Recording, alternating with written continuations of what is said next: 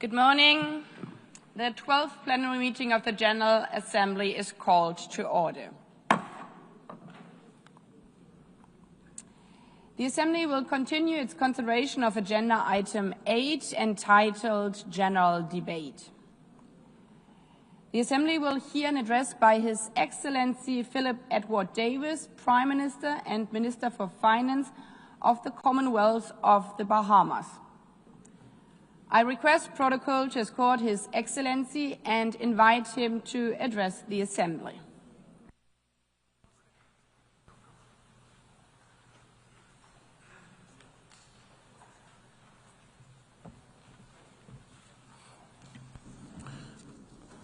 Madam President Annalena Baerbock, we offer our warm congratulations on your election to preside over this 80th session of the General Assembly. And we thank your predecessor, His Excellency Philmon Yang, for a job well done. Excellencies, delegates, ladies and gentlemen, in celebrating 80 years of the global community coming together in this United Nations, we must remind ourselves of how we got here. The United Nations was not born out of some high-minded ideal or because humanity suddenly decided to promote its collective virtue. No, the UN was created out of the ashes of a period when humanity had almost destroyed itself. The blood-soaked trenches of the First World War, brought about by the rivalries between the great powers of the day, the collapse of the League of Nations, made impotent because of the refusal of the major powers to participate, the despair of the Great Depression, the rise of fascist ambition, which led to the devastation of the Second World War, the terror of atomic weapons. These are the foundation of the United Nations. Over 100 million died, many more driven into poverty. I recite these histories because that is not a world we wish to return to. We are in danger of being doomed to repeat the brutal history lessons. When nations go their separate ways, history teaches us that this disaster eventually follows. When nations stand together, survival and prosperity become possible. With the stench of the atomic firestorms still hovering over Hiroshima and Nagasaki, the world raced to come together in a single body to prevent such things from happening again. The need for nations to unite in a single forum has never been more pressing. This multilateral effort is not a cure-all. Wherever humans live, there will be conflict. But today's crises are far more complex and seemingly more intractable and even more dangerous than 80 years ago. The atomic weapons of the 1940s have proliferated into the nuclear weapons of today, able to wipe out all human life many times over. Diseases now cross oceans in a day, potentially leading to pandemics that can last for years. Cyber attacks can leap borders in a second. Financial contagion can cripple economies in an instant. And climate change, yes, climate change, whose storms and rising seas and fires and floods make no distinction between rich or poor, strong or weak, can devastate us all. No single nation acting on its own can resolve these. Multilateral approaches are not the problem. Multilateral approaches offer the pathways to the solutions. The United Nations is not perfect, but it is the best tool for multilateral action that we have. We workmen should not blame our tools. The flaw is not in the hammer, but in the hand that lets it fall. Your Excellencies, the Commonwealth of the Bahamas is committed to work with members to find solutions. It is why we have offered ourselves as a candidate for a non-permanent seat on the Security Council for the 2032-2033 term. This is not a candidacy just for ourselves. It is for every small state that not only insists that its voice must count, but also knows that we have much to contribute in matters of global peace. For example, we cannot turn away from the agony of the Middle East. The aspirations of the Palestinian people for dignity and self-determination are real. Along with the State of Israel, both peoples have a right to security, sovereignty, and peace. For generations, This conflict has tested the conscience of the world, but resignation is not an option. The vision of two states living side by side in peace and mutual recognition remains the only pathway to justice, stability, and reconciliation. We must not abandon dialogue for despair. The multilateral capabilities and capacity of the UN should not be front and center of this effort. We think that if the organization has structural and institutional weaknesses, then let's fix them. If we think that standards are not evenly applied, that powerful states avoid consequences for aggression or human rights abuses, while weaker states are sanctioned more readily, then let's step up and fix them. The UN is only the sum of its parts. Any lack of effectiveness, any lack of practical impact lies squarely at the feet of member states. The solution is not to abandon it, but to fix it. For countries like the Bahamas, the biggest challenges and crises we face are not of our own making, and yet we are the ones who feel the impacts the most. Our independent Bahamas has never fought a war, and yet conflicts in faraway places cause severe economic shocks, with Bahamians forced to pay higher prices and suffer from unreliable supply chains. Above all, it is the physical changes relating to climate that are causing crises which we are critical, urgent, and existential.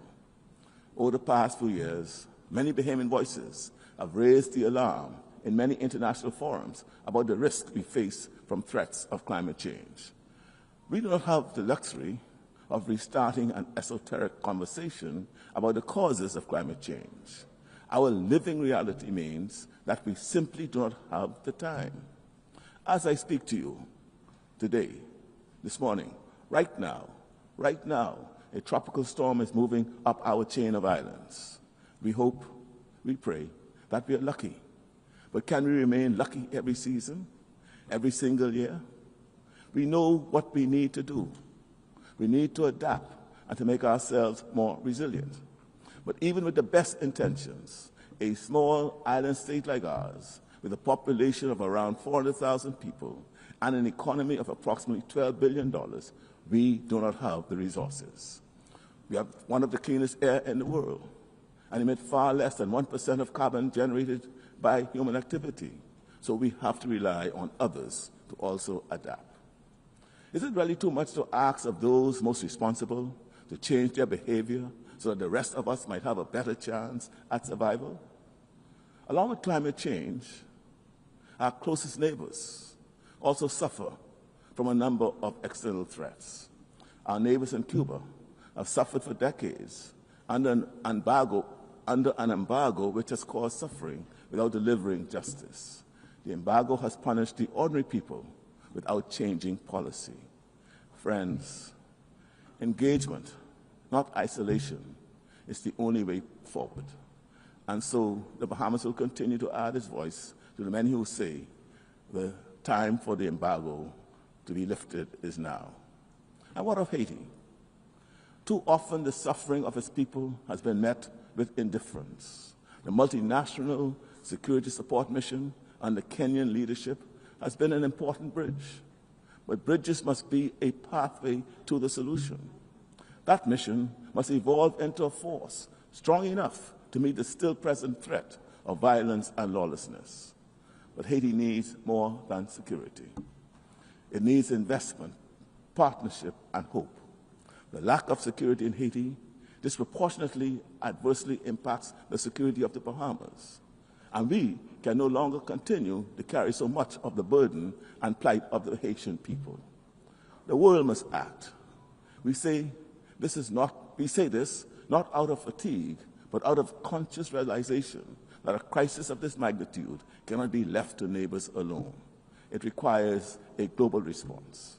The Bahamas therefore calls for a dedicated United Nations Support Office for Haiti, an institution to coordinate aid, sustain international attention, strengthen institutions, and nurture democracy. We cannot claim fidelity to peace and at the same time ignore Haiti. Your Excellencies, The lessons of history are clear. To retreat into a world of isolationist protectionism, where might is right and the resources of the planet are plundered for the few, is to return to a time when life was famously described as nasty, brutish, and short. There would be a fairly swift breakdown in international peace and security. With no global forum for conflict mediation, there's a strong likelihood that disputes would more often escalate into wars, border clashes, and proxy conflicts. With every country facing increasingly dangerous and rapid climate change, the collective action needed to address it would likely hasten to climate breakdown. The kind of economic fragmentation that heralded the Great Depression in America in the 1930s would reemerge. Protectionist sanctions and trade barriers, the collapse of supply chains, and resulting higher costs of living around the world would recreate the same conditions that fueled the rise of fascism and the explosion of the Second World War. Is this what we really want? No matter how imperfect, are we really prepared to throw away what we have? Your Excellencies, we recognize that we seem to live in a time when the global community appears indifferent to the suffering and deaths of millions of our fellow human beings. And yet, even in the face of potential climate disaster, today we ask, not for your pity, we not ask for clarity, for charity, we ask simply that you act in your own enlightened self-interest. The security and prosperity of all of us in the region, the hemisphere, and the world are interconnected. Even if we do not agree on the causes, as I have previously said to this Assembly, our lived reality is that our storms and hurricanes are your fires and floods. If the Bahamas were to collapse because of the disproportionate risks we face from climate change, economic vulnerabilities, and external geopolitical pressures, the world would lose one of the more best tourist destinations on this planet. We ask for nothing more than what we all want: the right to live in peace and security and in the pursuit of happiness. But most of all, just let us live. Just give us the right to live. Thank you.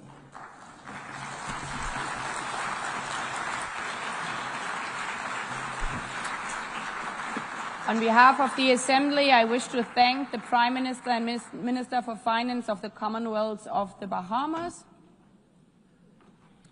The Assembly will hear an address by His Excellency Dickon Mitchell, Prime Minister and Minister for Infrastructure and Physical Development, Public Utilities, Civil Aviation and Transportation, and Minister for National Security, Home Affairs, Public Administration, Information and Disaster Management of Grenada. I request the protocol to escort His Excellency and invite him to address the Assembly.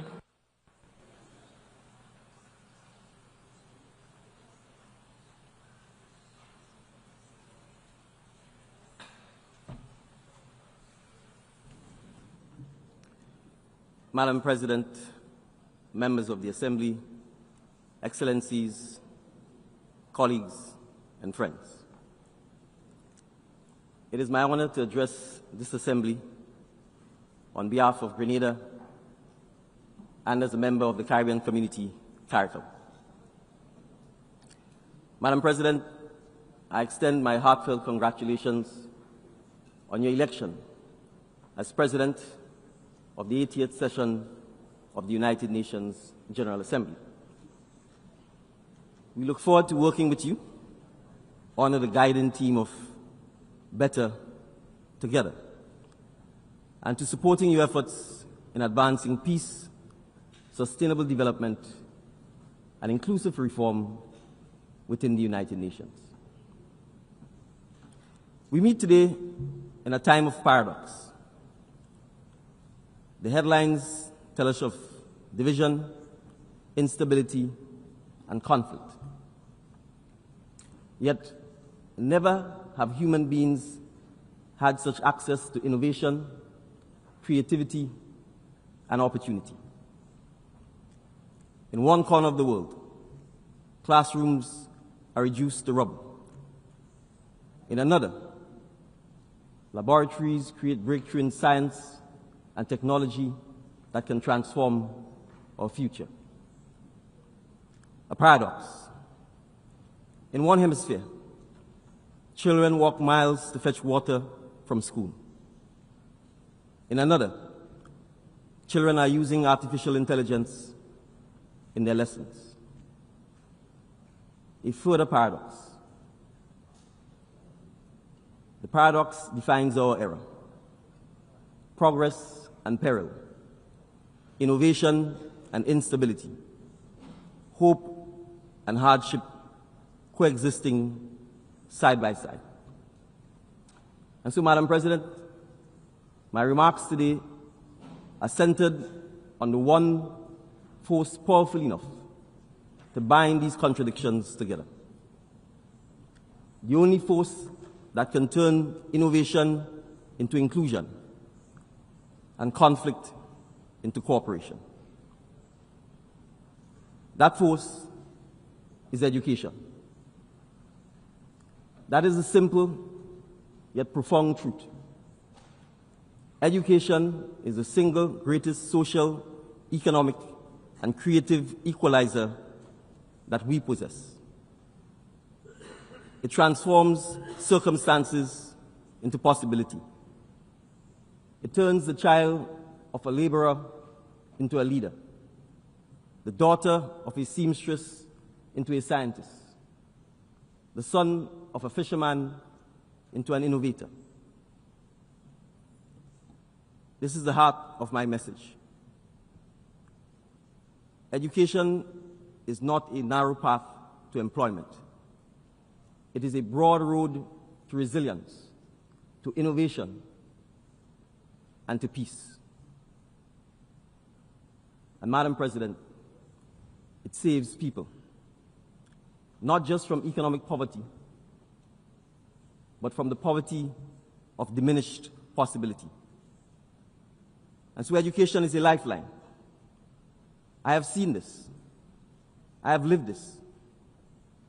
And now I am privileged to lead this in and for my country. For me, education was a bridge from limitation to possibility.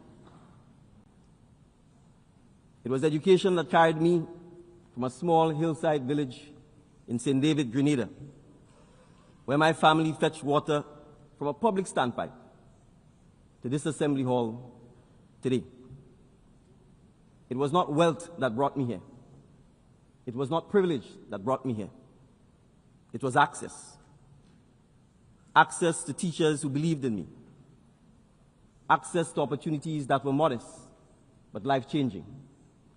Access to the chance to learn, even when the path was uncertain. But my story is not unique. It is echoed in the resilience of the Caribbean families who sacrifice for the children's schooling, in the ingenuity of students who make the most of scarce access and even scarcer resources, and in the determination of communities that rebuild schools year after year after every hurricane. That is the shared story of CARICOM, a story of people who learn to adapt, to innovate, and to persist, always with education as our anchor. And yet today, we must admit that the definition of education itself is changing. Education can no longer be defined solely by university lecture halls or college campuses.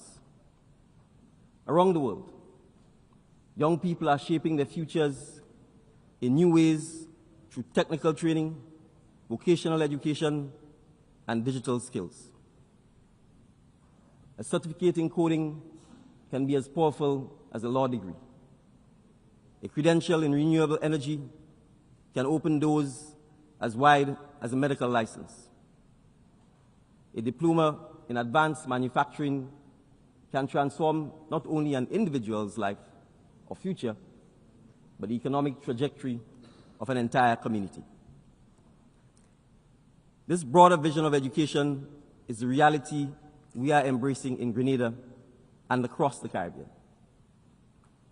In Grenada, we have embarked on transformative reforms to strengthen our education system and expand opportunities for all students at all levels. We have established universal secondary education and passed legislation to raise the mandatory school age to 18, ensuring that more of our young people remain engaged in formal education. Not as charity, but as a matter of justice and national survival. We have modernized school curricula to prepare our students for the future. Coding and technology clubs are now part of the school environment, and all students leaving primary school are assessed through electronic testing, prioritizing both digital literacy and problem-solving schools. We have placed student well-being at the heart of our reforms, hiring counselors, school feeding officers, and attendance officers to strengthen support for student mental health, nutrition, and engagement. We have also expanded our special education department and increased the number of early childhood officers, ensuring greater support for students with diverse learning needs. Because in a small island, every child's potential is a national asset. Additionally, and importantly, we have taken bold steps to make education more affordable and inclusive, eliminating school fees at the pre-primary, primary, and secondary levels. Free tuition is now also available at our two main technical and vocational institutions, widening access to post-secondary training and future skills development. Across the Caribbean community, we are investing in skills for the new economy, such as digital literacy, renewable energy, climate adaptation, and advanced technologies. In the case of advanced technologies, we are considering the teaching, understanding, and use of AI and AI-related skills to enhance education access, delivery, and outcome, as we understand that the jobs of tomorrow cannot be met with the skills of yesterday. And through the Caribbean Future Skills Fund, conceived with the Cooperative Republic of Guyana, we are pioneering an endowment model for education, where international contributions are matched by local investment. This ensures that our young people gain not just training, but also a sense of ownership and responsibility. It is education with skin in the game from both donors and recipients. This is not education as an abstract ideal. It is education as a lifeline, as resilience, preparing us to withstand the shocks of climate change and economic volatility. It is education as innovation, equipping us through powerful digital tools to turn necessity into opportunity. And it is education as sovereignty, ensuring that our destiny is not dictated by external forces, but shaped by the skills and creativity of our own people. And so when Grenada, Jamaica, or Dominica rebuilds a school after a hurricane, we are not just rebuilding classrooms. We are rebuilding futures. And so we need partnerships. Education thrives when ideas and systems are shared across borders. Partnerships build better schools, yes, but more importantly, they build better citizens of the world. For small states like mine, partnerships bring the reach and the resources we cannot muster alone. They open doors to technologies and opportunities beyond our shores. For larger states, partnership with us offers something equally valuable: lessons in adaptation and creativity, forged on the front lines of hurricanes, pandemics, and economic shocks. Together, these halves create something greater than either could achieve alone. an education system global in vision, but local in impact. And that is why today I call on donor countries, multilateral institutions, and the private sector, not only to fund, but to co-create, not only to give, but to learn. Because education is not charity. It is collaboration. It is investment in the kind of world we wish to leave behind. But yet, there's conflict, instability, and the attack on education. So, Madam President, we must also speak honestly of the shadows that darken our world today. Wars rage, economies falter, communities fracture, and amid this turbulence, it is children who bear the heaviest burden. When a school is reduced to rubble, when a teacher is silenced, when a family is forced to flee in fear, education becomes the first casualty of the conflict. And when education is taken away, it is not only opportunity that dies, but hope itself. We know all too well what follows: ignorance that breeds division, exploitation that preys on vulnerability, extremism that fills the void, and the cycles of despair that pass from one generation to the next. A child deprived of learning today becomes an adult deprived of dignity tomorrow. And a society deprived of educated citizens becomes a society deprived of peace. And so this is why I say to this assembly today, protecting education in times of conflict must be treated as a pillar of peace building. Just as we rush to shelter the displaced and heal the wounded, we must also safeguard classrooms and teachers. Just as we protect hospitals, so too we must protect schools. Because whether that child is in Palestine, in Haiti, in Sudan, or in Ukraine, their right to learn is as sacred as the right to life itself.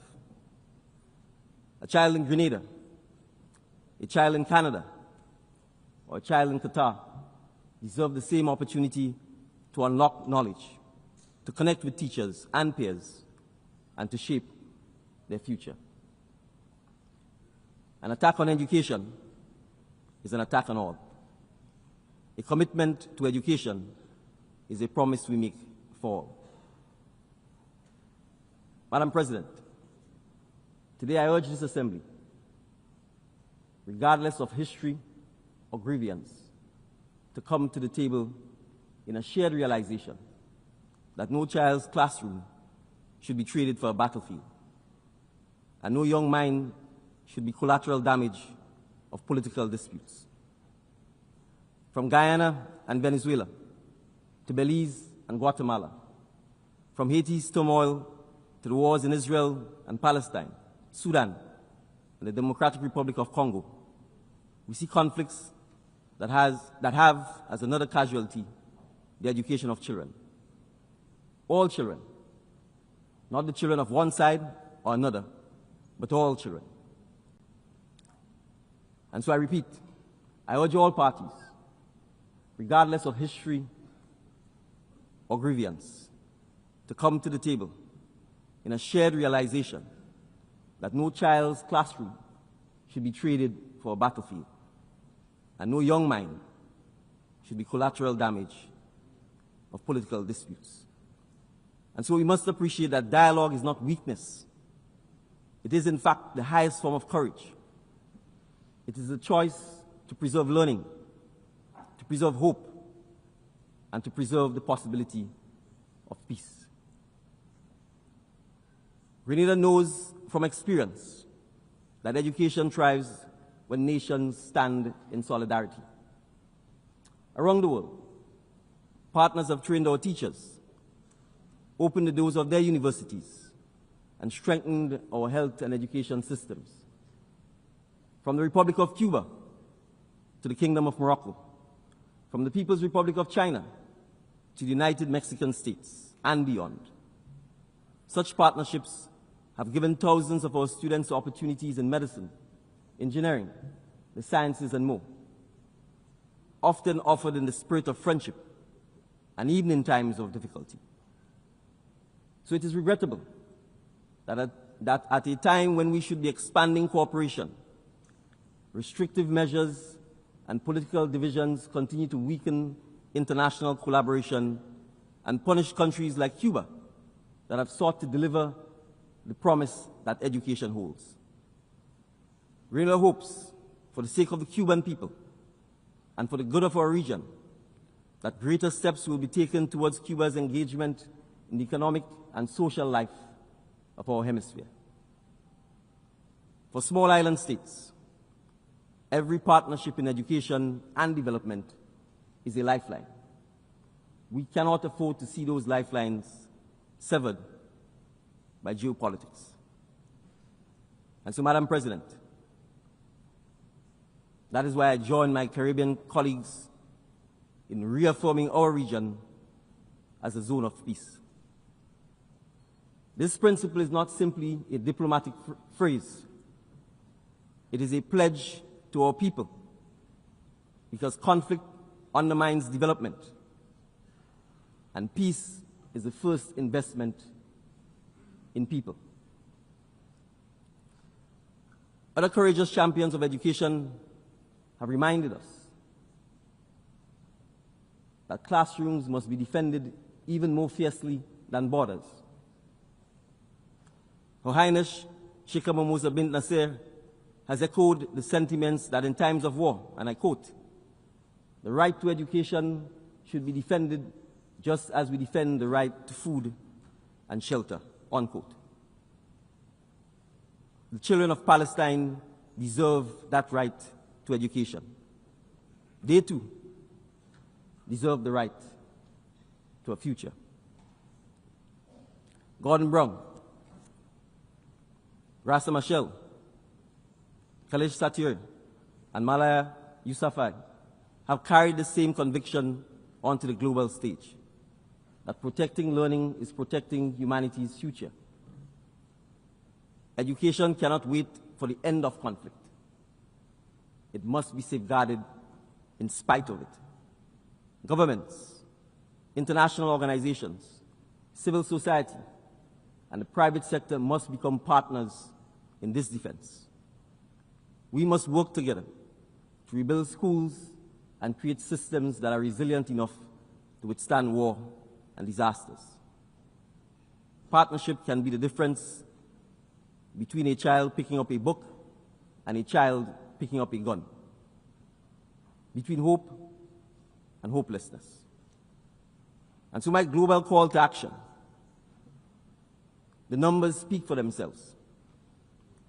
Each additional year of schooling raises a person's earnings by an average of 10%. If every child in low-income countries left school with basic reading skills, 171 million people could be lifted out of poverty. If all girls completed secondary school, child marriage would fall by 2/3, and maternal deaths would drop by almost half. And if every adult worldwide had just 2 more years of education, global GDP would grow by trillions of dollars annually. These numbers show that education does not just change the fortunes of individuals, it changes the fortunes of nations. It shapes economies, democracies, and peace itself. But let me be clear. In this era, technology and education without ethics is not enough. We must also teach our young people how to think critically, act ethically, and live responsibly in digital spaces. Education must prepare not only workers for jobs, but also active and responsible citizens. Not only coders of software, but also stewards of truth. Not only innovators of technology, but also guardians of humanity. because we live in an age where misinformation travels faster than facts, and where algorithms can divide as easily as they can connect. In such a world, education must equip the next generation with the wisdom to discern, the courage to question, and the empathy to choose what is right. So let us imagine then a different world. A world where a child at a standpipe in St. David, Grenada, has the same access to knowledge as a child in New York or Tokyo. A world where a child in the rubble of Port-au-Prince can log on to a digital classroom and continue learning despite the chaos around them. A world where a child in a refugee camp, stateless but not hopeless, can study, dream, and prepare for a future beyond the fences that confine them. That vision is within our reach, but it will not come by chance. It will come by the choices we make here together in this assembly and in the partnership we embrace moving forward. And so in concluding, Madam President, colleagues and friends, education is not only a policy, it is a promise. A promise that no matter the size of a nation, the color of a passport, or the weight of a child's circumstances, that the door to opportunity remains open. For Grenada and the Caribbean community, education is the antidote to ignorance, the pathway to resilience, and the seed of innovation. It is how we turn survival into sovereignty. It is how we transform vulnerability into vision. And so I urge this assembly,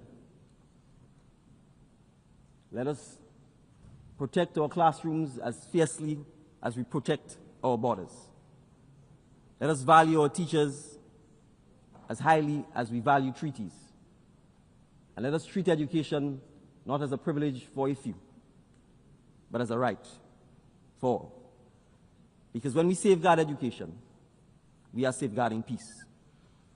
When we democratize knowledge, we democratize hope. And when we give a child, whether in St. David, Grenada, or Port-au-Prince, Haiti, or Gaza, Palestine, or in a refugee camp anywhere, the tools to learn, we give humanity itself the tools to endure. So let us resolve together that no classroom, no student, and no country will be left behind. Let us believe that together, that resilience is not just surviving the storms of our time, but building a world where education ensures we thrive beyond them. Thank you, Madam President. On behalf of the Assembly, I wish to thank the Prime Minister and Minister for Infrastructure and Physical Development, Public Utilities, Civil Aviation and Transportation, and Minister for National Security, Home Affairs, Public Administration, Information and Disaster Management of Grenada. The Assembly will hear an address by His Excellency Reem Talba San Emmanuel Ouedraogo, Prime Minister and Head of Government of Burkina Faso. I request protocol to escort His Excellency and invite him to address the Assembly.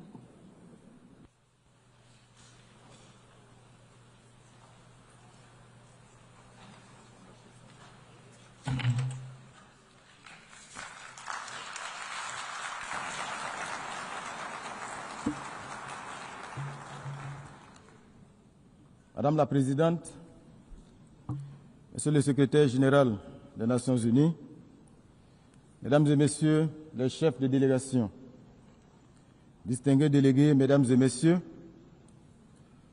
j'ai l'insigne honneur et le grand privilège de prendre la parole au nom du camarade président, le capitaine Ibrahim Traoré, président du Faso, chef de l'État, à l'occasion de la présente session, afin d'y porter la voix du peuple digne et intègre du Burkina Faso. Aussi me charge-t-il d'adresser ces fraternelles salutations à tous les citoyens du monde épris de paix et de liberté. Madame la Présidente, je vous adresse au nom du Burkina Faso mes chaleureuses félicitations pour votre élection à la présidence de cette 80e session. Votre élection consacre la confiance de la communauté internationale en votre leadership et votre sens de l'écoute et du dialogue. Vous trouverez auprès du Burkina Faso un partenaire sincère, constructif et engagé. À votre prédécesseur, M. Philémon Yang, j'exprime ma gratitude pour la qualité et la rigueur du travail accompli lors de la 79e session. Madame la Présidente, distingués délégués, Mesdames et Messieurs, le Burkina Faso souscrit pleinement à la déclaration prononcée au nom de la Confédération des États du Sahel par la République sœur du Mali.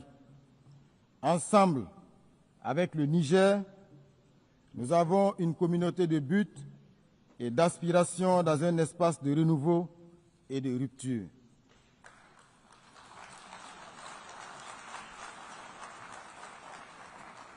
Monsieur le secrétaire général, le Burkina Faso tient à saluer l'apport du système des Nations Unies et de ses partenaires dans notre quête commune de stabilité et de prospérité.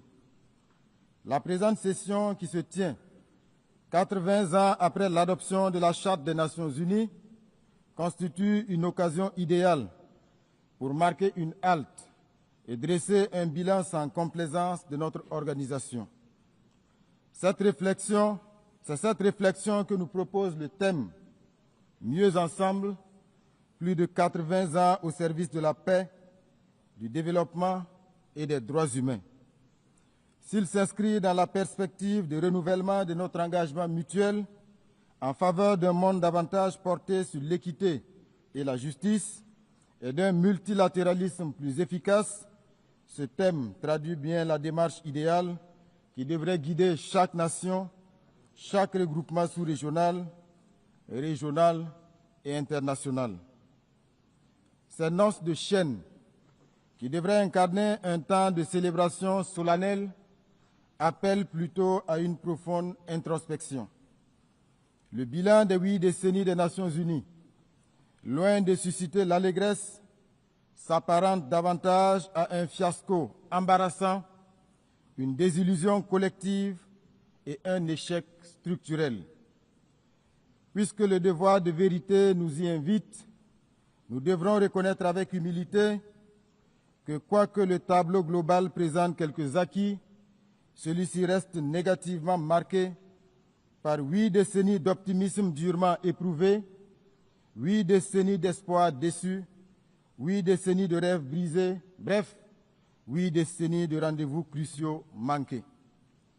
C'est malheureusement l'image obscure d'une ONU que beaucoup de nos dévanciers de 1945, s'ils vivaient encore, auraient eu du mal à accepter. Il est donc difficile de se réjouir face à un bilan aussi mitigé. Comment comprendre que l'Afrique, berceau de l'humanité et foyer de tant de conflits, représentant plus d'1 milliard d'êtres humains, demeure exclue des instances décisionnelles du Conseil de sécurité? Comment accepter que des missions de maintien de la paix, financées à coups de milliards, quittent nos pays en laissant davantage de frustration et de souffrance que de résultats tangibles? Les causes de ce naufrage collectif sont pourtant bien connues de tous, notamment des États membres eux-mêmes, qui, durant des décennies, ont, dans le cadre de l'Assemblée générale, consacré leurs énergies à défendre des causes nobles et à proposer des réformes réalistes sans obtenir gain de cause. Que peut-on y faire si les décisions de l'Assemblée générale, qui ne sont pas contraignantes, la rendent congénitalement inaudible et inefficiente? Pouvait-on espérer un meilleur bilan avec un Conseil de sécurité malade de la politisation de ses décisions, impotent du fait de ses incohérences et inefficient en raison de ses divisions permanentes. Pire encore, ce Conseil au rôle aujourd'hui galvaudé se présente lui-même comme un grand fauteur de troubles pour la complicité tacite, sournoise et parfois active de certains de ses membres permanents, eux-mêmes grands acteurs et principaux financiers des crises de notre époque. Voilà ce qu'est devenu notre Conseil de sécurité. Une entreprise, il faut le dire, funeste, qui, du fait des visées prédatrices de certains de ses membres permanents, peut entre autres décider de quel pays sera à l'ordre du jour du terrorisme international, dans quel autre envoyer des opérations de maintien de la paix, comme pour mieux légitimer son rôle. C'est donc impuissant que nous assistons aux échecs d'initiatives, pourtant judicieuses en raison des rivalités entre États et à des crises non résolues, dont la plus emblématique est le conflit israélo-palestinien qui n'a que trop duré. L'inaction coupable de la communauté internationale face à la défiance de l'autorité des États par des terroristes financés et soutenus par d'autres États s'ajoute à tous ces paradoxes inquiétants. Le temps du sursaut et des réformes courageuses est venu. Sans cela, le Conseil de sécurité restera une institution anachronique, incapable de répondre aux défis de notre temps. Mesdames et messieurs, dans un monde en profonde mutation marqué à la fois par l'essor de la numérisation et par la persistance de tensions géopolitiques, il devient impératif de repenser nos stratégies de développement économique.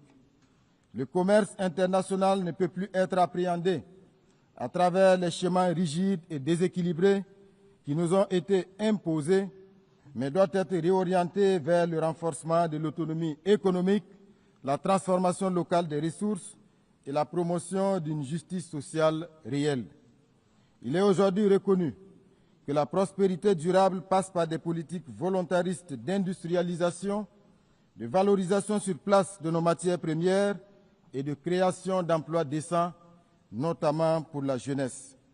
C'est pourquoi il est urgent de répondre avec le cycle, il est urgent de rompre avec le cycle de dépendance aux exportations de produits bruts, un modèle qui accroît la vulnérabilité de nos économies et freine inexorablement notre émergence.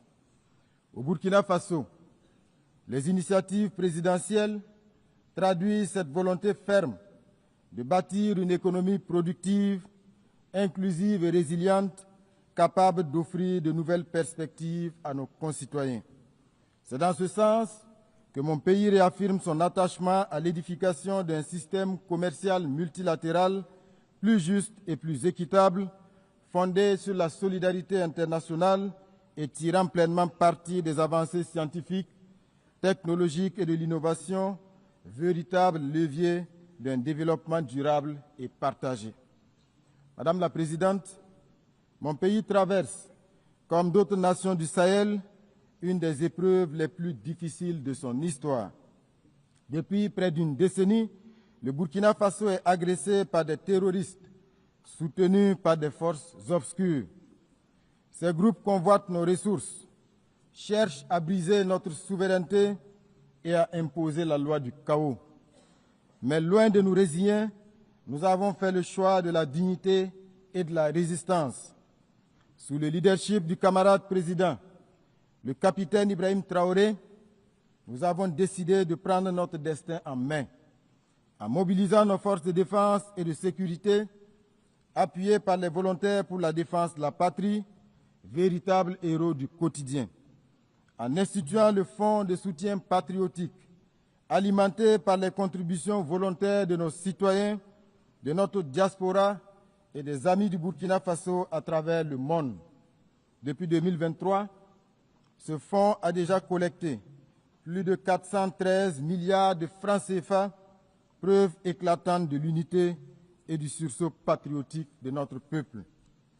En engageant des réformes historiques pour atteindre la souveraineté alimentaire, réhabiliter nos terres, relancer notre production agricole et réduire notre dépendance aux importations. Ces efforts déployés par tout un peuple déterminés portent leurs fruits. Plus de 72% de notre territoire ont été reconquis. Des milliers de déplacés internes regagnent leur localité. Des écoles rouvrent. Des services sociaux reprennent vie. Le Burkina Faso démontre ainsi qu'un peuple uni et debout peut surmonter les épreuves les plus dures. En tout état de cause, le Burkina Faso réaffirme en toute responsabilité que ses priorités ne sont pas négociables et que ses choix sont plus que jamais à respecter. Mesdames et messieurs, nous inscrivons notre action dans le sens des vertus de la solidarité et de l'unité avec la conviction profonde qu'un peuple rassemblé autour d'un idéal commun peut accomplir de grandes choses.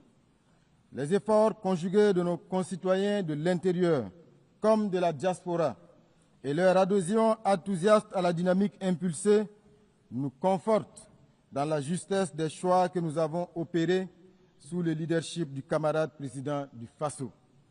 L'engouement suscité par le Fonds de soutien patriotique et l'initiative présidentielle Faso-Mebo en est la parfaite illustration. Institué en 2023, en appui au plan d'action pour la stabilisation et le développement, le Fonds de soutien patriotique a pour vocation de mobiliser de manière endogène des ressources nationales supplémentaires afin de renforcer nos capacités de défense et d'investissement stratégique. Ce fonds a suscité une adhésion massive, tant à l'intérieur du pays qu'au sein de notre diaspora. Madame la Présidente, la poursuite méthodique de nos réformes nous permet de saluer aujourd'hui des avancées majeures en matière de gouvernance économique, meilleure maîtrise des dépenses publiques, gestion optimisée des ressources humaines de l'État, rationalisation des charges institutionnelles et maintien d'un endettement viable.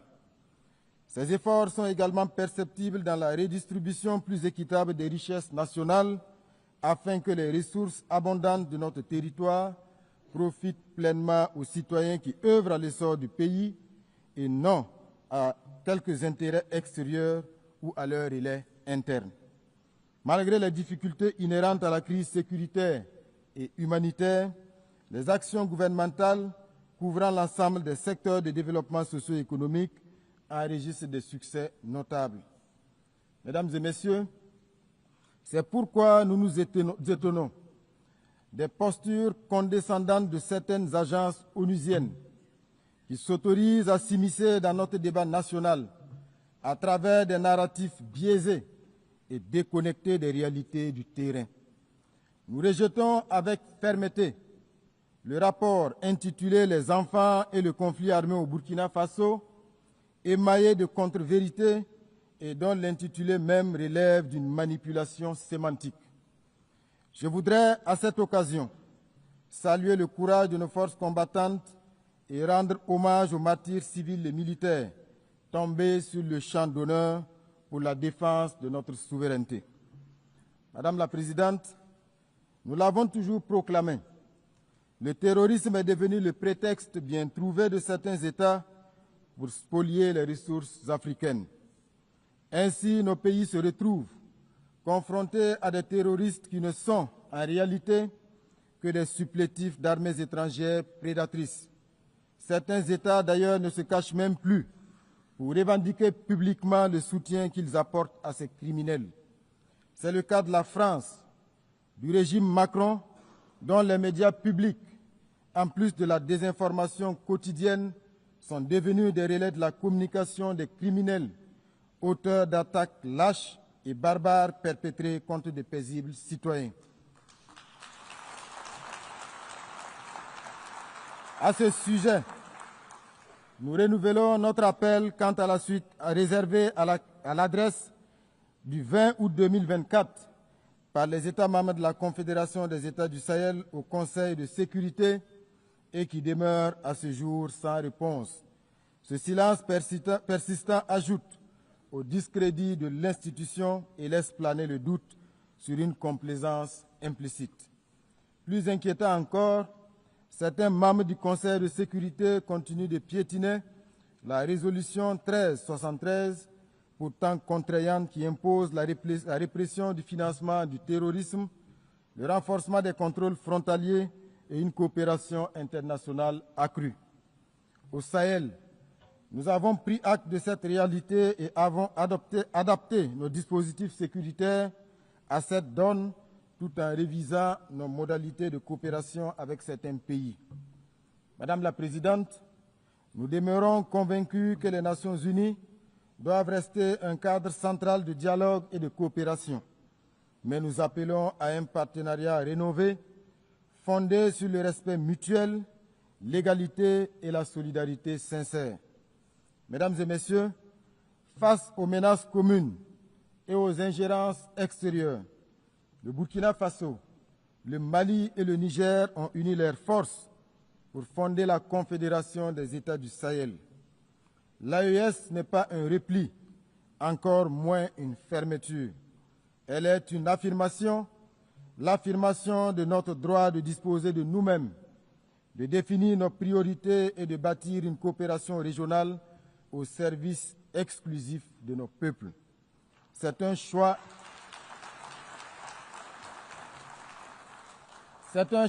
de dignité. C'est le refus d'un système où nos pays servaient trop souvent de terrain de manœuvre pour des agendas extérieurs. C'est la volonté d'être acteur principal de notre histoire et d'écrire nous-mêmes l'avenir de nos enfants.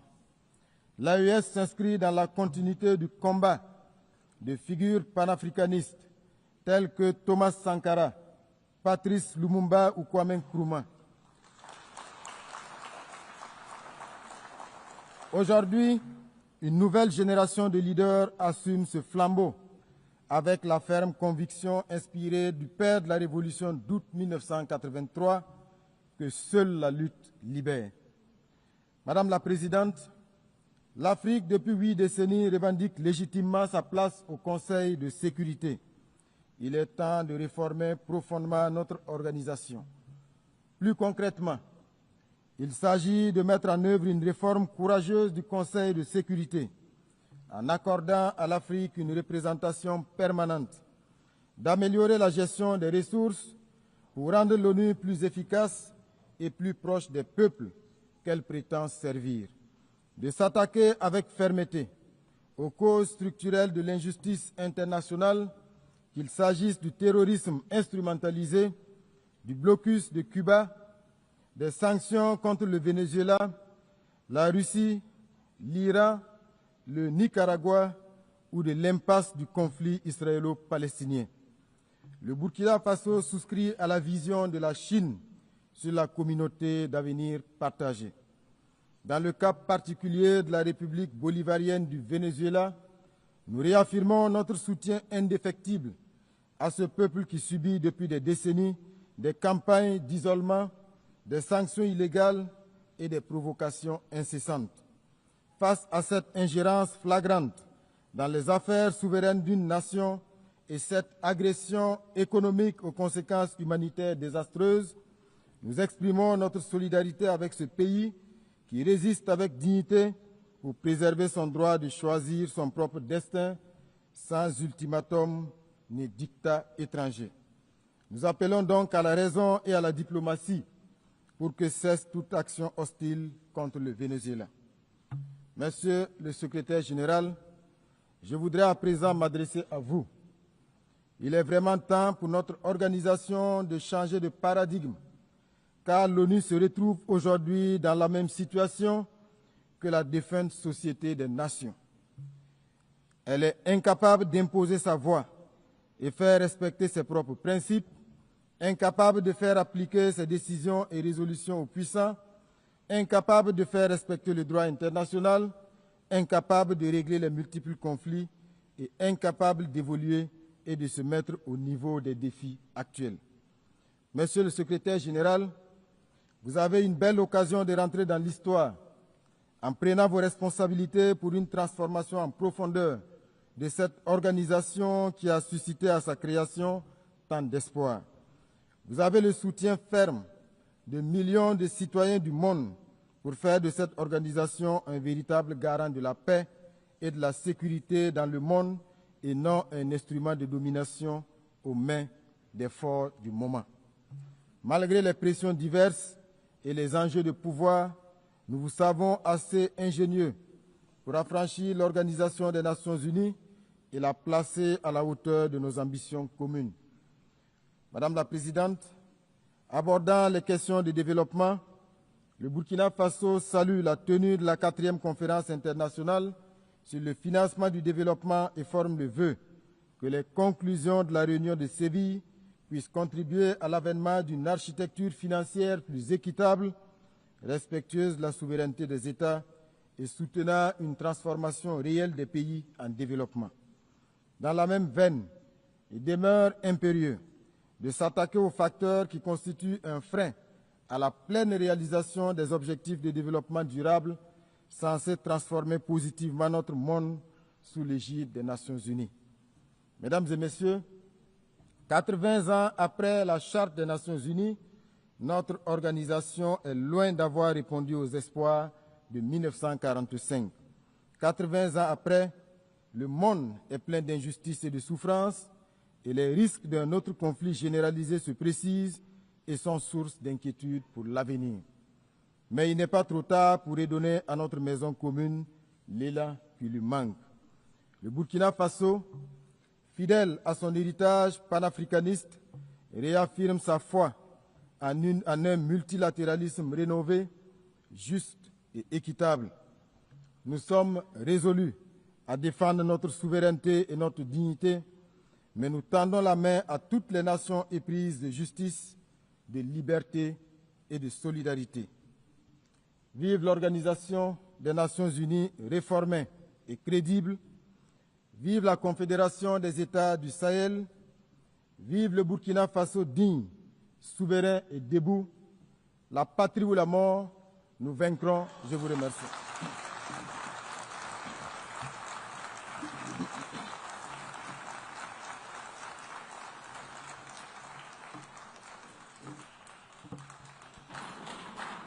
On behalf of the Assembly, I wish to thank the Prime Minister and Head of Government of Burkina Faso.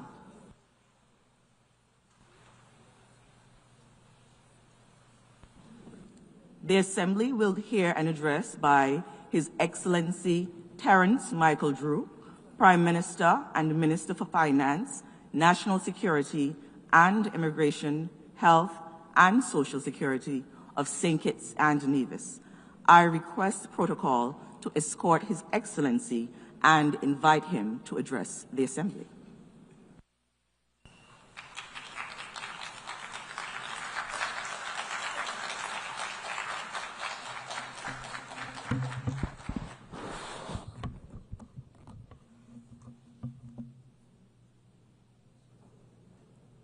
Madam President, Secretary General Antonio Guterres, Excellencies, distinguished delegates, friends of conscience and colleagues in the cause of civilization, and to my fellow Kittitians and Nevisians at home and across the seas, I bring you greetings from our twin island federation, and I bring you a plea that must no longer be deferred. Madam President, for 80 years, this Assembly has been a harbor for hope. From these benches, ideas were born that banished hunger, cured children of diseases, and stitched torn treaties back together. We have reason to honor what has been achieved. Rights extended, ladders out of poverty raised, medicines and measures moved across borders. Yet alongside these triumphs are truths we must not hide. Partial pledges, procrastination, and the persistent practice of putting profit before people. Where progress has been made, too often it has been piecemeal. Where promises have been given, too often they have been broken. We meet now at a moment of moral measure. The map of human destiny is not drawn merely by the large or the loud, but by the just and the judicious. Diplomacy that is polite but passive is not enough. Language must be matched by labor. Pledges must be partnered by payments, and rhetoric must be redeemed by results. St. Kitts and Nevis stands ready to work, to partner, and to perform. But we ask for the great actors in this global drama a simple thing, and that is to transform your capacity into compassion, change the calculus of comfort for the calculus of climate justice. Madam President, we are people who measure time not by years alone, but by storms. Imagine, for example, an elder fisherman, hands like weathered rope, watching the reef that used to cradle his nets die away until there is nothing left to catch but mere memories. Imagine classrooms without roofs and homes without running water. These are not metaphors for us.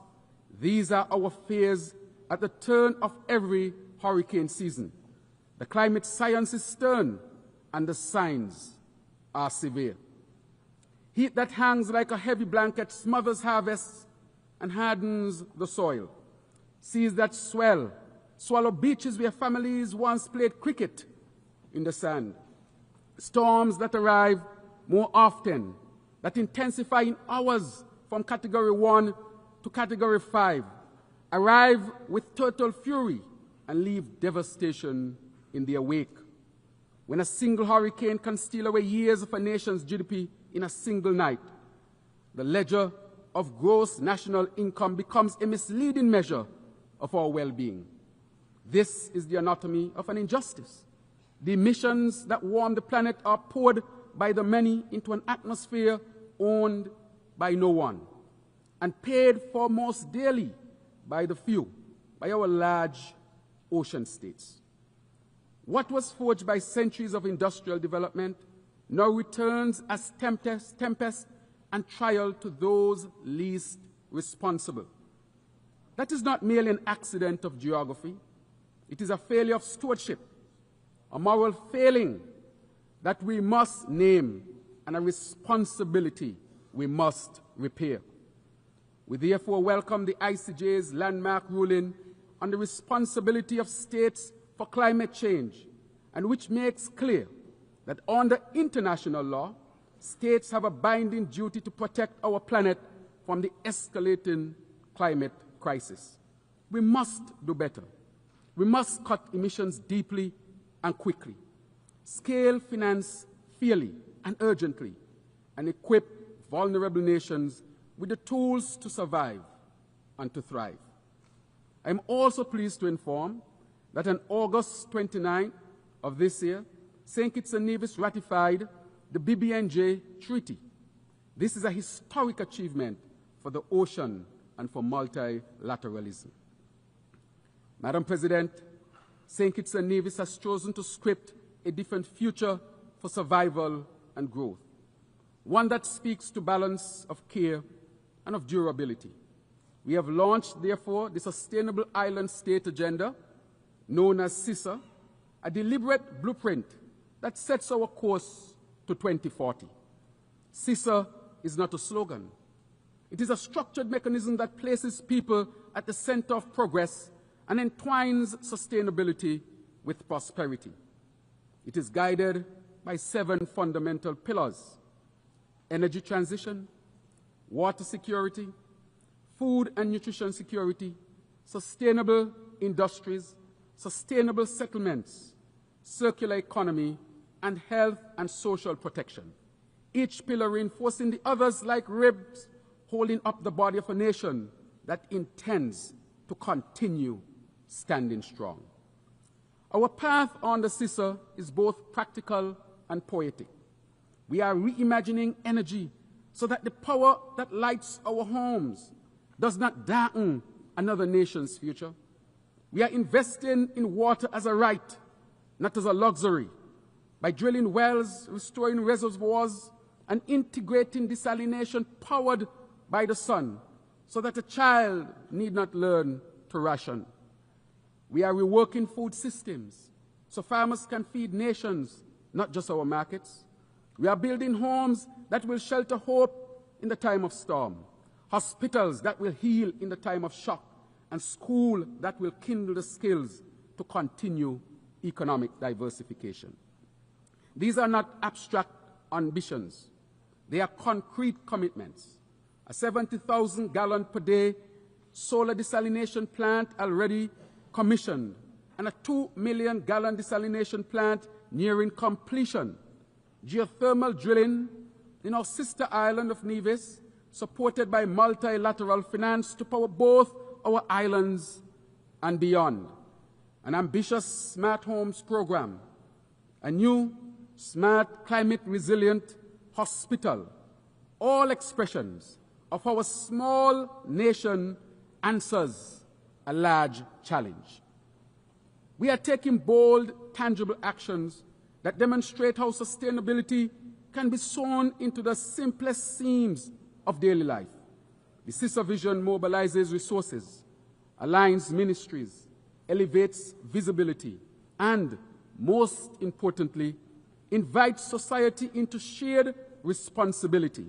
It is an audacious plan because audacity is required of small states when the storm approaches. Madam President, distinguished colleagues, just last week, this Assembly took a vital step toward when the United Nations adopted by consensus a progressive resolution that revitalizes the Commission on the Status of Women. St. Kitts and Nevis was honored to co-facilitate this resolution alongside our island, a natural partner for equity, sustainability, and resilience. St. Kitts and Nevis has made the empowerment, protection, and upliftment of women and girls a cornerstone of our national agenda. Today, our parliament boasts the highest number of female members in our nation's history, and it is led proudly by a woman Speaker of the House. This is not symbolic, it is structural. It is proof that when women lead, nations rise. Our sustainable island state agenda is deeply rooted in gender equality. By empowering women and girls, we are not only advancing fairness, we are reinforcing resilience. For we know this truth: when women are given the tools to thrive, families flourish, communities strengthen, and nations become unshakable.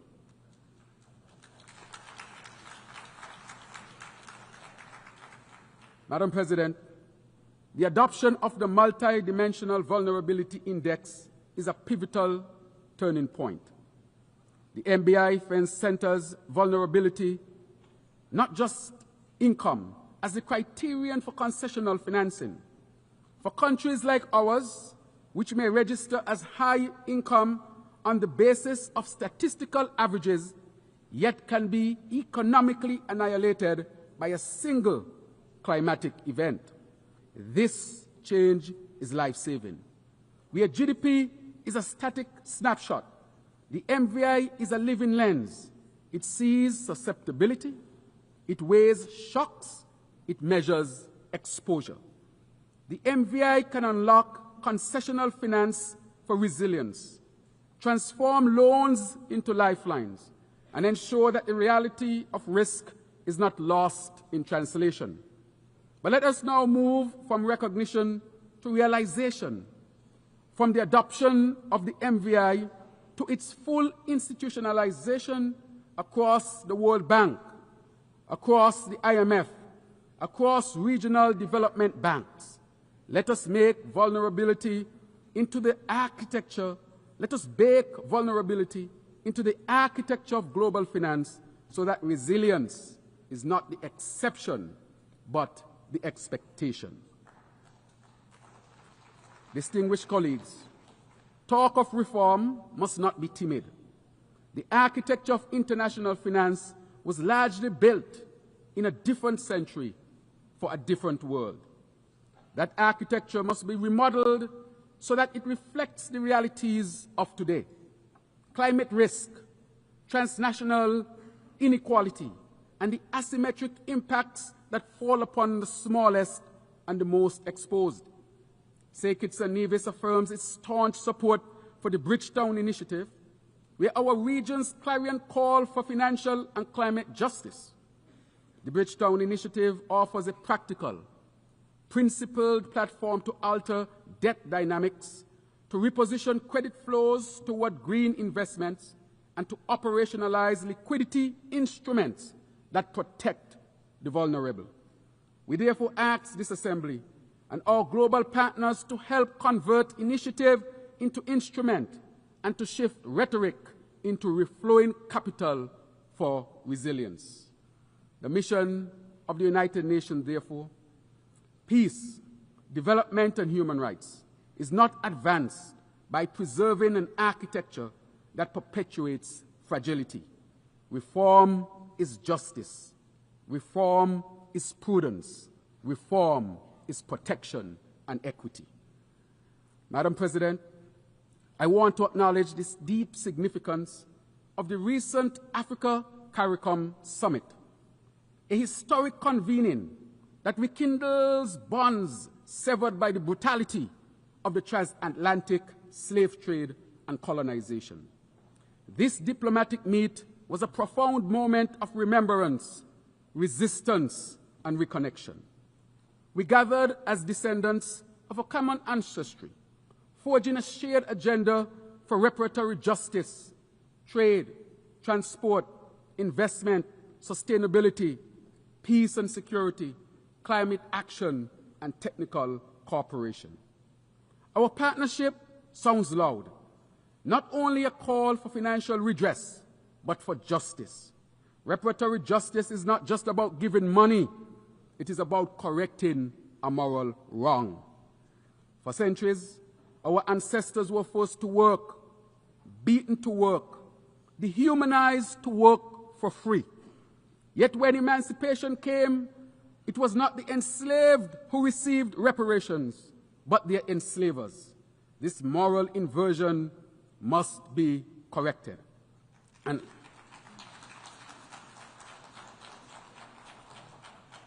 And as part of this broader historical reckoning, I also amplify the call for full exoneration of His Honorable, Most Honorable, Marcus Mosiah Garvey, a global icon, Pan-Africanist, and prophet of liberation. And while we welcome the posthumous pardon granted to him, we continue to petition for his full exoneration. Let us correct this error in the record of justice. So today, we stand not in anger, but in resolve. And as Martin Luther King said, the arc of the moral universe is long, but it bends toward justice. With our African brothers and sisters, as a nation and as a region, we will continue to bend that arc toward justice, toward cohesion, and toward a future shaped not by the chains of history, but by the power of solidarity. Madam President, there is a phrase that I hold dear. Peace is not the absence of noise. Peace is the presence of safety. For those of us in the Caribbean, peace is a practical prerequisite for prosperity. Our zone of peace must be more than a slogan pasted on policy papers. It must be defended by concrete measures, better public health frameworks, stronger interdiction of illicit weapons, greater cooperation on maritime security, investment in community safety and youth empowerment programs, and international support for capacity building in policing and justice systems. We recognize the serious threats posed by drug trafficking and other transnational crimes. These scourges must be addressed through cooperation, dialogue, respect for sovereignty, and the full respect for the principles of international law. Therefore, we continue to call for measures that encourage peace, stability, and mutual respect. These are the only foundations on which lasting security and sustainable development can be built and maintained in our hemisphere. Historically, in our region, disputes have been resolved through dialogue. As such, we encourage dialogue between our two dear friends, the Bolivarian Republic of Venezuela and the United States of America, to ensure that our region remains a zone of peace. We are not asking for pity or imposition. We are asking, therefore, for partnership, for tools to block the flow of guns and the flow of funds that fuel violence, for initiatives that create opportunities so that young men and women find purpose in productive work rather than perilous pursuits. Partnership, not pity. Prevention, not punishment. And yet, Madam President, partnership alone may not be enough. The time has come to reshape the United Nations itself, to reform its structures so that they reflect the realities of our modern world. The Security Council, the very body charged with maintaining international peace and security, cannot be credible if it excludes representation from the regions most vulnerable to the threats of our time: Africa, Latin America, and small island developing states such as those in the Caribbean. To secure a world of peace, those who suffer the sharpest edges of insecurity must have a seat at the table where peace is forged. Across the globe, conflict continues to wreak havoc. In Gaza, Ukraine, Sudan, the Democratic Republic of Congo, Yemen, and each theater of violence is a theater of human cost. Children displaced, parents bereft, infrastructure destroyed. The pathway to peace is hard and long, but there is no ethical alternative to persistent and constructive diplomacy, to humanitarian corridors that put people above politics, and the courage and will of leaders to commit to a world rooted in peace, justice, and compassion. St. Kitts and Nevis therefore calls for an end to the anguish caused by the horrific genocide that is unfolding in Gaza. We categorically condemn this affront to humanity, for which there must be accountability. We urge for an immediate and unconditional ceasefire for the protection of civilians, of children, of women, of the vulnerable, of the weak. And we also call for the release of hostages and for the restoration of basic necessities and humanitarian access. International law, conscience, and human decency demand no less.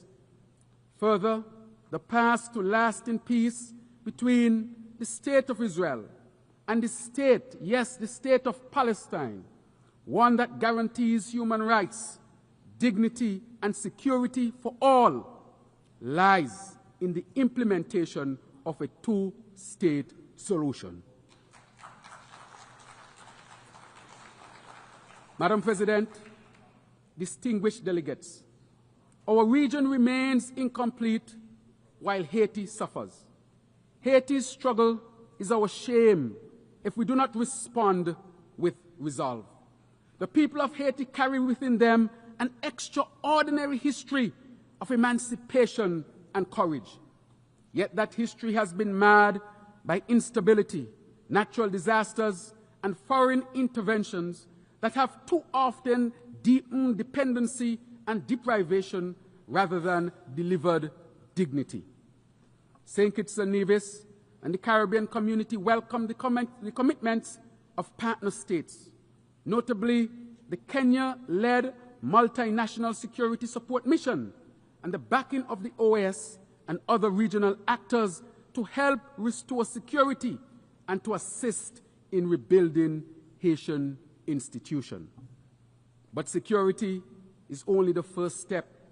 We must invest in Haiti's health, education, agriculture, infrastructure, and governance. We must help rebuild markets so that merchants trade rather than flee. We must help rebuild schools so that children learn rather than languish. We must help rebuild hospitals so that mothers are treated rather than traumatized. Haiti must be allowed to write and lead its own restoration story, and the international community must be a steadfast partner, not a script writer. Madam President, the economic, commercial, and financial embargo against Cuba is a relic that continues to wound an entire people and weaken regional solidarity. Year after year, this Assembly has reaffirmed that the embargo is gravely unjust. St. Kitts and Nevis joins the Caribbean community in calling for its end and for Cuba's removal from the list of state sponsors of terrorism, which isolates it from commerce and cooperation. Cuba ha sido desde hace mucho tiempo amigo del Caribe. Sus médicos y educadores han estado entre los socios más generosos de la región. Nuestra asociación continua con Cuba siempre estará firmemente cimentada en el respeto de los derechos humanos y los derechos laborales en plena conformidad con el derecho internacional.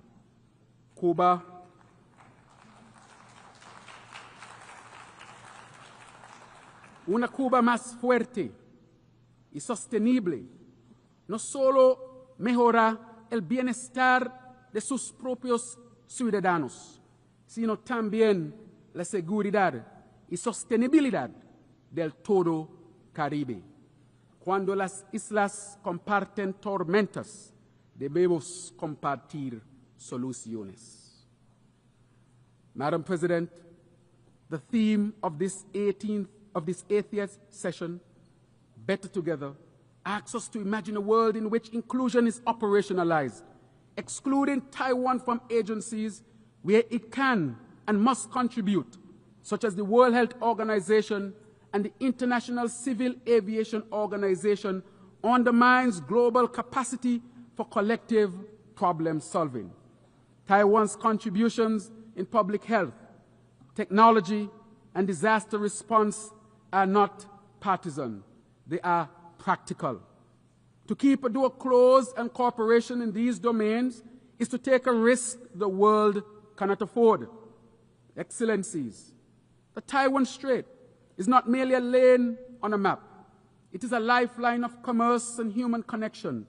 We must urge calm, counsel conversation, and choose this diplomacy of dialogue over the dramatics of discord.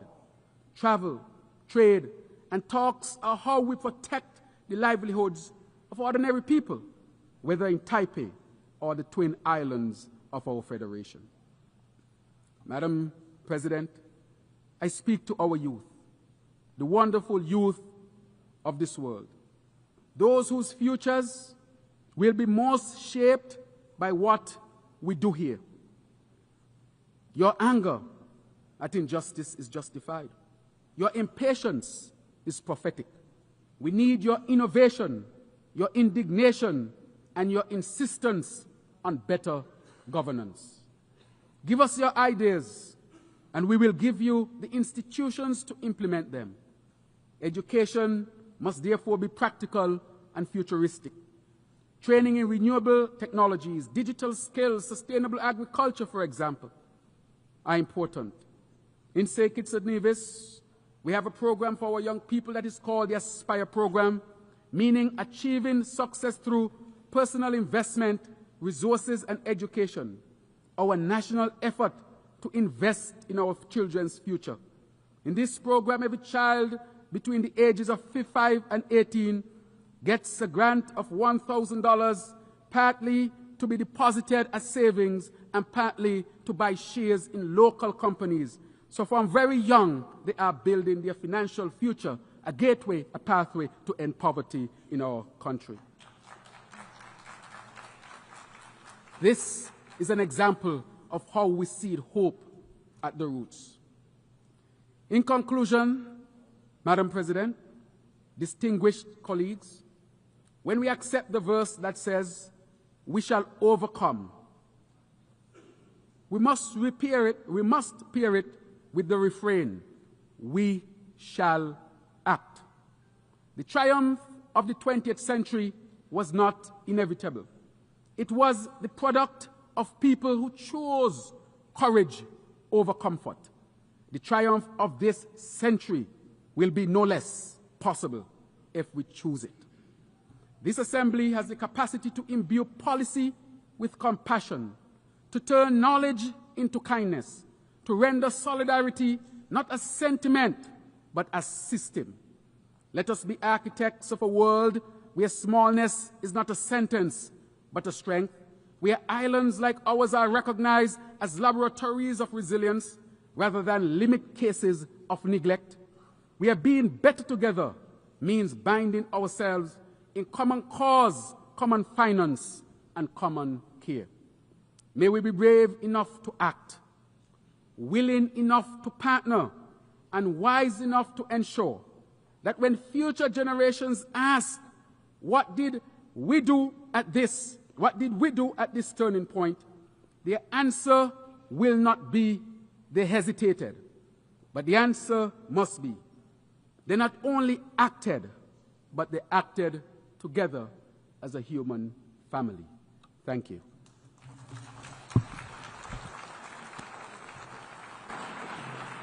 On behalf of the Assembly, I wish to thank the Prime Minister and Minister for Finance, National Security and Immigration, Health and Social Security of St. Kitts and Nevis.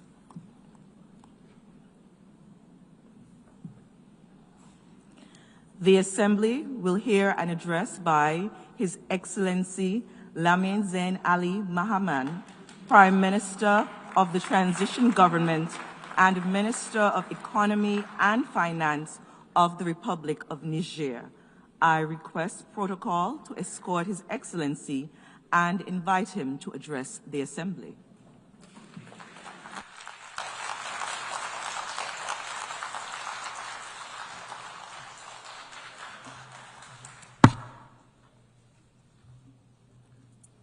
Bismillahir Rahmanir Rahim. Wa sallallahu ala nabiyil karim. Excellences, Mesdames et Messieurs les chefs d'État et de gouvernement, Mesdames et Messieurs les chefs de délégation, Madame la Présidente, Mesdames et Messieurs, j'ai l'insigne honneur de vous délivrer au nom du peuple nigérien souverain les salutations et le message de son Excellence le général d'armée Abdrahman Chani, président de la République du Niger, chef de l'État. Permettez-moi tout d'abord de vous adresser, Madame la Présidente, mes sincères félicitations pour votre élection à la présidence de cette 80e session de l'Assemblée générale des Nations unies. Le Niger vous assure de son plein soutien dans l'accomplissement de votre mission. Je tiens également à saluer l'engagement et le leadership de votre prédécesseur dans la conduite de la 79e session. Madame la Présidente, Messieurs, avant de rentrer dans le vif du sujet, je voudrais dire que le Niger soutient le discours prononcé au nom de la Confédération des États du Sahel à cette même tribune par mon frère et ami, son Excellence Abdoulaye Maïga, Premier ministre du Mali, hier le 26 septembre 2025.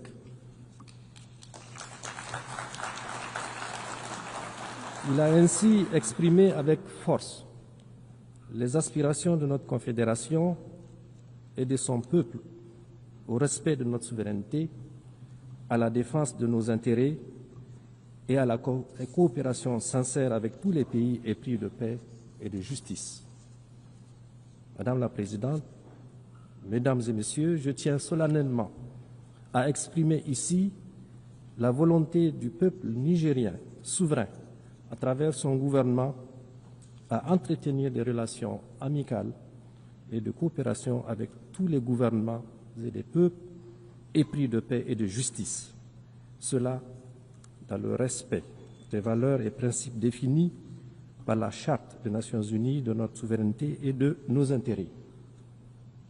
Comment d'ailleurs peut-il en être autrement quand on sait que tout au long de leur histoire, les peuples de l'espace nigérien et du Sahel en général, riches de leur grande diversité sociale et culturelle, ont toujours su puiser dans leurs valeurs ancestrales pour tisser des liens séculaires et coexister harmonieusement entre eux et avec leurs voisins. Parmi ces valeurs qui fondent notre lien social, notre unité et nos aspirations communes, figurent en bonne place le brassage interethnique et la parenté à plaisanterie, le respect de l'altérité, la tolérance religieuse, la solidarité, la paix. Tout au long de notre histoire, nous avons renforcé le brassage entre les populations Hausa, Zerma, Peul, Touareg, Kanouri, Gourmanché, Toubou, Arabe, Boudouma. Ce brassage nous a permis de créer des liens de sang et des alliances indestructibles entre les Nigériens. Madame la Présidente, Mesdames et Messieurs, vous pouvez le constater aisément, le peuple nigérien, les peuples du Sahel, donc, ont une grande tradition de vivre ensemble dans la diversité, la solidarité, la paix et la cohésion.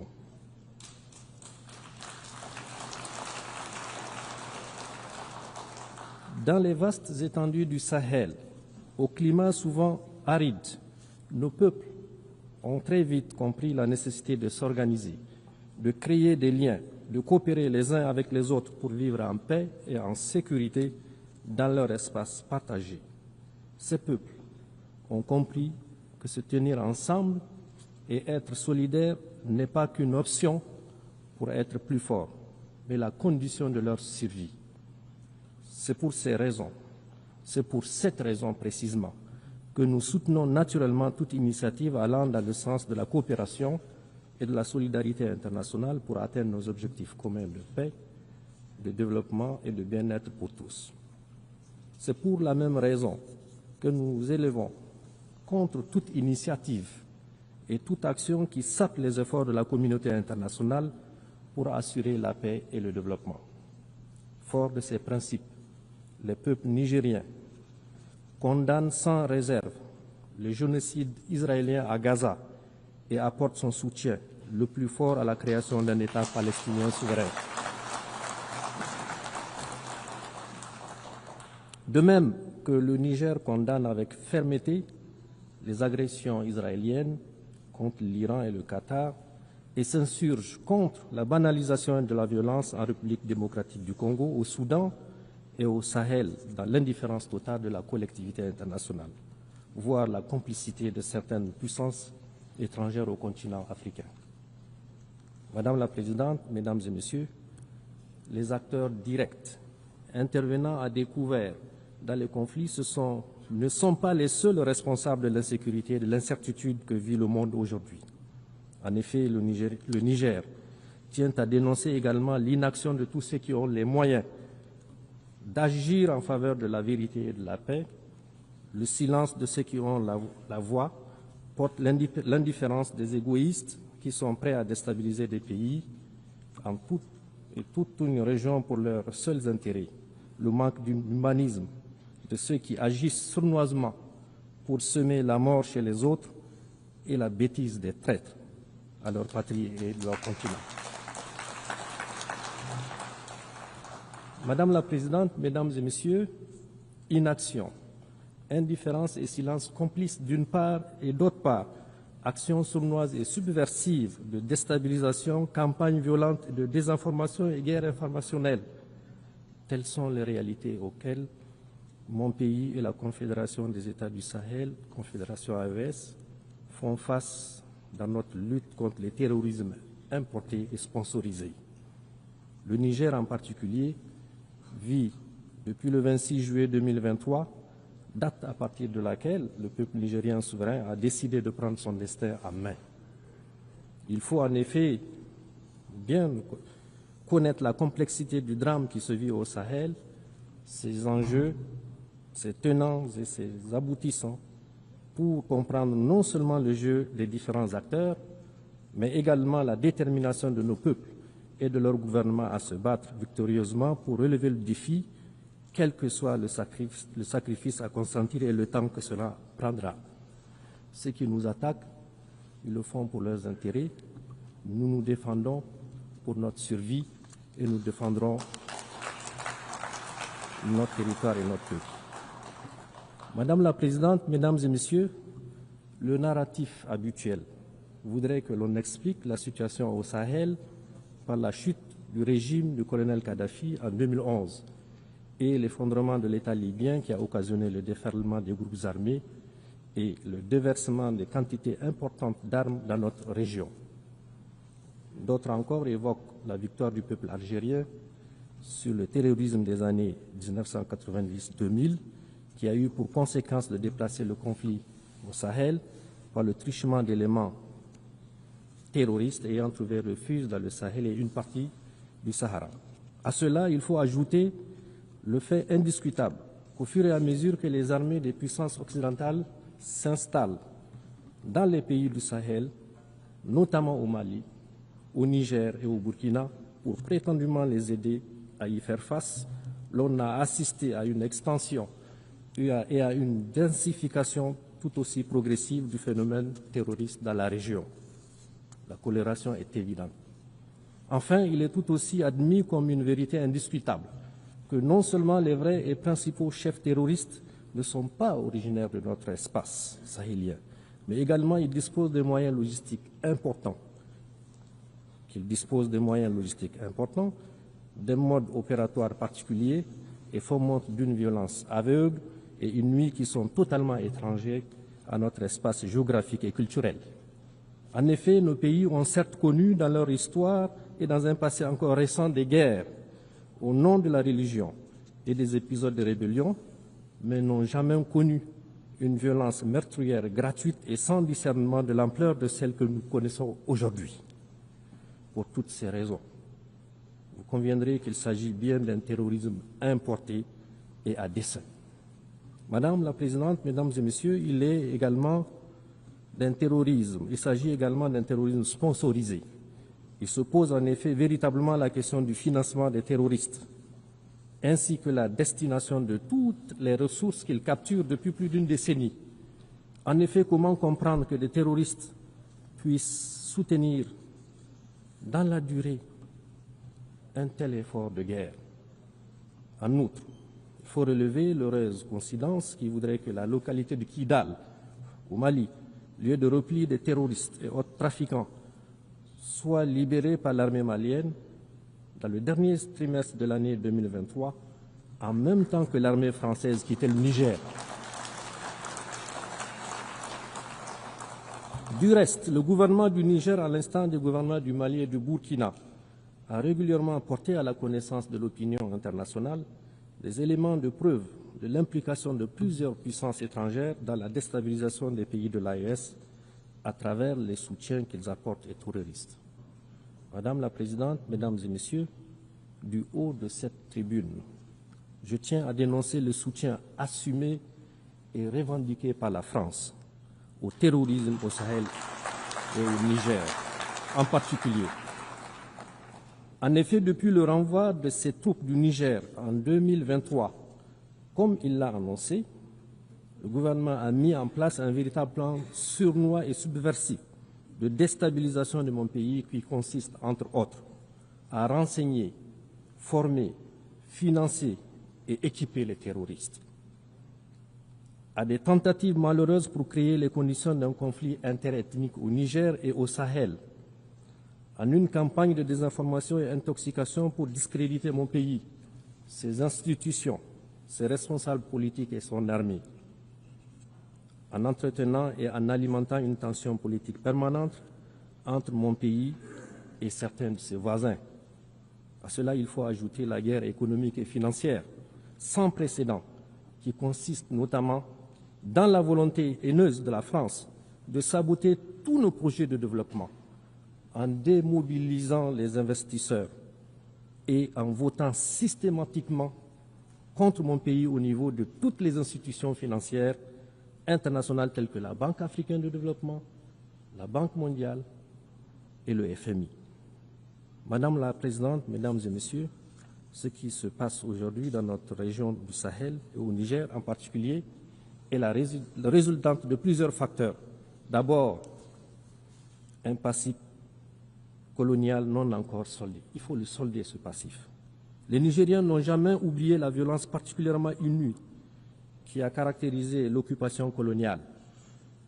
La tristement célèbre mission Voulé et Chanoine et d'autres expéditions militaires encore se sont distinguées par la mort et la torture à grande échelle qu'elles ont semé à Terra, il y a quelques années seulement, à Djoundjou, Douchi, Koni, Tessawa et à Zender, où un sultan même a été exécuté. Madame la Présidente, Mesdames et Messieurs, du haut de cette auguste tribune, mon pays, le Niger, s'adresse à la conscience du monde pour montrer du doigt cette force hostile qui, depuis le XIXe siècle, ne désarme pas et mène encore de nos jours une guerre totale contre mon pays, comme en témoigne l'assassinat le 27 novembre 2021 à Terra des jeunes manifestants par l'armée française et la menace d'intervention militaire de la CEDEAO instrumentalisée par la France. Il faut appeler les choses par leur nom.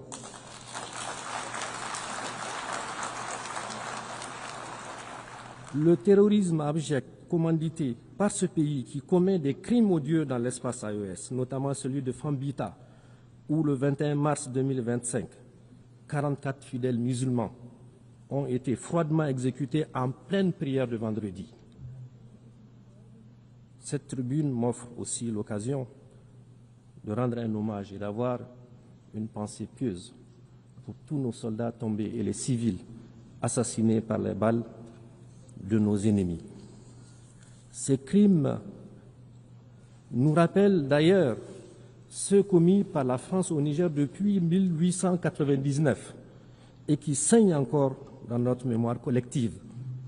Au nom du droit de l'homme, je parle des victimes innocentes de la mission Afrique centrale, je parle des villes et des villages pillés et incendiés, je parle des carnages de Djoundjou et de Lougou, je parle des villes martyrs de Kouram-Kalgo, où la population a été entièrement exterminée, de Birnukoni, où plus de 7000 morts ont été jetés dans des fosses communes. Je parle au nom des femmes enceintes, éventrées, et des fœtus jetés en pâture aux charognards. Je parle au nom des femmes violées et des fillettes pendues. Je parle au nom des hommes fusillés et des résistants décapités. Au nom de mon pays, le Niger, je demande solennellement à la France de savoir, de faire devoir de mémoire, et de reconnaître ces crimes, À ce sujet, d'ailleurs, le général Tchani a mis en place une commission d'experts, d'universitaires et des scientifiques pour étudier cette période sombre de notre histoire et écrire l'histoire véritable de notre pays afin de rétablir les faits, de rétablir la vérité, nous réapproprier notre histoire et de donner à notre grand peuple toute sa dignité. Ensuite, le pillage de nos ressources au détriment des Nigériens et de l'environnement. En effet, un demi-siècle d'exploitation, l'uranium n'a apporté aux Nigériens que misère, pollution, rébellion, corruption, désolation et aux Français, prospérité et puissance. Vous allez à Arlit aujourd'hui, toutes les nappes phréatiques sont contaminées. C'est inacceptable. Aussi, depuis l'avènement du Conseil national pour la sauvegarde de la patrie et la décision du gouvernement du Niger d'exercer sa souveraineté sur ses ressources, ce gouvernement, en désarroi, cherche à nous entraîner dans des procès interminables pour arrêter l'exploitation et la vente de notre minerai.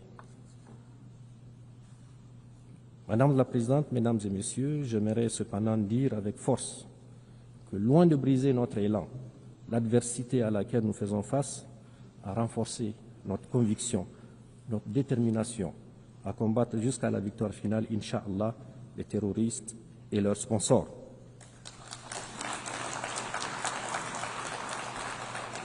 Nous pouvons d'ores et déjà nous réjouir de certains résultats structurants réalisés. Ce que le peuple nigérien a réussi depuis le 26 juillet 2023, avec la prise de pouvoir par le CNSP, c'est d'inscrire notre pays dans une nouvelle trajectoire qui, cette fois-ci, est porteuse d'espoir. Ce que nous avons réussi, c'est de renvoyer de notre pays, sans haine, ni violence, ni rancune, les forces qui entravaient notre souveraineté et empêchent nos forces de défense et de sécurité de monter en puissance pour accomplir efficacement notre mission. La doctrine des soldats nigériens, des militaires nigériens, on ne devrait recevoir aucun soldat sur notre territoire. C'est une mission qui nous revient à nous. Ce que nous avons réussi, c'est de dénoncer tous les contrats, textes législatifs, traités et conventions injustes qui ne vont pas dans le sens de l'intérêt de notre peuple et de notre pays. C'est un signal fort pour tous ceux qui ont l'habitude et l'intention de piller le Niger que désormais notre pays défendra ses intérêts sans complaisance et avec tous les moyens à notre disposition. Ce que nous avons réussi, c'est l'affirmation de notre souveraineté sur nos ressources naturelles longtemps spoliées et pillées par des puissances étrangères, avec la complicité, malheureusement, de certains de nos compatriotes. Ce que nous avons réussi, c'est l'unité de notre peuple sur des questions d'intérêt national. Désormais, tous les Nigériens regardent dans le même sens, dans la même direction, celle qui préserve l'intérêt supérieur de notre pays. Les Nigériens ont compris que la bataille qui se mène est une question collective, d'où l'émergence spontanée d'une nouvelle devise populaire, la Boussanino en germain, Zanchankasani en Hausa, Haleleidino en Fulfoué, ce qui signifie qu'il s'agit là d'un enjeu véritablement national. Ce que nous avons réussi, c'est de réveiller le patriotisme et le bâtisseur de nations qui dort en chacun d'entre nous. Les Nigériens, longtemps foulés aux pieds par des individus au service des intérêts personnels, se disent aujourd'hui qu'ils sont des partisans de cette souveraineté qu'il faut absolument défendre. Ce que nous avons réussi, c'est le soutien sincère de la population au gouvernement, qui font désormais corps pour engager le pays sur la voie du progrès. Ce que nous avons réussi, c'est de prouver que le Niger peut tenir debout, faire face courageusement et avec succès au terrorisme, assurer ses dépenses de souveraineté, faire des dépenses d'investissement, bref, vivre sans la prétendue assistance étrangère, souvent utilisée pour menacer ou humilier notre peuple. Ce que nous avons réussi, c'est que pour la première fois dans l'histoire de notre pays, les décisions qui engagent notre pays, notre peuple, sont prises au Niger, par des Nigériens, et dans l'intérêt du Niger et nulle part ailleurs. C'est d'ailleurs ce qui a permis, en toute responsabilité, et malgré le contexte difficile que nous connaissons, de prendre des mesures sociales, à la fois symboliques et fortes, qui sont, entre autres, la baisse des prix à la pompe de l'essence et du gasoil, la diminution des coûts de certains actes médicaux et chirurgicaux, la baisse des frais de scolarité et le soutien au prix de certains denrées de première nécessité. Madame la Présidente, Mesdames et Messieurs, comme vous pouvez le constater, notre pays, le Niger, s'est engagé dans une nouvelle dynamique de gouvernance. Cette approche a été consolidée par les assises nationales tenues à Niamey du 15 au 20 février 2025 et a rassemblé l'ensemble des forces vives de la nation. Ces assises ont abouti à l'adoption d'importantes recommandations et à l'élaboration d'une charte de refondation. Elles ont également permis, conformément à la charte, de mettre progressivement en place nos institutions, le Conseil consultatif de refondation, la Cour d'État, la Cour des comptes, la Commission de lutte contre la délinquance économique, financière et fiscale, l'Observatoire national de la communication, l'autorité de régulation de la commande publique. Ensuite, sur le plan diplomatique, le Niger a non seulement élargi sa carte diplomatique avec l'ouverture de plusieurs représentations diplomatiques et postes consulaires, mais également a redéfini le cadre de sa coopération avec ses partenaires Ce cadre est désormais fondé sur le respect absolu de notre souveraineté, de nos choix stratégiques et des aspirations légitimes du peuple nigérien. Le Niger n'est donc pas isolé. De même, le Niger s'est également engagé dans un vaste programme de production agricole visant à assurer l'autosuffisance alimentaire de ces laborieuses populations dans la mise en œuvre de milliers d'hectares de terres arables à travers la grande irrigation que le chef de l'État a demandé qu'elle soit une réalité. Les résultats auxquels nous sommes parvenus sont encourageants en un an de mise en œuvre. En effet, pour la première fois de notre histoire récente, le pays ne connaît pas de période de soudure. Cette période au cours de laquelle, généralement, l'aide alimentaire est sollicitée auprès de la communauté internationale. Notre ambition est que le Niger conquiert sa souveraineté alimentaire, Inch'Allah. Nous ne demanderons plus d'aide alimentaire pour nourrir nos populations.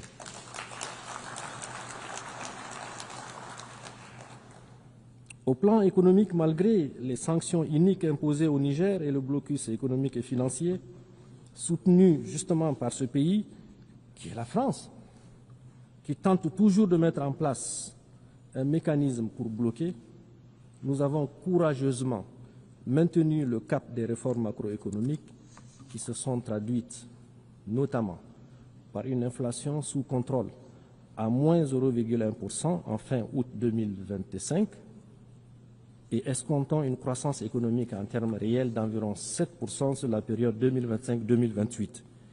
En outre, notre déficit budgétaire, qui était de 5,4%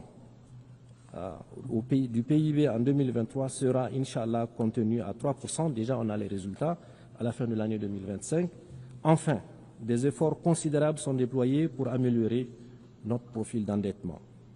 Madame la Présidente, Mesdames et Messieurs, relativement à la question des droits de l'homme, le Niger réaffirme son attachement aux instruments juridiques internationaux auxquels il est partie. Toutefois, il dénonce avec force l'approche différenciée et sélective observée dans l'application des principes des droits de l'homme par certains pays dont le seul but est de nuire à l'image de nos États. Aussi, je tiens à annoncer de vive voix que le Niger et l'ensemble des pays de la Confédération AES, profondément attachés au respect de la dignité humaine et à l'épanouissement de leur population, n'acceptent d'aucune façon en la matière de la part de quelques entités que ce soit, qu'on nous impose quoi que ce soit. Face à ces défis sécuritaires, diplomatiques et de développement, le Burkina, le Mali, le Niger ont pris la décision historique de créer une alliance stratégique qui est la Confédération des États du Sahel. Ceux qui m'ont précédé, mes frères du Burkina et du Mali, l'ont déjà dit. Cette alliance nous permettra certainement de mutualiser nos efforts dans le sens de renforcer notre sécurité, de faire en sorte que notre diplomatie qui fonctionne parfaitement bien, de produire des résultats et sur le plan du développement, d'avoir des projets structurants qui puissent répondre aux aspirations et aux besoins de nos populations. Dans ce cadre, comme je l'ai dit, nous coordonnons nos politiques et construisons ensemble notre avenir avec nos propres idées, nos propres moyens et sur des valeurs ancestrales, dans un espace qui sera, Inch'Allah, débarrassé de toute forme de menace.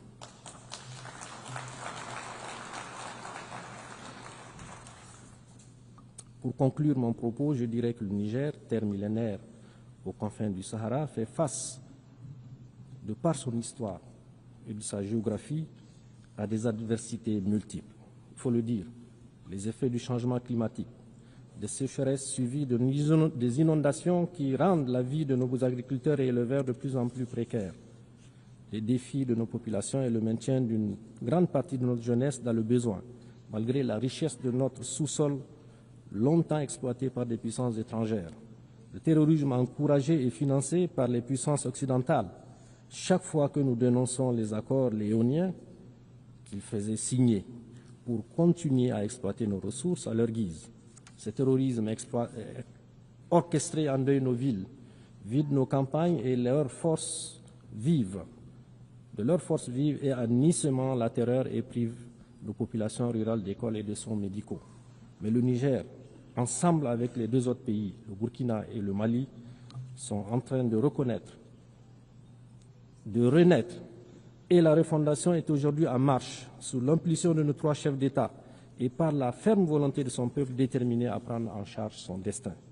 La refondation en cours au Niger n'est pas une rupture avec la communauté internationale, mais l'affirmation solennelle de notre souveraineté, de notre dignité et de notre droit inaliénable à choisir nos partenaires pour le bien-être de nos enfants.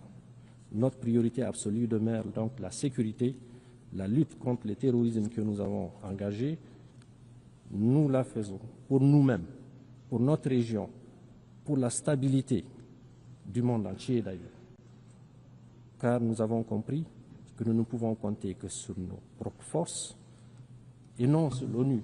L'ONU impuissante, gênée par les droits de veto des pays occidentaux. Il faut que l'ONU se réforme. La refondation du Niger passe aussi par le progrès économique à travers une exploitation judicieuse et responsable de nos ressources naturelles immenses et variées. Nous avons décidé que ces richesses profitent davantage à notre peuple. À cet égard, nous avons engagé une gouvernance vertueuse et nous invitons les investisseurs internationaux qui le souhaitent à nous accompagner dans un partenariat gagnant-gagnant. Nous tendons la main à tous les pays du monde qui croient en un partenariat fondé sur le respect mutuel, sur la justice et la solidarité. La refondation, c'est aussi et surtout assurer la sécurité et l'autosuffisance alimentaire dans notre pays. À cet égard, notre gouvernement mise sur l'agroécologie et la grande irrigation. Je le disais plus haut, compter sur nos propres moyens reste le credo du chef de l'État, le général Tchani. Madame la Présidente, nous croyons encore au multilatéralisme qu'on voit pour relever les défis globaux. Cependant, cette valeur doit être réformée pour être plus exclusive, inclusive et plus juste. L'Afrique doit avoir sa place, la place qui lui revient dans les instances de décision internationales, y compris au Conseil de sécurité. La voix de l'AES doit être entendue lorsqu'on discute de la paix dans le monde. Nous avons notre partition à jouer. Travaillons ensemble à bâtir. Travaillons ensemble à bâtir un monde plus juste, plus équilibré, plus résilient. Un monde où la sécurité n'est pas le privilège de quelques puissances, mais le droit de tous les pays, qu'ils soient grands ou petits. Un monde où la vie de chaque nation compte sans aucune discrimination et où les cris des peuples sont entendus. Mesdames et Messieurs, je vous remercie au nom de mon pays, le Niger et de l'AES.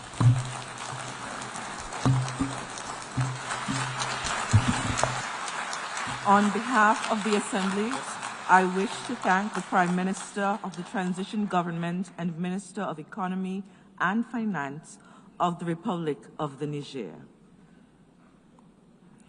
The Assembly will hear an address by His Excellency Sonexay Sifandon, Prime Minister of the Lao People's Democratic Republic.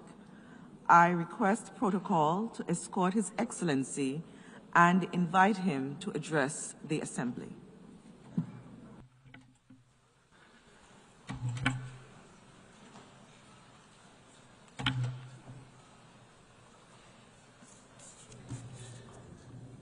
ท่านประธานก่อนอื่นข้าพเจ้าขอแสดงความสมเสยอนุบุญมายังฐานนางอานาเลนาเบบ็อกในโอกาสที่ทานได้เลือกตั้งเป็นประธานสมัชชาใหญ่องค์การสภาศาสตร์สมัยที่80สปป.ลาวพวกข้าพเจ้าพร้อมที่จะให้การสนับสนุนและร่วมมืออย่างเต็มส่วนในการปฏิบัติหน้าที่อันมีเกียรติของฐานข้าพเจ้าขอถือโอกาสนี้แสดงความขอบใจอย่างจริงใจมายังฐานฟิเลมอนยังที่ได้นำผ้าสมัชชาใหญ่สภาศาสตร์สมัยที่79ผ่านมาอย่างมีผลสำเร็จในหลายด้านท่านประธานในปีนี้องค์การสภาศาสตร์ครบรอบ80ปีและกองประชุมได้จัดขึ้นภายใต้คำขวัญร่วมกันเพื่ออนาคตที่ดี80ปีและในต่อหน้าเพื่อสันติภาพการพัฒนาและสิทธิมนุษย์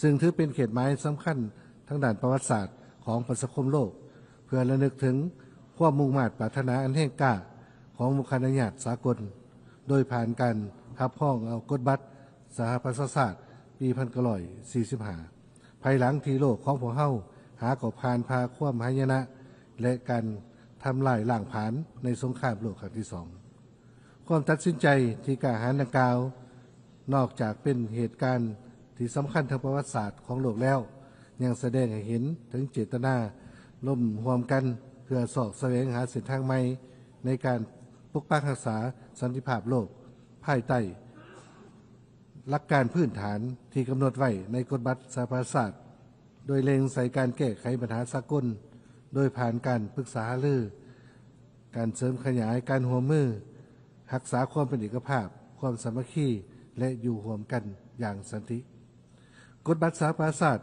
ได้กำหนดหลักการพื้นฐานที่สำคัญให้แก่บรรดาประชาชาติเพื่อพร้อมกันจัดตั้งปฏิบัติและส่งเสริมการร่วมมือหลายฝ่ายตลอดระยะ8 ทศวรรษที่ผ่านมาถึงแม้ว่าในระยะผ่านมาโลกของพวกเฮาได้เผชิญกับสิ่งท้าทายที่มีความเสี่ยงหลายครั้งที่อาจนำไปสู่ขอบเหวแห่งสงครามทำลายล้างผลาญแต่ย้อนการเสริฐสู้กลไกการพัวพันร่วมมือแบบหลายฝ่ายเพื่อสร้างสภาพแวดล้อมที่เอื้ออำนวยให้แก่การพัฒนาที่ยืนยงจึงเฮ็ดให้วงคณะญาติสากลพวกเฮาสามารถผ่านพาอุปสรรคและสิ่งท้าทายนานาประการโดยผ่านการร่วมกันแก้ไขปัญหาด้วยสันติวิธีเฮ็ดให้มวลมนุษย์ได้ดำรงชีวิตในสันติภาพเสถียรภาพและการพัฒนาเป็นก้าวๆมาสิ่งดังกล่าวได้แสดงให้เห็นถึงผลสำเร็จอันเป็นรูปธรรมขององค์การสหประชาชาติในการปฏิบัติพระบทบาทโดยมีกฎบัตรสหประชาชาติเป็นคัมภีร์สี่นำทางท่านประธานโลกของพวกเฮาพ่วงประเสริฐกับสิ่งท้าทายที่เกี่ยวเนื่องกันและฝังหักลึกซึ่งพาให้เกิดสภาพความเข็งตึงการแข่งขันทางด้านภูมิศาสตร์การเมืองความบ่เสมอภาคขยายกว้างออกบวกกับผลกระทบที่ยังเหลือจากการแพร่ระบาดของพยาธิไข้แห้งในระยะที่ผ่านมาซึ่งทั้งหมดนั้นยังสืบต่อเป็นภัยคุมโคต่อสันติภาพและกีดขวางการพัฒนาอยู่หลายภาคพื้นของโลกยังสืบต่อมีข้อขัดแย้งและการปะทะกันด้วยกำลังอาวุธที่ส่งผลกระทบอันใหญ่หลวงต่อประชาชนในทั่วโลกฉะนั้นพวกเขาต้องเพิ่มทวีความพยายามและสอบทุกวิธีทางเพื่อพร้อมกันแก้ไขปัญหาเหล่านั้นผ่านการเจรจาแก้ไขข้อขัดแย้งด้วยสันติวิธีอย่างเร่งด่วนเพื่อรับประกันหมากผลที่พวกเราอยากมาได้ผ่านมาและป้องกันบ่ให้ผลกระทบจากสภาพปัจจุบันลดทอนความคืบหน้าและสร้างภาระอันนักหน่วงในการบรรลุวาระ 2030 เพื่อการพัฒนาที่ยืนยงบนจิตใจดังกล่าวสปป.ลาวพวกข้าพเจ้าเห็นดีสนับสนุนขอริเริ่มเพื่อการปฏิรูปหลังปี80 ปีขององค์การสหประชาชาติของฐานเลขาธิการใหญ่ซึ่งแทศเหมาะกับกาลโอกาสและความเพียงของต่อการตัวจริงในปัจจุบันพร้อมทั้งก็ยังส่องแสงให้เห็นถึงความพยายามและเจตนารมณ์ขององค์การญาติสากลเพื่อยกสูงบทบาทขององค์การสหประชาชาติให้สามารถรับมือกับสภาพแวดล้อมตัวจริงของสากลในระยะใหม่ข้าพเจ้าเห็นว่าความพยายามในการปฏิรูปองค์การสหประชาชาติควรให้บุริสิทธิ์สูงสุดให้แก่การปกปักรักษาสันติภาพซึ่งเป็นปัจจัยพื้นฐานเพื่อสุขอยู่การพัฒนารับประกันความยุติธรรมและเกียรติศักดิ์ศรีของมวลมนุษย์โลกพร้อมเดียวกันนั้นพวกเขาจะต้องสืบต่อสร้างความเข้มแข็งปรับปรุงแบบแผนวิธีเวียกของบรรดากลไกอยู่ภายใต้องค์การสหประชาชาติให้มีประสิทธิผลขึ้นกว่าเก่าโดยผ่านการปฏิรูปอย่างหอบด้านท่านประธานสปป.ลาวเวลาใดก็ให้ความสำคัญแก่การร่วมมือกับองค์การสหประชาชาติในฐานะเป็นประเทศสมาชิกการประกอบส่วนด้านต่างๆตลอดระยะผ่านมาก็แม่นเพื่อแสดงให้เห็นถึงความหมายมั่นอันเสมอต้นเสมอปลายในการยกสูงบทบาทขององค์การสหประชาชาติและกฎบัตรสหประชาชาติ ยังสืบต่อเป็นหลักการสากลที่ทุกประเทศสมาชิกต้องปฏิบัติเพื่อประกอบส่วนเขาในการปกปักรักษาสันติภาพโลกและการสร้างสภาพแวดล้อมที่เอื้ออำนวยแก่การพัฒนาแบบยืนยงตลอดหลายศตวรรษที่ผ่านมาการร่วมมือระหว่างสปป.ลาวและองค์การสหประชาชาติได้รับการเสริมขยายเป็นเก่าๆมาการร่วมมือระหว่างสปป.ลาวและองค์การสหประชาชาติแม้นผ่านเครือข่ายองค์การสหประชาชาติได้ประกอบส่วนอันสำคัญในเวียกงานพัฒนาเศรษฐกิจสังคมอยู่สปป.ลาวในปี2025นี้แม้นครบรอบ70 ปีของการเข้าเป็นสมาชิกขององค์การสหประชาชาติของสปป.ลาวฉะนั้นข้าพเจ้าขอถือโอกาสนี้ย้ำขึ้นความหมายมั่นในการสืบต่อสนับสนุนบรรดาหลักการพื้นฐานและเป้าหมายขององค์การสหประชาชาติในฐานะเป็นประเทศสมาชิกที่หักหอมและส่งเสริมสันติภาพท่านประธานพวกข้าพเจ้ามีความยินดีต่อผลสำเร็จของกองประชุมระดับสูงว่าด้วยการแก้ไขปัญหาปาเลสไตน์โดยสันติวิธีและการแก้ไขแบบ2 รัฐจัดขึ้นในระหว่างวันที่28-30 กรกฎาคม 2025ผ่านมาการนำข้อเอาแถลงการนิวยอร์กแม้นขีดหมายสำคัญของมงคลญาติสากลเพื่อสืบต่อความหมายมั่นในการสร้างสันติภาพความยุติธรรมและความรับผิดชอบร่วมกันสปป.ลาวสืบต่อสนับสนุนการแก้ไขปัญหา2 รัฐโดยที่2 ประเทศปาเลสไตน์และอิสราเอลอยู่ร่วมกันอย่างสันติและมั่นคงโดยสอดคล้องกับบัญญัติที่เกี่ยวข้องของการสหประชาชาติสปป.ลาวหวังอย่างยิ่งว่าปัญหาปาเลสไตน์ที่แก่ยาวมาหลายทศวรรษจะได้รับการแก้ไขด้วยสันติวิธีพร้อมกันนั้นสปป.ลาวเรียกร้องให้มงคลญาติสากลเพิ่มทวีความพยายามในการช่วยเหลือฟื้นฟูปาเลสไตน์เพื่อให้กลับคืนสู่สภาพปกติจากบทเรียนในอดีตของสปป.ลาวพวกข้าพเจ้าเห็นว่าสงครามบ่แม่นทางออกและหนทางเดียวที่สามารถแก้ไขทุกข้อขัดแย้งได้แม้นต้องผ่านการเจรจาทางการทูตสร้างความเข้าใจซึ่งกันและกันเคารพอำนาจอธิปไตยและหลักการของกฎหมายสากลสปป.ลาวเห็นว่ามาตรการความบาดแต่เพียงฝ่ายเดียวบ่เพียงแต่ขัดกับกฎบัตรสหประชาชาติและกฎหมายสากลแต่ยังเป็นการทวงดึงการพัฒนาที่ยืนยงและสร้างความทรมานที่บ่ยุติธรรมให้แก่ประชาชนผู้บริสุทธิ์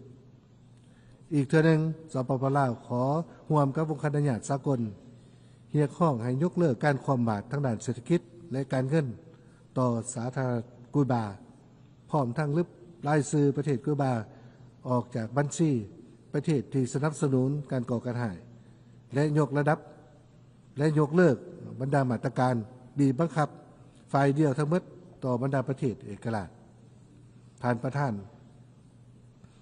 จากการทบทวนระยะกลางสมัยของการปฏิบัติวาระแห่งชาติวาระ 2030 เห็นว่าพวกเขายังพบกับสิ่งท้าทายหลายอย่างสปป.ลาวยืนยันคำมั่นหมายอันแห่งกล้าของตนเพื่อจะตั้งปฏิบัติเป้าหมายการพัฒนาแบบยืนยงและแสดงความยินดีต่อการรับรองแถลงการว่าด้วยอนาคตที่เป็นข้อตกลงสากลฉบับใหม่เพื่อปรับปรุงและสร้างความเข้มแข็งให้ขอบการร่วมมือหลายฝ่ายร่วมทั้งการจัดตั้งปฏิบัติเป้าหมายหลักขององค์การสหประชาชาติสำหรับสปป.ลาวเป้าหมายการพัฒนาแบบยืนยงได้ถูกจัดตั้งพันขยายเข้าในวาระแห่งชาติพวกข้าพเจ้าจะสืบต่อสมใส่จัดตั้งปฏิบัติเป้าหมายพัฒนาแบบยืนยงโดยผ่านการปฏิบัติแผนพัฒนาเศรษฐกิจสังคมแห่งชาติที่กวมร่วมแน่ใส่เพื่อสร้างความเข้มแข็งและสามารถรับมือกับสภาพการใหม่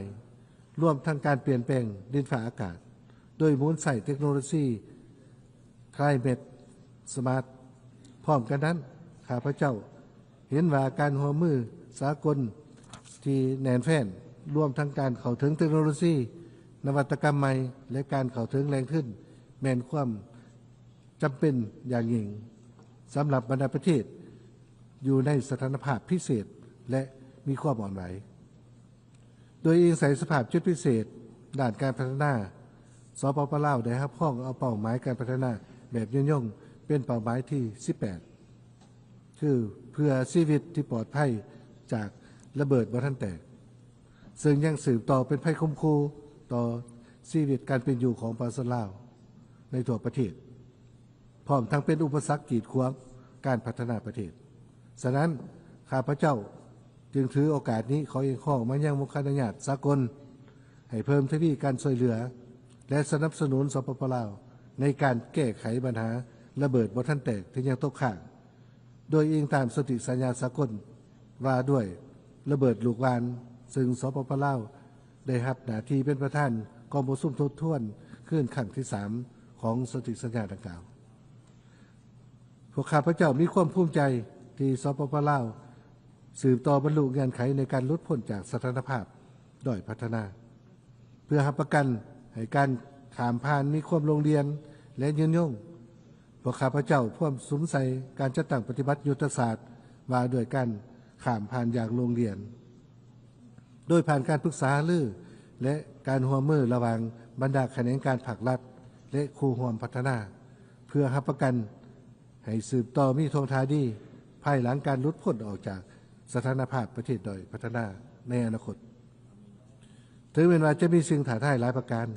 แต่สปป.ลาวยังสืบต่อมีความหมายมั่นที่จะเด็ดเดียวที่จะสร้างความสามารถในการพึ่งตนเองสร้างความเข้มแข็งในทุกด้านเป็นต้นเหมือนการกะเกียมความพร้อมด้านพื้นฐานโครงสร้างทั้งด้านเศรษฐกิจของประเทศการสร้างทรัพยากรมนุษย์ที่มีคุณภาพการยกสูงขีดความสามารถและสมรรถภาพการผลิตอยู่ภายในประเทศตามทิศสร้างเศรษฐกิจเอกราชเป็นเจ้าตนเองเพื่อสร้างความเกี่ยมพร้อมในการนำพาประเทศชาติออกจากสถานภาพด้อยพัฒนาภายใต้แผนพัฒนาเศรษฐกิจสังคมแห่งชาติ5 ปีครั้งที่ 10 2026-2030 ข้าพเจ้าขอแสดงความสมเชยต่อผลสำเร็จกองประชุมสหประชาชาติว่าด้วยประเทศกำลังพัฒนาที่บ่มีสายแดนติดกับทะเลครั้งที่ 3โดยเฉพาะเหมือนการทำพ้องเอาแผนปฏิบัติงานอัศวาและจะสืบต่อเสื่อมสารแผนดำเนินการสากลดังกล่าวเข้าในแผนพัฒนาเศรษฐกิจแห่งสังคมแห่งชาติฉบับใหม่เพื่อบรรลุเป้าหมายบุรพสิทธิ์แห่งชาติคือหันเปลี่ยนจากประเทศบ่มีสายแดนติดกับทะเลเป็นประเทศเชื่อมจอดเชื่อมโยงกับภาคพื้นและสากลสำหรับสปป.ลาวการก่อสร้างพื้นฐานโครงสร้างเพื่อเชื่อมจอดแม่นบุรพสิทธิ์แห่งชาติที่สำคัญแม่นความคืบหน้าที่ผลเด่นแม่นการสำเร็จก่อสร้างเส้นทางรถไฟลาวจีนท่าเรือสากลลาวเวียดนามอยู่วงอ่างการวางแผนสร้างทางรถไฟในขมวนสปป.ลาวถึงท่าเรือวงอ่างสสเวียดนามและการขยายท่าบกศูนย์บริการขนส่งครบวงจรซึ่งทั้งหมดนั้นได้ช่วยลดต้นทุนในการขนส่งและเปิดเส้นทางใหม่สำหรับการหันเปลี่ยนทางด้านเศรษฐกิจและการค้าอยู่ภาคพื้นท่านประธานการเปลี่ยนแปลงดินฟ้าอากาศและภัยธรรมชาติที่เกิดขึ้นหลายขึ้นได้ส่งผลกระทบอันใหญ่หลวงต่อบรรดาประเทศร่วมทั้งสปป.ลาวฉะนั้นวงคณะญาติสากลต้องร่วมมือกันเพื่อสืบต่อจัดตั้งปฏิบัติสัญญาปารีสสร้างความพร้อมเพื่อรับมือปรับตัวและแก้ไขผลกระทบจากภัยพิบัติเพื่อนำใส่ทรัพยากรธรรมชาติตามทิศยืนยงสปป.ลาวได้รับข้ออนุยุทธศาสตร์ว่าด้วยการเปลี่ยนแปลงดินฟ้าอากาศแห่งชาติและสืบต่อคำมั่นหมายในการจัดตั้งปฏิบัติพันธะการประกอบส่วนในระดับประเทศถึงอย่างไรก็ตามการสนองด้านการเงินที่เพียงพอการถ่ายทอดเทคโนโลยีและการสร้างความสามารถยังคงบทบาทสำคัญในการดำเนินงานของคำมั่นหมายเหล่านี้ให้ปรากฏผลเป็นจริงเพราะข้าพเจ้าเรียกร้อง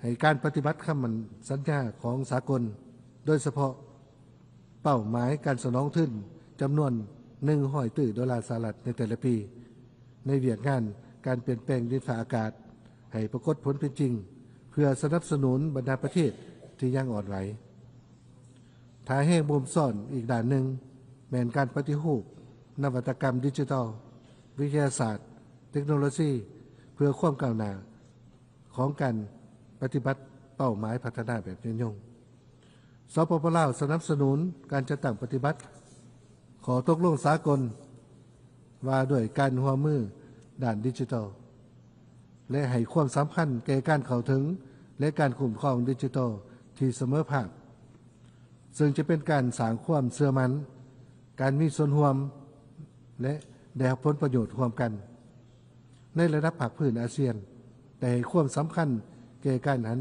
เป็นดิจิทัลส่งเสริมการนำใช้เทคโนโลยีที่ทันสมัยเพื่อเพิ่มประสิทธิภาพยกระดับชีวิตกันยกระดับขีดความสามารถในการปรับตัวต่อการเปลี่ยนแปลงใหม่เพื่อเพิ่มประสิทธิภาพและยกขีดความสามารถในการปรับตัวต่อการเปลี่ยนแปลงปัจจุบันอาเซียนก็พร้อมเล็งเจรจาสัญญาว่าโดยขอบเวียกเศรษฐกิจดิจิทัลให้สำเร็จโดยไวเพื่อเป็นการส่งเสริมให้อาเซียนเป็นเขตเศรษฐกิจดิจิทัลที่นำหน้าสร้างให้มีการเชื่อมจอดกันภายในและเชื่อมจอดกับทั่วโลกที่มีความเข้มแข็งเพื่อรับมือกับสิ่งท้าทายต่างๆจากเศรษฐกิจของโลกที่ทันสมัยท่านประธานท้ายสุดนี้ข้าพเจ้าขอยืนยันขึ้นความหมายมั่นที่จะสืบต่อหัวมือและสนับสนุนภารกิจ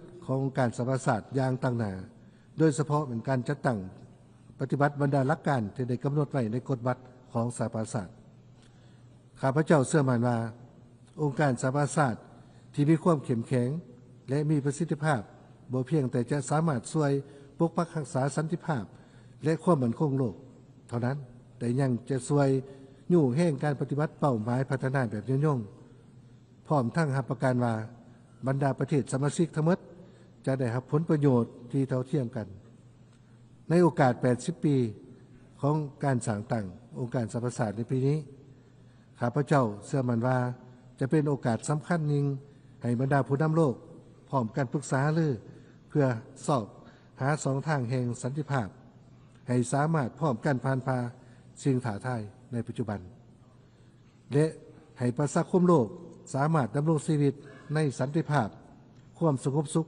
ยุติธรรมและศรีวิไลขอขอบใจ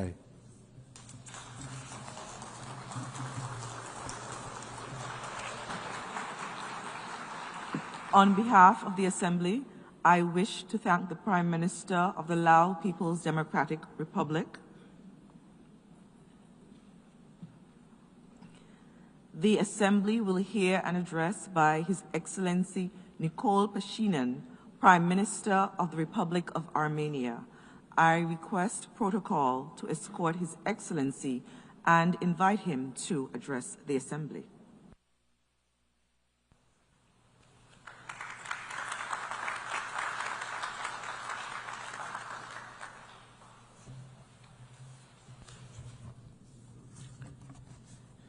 Հարգելի նախագահող, ձեր գերազանցություններ, հարգելի գործընկերներ, տիկնայք եւ պարոնայք։ Հայաստանի Հանրապետության բոլոր ղեկավարների այս ամբիոնից ունեցած ելույթների հիմնական բովանդակությունը նվիրված է եղել Հայաստանի Հանրապետության եւ Ադրբեջանի Հանրապետության կոնֆլիկտին։ Այդպիսին էին նաեւ իմ ելույթները 2018-ից 2023 թվականներին։ Նախորդ տարի ելույթ ունենալով Գլխավոր ասամբլեայի 79-րդ նստաշրջանում առաջին անգամ փորձեցի խոսել ոչ թե Հայաստանի եւ Ադրբեջանի միջև կոնֆլիկտի, այլ խաղաղության մասին։ Իմ այդ խոսույթը շատ զգույշ էր, շատ անորոշ, չնայած որ այդ պահին արդեն Հայաստան-Ադրբեջան միջպետական սահմանի ավելի քան 12 կիլոմետրը առաջին անգամ սահմանազատված էր, իսկ երկու երկրների սահմանազատման հարցերով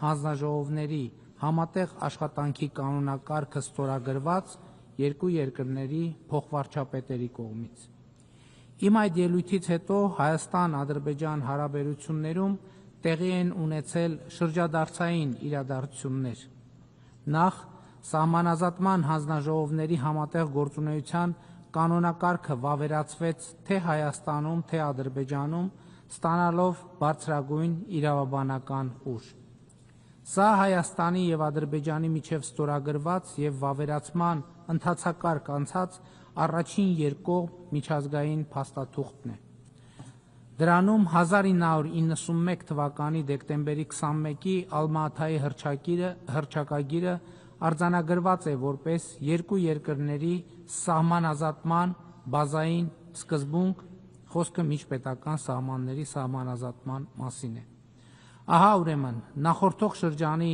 լավատեսական գործընթացները անցած մեկ տարվա ընթացքում շարունակվեցին։ Այս տարվա մարտին Հայաստանն ու Ադրբեջանը կարողացան համաձայնեցնել միմյանց միջև խաղաղության եւ միջպետական հարաբերություններ հաստատելու մասին համաձայնագրի նախագիծը եւ նման դրական ելքով ավարտել բանակցությունները նախագծի շուրջ։ Այդ փաստաթղթում նույնպես կողմերը հղում անելով Ալմա-Աթայի հռչակագրին հաստատում են իրենց ըմբռնումը, որ նախկին ԽՍՀՄ խորհրդային սոցիալիստական հանրապետությունների միջև սահմանները դարձել են համապատասխան անկախ պետությունների միջազգային սահմաններ եւ այս հենքի վրա ճանաչում եւ հարգում են միմյանց ինքնիշխանությունը, տարածքային ամբողջականությունը, միջազգային սահմանների անխախտելիությունը եւ քաղաքական անկախությունը։ Ինչպես արդեն տեսակ, Ալմա-Աթայի հռչակագրին հղումը նշանակում է, որ երկու երկրները ճանաչում են, որ Հայաստանի Հանրապետության տարածքը նույնական է Հայկական խորհրդային սոցիալիստական հանրապետության տարածքի հետ, իսկ Ադրբեջանի Հանրապետության տարածքը նույնական է Ադրբեջանական խորհրդային սոցիալիստական հանրապետության տարածքի հետ եւ այդ տարածքները ներառող սահմանները անխախտելի են։ Հայաստանի եւ Ադրբեջանի միջև խաղաղության եւ միջպետական հարաբերությունների հաստատման մասին նշված համաձայնագիրը ահա այս տարվա օգոստոսի 8-ին ԱՄՆ մայրաքաղաք Վաշինգտոնում Սպիտակ տանը երկու երկրների արտաքին գործերի նախարարների կողմից նախաստորագրվեց Միացյալ Նահանգների նախագահի, Ադրբեջանի նախագահի եւ իմ ներկայությամբ։ Օգոստոսի 8-ին Սպիտակ տանը տեղի ունեցած հանդիպման կուլմինացիան դարձավ այն հռչակագիրը, որ Ադրբեջանի նախագահի հետ ընդունեցինք հանդիպման արդյունքներով եւ որը որպես վկա ստորագրեց նաեւ Միացյալ Նահանգների նախագահ Դոնալդ Թրամփը։ Այդ հռչակագիրը արձանագրեց, որ Հայաստանն ու Ադրբեջանը ընդունում են անցյալի հակամարտությամբ չկանխորոշված Միավորված ազգերի կազմակերպության կանոնադրությանը ու 1991 թվականի Ալմա-Աթայի հռչակագրին համապատասխան պայծառ ապագայի ուղի նախանշելու անհրաժեշտությունը եւ որ մարդկային անասելի տառապանքներ պատճառած հակամարտությունից հետո մեր ժողովուրդների համար ստեղծվել են վերջապես բարիդրացիական հարաբերություններ սկսելու պայմաններ, հիմնված միջազգային սահմանների անխախտելիության եւ տարածքներ ձեռք բերելու նպատակով ուժի կիրառման անթույլատրելիության սկզբունքների վրա։ Այս իրողությունը, որը ենթակա չէ եւ երբեք չպետք է ենթակա լինի վերանայման, ճանապարհ է հարթում մեր երկու ժողովուրդների միջև թշնամանքի էջը փակելու համար։ Մենք վճռականորեն մերժում եւ բացառում ենք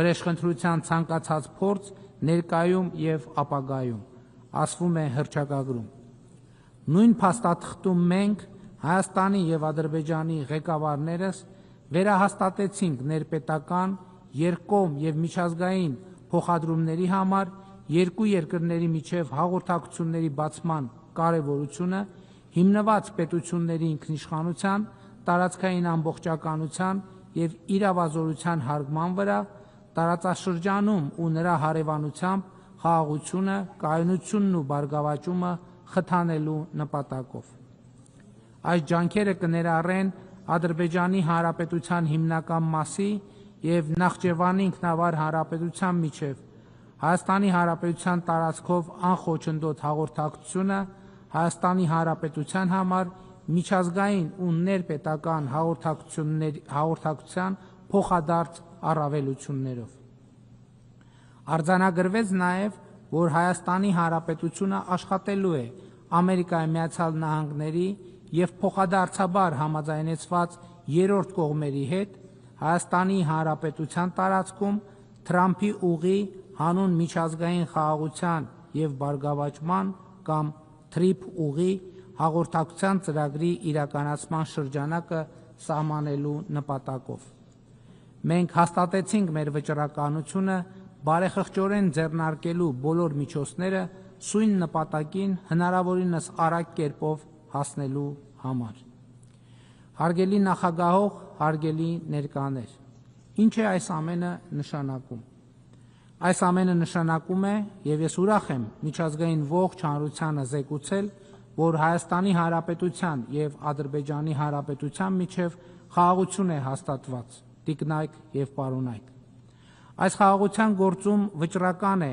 Ամերիկայի Միացյալ Նահանգների նախագահ Դոնալդ Թրամփի դերը, ում նվիրվածությունը, հետևողականությունն ու սկզբունքայնությունը հնարավոր դարձրին թվում է անհնարինը։ Այս է պատճառը, որ Ադրբեջանի նախագահ Իլհամ Ալիևի հետ մենք համաձայնեցրել ենք նախագահ Տրամփին Նոբելյան մրցանակի, խաղաղության Նոբելյան մրցանակի ներկայացնելու մեր համատեղ որոշումը, որովհետև մեր սեփական օրինակով տեսանք, որ նախագահ Թրամփը իսկապես նվիրված է խաղաղության գաղափարին։ Ուզում եմ ընդգծել նաև Հայաստանի եւ Ադրբեջանի ժողովուրդների, կառավարությունների եւ խորհրդարանների դերը, առանց որոնց աջակցության իհարկե անհնար կլիներ հասնել այս կետին։ Խաղաղությունը այսպիսով հաստատված է, բայց խաղաղությունը արձակուրդ չէ, այլ աշխատանք, ամենօրյա աշխատանք։ Խաղաղությունը ամենօրյա խնամք է պահանջում նորածին մանուկի նման իրեն պաշտպանելու վարակից, ցրտից ու շոքից, անտարբերությունից ու հոռետեսությունից։ Կոնֆլիկտը իսկապես շատ ավելի քիչ հարցեր է դնում մեր առաջ, եւ պատասխանի տարբերակներն էլ կոնֆլիկտի պարագայում շատ չեն։ Իսկ խաղաղությունն իր հետ բերում է հարցեր, նոր հարցեր, էլի հարցեր, շարունակաբար հարցեր, եւ այդ հարցերին խնամքով եւ ոչ թե կամահարանքով պատասխանելն է խաղաղ կյանքը։ Այդ հարցերի շուրջ շրջահայացորեն մտածելը ու պատասխանները բարեխղճորեն ձևակերպելն է խաղաղության ինստիտուցիոնալացումը, որը շարունակական անհրաժեշտություն է եւ որով պետք է զբաղվենք ամեն օր։ Այս համատեքստում չափազանց կարևոր է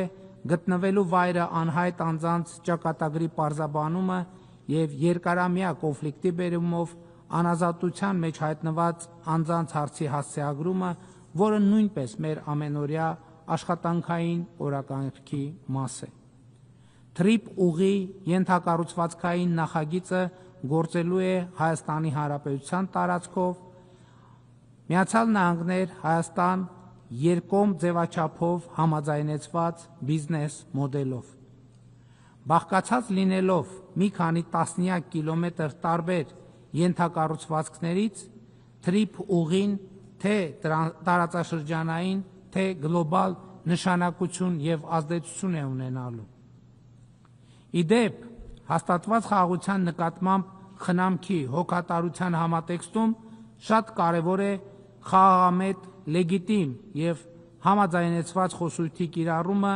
նաեւ այս նախագծի մասին։ Ադրբեջանի նախագահը, ում հետ ընդունել ենք Վաշինգտոնի հռչակագիրը, դրանից հետո մի քանի անգամ, այդ թվում այս ամբիոնից, օգտագործել է այսպես կոչված Զանգեզուրի միջանցք արտահայտությունը։ Նման արտահայտություն Վաշինգտոնում համաձայնեցրած փաստաթղթերում չկա։ Հայաստան-Ադրբեջան բանակցություններում կամ փաստաթղթերում երբեք չի եղել։ Կարծում եմ իմաստ ունի, որ ադրբեջանցի գործընկերս պարզաբանի, թե ինչ նկատի ունի այդ արտահայտությունը օգտագործելով, որովհետև հայաստանյան իրականության մեջ դա ընկալվում է որպես տարածքային պահանջ Հայաստանից եւ կոնֆլիկտային խոսույթի հետ է ասոցացվում։ Օգոստոսի 8-ի փաստաթղթերում մենք հստակ բովանդակություն եւ խոսույթ ենք համաձայնեցրել եւ այդ համաձայնություններին հավատարմությունը որևէ կերպ կասկածի տակ դնելը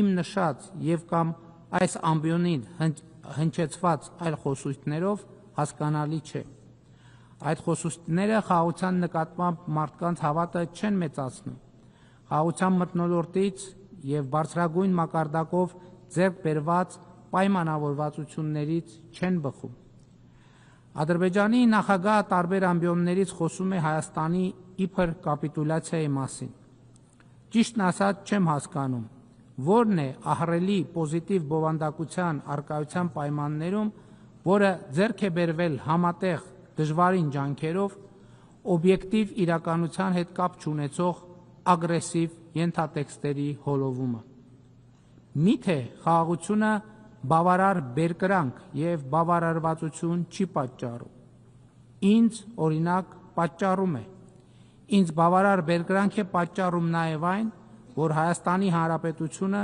տպավորիչ տեմպերով զարգացող, անկախ, ինքնիշխան, սեփական ապագան այսօր կառուցող ժողովրդավարական պետություն է եւ ատելություն չի տածում ու չի տարածում հարևանների եւ որևէ մեկի նկատմամբ։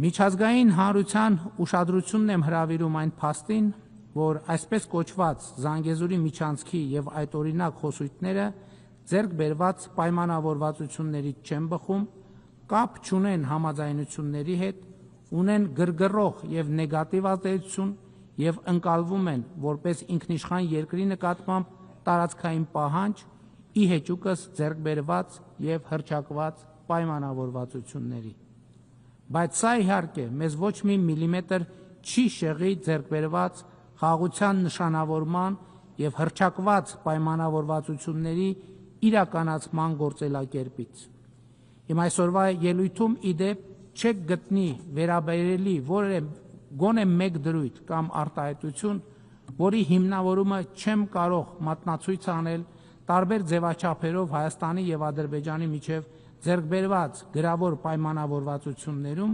կամ օգոստոսի 8-ին Վաշինգտոնում ստորագրված եւ հրապարակված փաստաթղթերում։ Ադրբեջանցի գործընկերոջս առաջարկում եմ կենտրոնանալ ձեռք բերված պայմանավորվածությունները շուտափույթ եւ ճշգրիտ կյանքի կոչելու վրա, ինչի համար էական է լեգիտիմ խոսույթների կիրառումը։ Եվ ուրեմն օգոստոսի 8-ին Վաշինգտոնում հռչակված թրիփ ուղի նախագծով Հայաստանի տարածքով անցնելու են երկաթուղի, ավտոճանապարհ, խողովակաշարեր, էլեկտրահաղորդման գծեր, որոնք արևելքը կապելու են արևմուտքին։ Այս համաձայնության արդյունքում նաև հյուսիսն է կապվելու հարավին։ Հենց աշխարհագրական թվարկումը բավարար է արձանագրելու համար, որ սա ճշգրիտ արտացոլումն է խաղաղության խաչմերուկ նախագծի, որը այս ամբիոնից ներկայացնելու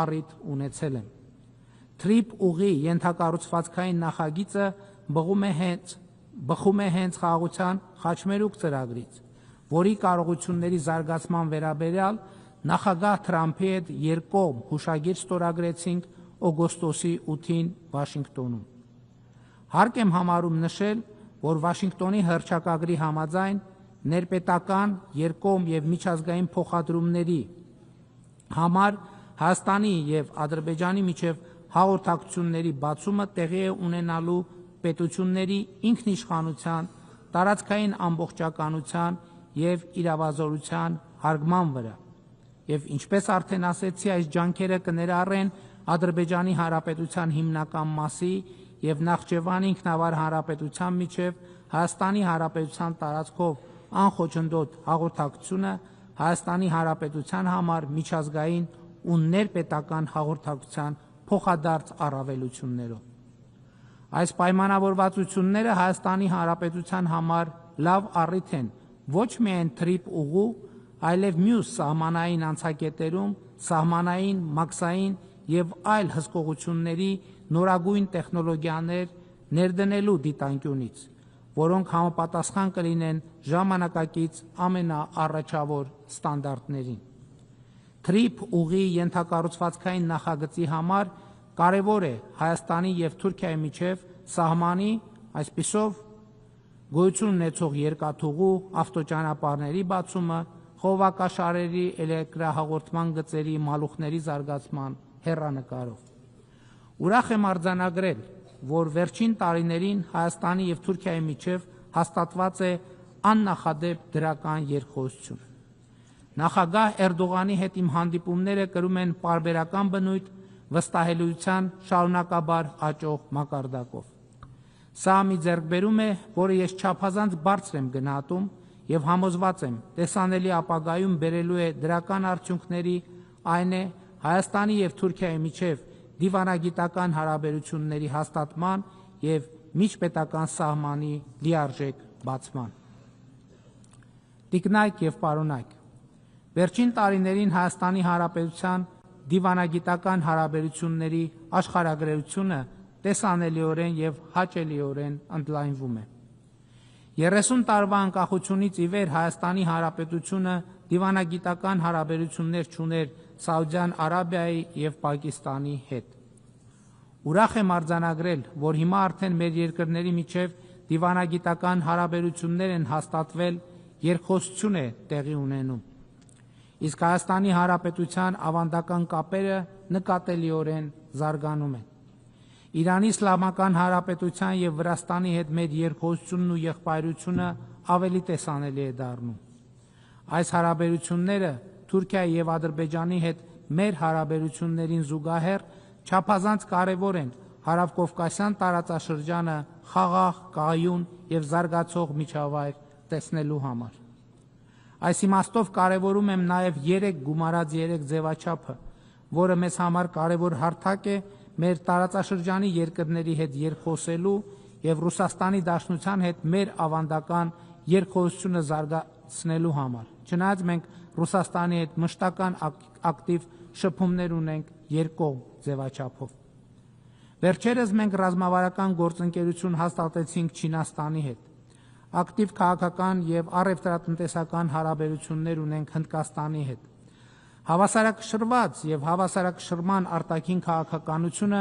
նոր հորիզոններ է բացում մեր առաջ։ Մենք ակտիվացնում ենք մեր հարաբերությունները Ճապոնիայի, Մոնղոլիայի, Մերձավոր Արևելքի, Կենտրոնական Ասիայի երկրների հետ։ Տիկնայք և պարոնայք, հարգելի ներկաներ, այս տարի մարտին Հայաստանի Հանրապետության ազգային ժողովը ընդունեց Եվրոպական միությանը Հայաստանի անդամակցության գործընթաց սկսելու մասին օրենքը, որը շատ մեծ նշանակություն ունի մեր օրակարգի համար։ Այս օրենքը ոչ միայն Եվրոպական միության հետ մեր աննախադեպ բարձր մակարդակի հարաբերությունների արտահայտություն է, այլև ուղիղ վկայություն ժողովրդավարական արժեքներին մեր նվիրվածության։ Շատերը հարցնում են, թե երբ Հայաստանը կդառնա Եվրամիության անդամ և որքանով է դա իրատեսական։ Նախ մեր 4 հարևաններից 2-ը Եվրամիության անդամության թեկնածու երկիր են, և հետո Եվրամիության անդամ դառնալու գործընթաց սկսելու մասին օրենքը մեզ համար նախ և առաջ ժողովրդավարական բարեփոխումները հետևողականորեն շարունակելու խթան է։ Մենք ուզում ենք ինստիտուցիոնալ և բովանդակային առումով համապատասխան լինել Եվրամիության ստանդարտներին։ Առանց այդ ստանդարտներին համապատասխանության հնարավոր չէ Եվրամիության անդամ դառնալ։ Եվ հետևաբար, երբ Հայաստանը օբյեկտիվորեն համապատասխանի Եվրամիության ստանդարտներին, այս կետից ունենք 2 ճանապարհ։ Մեզ կամ կընդունեն Եվրամիության անդամ, կամ չեն ընդունի։ Եթե կընդունեն, լավ է, եթե չեն ընդունի, մենք լուծած կլինենք մեր առաջ դրված մի կարևորագույն խնդիր։ Հայաստանը կլինի ժամանակակից առաջավոր ստանդարտներին համապատասխանող երկիր։ Եվրամիության ստանդարտներին համապատասխանելու մեր ձգտումը ոչ թե աշխարհաքաղաքական, այլ ժողովրդավարական ընտրության հարց է, որովհետև 2018 թվականին Հայաստանում տեղի ունեցած ժողովրդական ոչ բռնի Թավշյա հեղափոխությունից ի վեր ժողովրդավարությունը, օրենքի գերակայությունը, մարդու իրավունքները, անկախ դատական համակարգը մեր կողմից որդեգրված են որպես ռազմավարություն։ Ժողովրդավարության ոլորտում մեր ունեցած ձեռքբերումները առավել ինստիտուցիոնալ և ժողովրդամետ դարձնելու համար առաջիկայում մենք մտադիր ենք անել հաջորդ քայլը 2026 թվականի խորհրդարանական ընտրություններում ժողովրդի մանդատը ևս մեկ անգամ ստանալուց հետո կնախաձեռնենք համաժողովրդական հանրաքվե նոր սահմանադրություն ընդունելու համար, որի արդյունքում իշխանության բոլոր ճյուղերը եւ երկրում հաստատված իրավակարգը օրգանական կապով կկապվեն սահմանադիրի, այսինքն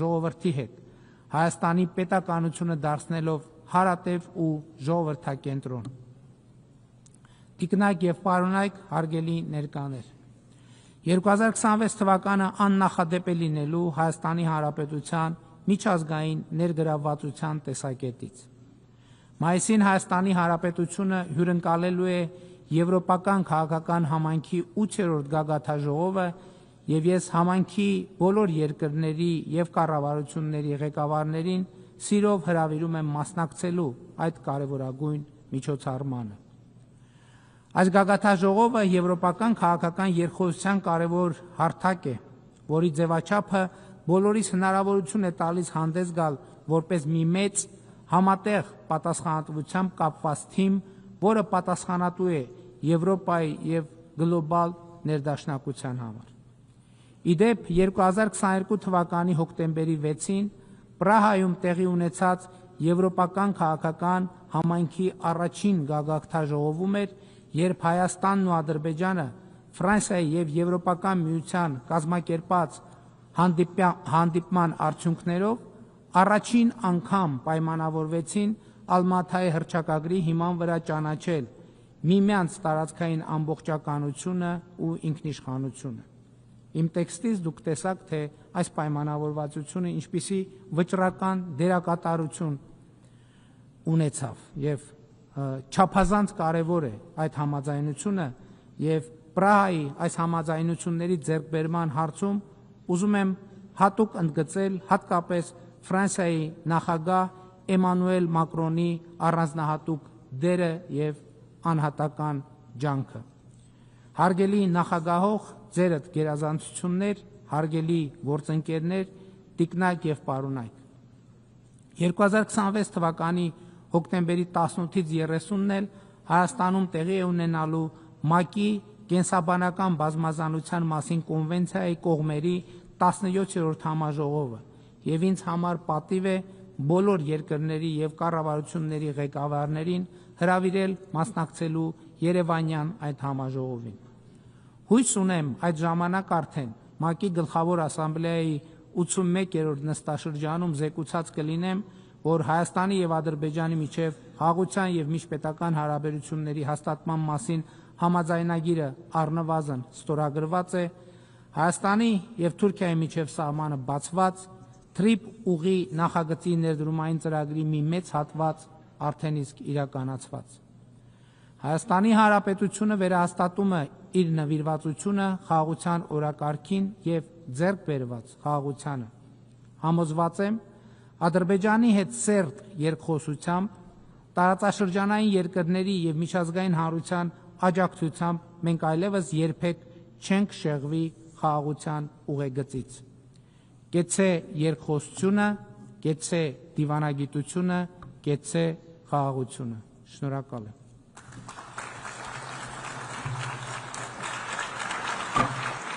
On behalf of the Assembly, I wish to thank the Prime Minister of the Republic of Armenia. I now give the floor to His Excellency Sokan Prak, Deputy Prime Minister, Minister for Foreign Affairs and International Cooperation of Cambodia.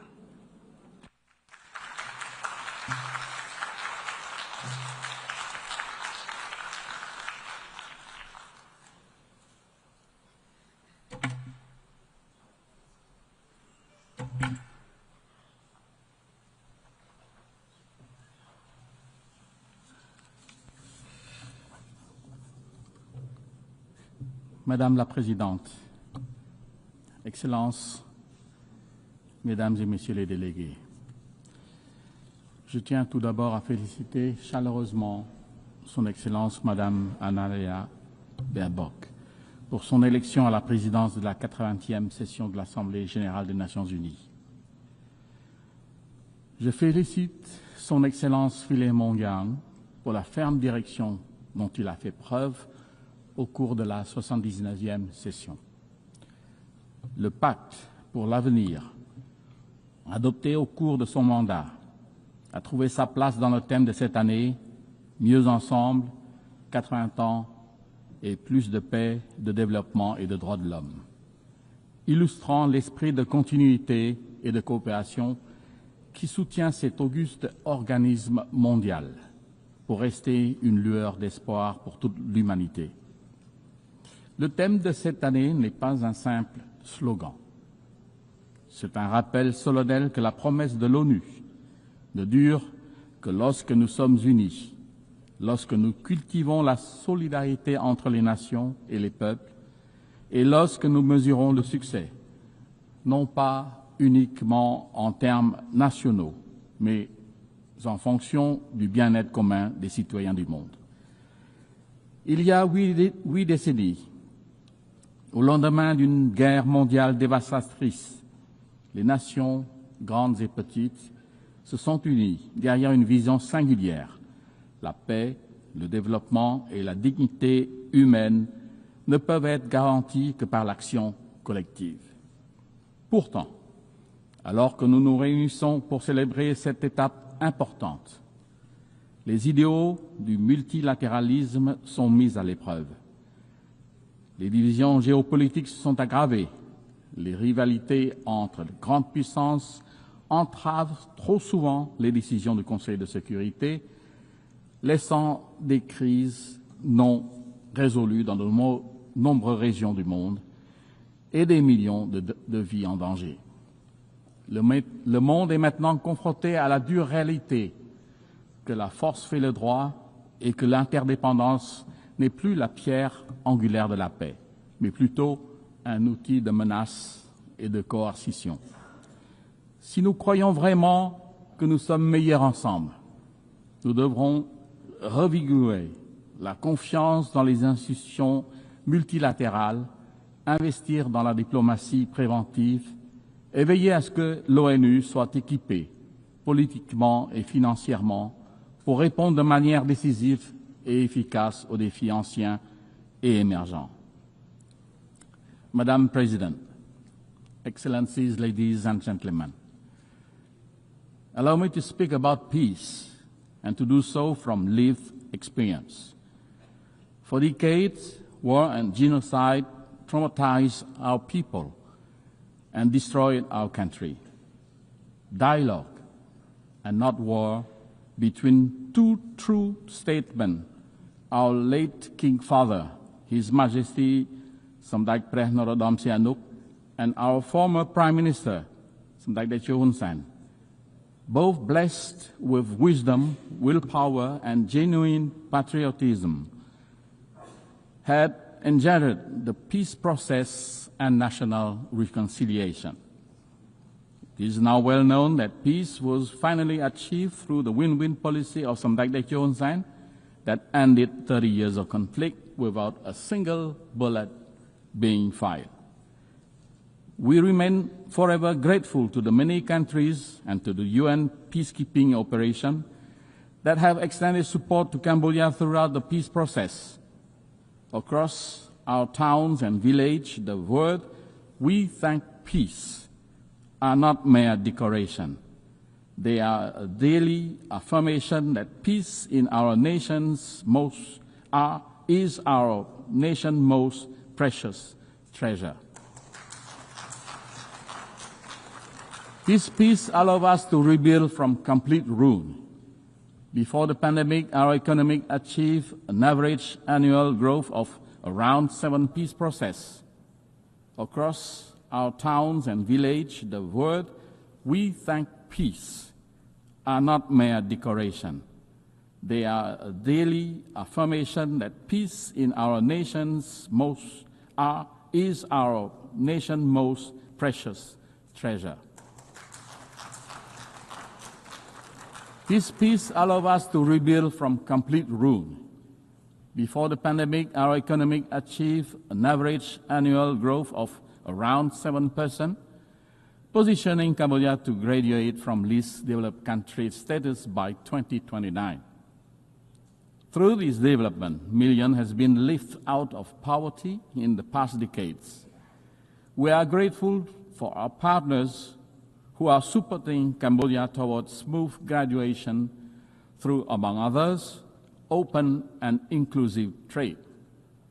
Guided by our pentagonal strategy, Cambodia aligns its development agenda with the Sustainable Development Goals.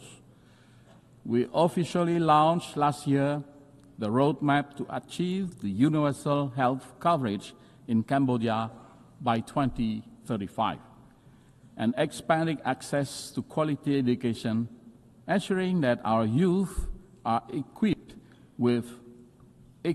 for a changing world. Our women now hold leadership positions in government and private enterprises at unprecedented level, strengthening the fabric of our society. We are firmly committed to protecting and expanding the civic space and strengthening democratic governance, knowing that development and human rights are inseparable pillars of lasting peace. On climate action, one of humanity's greatest collective tests, Cambodia has submitted its third nationally determined contribution to the UNFCCC. Last June, we signed the agreement on biodiversity beyond national jurisdiction and already deposited our ratification instrument earlier this month. These steps reflect our belief that environmental stewardship is a global duty and a moral imperative. With complete peace at home, Cambodia has been able to offer our humble contribution to peace building and peacekeeping around the world. From a country once hosting UN peacekeeping mission, Cambodia has become a steadfast contributor to global security. Since 2006, we have deployed over 10,000 peacekeepers, more than 800 of them women, to 10 UN missions across the globe. We have protected civilians, clear landmines, and support rebuilding war-torn communities. We are currently an active member of the UN Peace Building Commission, helping nations emerging from conflict to build institutions and foster reconciliation. Madam President, Excellencies, ladies and gentlemen, Cambodia's transformation embodies the UNGA 80 theme, namely, countries once in need can now become providers of peace and stability for others. It is therefore deeply painful to inform this august assembly that the hard-won peace that we so profoundly cherish and wholeheartedly share around the world is today threatened in our own home, not by internal division like in the past, but border conflict with a neighbor. We are grateful that a ceasefire brokered by U.S. President Donald Trump effectively halted armed clashes that has caused death, injury, and destruction, and the displacement of hundreds of thousands innocent civilians. Like Armenia and Azerbaijan, Cambodia has nominated President Donald Trump for the Nobel Peace Prize for his crucial role in this important step to peace. However, the ceasefire remains very fragile, despite express commitment from both countries on the sincerity to strictly comply with the ceasefire terms, to rebuild trust and restore normalcy, and the positive outcome of following meetings hosted and coordinated by Malaysia, the ASEAN chair. But sincerity is only credible and trust can only flourish when respect with both the letter and the spirit of the agreement matches with real action on the ground. Sadly, continued unilateral move to impose territorial sovereignty from our neighbor using forces instead of agreed mechanism, unilateral maps instead of internationally recognized ones that were produced in accordance with treaties that bind the two countries, and countless other actions undermine this trust-building and peace effort. Of great concern is the forced eviction of Cambodian civilians and threat to use national law against them, and to evict hundreds more from the lands they have lived in for decades. Such way of territorial control on the segment of the border yet to be demarcated demonstrate a clear disregard, not only for the terms of the ceasefire, but also the mutual agreements on the settlement of border issues. In the process, Cambodia's sovereignty and territorial integrity are violated, and the rights and dignity of many Cambodians infringed. Cambodia has consistently and strictly observed the ceasefire, demonstrating good faith and full transparency in the implementation of its term. We have exercised the utmost restraint, even in the face of repeated incident and provocation. As recently as this morning, there was an unprovoked attack near a sensitive site, following an allegation that our force has opened fire first. We firmly reject such accusation. Our troops have not fired first, nor have they returned fire in retaliation to the provocation, underscoring our commitment to peace. Guided by the same spirit that ended our internal conflict near 3 decades ago, Cambodia reaffirms its call for dialogue and the peaceful settlement of all outstanding issues.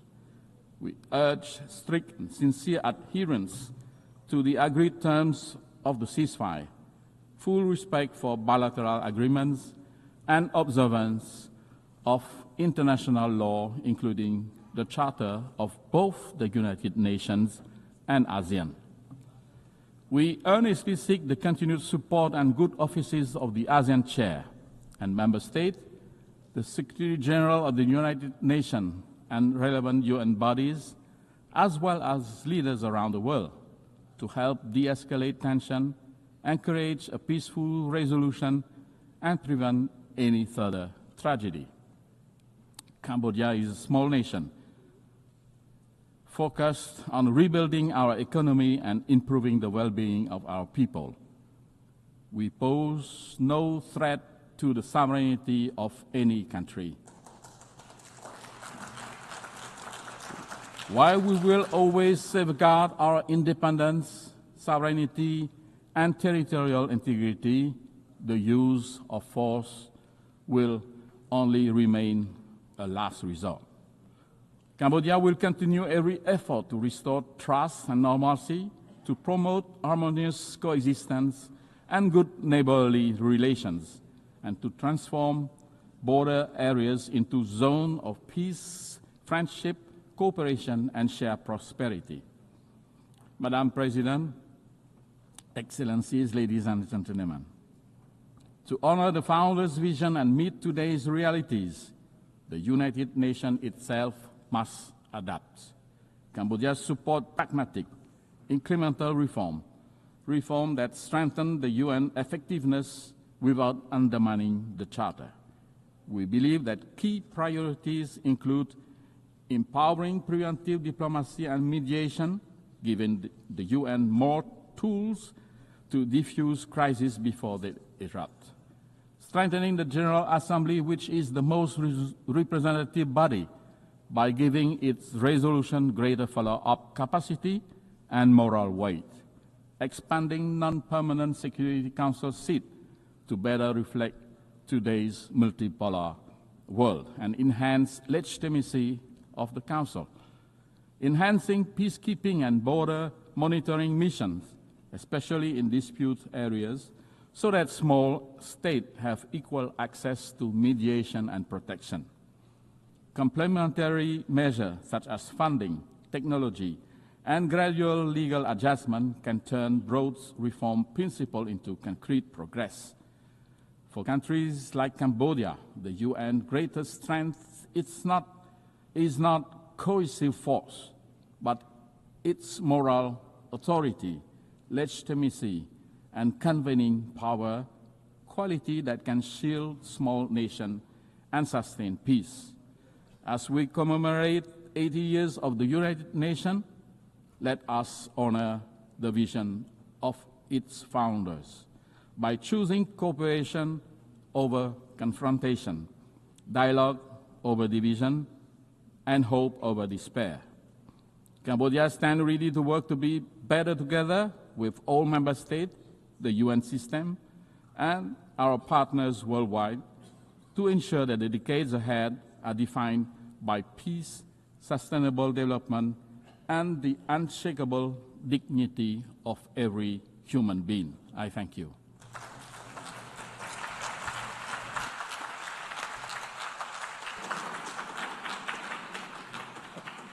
I thank the Deputy Prime Minister, Minister for Foreign Affairs and International Cooperation of Cambodia. I now give the floor to His Excellency Sergey Lavrov, Minister for Foreign Affairs of the Russian Federation.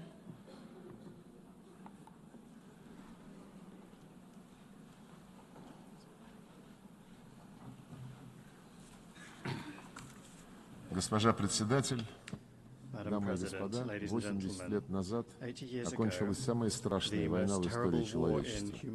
Более 70 миллионов человек стали жертвами военных действий, голода и болезней. В 1945 году навсегда изменился ход всемирной истории. Триумф над германским нацизмом, под чьим знаменем стала большая часть Европы, и японским милитаризмом открыл путь к миру, восстановлению и процветанию. This year, Moscow and Beijing held celebrations devoted to the 9th of May and 3rd of September holidays to mark the victory in the Great Patriotic War and World War II.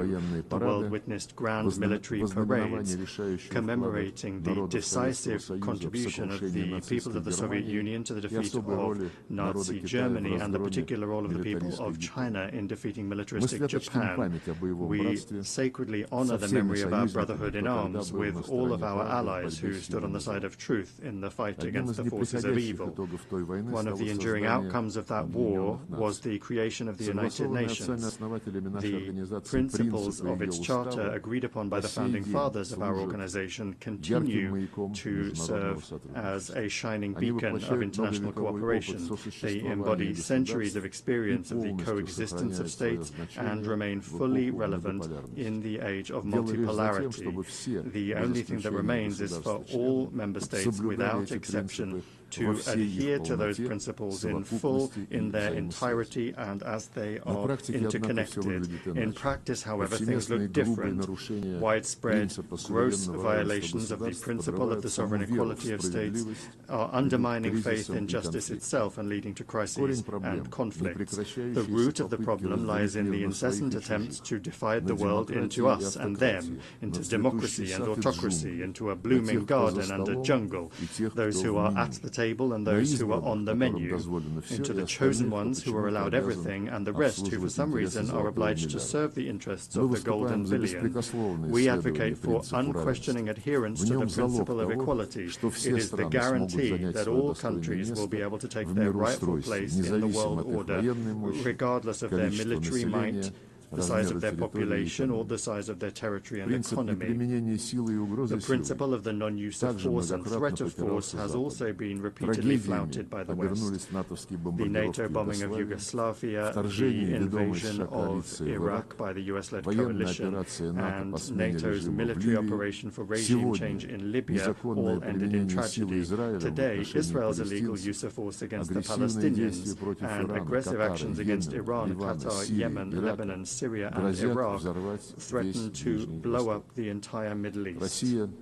Russia firmly condemned the attack by Hamas militants on Israeli civilians on the 7th of October 2023. However, there is no justification for the brutal killings of the civilian population of Palestine or for terrorist attacks. There is also no justification for the collective punishment of Palestinians in the Gaza Strip, where Palestinian children are dying from bombing and starvation.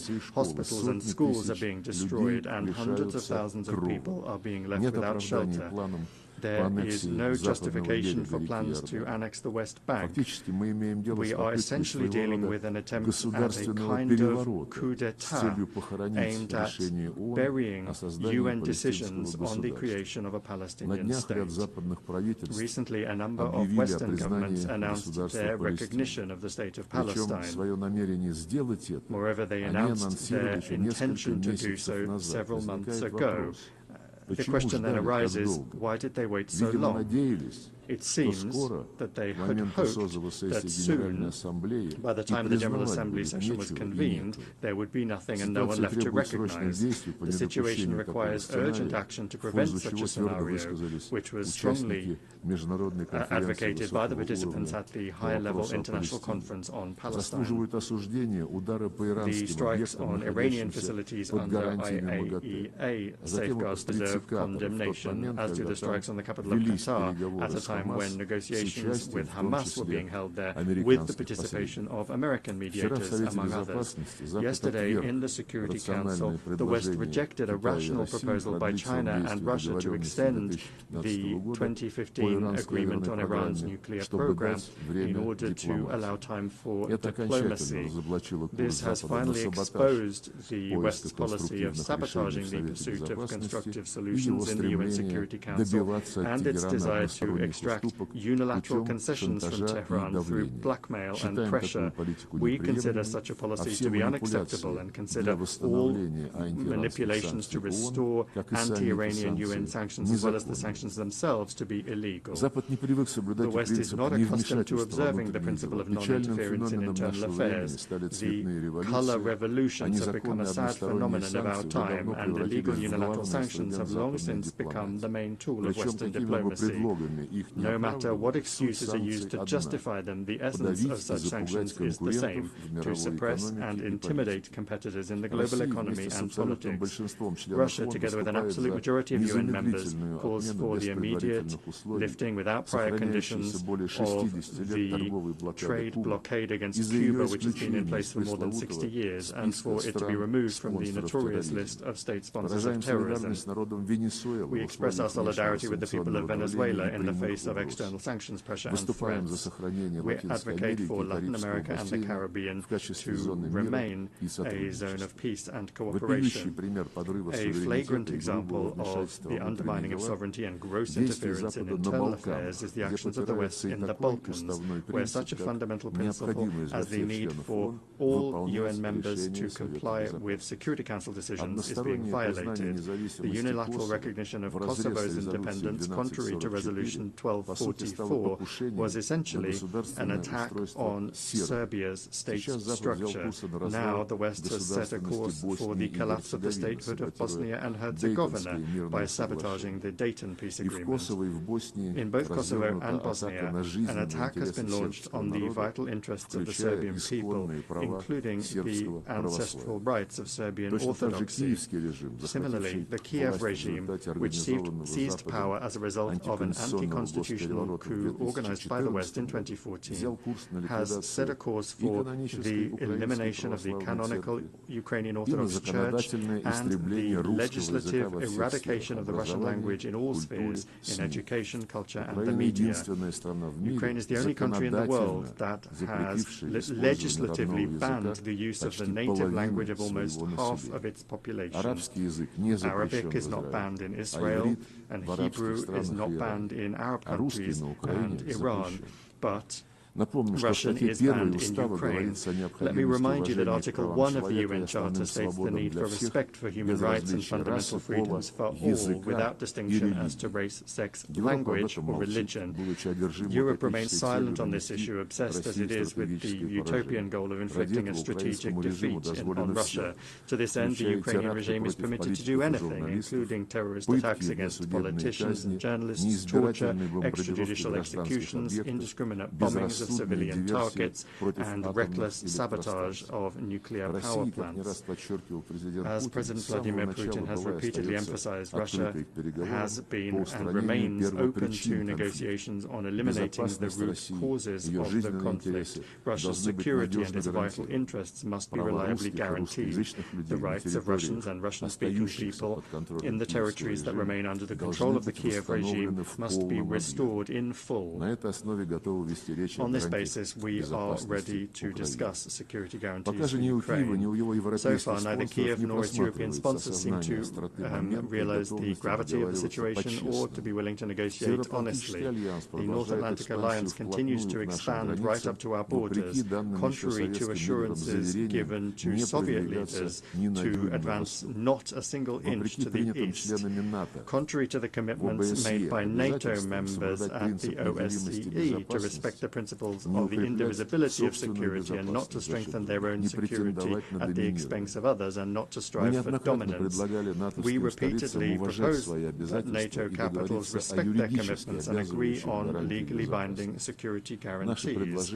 Our proposals in 2008 and the subsequent ones, including in December 2021, have been ignored and continue to be ignored to this day. Moreover, threats of the use of force against Russia are increasingly being made. Russia is being accused of almost planning to attack the North Atlantic Alliance and the European Union countries. President Putin has repeatedly debunked these provocations. Russia has never had and does not have any such intentions. However, any aggression against my country will be met with a decisive response.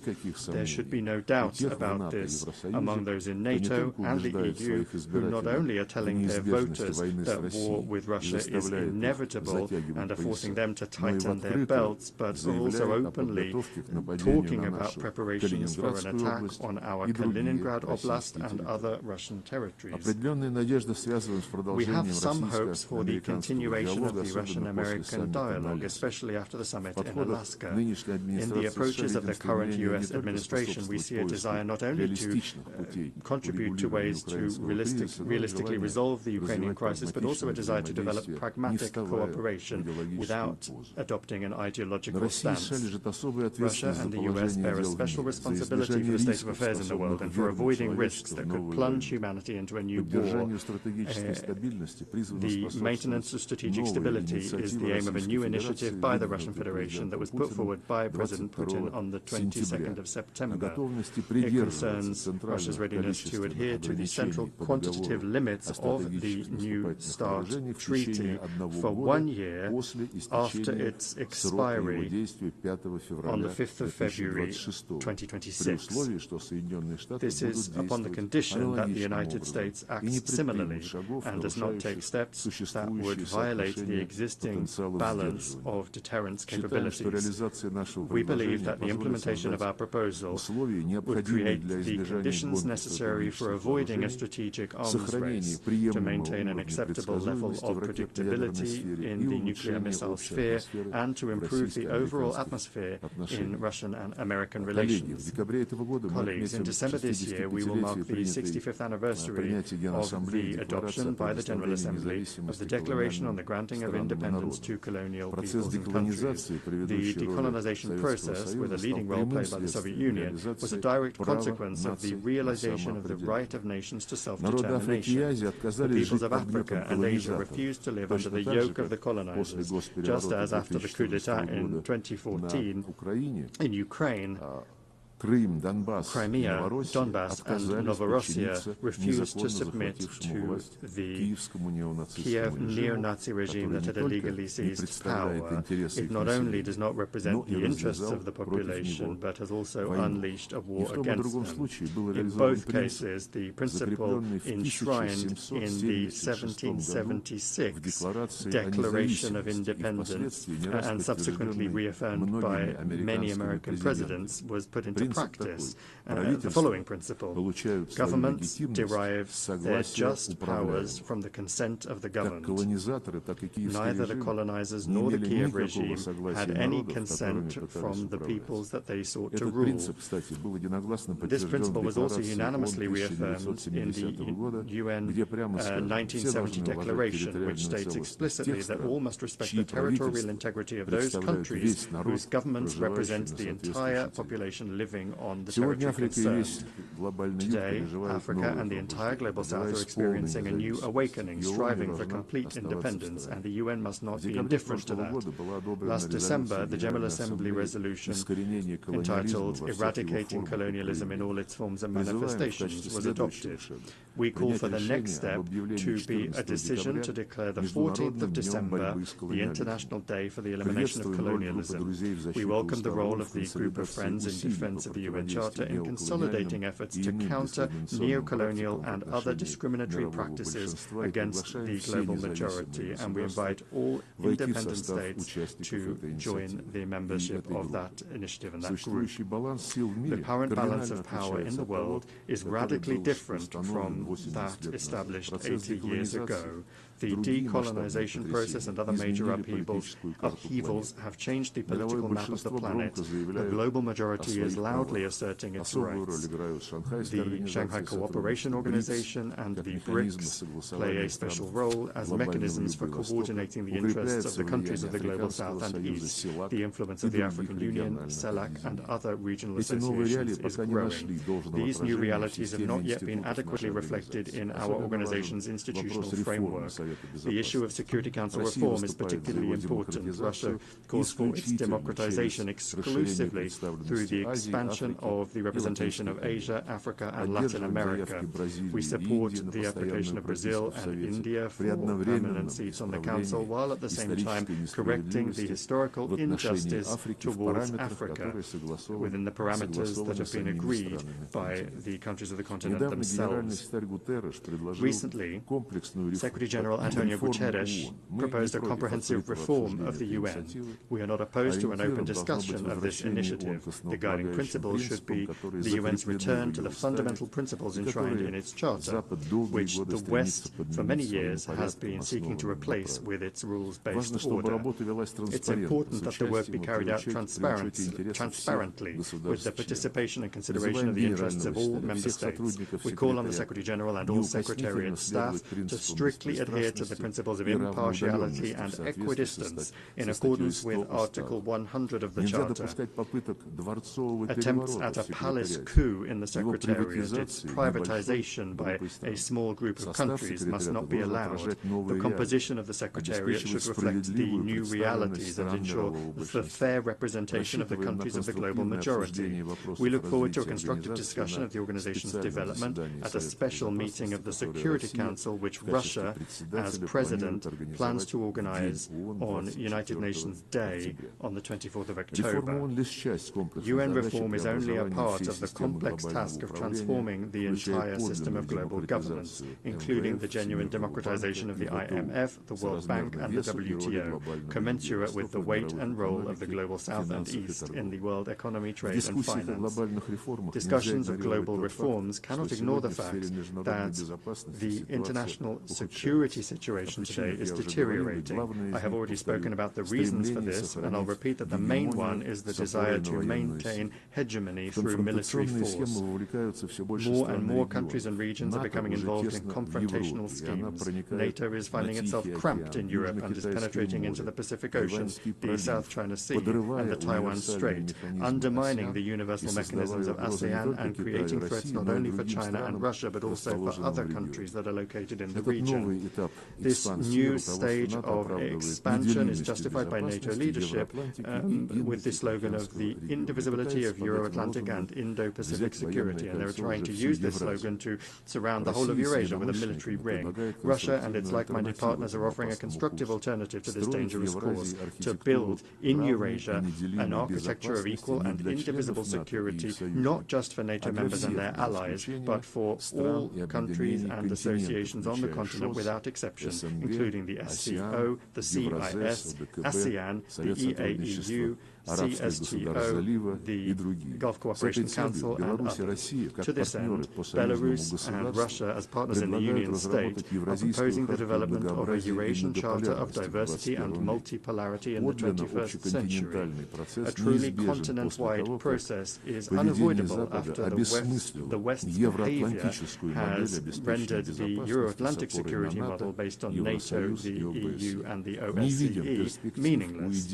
We see no prospects for restoring this model in Europe in its former form, as some European capitals have suddenly started to contemplate. When talking about the future, we must not forget the lessons of the past, especially in a situation where Nazism is rearing its head again in Europe and militarization is gaining momentum under the same anti-Russian slogans. This is all the more alarming given that a number of politicians in power in Brussels and in some capitals of EU and NATO countries are seriously beginning to talk about a third world war as a likely scenario. These figures are undermining any efforts to find a fair balance of interests among all of the members of the international community by trying to impose their unilateral approaches on everyone else in gross violation of the key charter requirement, which I have repeatedly mentioned already, that is the respect for the sovereign equality of states. It is this equality which is the foundation for the objectively emerging multipolarity.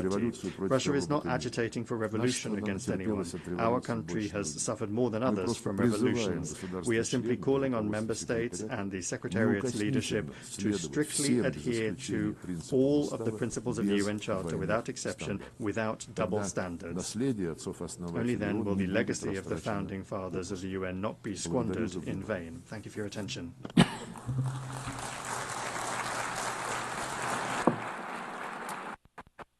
On behalf of the Assembly, I thank the Minister for Foreign Affairs of the Russian Federation. I now give the floor to His Excellency Bruno Eduardo Rodriguez Barrera, Minister for Foreign Affairs of Cuba.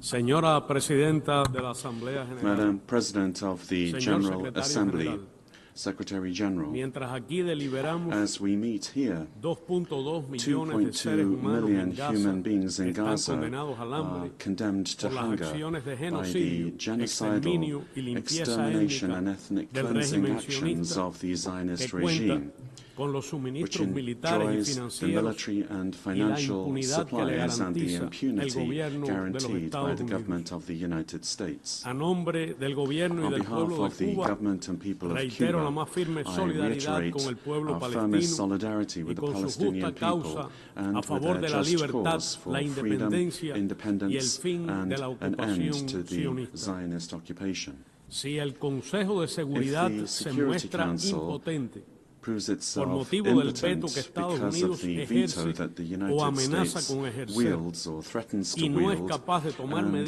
is incapable of adopting effective measures to halt the barbarity, then this General Assembly has the duty and the capacity to put forward concrete measures without delay.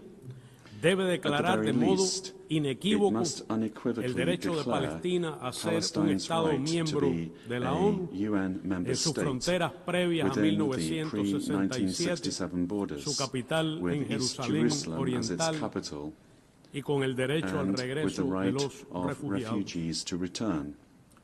11 millones de personas, 3 millones de ellos niños, mueren cada año de hambre y enfermedades asociadas. La crisis climática está destruyendo naciones y vidas, devastando comunidades y economías.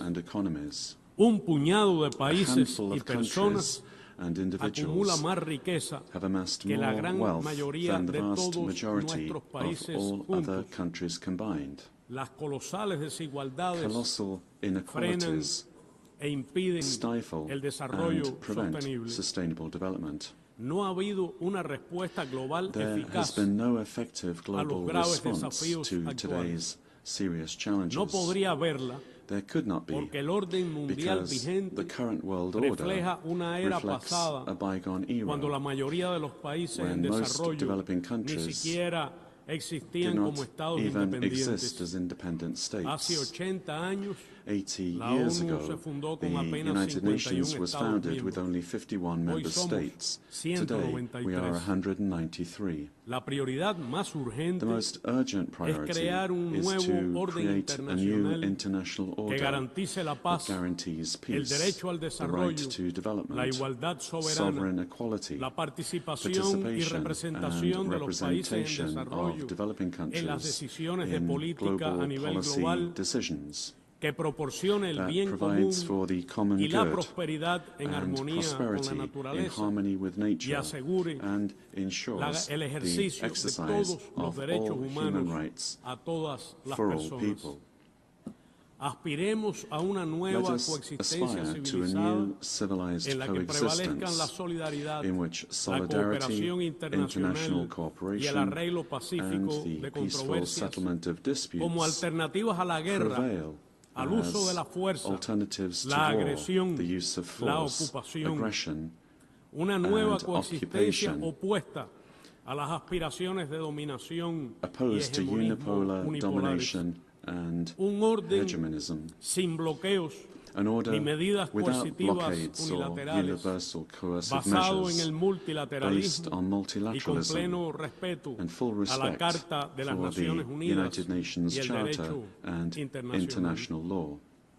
Aún con sus limitaciones, Even with Naciones its Unidas sigue limitations, siendo la the instancia United más Nations representativa continues to be de la comunidad the most internacional. representative body of the Tenemos international el deber de community. protegerla We y have the duty fortalecerla to en protect su and esencia strengthen it intergubernamental, in its en intergovernmental sus bases essence, in democráticas its que democratic no pueden diluirse foundations en that agendas cannot be diluted generalizadoras into sujetas a prioridades y generalized reglas agendas caprichosas subject to impuestas arbitrary por quien priorities and aporta rules el mayor imposed financiamiento. by the largest Es funders. necesario resaltar What we el must do papel is central de la emphasize the Asamblea central General role of the General como su Assembly órgano más as its democrático most y democratic and representativo. representative organ. La iniciativa ONU 80, The UN 80 lanzada por el initiative, secretario launched by general, the Secretary debe General, tener como must objetivo have principal as its main fortalecer objective el carácter the strengthening intergubernamental de las of the Naciones Unidas intergovernmental nature y su of the capacidad United para Nations enfrentar and mejor its los capacity to retos better confront acuciantes del the presente. urgent challenges of the present. Es preciso rechazar We must la propuesta reject the amenazante threatening de una nueva proposal doctrina of a la a que new llaman doctrine paz that they mediante la call fuerza, peace through strength, que equivale a which imponer a is todos la equivalent to voluntad imposing arbitraria the del arbitrary imperialismo will of estadounidense US con el imperialism uso de la on amenaza, everyone la through coerción threat, y la coercion, agresión. and aggression. Es una doctrina concebida para This is a satisfacer las doctrine ambiciones conceived to de un satisfy the poderío ambitions of unipolar a ya en unipolar declive power que responde already in además decline, a los intereses which, de las by the way, grandes serves the corporaciones interests of big transnacionales transnational a costa de los corporations derechos de at naciones the cost of soberanas sovereign y sus nations pueblos and their y de los peoples, valores and to the sobre los cost que of se the values edificó upon which this esta organization organización. was founded. En el Mar Caribe In the Caribbean, se cierne hoy la today, amenaza we're de la seeing guerra the looming threat of con un war, despliegue with an naval y aéreo extraordinary naval extraordinario and air de deployment carácter of ofensivo an offensive nature, absolutamente utterly injustificado, unjustified, con misiles y involving medios de missiles, desembarco y landing and asalto assault y craft, submarinos and nuclear nucleares. submarines. Se lanzan misiles balísticos de prueba con capacidad nuclear. Test missiles with nuclear capacity are Estados being Unidos launched. esgrime el The pretexto del United combate States al brandishes the crimen y pretext el of tráfico de fighting crime and narcóticos, drug trafficking. leyenda en la que nadie en esta This is sala a tale cree. which no one in this El chamber ataque y believes. destrucción de lanchas The sin attack and destruction identificación, of unidentified origen o destino boats, conocido. el asesinato the o ejecución assassination or extrajudicial de extrajudicial civiles, execution la of intercepción civilians, de embarcaciones the o buques interception pesqueros of fishing vessels, y las acciones and agresivas de aggressive Estados actions Unidos by the United generan una States coyuntura peligrosa generate a que dangerous viola el derecho situation that internacional, violates international amenaza la law, paz y la threatens peace seguridad and regional regionales. security.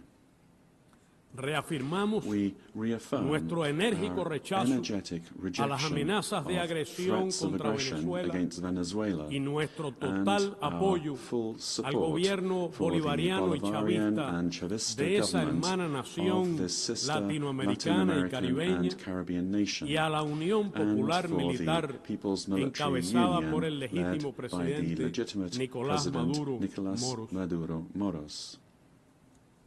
Repudiamos We la doctrina Monroe repudiate y the todo intento de Monroe Doctrine and any militarización, attempt at intervención o militarization, dominación intervention, imperialista or en la América imperialist Latina y el domination Caribe, in Latin America and the proclamada como zona Caribbean, de paz proclaimed en as a enero de zone of peace 2014 in en La Habana, 2014 in con la Havana, firma with de los the jefes de Estado y signatures of Gobierno the heads of de la state comunidad de and estados government of the latinoamericanos community y of caribeños. Latin American and Caribbean states. La acelerada carrera The armamentista accelerated arms race entraña una leads competencia en el to campo de la competition muerte in the y la field of destrucción, death and destruction, con el empleo de extraordinarios employing recursos extraordinary financieros y financial materiales and material que podrían resources destinarse a la that mitigación could de la instead pobreza, be el dedicated to desarrollo poverty y la alleviation, cooperación. development and Entre cooperation. tanto, las magras metas Meanwhile, de la Agenda most of the 2030 meager goals of no the podrán 2030 cumplirse. agenda will not be met. Se ignoran los compromisos de ayuda Commitments oficial of al desarrollo official development y assistance disminuye are el being ignored, financiamiento and para el climate enfrentamiento financing del cambio is climático. decreasing. En In 1960, 1960, ante esta propia before asamblea, this very assembly, el líder the histórico de la historic Revolución leader of cubana, the Cuban Fidel Revolution, Castro Fidel Ruz, Castro, señaló, y cito, stated, and I quote, desaparezca la filosofía del "Eliminate despojo the philosophy y of habrá plunder, desaparecido and the la philosophy filosofía of war de la guerra". will disappear." Señora Presidenta, Madam President, el cambio climático avanza climate change inexorable is y advancing rápidamente. inexorably and quickly. Los primeros 6 The meses de first este 6 año months of this han year sido los más have cálidos been que se the hayan hottest registrado. ever recorded. El pasado año Last year había sido ya el de más altas was temperaturas. already the hottest. Desde esta propia From tribuna, this very hoy podium, incluso se cuestiona a la ciencia science y a and décadas decades de of trabajo collective colectivo work to para protect proteger the el planet planeta. are now being questioned. Si no se cambian de raíz los patrones de If producción we y don't consumo change the insostenibles unsustainable del production and capitalismo, consumption patterns of capitalism sobrepasaremos and address antes their de root causes, 2030 then el by fatídico umbral 2030 we will de surpass the fateful 1,5 threshold grados of centígrados. 1.5 degrees Celsius. La deuda externa de los países The en external desarrollo, debt of developing pagada countries, ya varias already veces, paid several times crece over, y acumula cifras continues to grow, astronómicas de intereses accumulating como astronomical nueva forma interest de as a new colonización. form of colonization. Se precisa implementar What we need to do los is compromisos implement asumidos the en la commitments Cuarta Conferencia undertaken at the Internacional Fourth International sobre Conference financiación para on el Financing Desarrollo, for Development, con recursos with adicionales additional resources y un mecanismo and a multilateral specific multilateral específico para la mechanism for negociación de la deuda. debt negotiation. Sufrimos las consecuencias We're suffering de la the poderosa dominación consequences of cultural powerful cultural en una era domination en que in la an era tecnología digital when impacta nuestras digital vidas technology de forma cada increasingly vez más impacts acelerada our lives e across the integral. board. Unas pocas A transnacionales, few casi transnationals, todas estadounidenses, almost all of them imponen sus from the sistemas US, operativos impose their y controlan operating los systems contenidos and que se control the ven, content se leen, that is se seen, escuchan read and y heard, manipulan la conducta manipulating humana. human behavior. Sufrimos la dictadura We del are algoritmo. suffering from the dictatorship of the algorithm. Necesitamos establecer What en we la need to ONU do cuanto antes is establish at the UN normas as soon as comunes possible para common liberar el norms in potencial order to transformador unlock de the las nuevas transformative tecnologías, potential of new especialmente technologies, de la inteligencia especially artificial, artificial en intelligence, beneficio de for todos, the benefit of atenuando all, al mismo tiempo whilst at the same los time riesgos. mitigating the risks. Además de los retos que Cuba Beyond enfrenta, the challenges that Cuba derivados de su faces as condición de a pequeño small estado island insular en developing desarrollo, state, Nuestro país sufre el Our impacto country suffers devastador from the y acumulado devastating and de la política de accumulated hostilidad y impact of asfixia the policy económica of hostility impuesta and por los economic Estados Unidos suffocation that desde has hace been más imposed by de the United 6 States décadas. for more than 6 decades. El bloqueo contra Cuba The blockade persiste against Cuba y se persists endurece and en is extremo. being tightened to Se the trata de extreme. una verdadera guerra It is económica really abarcadora y prolongada, comprehensive and prolonged dirigida a economic privar a los war cubanos de sus aimed medios at de depriving vida y Cubans of their sostenibilidad, livelihoods and de su sustainability existencia of their como pueblo existence solidario, as culto a y supportive, alegre. educated and joyful people. Miente deliberadamente quien se atreva a afirmar lo contrario. Anyone who claims otherwise Los deliberately propios promotores lies. The very de esa promoters guerra of this war se ufanan de su boast efecto of its destructivo destructive effect y de su capacidad and its para ability golpear to desde strike cualquier rincón del planeta anywhere el nivel de in vida the world de todo un and pueblo. affect the standard of La living of an agresión entire ha people. escalado The aggression a niveles has sin escalated precedentes to en los unprecedented últimos levels 8 años, in the last 8 years, incluidas acciones de including persecución increasingly y presión económica acts sobre of terceros, persecution and economic los pressure estados que on third ustedes parties, representan the countries y que son that cada you vez más represent, elaboradas, and quirúrgicas that y increasingly are elaborate, extraterritoriales, surgical and provocan extraterritorial impedimentos in nature. múltiples y extraordinarios They lead a la to, actividad productiva, they comercial, affect productive financiera capacity y para and los have commercial and servicios y financial políticas que garantizan la justicia affecting social services and y la vida policies that misma. guarantee social justice and Cuba life encara itself. hoy Today, un grave escenario Cuba de cortes faces a prolongados y grave diarios scenario del of servicio prolonged eléctrico, and daily blackouts, dificultades para costear los difficulties in alimentos, affording food, insuficiente disponibilidad de insufficient medicamentos, availability of medicines, depresión del transporte reduced público, public transport, limitaciones en los limited servicios community comunales services, e inflación and pronunciada pronounced que deprime los inflation, which ingresos is reales. eroding real incomes. En In 1960, 1960, el subsecretario de the U.S. Estado Undersecretary Lester of Mallory State Lester Mallory formuló drafted el infame the memorándum infamous de coerción y memorandum of bloqueo coercion contra Cuba and blockade que ha against guiado Cuba, durante todos estos and it is años this that has y guided guía U.S. policy ahora ever since, la conducta del gobierno and estadounidense. currently governs the Decía policy of the U.S. textualmente, y He cito, wrote, and I quote, hay que emplear all rápidamente possible means todos los medios must be posibles para promptly debilitar la vida used to económica weaken the de Cuba. economic life of Cuba, Una línea de a acción line of que action logre los mayores that avances achieves the en la greatest privación a progress Cuba de in dinero y depriving suministros Cuba of money para and reducirle supplies, sus recursos to reduce financieros its financial y los salarios resources reales, and real wages, provocar hambre, provoke hunger, desesperación desperation, y el and the derrocamiento del overthrow gobierno. of the government. Fin de la cita. End of quote. El secretario de Estado de los Estados Unidos The es current hoy Secretary la of State of the reencarnación United States de ese is the sujeto reincarnation macabro. of that macabre figure. Señora Madam Presidenta, President, Cuba es un país Cuba víctima is a del country terrorismo that is a victim of y lo fue terrorism. por décadas víctimas del And terrorismo for de Estado decades we de los have Estados Unidos. been subject to state Durante terrorism años, from the U.S. Y aún hoy For years se and still organizan y today, financian contra terrorist nuestro acts país against our actos country are terroristas organized desde and territorio financed from estadounidense. U.S. territory. Viven aquí tranquilamente And y con absoluta these people impunidad, live here in total reconocidos impunity, perpetradores de and they are actos recognized horrendos as de perpetrators agresión of contra el horrendous pueblo acts cubano, of aggression against the con un Cuban saldo people, de miles de muertes, causing de thousands of mutilados deaths, y cuantioso daño material. mutilations, and significant material En damage. cumplimiento de sus responsabilidades In contra el terrorismo compliance with y con los our esfuerzos counter-terrorism de la ONU responsibilities contra and este with flagelo, UN efforts against el this gobierno scourge, cubano ha the Cuban compartido government has oficialmente officially con el shared gobierno de with Estados the Unidos US government en años in recientes recent years los nombres y the datos names de and 62 information relating personas to y 62 20 individuals and organizaciones 20 que radican organizations en este país based in this country que han sido responsables who de have actos been violentos y responsible for terroristas violent and y que terrorist desde acts este territorio and who aún participan en continue actos de esa from US naturaleza territory contra participating Cuba. in such acts against Cuba. No se ha recibido No respuesta response has been y se received, desconoce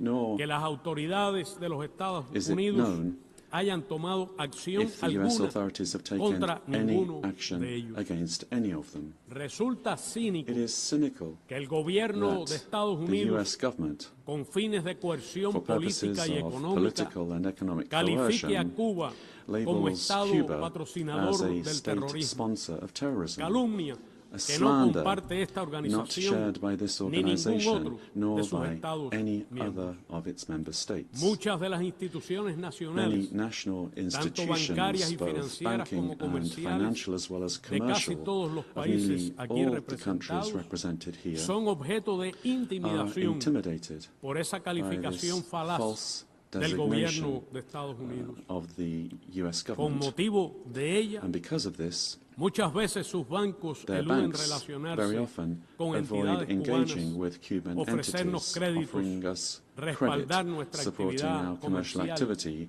o canalizar or nuestras channeling our transferencias transfers. bancarias. Se suma a ello Added la to this intimidación contra is ciudadanos de más de intimidation 40 against países citizens of more than a los que 40 el gobierno countries whom estadounidense the US government amenaza con threatens represalias with si en virtud de reprisals sus if they derechos decide deciden visitar by Cuba. right to visit Cuba. Estados Unidos ha desatado The una United States virulenta has campaña unleashed a de virulent descrédito y campaign persecución of contra la cooperación discreditation médica and cubana persecution y against de Cuban hostigamiento medical y cooperation coerción and of contra las harassment and autoridades coercion de los against países the que la authorities of reciben. countries that receive it. Es una estrategia This is a dirigida strategy directamente directed desde el Departamento by the de State Estado. Department. Pretende denigrar It esa seeks to cooperación que ha salvado disparage millones this de vidas cooperation, y en no which has pocos saved casos millions of ha sido lives la and in única many cases opción has been de acceso a the only servicios de option for salud access to para healthcare grandes for grupos large poblacionales. population groups. Esta cooperación altruista y This solidaria altruistic and supportive descansa en cooperation acuerdos bilaterales rests on entirely absolutamente legitimate legítimos bilateral y se agreements corresponde and plenamente aligns con los fully estándares with international internacionales en standards materia of de this cooperación organization de in esta the field y of otras organizaciones cooperation, internacionales. as it does with the standards of other Confirmo organizations. una vez I más confirm once again que Cuba mantendrá that sus Cuba compromisos will maintain con its todos los commitments países con los with cuales all tiene countries acuerdos with y which we programas have bilaterales de bilateral cooperación medical médica cooperation y agreements conservará la and voluntad programs, incluso and de we ampliarla will remain con los willing to gobiernos expand them dispuestos with a all desarrollarla, governments who are prepared respetando el to derecho develop such internacional, cooperation, su respecting legislación international nacional law, national en aras legislation, del bienestar and de all sus of this for the pueblos. well-being of their peoples. Desde Since 1963, 1963, casi el mismo tiempo que data del memorando del señor Mallory, almost going back to that time of 605,000 Mr. médicos Mallory's y declaration, especialistas 605,000 cubanos doctors from han Cuba, realizado doctors and specialists, en decenas de have países carried out más de 17 in millones de dozens of cirugías countries more than y 17 million asistido más de surgeries 5 and millones de partos. brought more than 5 En million este children momento, into the world. más de At 24,000 this moment, profesionales de over la salud 24,000 prestan health y professionals prestarán sus servicios provide en services 56 in países. 56 countries.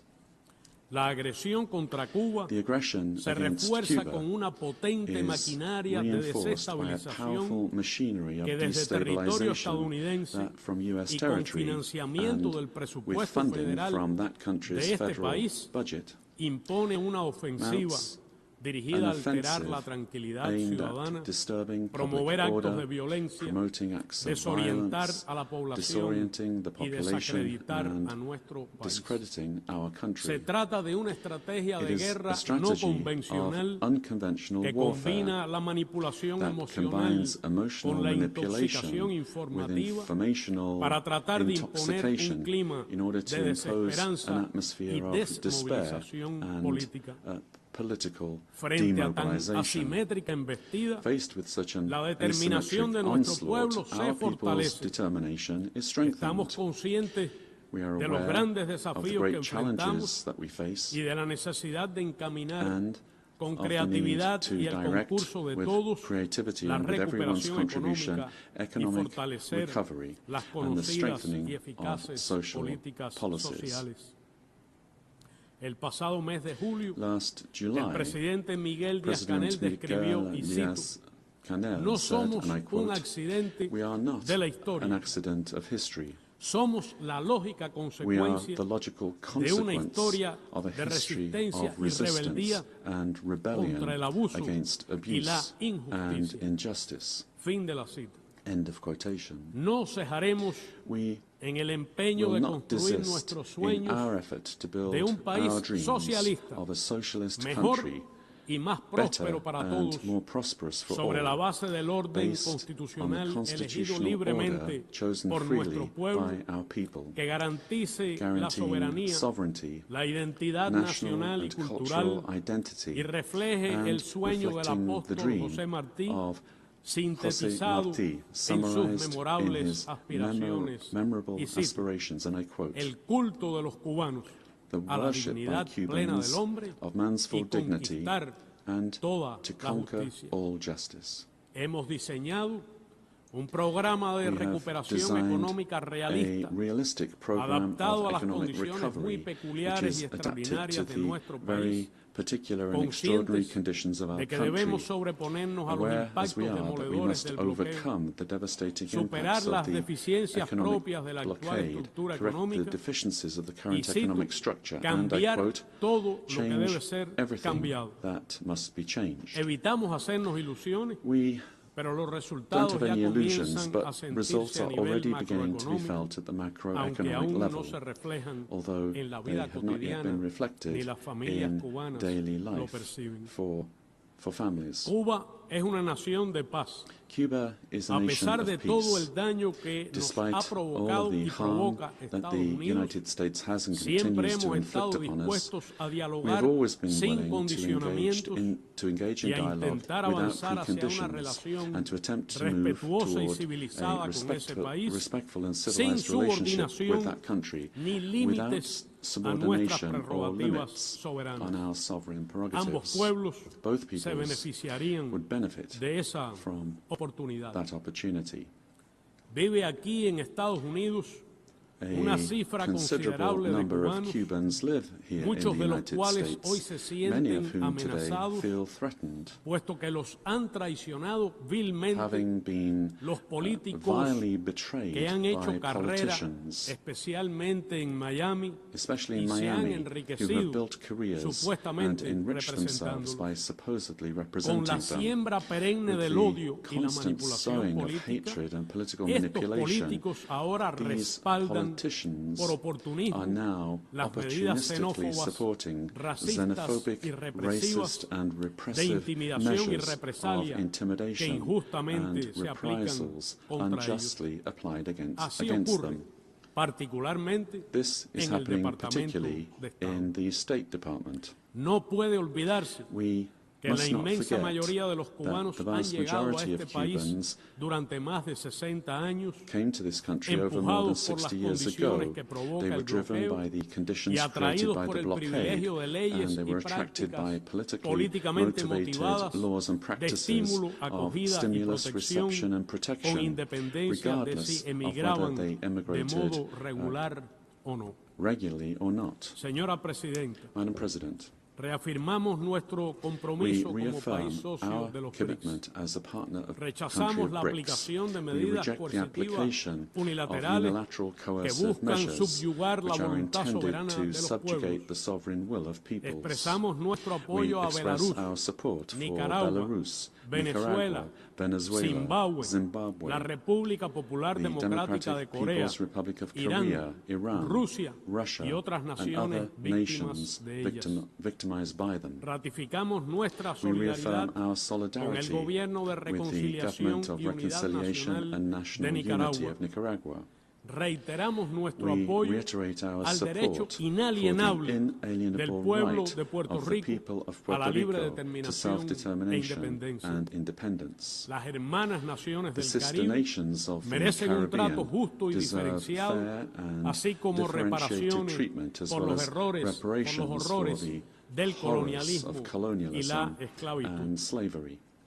La comunidad the internacional international community tiene una gran bears great responsabilidad con el responsibility pueblo toward haitiano. the Haitian people. Mantenemos nuestra We modesta maintain our cooperación modest en materia de cooperation salud in con ese health país with hermano, this brotherly y Cuba country, se sumará a and todo esfuerzo Cuba will join any international para effort apoyarlo, to support it, basado en el respeto based a on su respect soberanía, for its sovereignty, sin imposiciones without ni imposition intervenciones militares. or military intervention. Respaldamos el derecho We legítimo y support soberano de Argentina Argentina's sobre las legitimate and Islas sovereign Malvinas, right over the Malvinas Sándwich del Islands, Sur, South Georgia Sandwich del Islands, Sur y South sus Georgia espacios Islands, marítimos and the surrounding circundantes. maritime areas.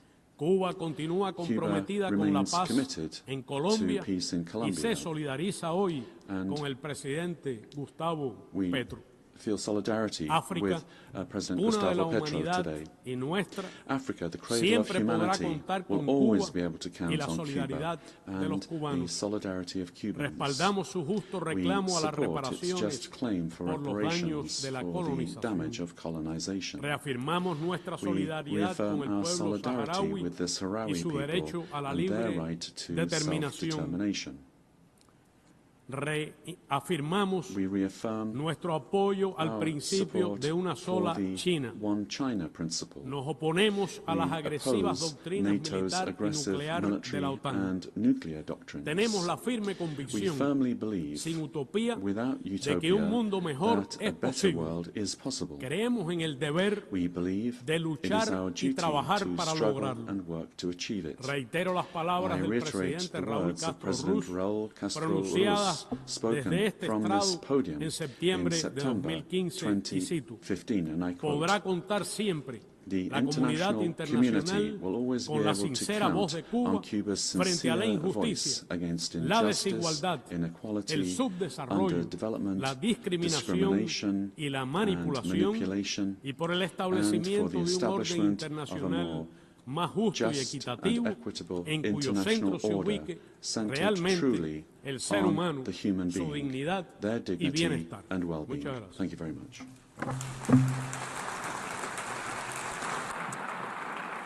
Muchas gracias. I thank the Minister for Foreign Affairs of Cuba. I now give the floor to His Excellency Dato Erwan Pehin Yusuf, Second Minister for Foreign Affairs of Brunei Darussalam.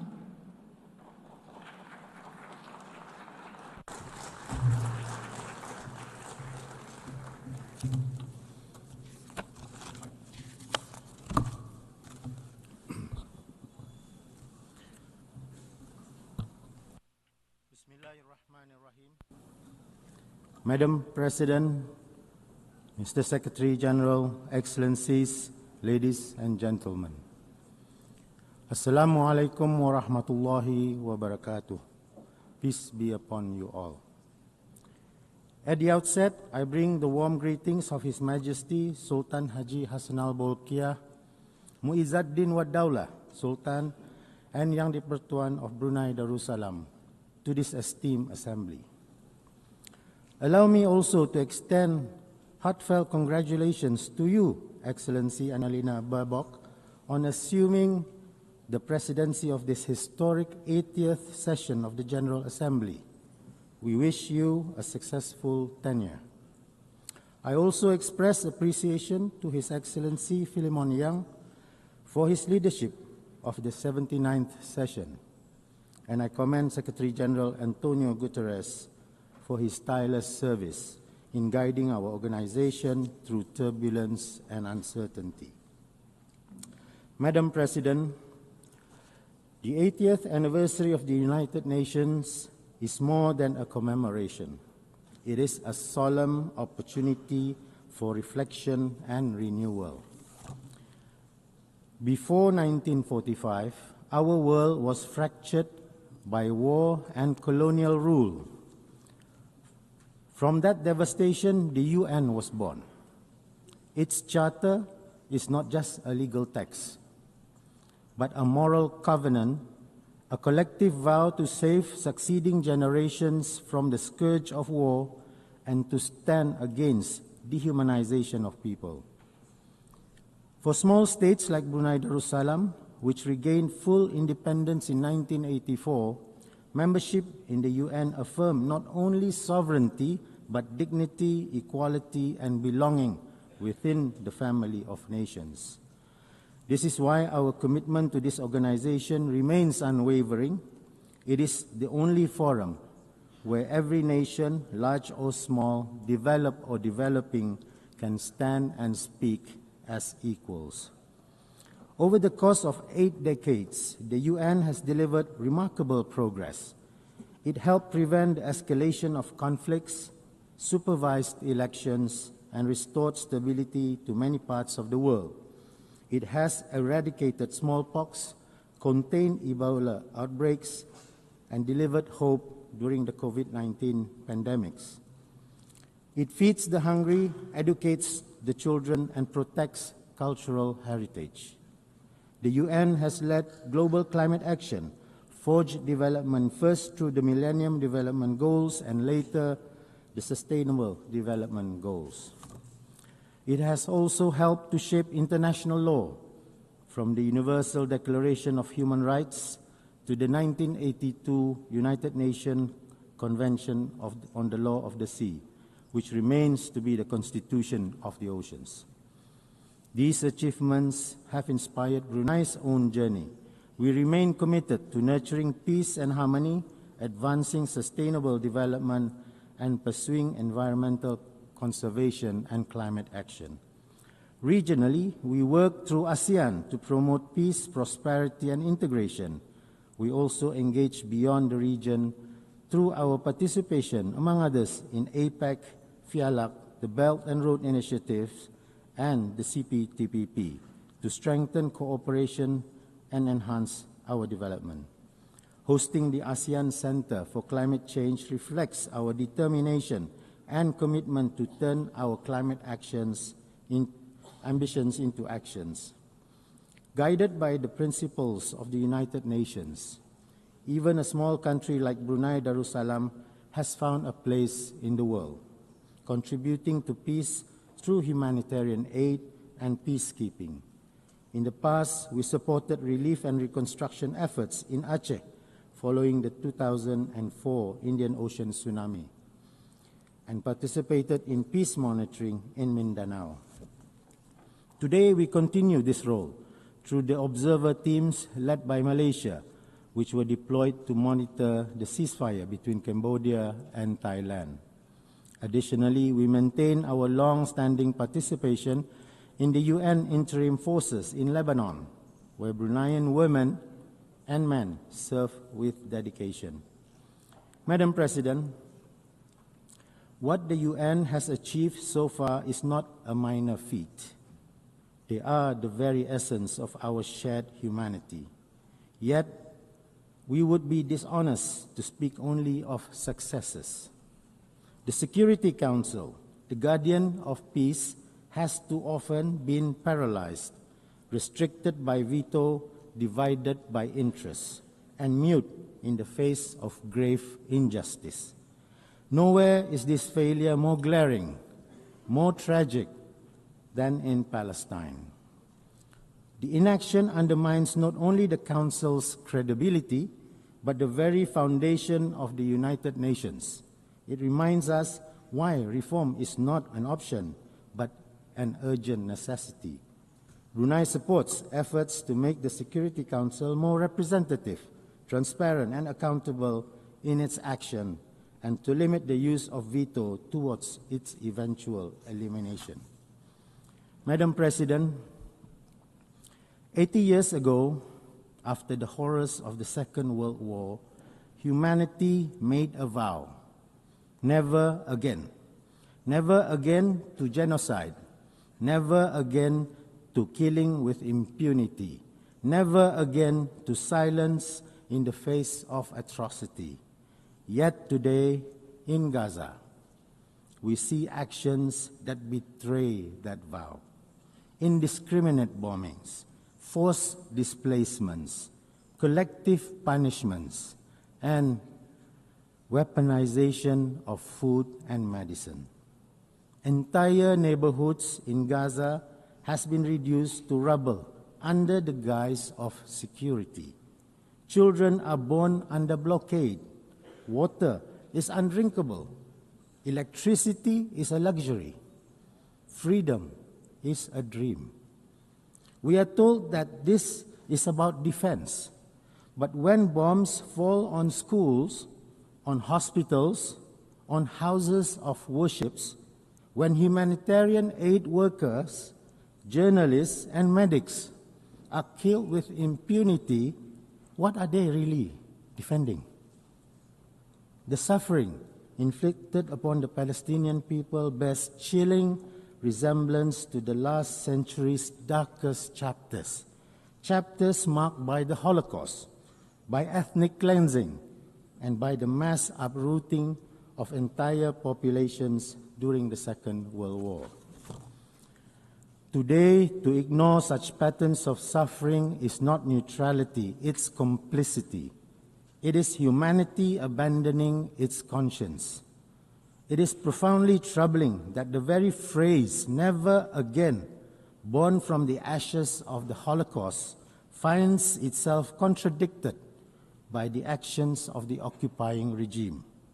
Its relentless pursuit of expansionism through annexation, illegal settlements, and the systematic erasure of Palestine echoes the ideologies of the past, such as the Greater Germanic Reich, which once sought domination at the expense of justice and humanity.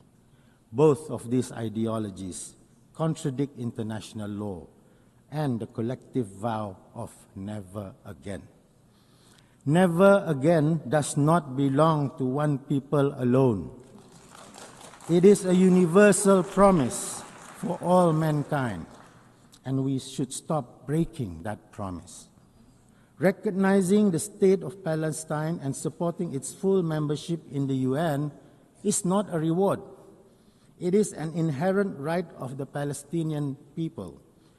It is a matter of principle, justice, and humanity. Brunei stands in unwavering solidarity with the Palestinian people, and in this regard, we fully support the New York Declaration endorsed at the high-level conference on the question of Palestine, which was co-chaired by the Kingdom of Saudi Arabia and the French Republic. We believe it offers a path for a just and lasting peace. We say all this not out of hatred, but out of hope for a future where both Palestinians and Israelis live in peace, not with domination, but with dignity, not with revenge, but with reconciliation. Madam President, the theme of this year's General Assembly, Better Together, is more than a slogan.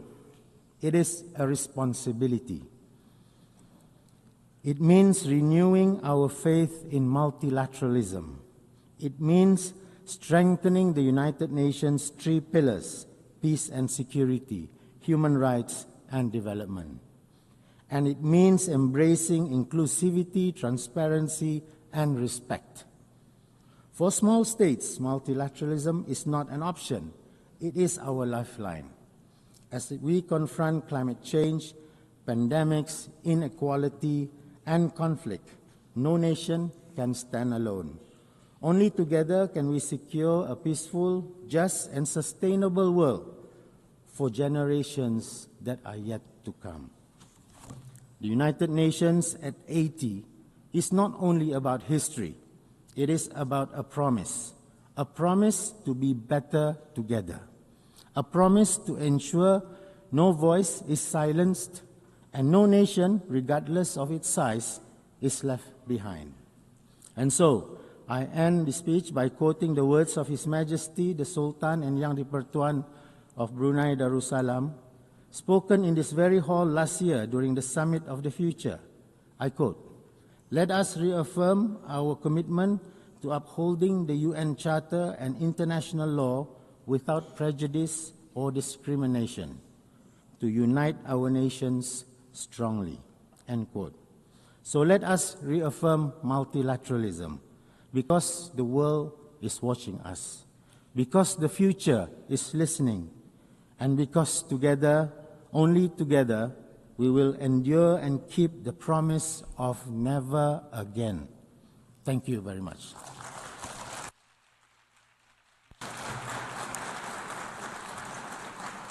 I thank the Second Minister for Foreign Affairs of Brunei Darussalam.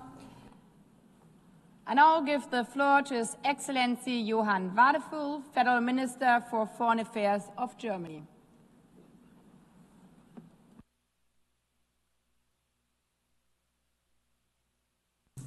Madam President, it's a pleasure to see you and a pleasure to see you in this role. Excellencies, on December 10th, 1932, a friend picked up Albert Einstein and his wife at their house near Berlin. Together they traveled to the German port city of Bremen. Albert and Elsa Einstein boarded a ship to North America. He planned to accept a 3-month position as visiting professor at the California Institute of Technology. Albert Einstein, one of the greatest physicists of all time, would never return to Germany. Only weeks later, the Nazi Party came to power. Excellencies, this year marks 80 years since the San Francisco Conference and the founding of the United Nations. The Holocaust and the World War, started by Germany, taught us that the denial of human dignity destroys lives, nations, cultures. The founders of the UN came together in the belief that the defense of freedom strengthens our shared humanity. It was a belief in a world order that gave my country the opportunity to be engaged for peace, prosperity and security and the family of nations, the United Nations. As Germans, we are deeply grateful for this opportunity. But it also means we feel particularly responsible for our United Nations. As Albert Einstein wrote in 1947, quote, "No international organization can be stronger than its component parts want it to be." In other words, it is up to us, the member states. We are the United Nations. We want these United Nations to be strong. Today, my country is running again for a seat as a non-permanent member of the Security Council for 2027-28 term. We do so at a time of unprecedented instability and upheaval. In Sudan and neighboring countries, we are witnessing the worst humanitarian catastrophe of our time.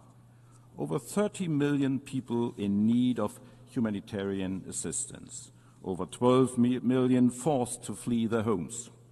We all need to do more to end this tragedy.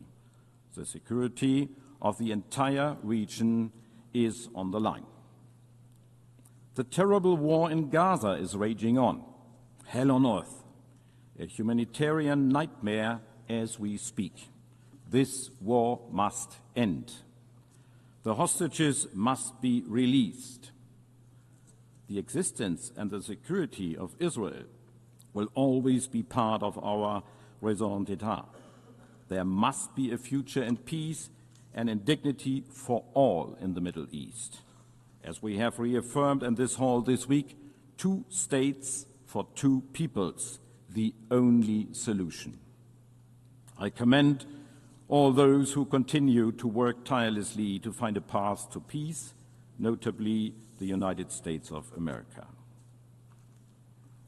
Excellencies, Iran has created and armed a network of malign proxy forces destabilizing the region. In addition, it has for many years been engaged in a nuclear program which goes far beyond any plausible civilian use. For us, it is imperative. Iran must never acquire a nuclear weapon.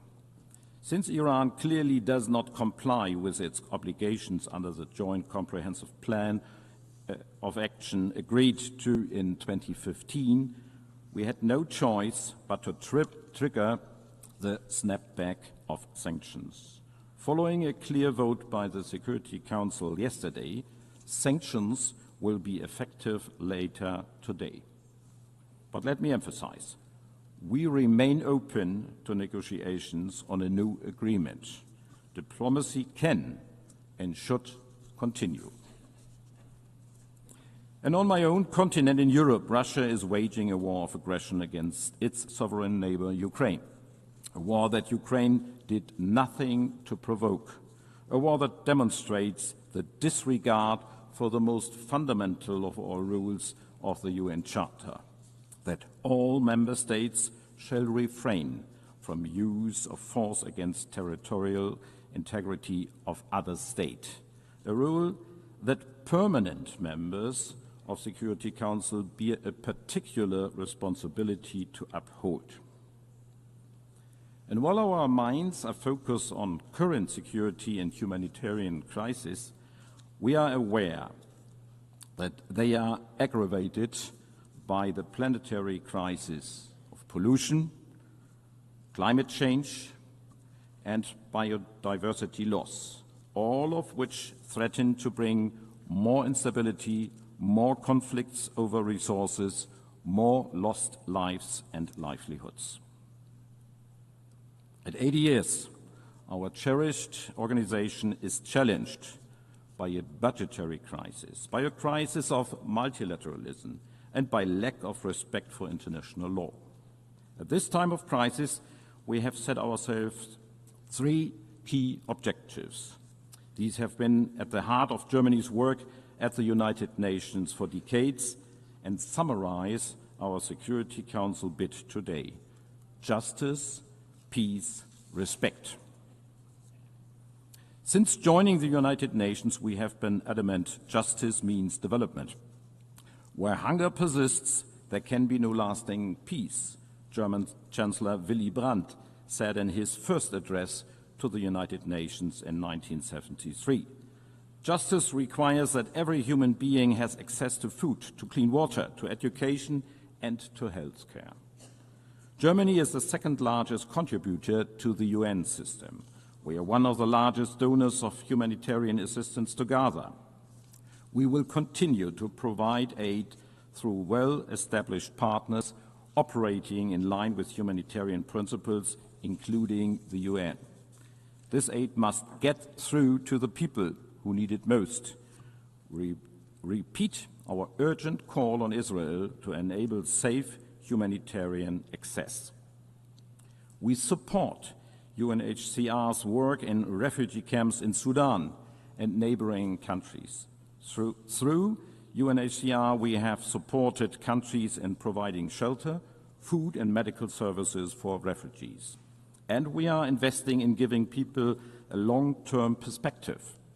I saw for myself how citizens from Mariupol have been able to find shelter in a hub created by the UNHCR in the city of Dipno, and how displaced people in Bekaa Valley in Lebanon were able to return to their restored communities through the support of UNHCR.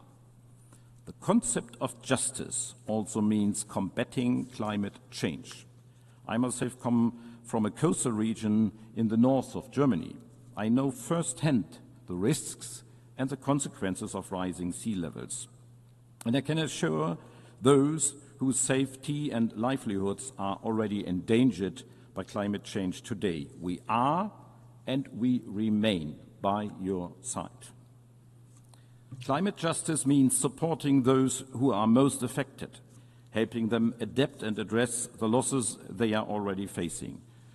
It means significantly reducing emissions globally and keeping the 1.5-degree limit within reach. Germany will be a reliable partner in this. We stand by our target to be climate neutral by 2045. Excellencies, justice, peace, respect. 35 years ago, we made a promise that a reunited Germany would work towards peace and stability. Our contributions to peacekeeping and peace building are proof that we are keeping that promise.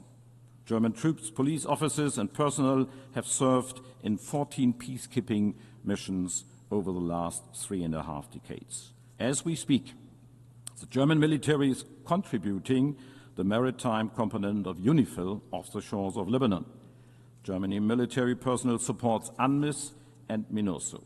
And we are contributing financially to the security of Haiti, where gangs are terrorizing the civilian population, a situation where the UN has an essential role to play for peace and security. We are proud that highly qualified German nationals are making the UN system work and involve in important positions. Germany will continue to provide skilled personnel to the UN system, working for peace, development, and human rights at all levels. We are the largest donor for UN peacebuilding. Germany is chairing the Peacebuilding Commission until January of next year. This is in line with our long-standing commitment to support national peacebuilding and conflict prevention efforts, because we are convinced that resilient civil societies and strong institutions are essential for addressing the root causes of conflict and for building peace in the long run. The Women, Security and Peace Agenda provides an essential contribution in that regard. Justice, peace, respect. Respect for the Charter of the United Nations, its fundamental goals and principles that we have all pledged to uphold. It is here in New York, in the halls of the United Nations, that all these nations come together to discuss peaceful solutions to conflicts around the world.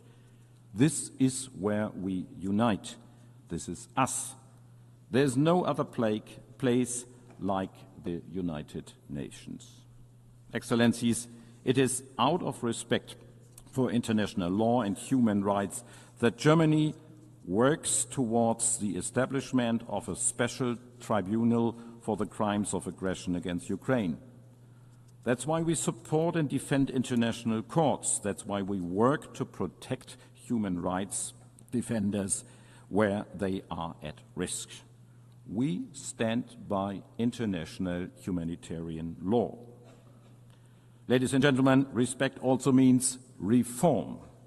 After 80 years, we must make sure that our institutions represent the world as it is today.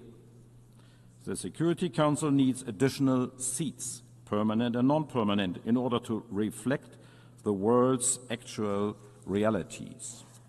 Germany is convinced that additional permanent seats must go to regions underrepresented today: Africa, Asia, and Latin America. Now more than ever, we need our United Nations to be fit for purpose. Therefore, the UNAT process must succeed. Today, the United Nations needs our support. Excellencies, we all would only stand to lose in a world where might makes right, where international rules are obsolete, in a world where treaties are only binding for the weak, and where war is a continuation of diplomacy by other means. Such a world would ultimately be governed by force. Justice, peace, respect, that is Germany's offer to each and every nation represented here in this great hall. It is an offer to listen, to cooperate, to find solutions. It is an offer rooted in our willingness to listen carefully to your concerns. And it is an offer which we are ready to back up. It is an offer you can always count on, now and in the future. Thank you.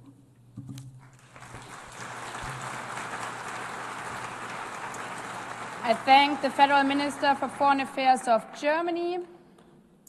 I now give the floor to Her Excellency Thorgerður Katrín Gunnarsdóttir, Minister for Foreign Affairs of Iceland.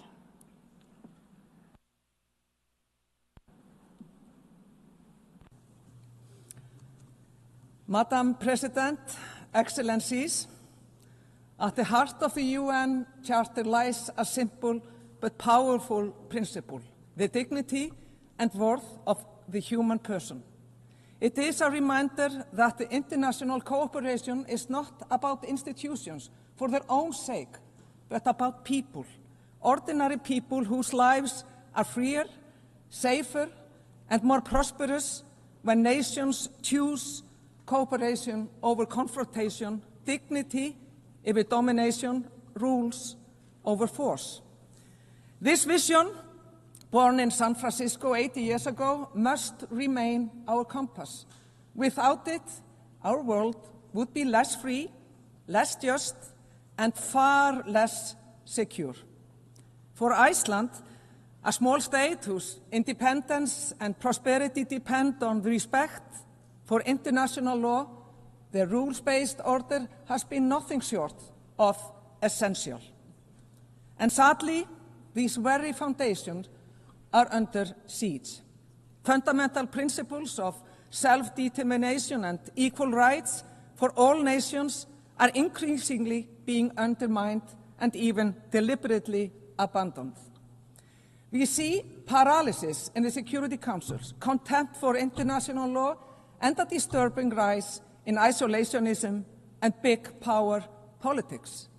This, in turn, contributes to a decline in the public's trust in a system that has brought us so much in the past 80 years. This erosion of the rules-based international order is deeply, deeply dangerous. A world not governed by rules will be a world where the strong impose their will and the weaker, they will pay the price. This may appeal to those who possess such power. There are clear indications that it does. But that is a world we cannot and should not accept. Madam President, Russia's full-scale invasion of Ukraine is not only a blatant violation of the UN Charter, it is a direct assault on this organization itself. And the fact that the aggressor sits on the Security Council entrusted with upholding peace is nothing short of obscene. Ukraine is not only bravely fighting for its independence and survival, but also defending the very, very values that the United Nations were founded upon: sovereignty, territorial integrity, and the right of all nations to live in peace and to live in freedom. Unfortunately, despite Ukraine's clear willingness and committed efforts by the United States and Europe, the path to peace has not advanced. As the past few weeks have shown, Russia does not want peace. Instead, the Kremlin accelerates brutal attacks on civilians and critical infrastructure in Ukraine. And meanwhile, Russia's provocations over Estonia, Poland, and Romania should be of concern to all nations. And let us be clear, Russia has no intention of ending this war.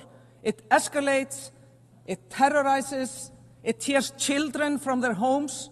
Tens of thousands of Ukrainian children have been abducted, a heinous crime, an attack on Ukraine's very, very future. If the dignity and worth of the human person mean anything, it is that these children are returned immediately. To the people of Ukraine, I say, Iceland stands with you, not only out of solidarity, but also because you are on the front lines, defending a rules-based order where law prevails over brute force. You must, dear friends, have a just and lasting peace. Dear colleagues, we must speak with equal clarity about Gaza.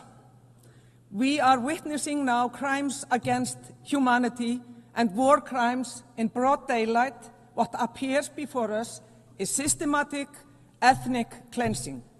This needs to end. We need an immediate ceasefire, full humanitarian access, and the unconditional release of all hostages. We need peace for all the innocent people. Iceland unequivocally condemned Hamas's gruesome terrorist attack on Israel October 7th. There is no justification for such brutality, nor the taking of hostages. But nothing, and I mean nothing, can justify the collective punishment of millions of Palestinians. Starvation, bombardment, forced displacement. These acts are cruel, they are inhumane, and they are illegal. There are children dying every day in Palestine. For the past 2 years, at least one child has been killed every hour in Gaza. Every single hour. Iceland recognized Israel in 1948 and Palestine in 2011. Our position remains clear. Both peoples have equal rights to self-determination. Lasting peace depends on it. A two-state solution where Israelis and Palestinians live side by side in peace and mutual recognition remains the only viable path to peace, even if many doubts its feasibility today. If we abandon it, we abandon hope itself. Extremists and spoilers on both sides have long stood in the way of peace. Hamas has no place in the future of Palestine.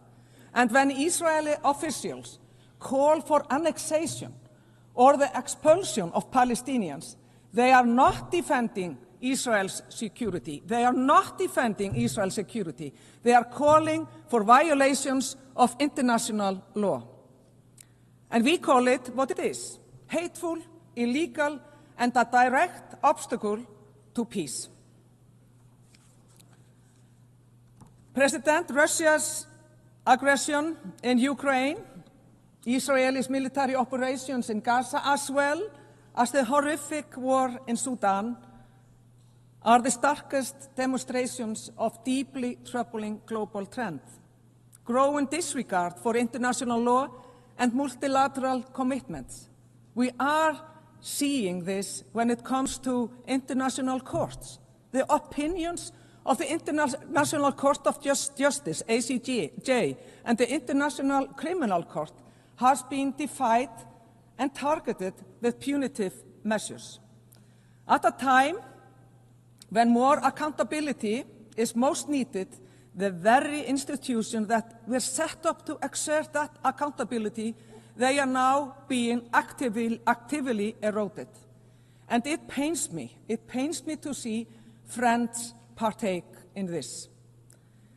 This is especially alarming for small states like my own, whose very existence depends on functioning system of international law and commitments. When the powerful abandon the rules, all nations are at risk.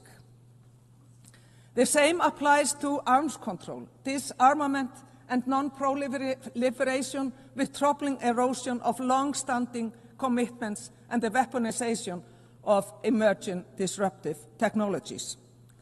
We must also recognize new challenges, global corporations that transcend borders, shaping economies, technology, and also daily life without sufficient accountability. This is a reality without precedent, and one that demands also international responses. I implore all of you, not least those representing major powers, to think about this, to ponder what kind of world we actually want to live in. I, for one, know my mind in this respect. Madam President, human rights are not optional. They are not optional. They are universal, indivisible, and fundamental to peace and prosperity. It is a matter of pride for us that Iceland is seen as a global trailblazer in terms of gender equality. 50 years ago, next month, the women of Iceland set out to strike against the systematic inequality in the so-called women's strike. This set us on a path. But no country is perfect, however, and none has achieved full equality. My government, which is led by 3 women for the first time, is committed to pushing this progress further. And on that topic, Iceland expects nothing less than to see the United Nations finally led by a woman when the next Secretary General takes office. Dear colleagues, I must speak plainly. Those who rely on democracy, human rights and free trade, we are under pressure. Populist movements are gaining ground, and we see how disinformation and conspiracy theories spread online, corroding trust in facts, in institutions, in one another. The result is predictable: rising intolerance, especially towards marginalized groups, women, LGBTQI+ groups and persons, minorities, people whose only crime is being who they are. And let us be clear, women are not the problem. LGBTQI+ people are not the problem. Minorities are not the problem. The problem lies with those who spread fear and division. This trend is deeply dangerous for democracy, and it is why Iceland, as a member of the Human Rights Council, will continue to speak loudly and very clearly. Equality is not negotiable. Human dignity cannot be bartered away. Freedom of expression is the cornerstone of democracy. It is also the foundation of innovation, of culture, of progress. But freedom comes with responsibility. To distort free speech into the mass production of lies, propaganda, or AI-driven disinformation is not the exercise of freedom. It's betrayal. Twisting facts into fake news, science into lies, and upending reality is an attack on truth itself. Iceland will continue to defend freedom of expression, but also to insist that it be used responsibly, not as a weapon to harm or to divide. President, as global needs are at an all-time high, we are seeing large-scale reductions in development budgets by several major donors with profound consequences for the poorest countries and the most vulnerable. Iceland, we will not follow that path. Ultimately, development cooperation is an investment in our common rights and freedom, bringing us towards a more stable, just, and a peaceful world. The climate crisis that we are certainly facing knows no borders. In the high north, where Iceland lies, temperatures are rising more than twice the global average.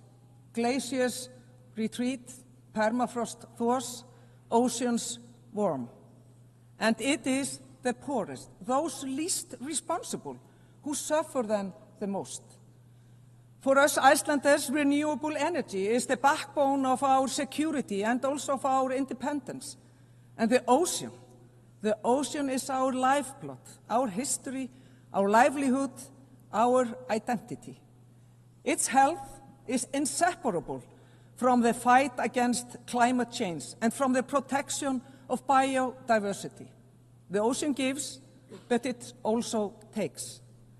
That shared understanding deepens our solidarity with small island states and others who are now on the front lines of sea level rise.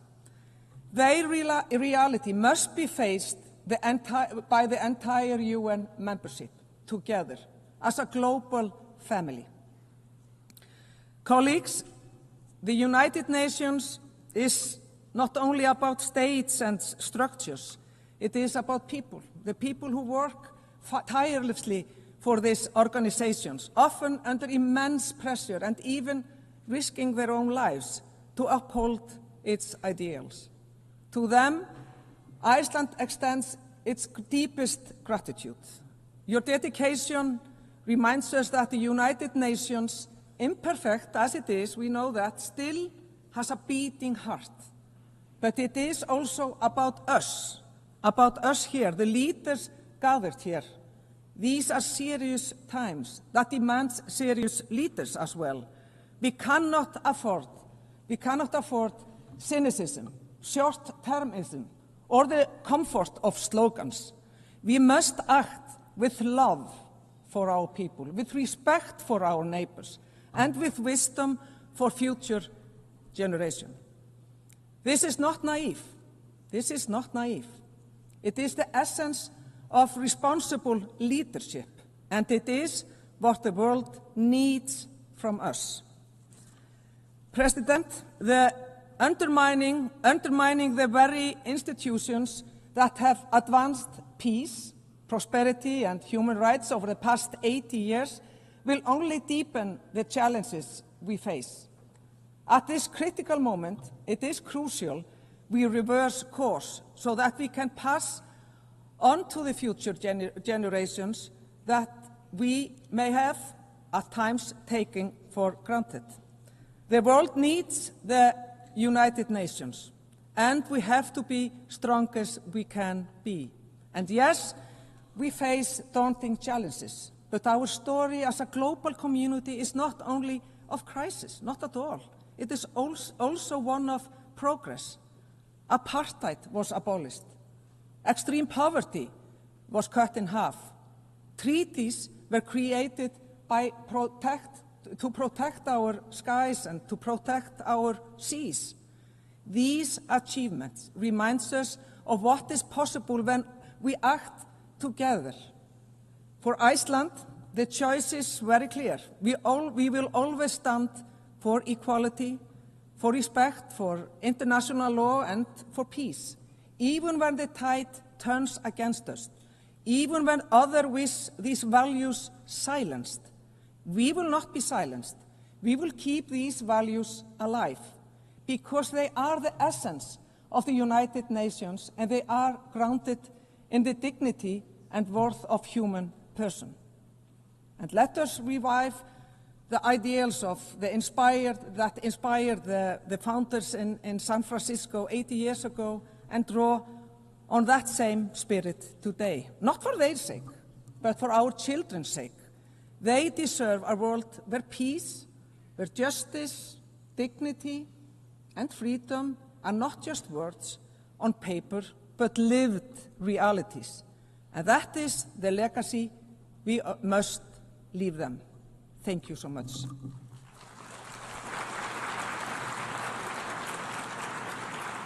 I thank the Minister for Foreign Affairs of Iceland.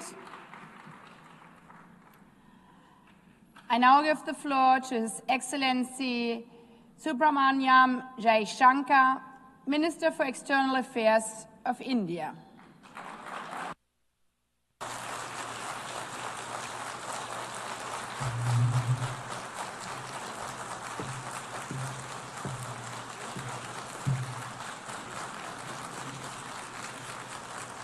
Madam President, Excellencies, ladies and gentlemen, Namaskar from the people of Bharat.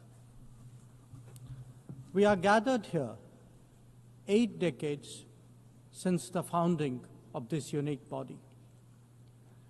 The UN Charter calls on us not just to prevent war, but to build peace. Not just to defend rights, but to uphold the dignity of every human being. It challenges us to stand as good neighbors, uniting our strength so that generations to come inherit a world of justice, of progress, and of lasting freedom.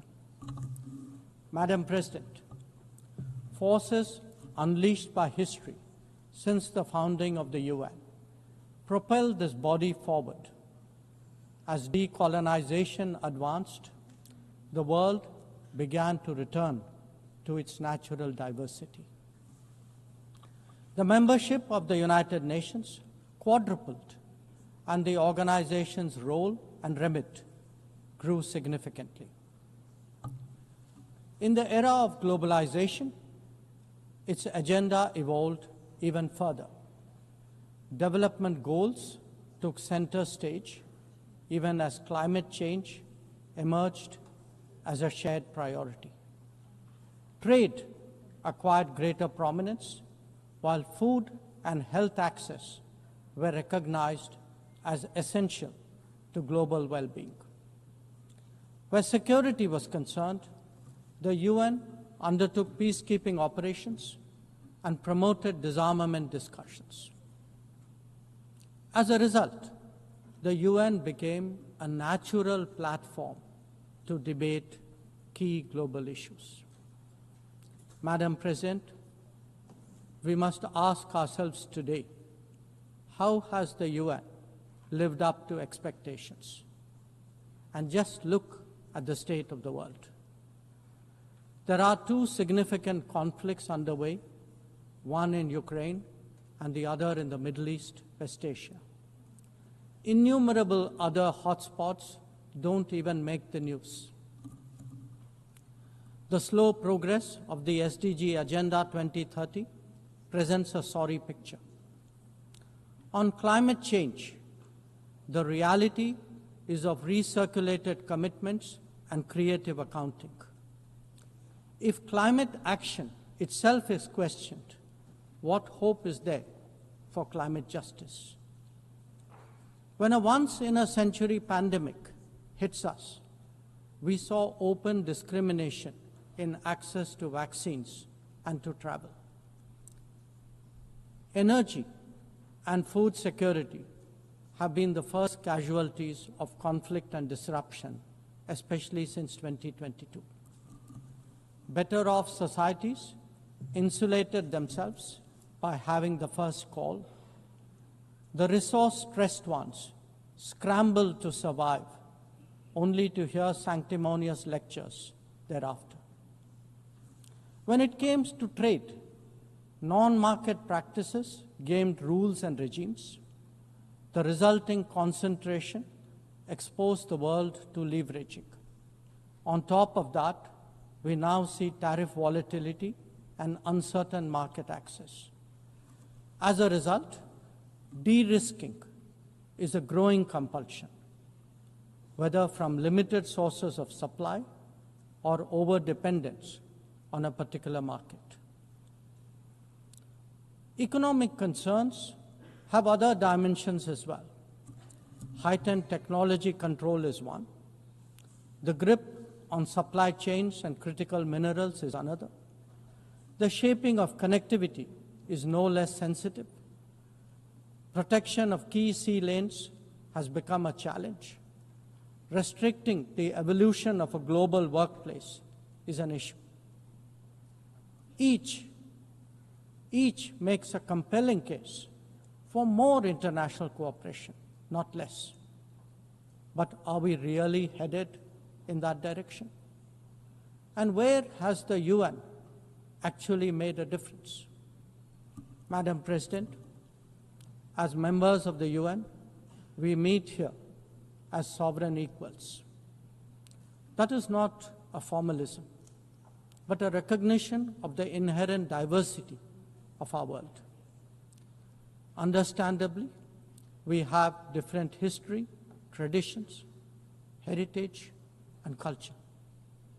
For them to coexist, for them to enrich each other, it is imperative that we foster understanding and respect. This will only happen when we resist political interference and economic pressures, when narratives are free of prejudice, when double standards are abjured, and when pluralism is truly appreciated. Madam President, Excellencies, while asserting our rights, we must also firmly face up to threats. Countering terrorism is a particular priority because it synthesizes bigotry, violence, intolerance, and fear. India has confronted this challenge since independence, having a neighbor that is an epicenter of global terrorism. For decades now, major international terrorist attacks are traced back to that one country. UN's designated lists of terrorists are replete with its nationals. The most recent example of cross-border barbarism was the murder of innocent tourists in Pahalgam in April this year. India exercised its right to defend its people against terrorism and brought its organizers and perpetrators to justice. Because terrorism is a shared threat, Madam President, it is essential that there is much deeper international cooperation. When nations openly declare terrorism a state policy, when terror hubs operate on an industrial scale, when terrorists are publicly glorified, then such actions must be unequivocally condemned. The financing of terrorism must be choked, even as prominent terrorists are sanctioned. Relentless pressure must be applied on the entire terrorism ecosystem. Those who condone nations that sponsor terror will find that it comes back to bite them. Madam President, an objective report card will show that the UN is in a state of crisis. When peace is under threat from conflicts, when development is derailed by lack of resources, when human rights are violated by terrorism, the UN remains gridlocked. As its ability to forge common ground diminishes, belief in multilateralism also recedes. Central to the erosion of the UN's credibility has been resistance to reform. Most members strongly desire change, but the process is being made an obstacle to the outcome. It is imperative that we see through this cynicism and purposefully address the reform agenda. The historical injustice done to Africa should be redressed. Both permanent and non-permanent membership of the Council must be expanded. A reformed Council must be truly representative, and India stands ready to assume greater responsibilities. Madam President, today the predicament of the Global South is especially acute. Bharat, under the leadership of Prime Minister Narendra Modi, believes that it has both a duty to contribute and an obligation to motivate. That is why we have undertaken more than 600 major development projects in 78 countries, as well as innumerable community-based initiatives.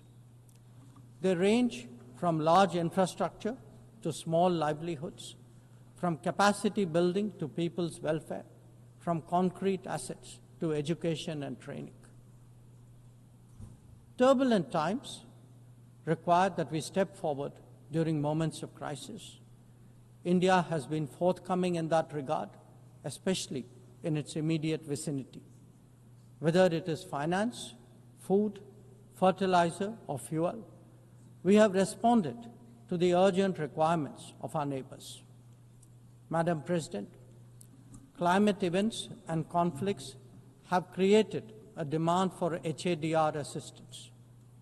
Reflecting our growing capabilities, Bharat has endeavored to be a first responder. Be it essential medicines or relief supplies, the operations of a field hospital or limb fitment camps, these efforts covered 19 nations last year. The people of Afghanistan and those of Myanmar saw India extend its hand during recent earthquakes. Our efforts at ensuring safe commerce, combating piracy, and preventing attacks on shipping in the Northern Arabian Sea also bear mention. And the Indian tradition of UN peacekeeping operations continues in the Democratic Republic of Congo, in Western Sahara, Central African Republic, Golan Heights, Cyprus, Lebanon, Abyei, South Sudan, and Somalia. To put it clearly, our soldiers ensure peacekeeping, our sailors protect maritime shipping, our security counters terrorism, our doctors and teachers facilitate human development the world over, our industry produces affordable products, our techies promote digitization, and our training facilities are open to the world. These remain the core of our foreign policy. Madam President, each one of us has the opportunity of contributing to peace and prosperity. In the case of conflicts, especially Ukraine and Gaza, even those not directly involved have felt its impact. Nations who can engage all sides must step up in the search for solutions. India calls for an end to hostilities and will support any initiative that will help restore peace. The last decade in Bharat has also seen transformative changes due to the vision of Prime Minister Modi. Our digital public infrastructure has redefined governance and enabled delivery of public services on an unprecedented scale.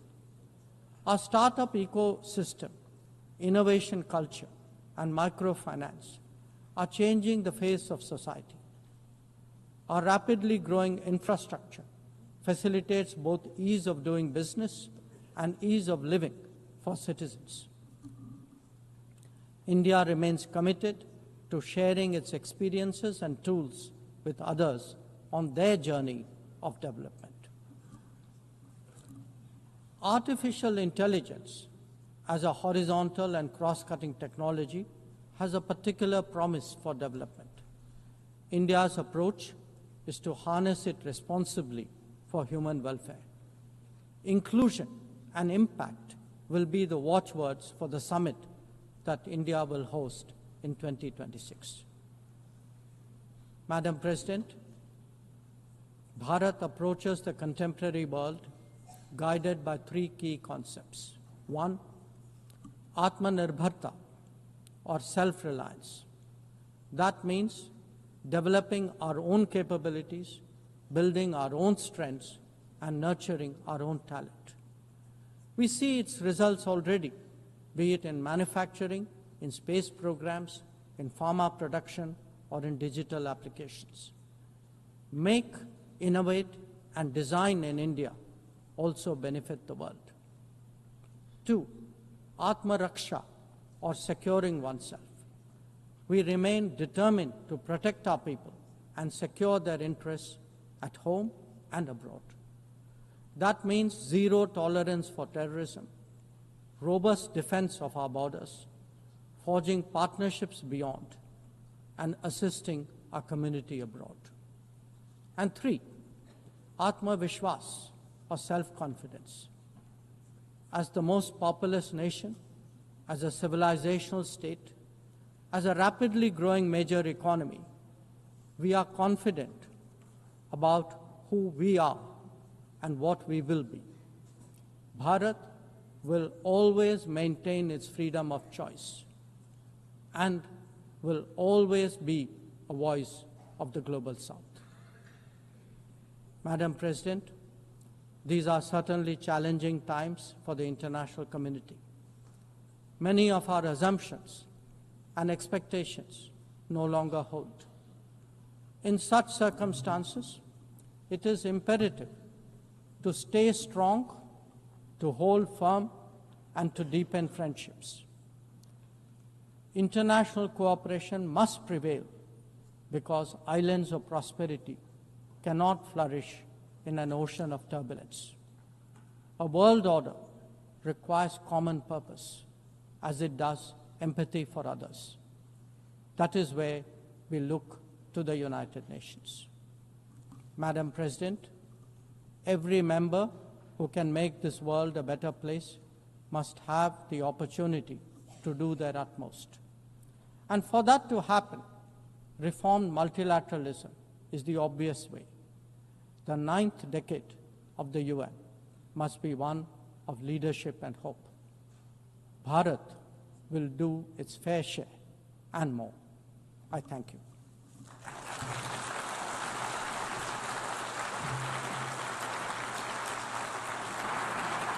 I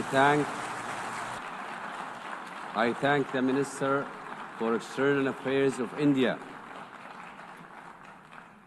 والآن أعطي الكلمة I now give the floor to His Excellency Badr Ahmed Mohammed Abdul Ati, Minister for Foreign Affairs, Immigration and Egyptian Expatriates of Egypt.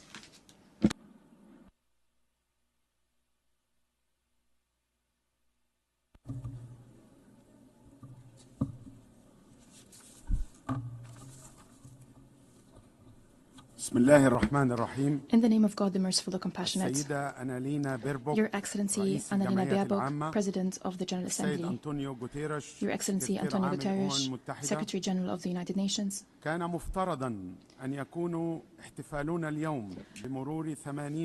celebration today of the 80th anniversary of the United Nations was supposed to be an occasion, an opportunity to reflect on the journey of this organization, an opportunity to think of the achievements of the organization in maintaining international peace and security and ensuring prosperity and development for all, and establishing an international order based on international law that are applied by all, that apply to all, to preserve the dignity and rights of all. However, the reality of these international organizations today, 80 years after its establishment, has nothing to do with these noble goals. The multilateral international system is facing challenges. Its pillars are being eroded. It's fluid as a result of crimes being committed in full view of the international community. The international community is standing idly by as a spectator before the systemic violations of international law that undermines the international system. We're seeing double standards across the board, but especially in the Middle East. The Middle East is at the point of implosion. The basis of stability, peace and security are absent. There is no noteworthy respect of international legitimacy. Our Palestinian brethren is falling victim to the most heinous Israeli actions. It's a war, a wanton, unjust war waged against defenseless civilians for a sin they did not commit, driven by an extremist ideology that only sees destruction, killing, and systematic starvation, a toxic narrative, an incitement to hatred and violence. The aggression is transpiring without accountability, and it has affected one country of the region after the other. The most latest, what we've seen, is the wanton aggression against brotherly Qatar. Egypt is one of the first to anchor the pillar of peace in the region when President Sadat visited Jerusalem in historic visit in 1979. Egypt feels concerned and feels responsible at the same time. 2 years following this wanton aggression against Gaza, following the daily violations in the West Bank, the foundations of peace that we have been laying for 75 years are now being threatened. In light of these difficult circumstances, Egypt presents its vision to deal with the situation in the Middle East and the international system as follows. First, we express our appreciation and gratitude to President Donald Trump, which announced his full commitment and his willingness to work with the leaders of the region to end this unjust war against Gaza, according to an integrated, comprehensive vision that stops the bloodshed, that ensures security for all, that restores the foundation to bring back lost trust. Egypt is fully willing and is fully committed to building on the vision by President Trump to restore stability, to end the war, to open a political horizon that paves the way towards the establishment of the Palestinian state, to also release hostages and detainees, and to heal all wounds, the wounds of the orphans, the wounds of the injured, the wounds of the hungry in the Gaza Strip, and put an end to the arrogance of might, and to put it aside, and to restore hope for tomorrow. Egypt, since the outbreak of this crisis, have done its utmost to reach a ceasefire that is sustainable in Gaza, in partnership with brotherly Qatar and the United States of America.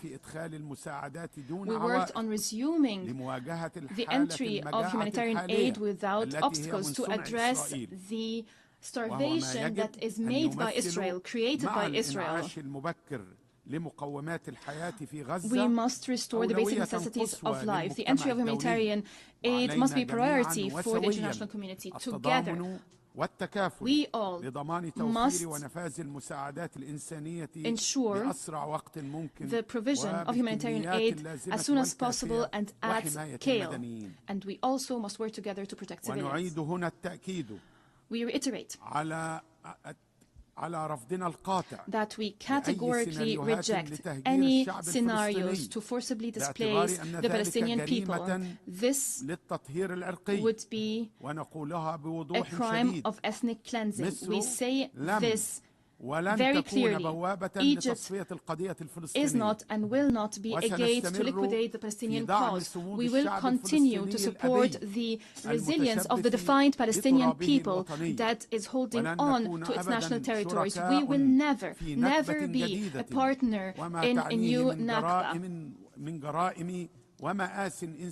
bringing humanitarian tragedies, even more humanitarian tragedies. Egypt also presented a plan for reconstruction and recovery that was accepted at the Arab, Islamic, and international level. We commend the invaluable role of UNRWA,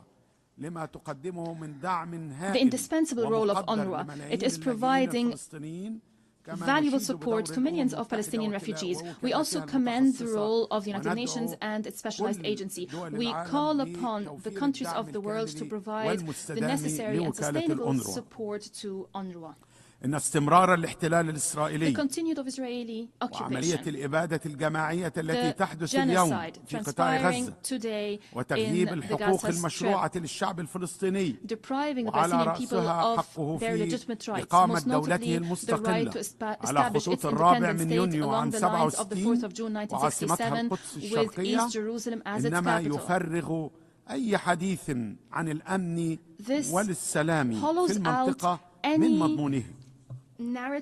ونؤكد في هذا الصدد دعمنا الكامل لمسار مؤتمر حل الدولتين الذي قادته فرنسا والمملكة العربية السعودية، ونشيد بالقرارات الشجاعة للدول التي أعلنت مؤخرا اعترافها بدولة فلسطين المستقلة والحرة.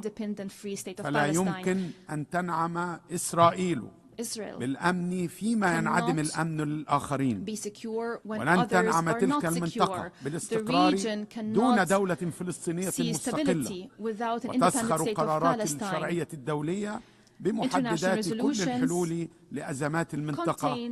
كل ما نحتاجه فقط الرؤية الثاقبة والحكمة والإرادة السياسية واستيعاب دروس الماضي. ونحذر في هذا السياق من استمرار السياسات القمعية والممارسات الإسرائيلية غير المسؤولة في غلق الباب أمام آمال شعوب المنطقة في التعايش السلمي والتعاون الإقليمي. وفي مواجهة هذه التحديات طرحت مصر والسعودية الرؤية المشتركة للأمن والتعاون في المنطقة التي أقرتها الجامعة العربية لتكون أساساً لتصور جديد لإقليم ينعم كل أطرافه بالأمن المتكافئ والمتوازن والمستدام. يدنا ممدودة بالسلام، فلا تخذلوا أحلام أطفال يتطلعون لمستقبل مشرق، وشباب يرغبون في البناء والتعمير، وشيوخ يرجون الحياة الكريمة في سلام.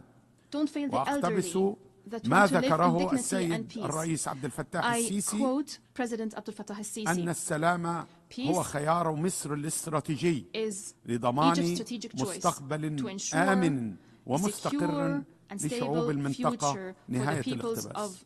ثانيا، تنظر مصر لمحيطها الملتهب من منظور شامل يرتكز على القانون الدولي ويعطي الأولوية لاحترام سيادة الدول وتسوية النزاعات بالطرق السلمية والحفاظ على الدولة الوطنية ومؤسساتها ومكافحة الإرهاب كركائز الاستقرار.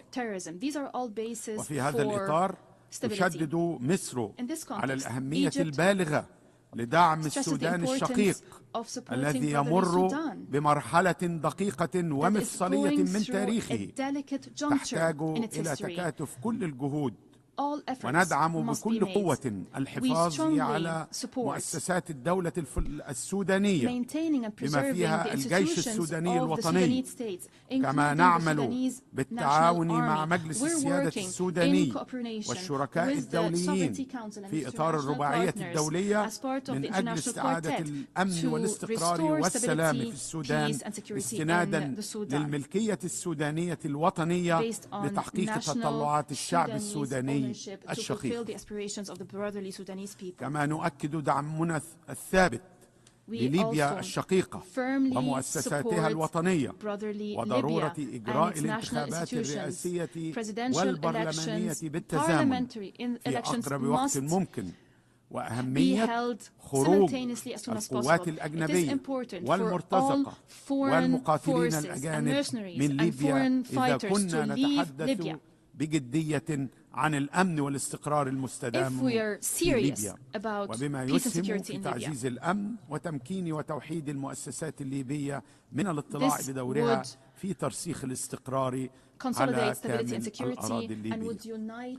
ونشدد أيضا على ضرورة حل الأزمة اليمنية وفقا للمرجعات الدولية وصون حرية الملاحة والحفاظ على أمن البحر البحر الأحمر شريان التجارة الدولية، خاصة وأن مصر هي أكثر الأطراف المتضررة من هذا التصعيد، حيث خسرت أكثر من 9 مليارات دولار من عوائد قناة السويس نتيجة اضطراب حركة التجارة الدولية عبر البحر الأحمر. كما نؤكد على أمن الصومال واستقلاله ووحدته الترابية security and territorial integrity of Somalia is part and parcel of the security of the region. We call for making concerted efforts and mobilizing the necessary funding in order للدعم والاستقرار في الصومال ونؤكد هنا التزام مصر المشاركة في هذه القوة بمكون شرطي وعسكري. كما لا يفوتني هنا أن ندين بشدة الانتهاكات الإسرائيلية المتكررة لسيادة لبنان وسوريا والانتهاك المتكرر للأراضي اللبنانية والسورية، ونؤكد على ضرورة احترام وحدة وسلامة التراب الوطني اللبناني والسوري. وفي ظل هذه الأزمات الإقليمية المركبة تقوم مصر بدور إنساني بارز من خلال استضافة أكثر من 10 ملايين من اللاجئين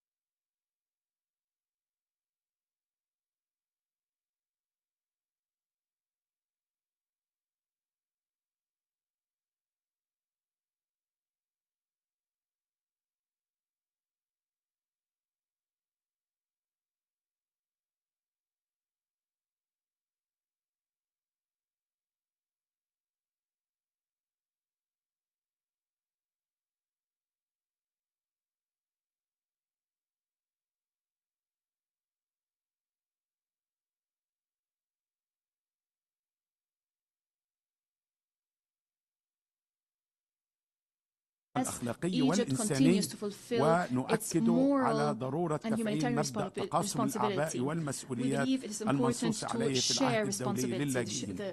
ثالثا، تتبنى مصر سياسة نشيطة للوساطة وبناء السلام تحت قيادة السيد الرئيس عبد الفتاح السيسي لنسج التفاهمات والتوصل للحلول، وإثر ما شهدته منطقتنا من استهداف لمنشآت نووية خاضعة لضمانات الوكالة الدولية للطاقة الذرية بالمخالفة للقانون الدولي. رابعاً، نؤمن إيمانا راسخا بأن التعاون وفقا للقانون الدولي ركيزة الاحترام المتبادل والسبيل الأوحد لتحقيق المنفعة المشتركة، ولقد أثبتت التجارب أن الإجراءات الأحادية تعمق الأزمات وتزيد الفجوات.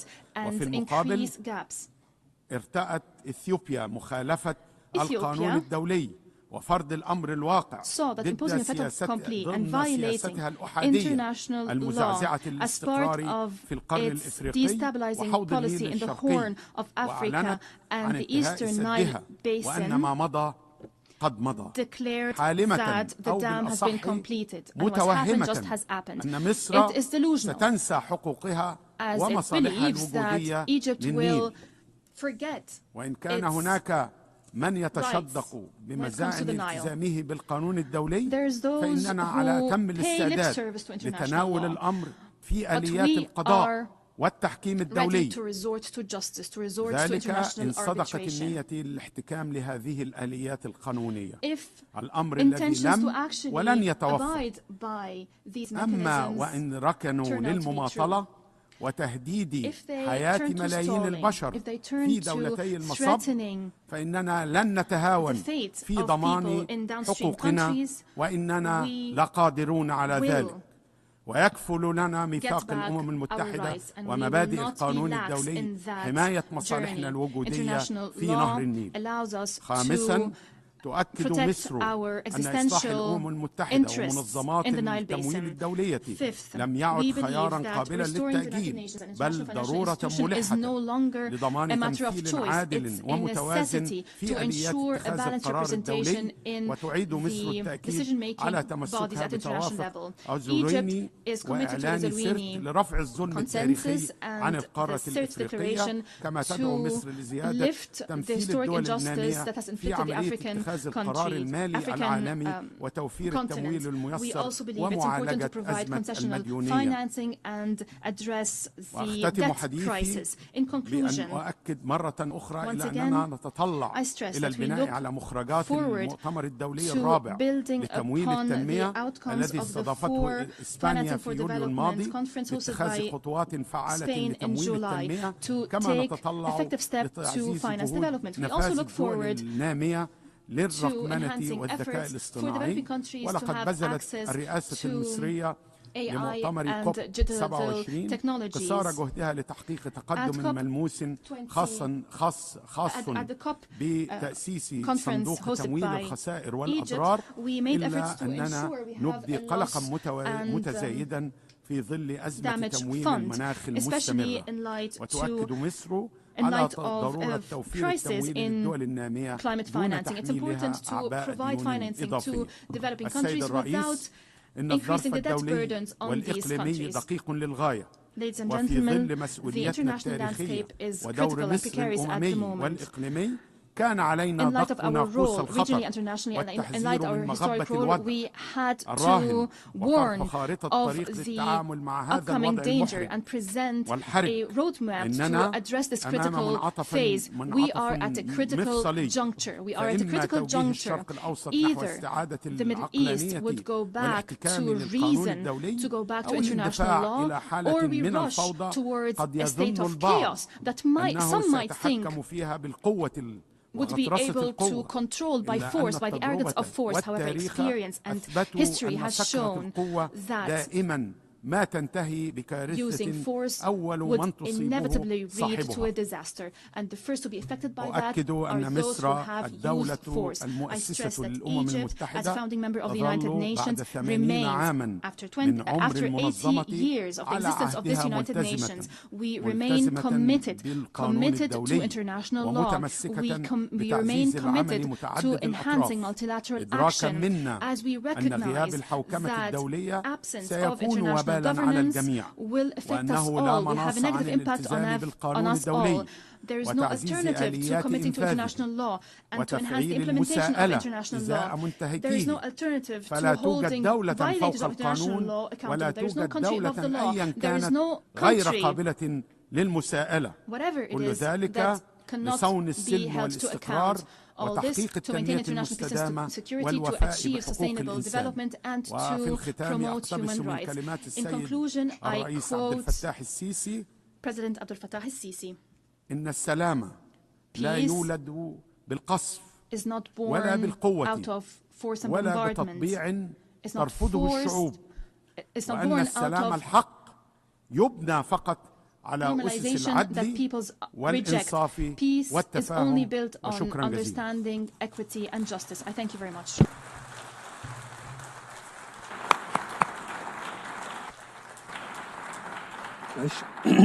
أشكر معالي وزير الخارجية والهجرة والشؤون المصريين بالخارج في جمهورية مصر العربية. I now give the floor to His Excellency Maxim Bezhenikov, Minister for Foreign Affairs of Belarus.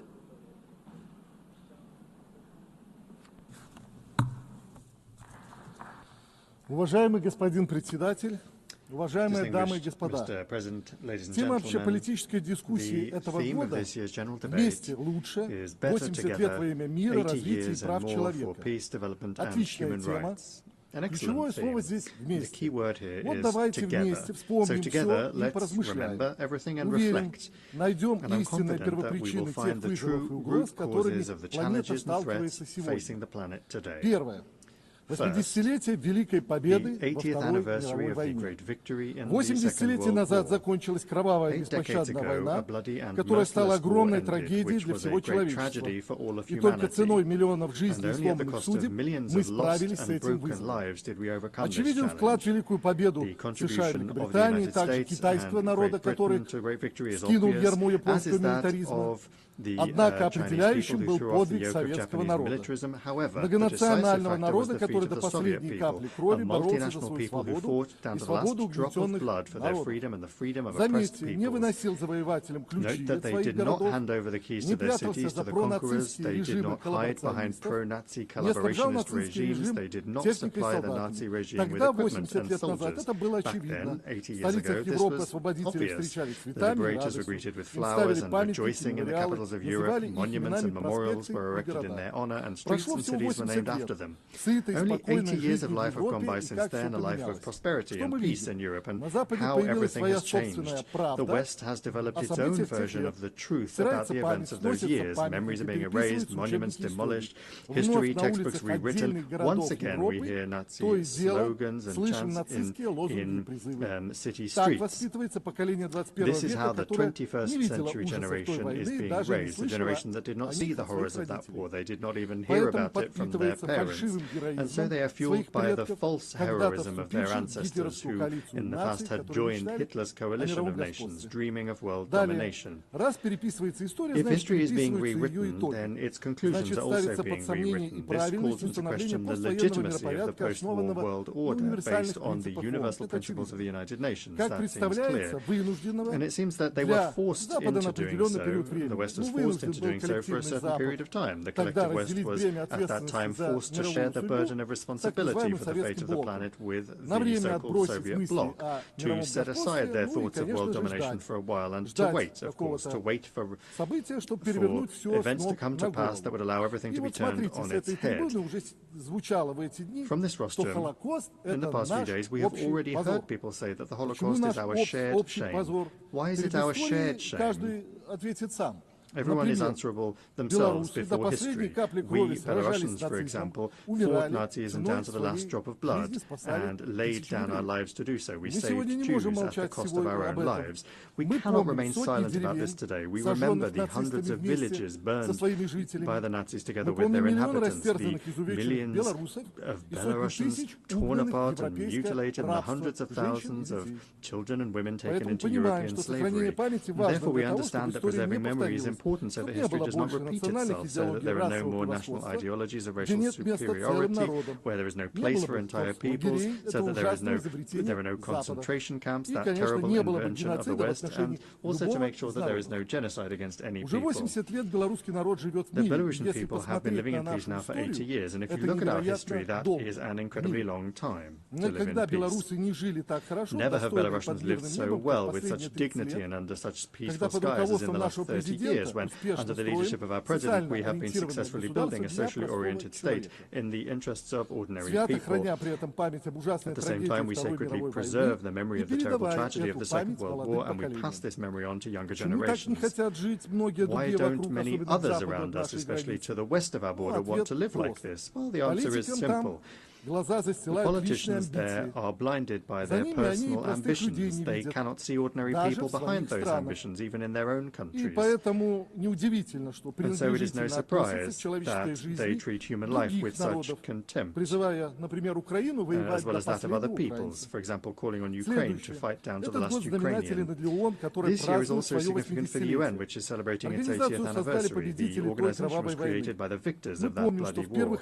We remember that Belarus was among the first founders as well. Belarus, a country where 1 in 3 people were killed, tortured or burned, and throughout all these years the Belarusian delegation has been one of the most reliable supporters of strengthening the foundations of the UN, initiating the most bold, peace-loving and historically hard-won initiatives. Therefore, we have the right to speak directly today about what our organization has achieved by the time of its anniversary. And I would like to talk about 3 key elements. First, it is indisputable that the UN remains a central element of international life.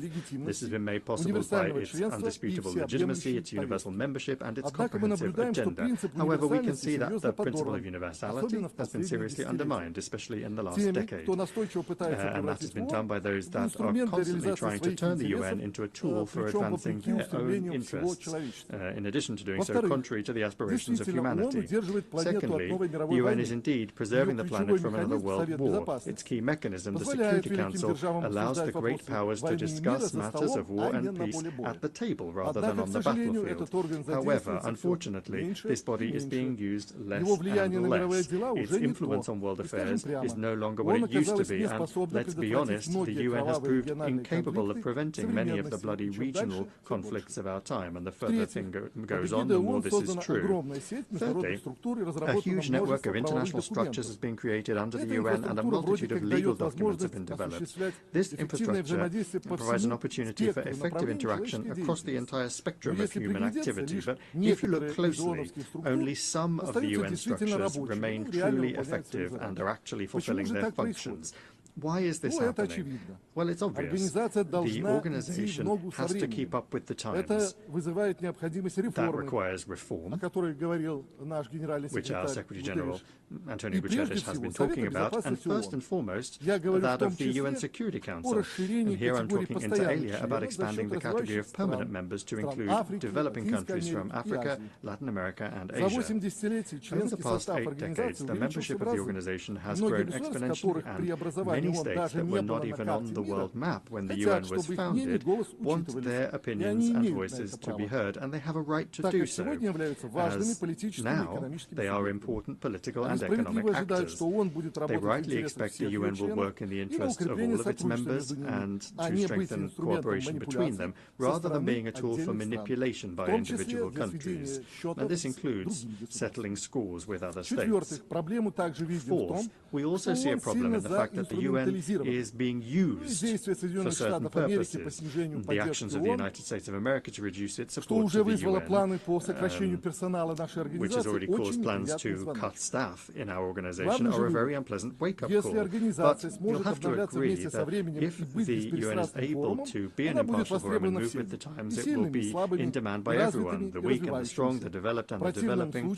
Otherwise, it will suffer the same fate as the League of Nations. And Belarus does not want that to happen, because for the time being we do not see any alternative to the UN. And that is why talking about these institutional problems sincerely today is important, to understand their nature and to correct them. The 50th anniversary of the Helsinki Final Act is being marked this year as well.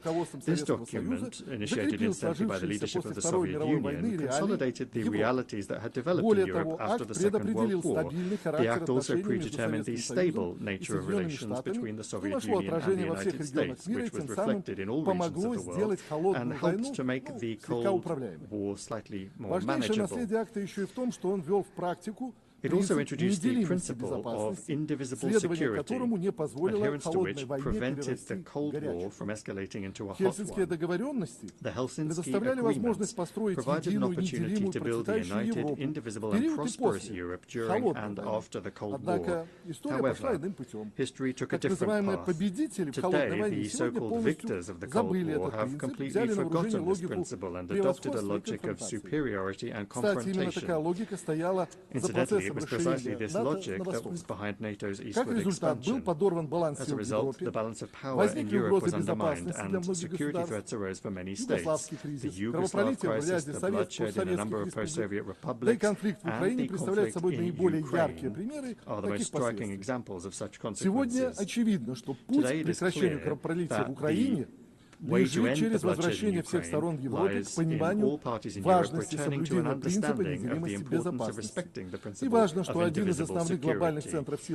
And it's important that one of the main global centers of power, the United States, has finally started to understand the importance of this.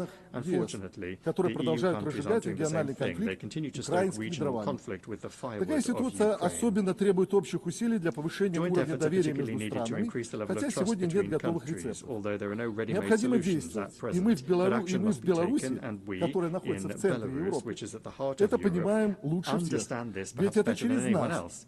After all, it was through us that the most tragic wars of modern times have swept through our country every 50 years or so, leaving nothing but memories in their wake. And that is why we cannot delay.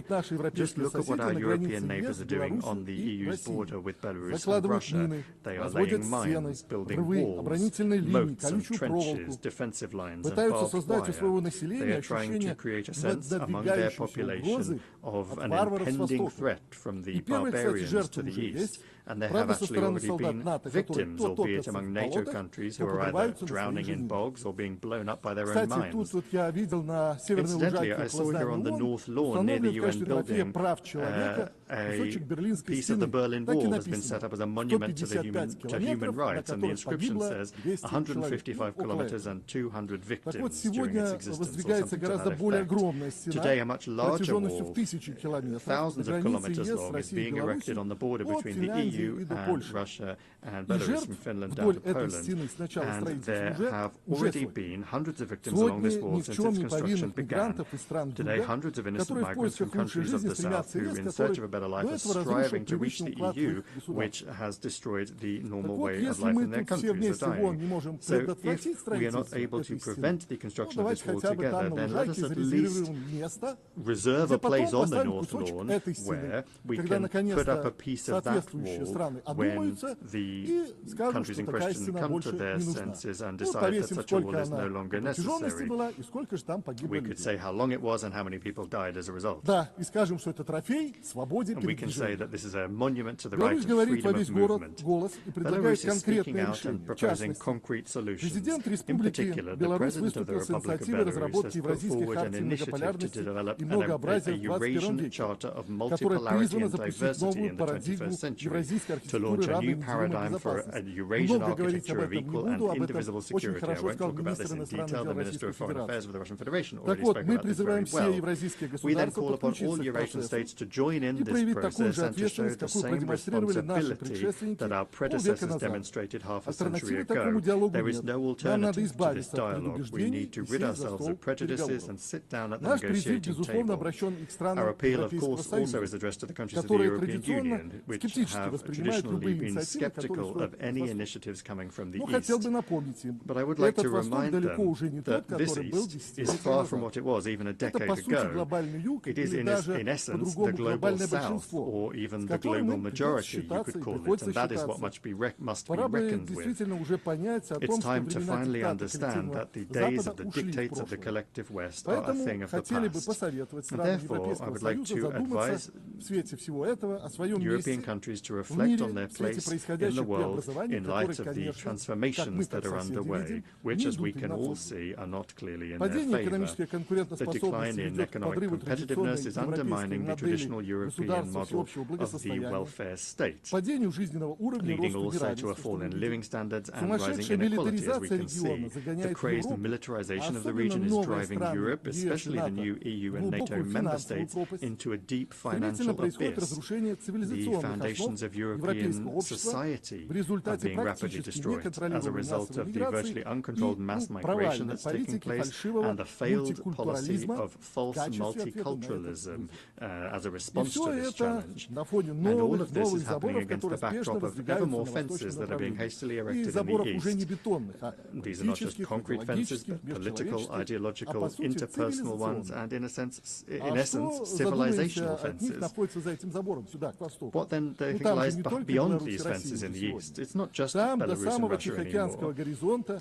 There's also the Indian Ocean, and as our Chinese friends say, a community of shared destiny and shared responsibility for the future of humanity that is stretching all the way to the Pacific horizon that exists there, with the weakening of customs and physical borders, the strengthening of cooperation across the entire spectrum of pressing issues, the development of interpersonal contacts and multifaceted interaction. This is a community where, despite numerous cultural and national differences, people respect each other at the very least and do not impose ideological dogmas and rules of behavior on one another. Billions of people, millions of kilometers of territory, a powerful, rapidly growing economy, and the most advanced technologies, ones that are now our own.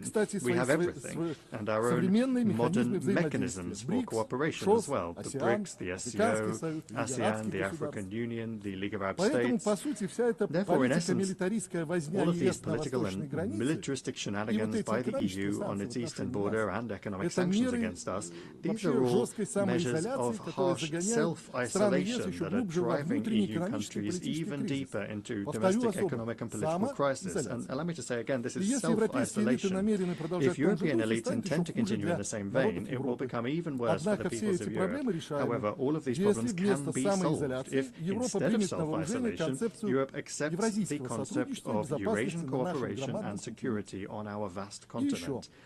And another thing, this year we are marking the quarter century that has passed since, from the rostrum of the General Assembly, one of the greatest hopes and promises in the history of the United Nations were voiced. A full 25 years now separate us from the Millennium Summit, at which the Millennium Development Goals were adopted. At that time, it seemed that with the dawn of a new millennium, we were also entering a new era, one of beneficial globalization and universal prosperity. Where do we find ourselves a quarter of a century later? On the one hand, we have become even more interconnected and interdependent, and this is thanks to technological development, which is constantly changing the concepts of time and space. But on the other hand, multiple fault lines have emerged that completely negate all of the positives. Consider the following figures. In 2000, there were around 50 million displaced persons in the world. Today, there are more than 120 million. More than 1 billion people on the planet still live in multidimensional poverty. Conflicts in Ukraine, Palestine, Syria, post-war syndrome in Afghanistan, Iraq, Libya, and a number of other countries that is preventing the peoples of those countries embarking on the path of recovery. Large-scale military action against sovereign countries outside of any legal framework, trillions of dollars spent on mindless militarization. This is where we've ended up 25 years on instead of those hopes. Just consider the 6.5 decades of the economic blockade of Cuba, which has also been completely unjustifiably declared a sponsor of terrorism. And in the same vein is the story about some kind of drug threat from Venezuela, which is completely unfounded and unacceptable.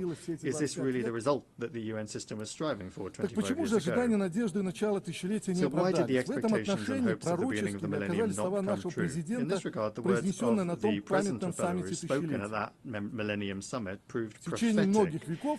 For many centuries, a small group of states has determined the fate of the world, viewing other nations as peoples as a disenfranchised mass. The past quarter century has shown that many in the West have been unable to abandon their centuries-old mentality. As a result, the West has not become a leader in the process of change, but rather a source of threats and losses. Certain Western elites that are accustomed to living for centuries at the expense of others continue to exhibit a colonial mindset, albeit a modernized one. It's no surprise that even today they continue to display arrogance and power that they exert over developing countries, which was characteristic of colonial times. Our African friends can speak very eloquently about colonial times, and it's certainly they're calling for reparations as well. Поэтому в прошедшие четверть века мы увидели со стороны Запада не общую работу по решению проблем развития, а насаждение демократии, вепонизацию экономики. Эта политика породила многочисленные войны, хаос, миллионы беженцев, создала барьеры международной торговли, подорвала глобальную продовольственную безопасность, укоренила бедность, голод и неравенство. Международные организации, прежде всего ООН, Всемирная торговая организация, были так отодвинуты в сторону. Вот поэтому, как реакция на эти негативные тенденции, становится популярна идея регионализации. Происходит рост укрепления механизмов сотрудничества, не связанных со странами Запада, таких, как я уже называл, БРИКС, ШОС, АСЕАН, СДГ, ЕС, ЛАК, Африканский Союз. Эти структуры отражают интересы стран глобального большинства, функционируют на принципах взаимного уважения, равенства, консенсуса, а не доминирования и грабежа. Они, по сути, формируют справедливую многополярную экономическую архитектуру развития. Абсолютно закономерно появилась весьма своевременная инициатива председателя КНР Си Цзиньпина о глобальном управлении, который Беларусь всемирно поддерживает. Господин председатель, Mr. President, Для сегодняшнего дня как никогда актуальные слова великого итальянского мыслителя прошлого века Антонио Грамши, который писал из фашистских застенков. Старый мир умирает, а новый борется за свое рождение. Действительно, парадоксально, что и сегодня новый мир рождается в муках, поскольку старый мир хочет спокойно уходить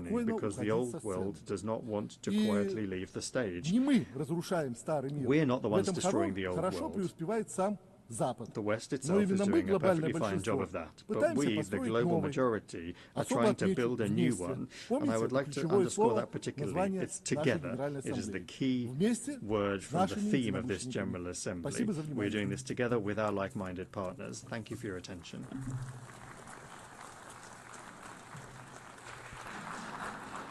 I thank the Minister for Foreign Affairs of Belarus.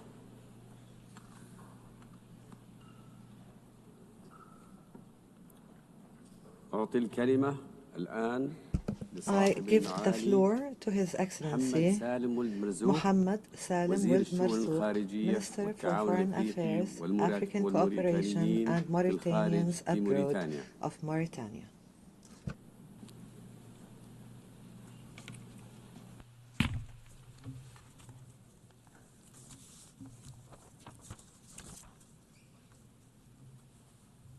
In the name of God, the merciful, the compassionate. Your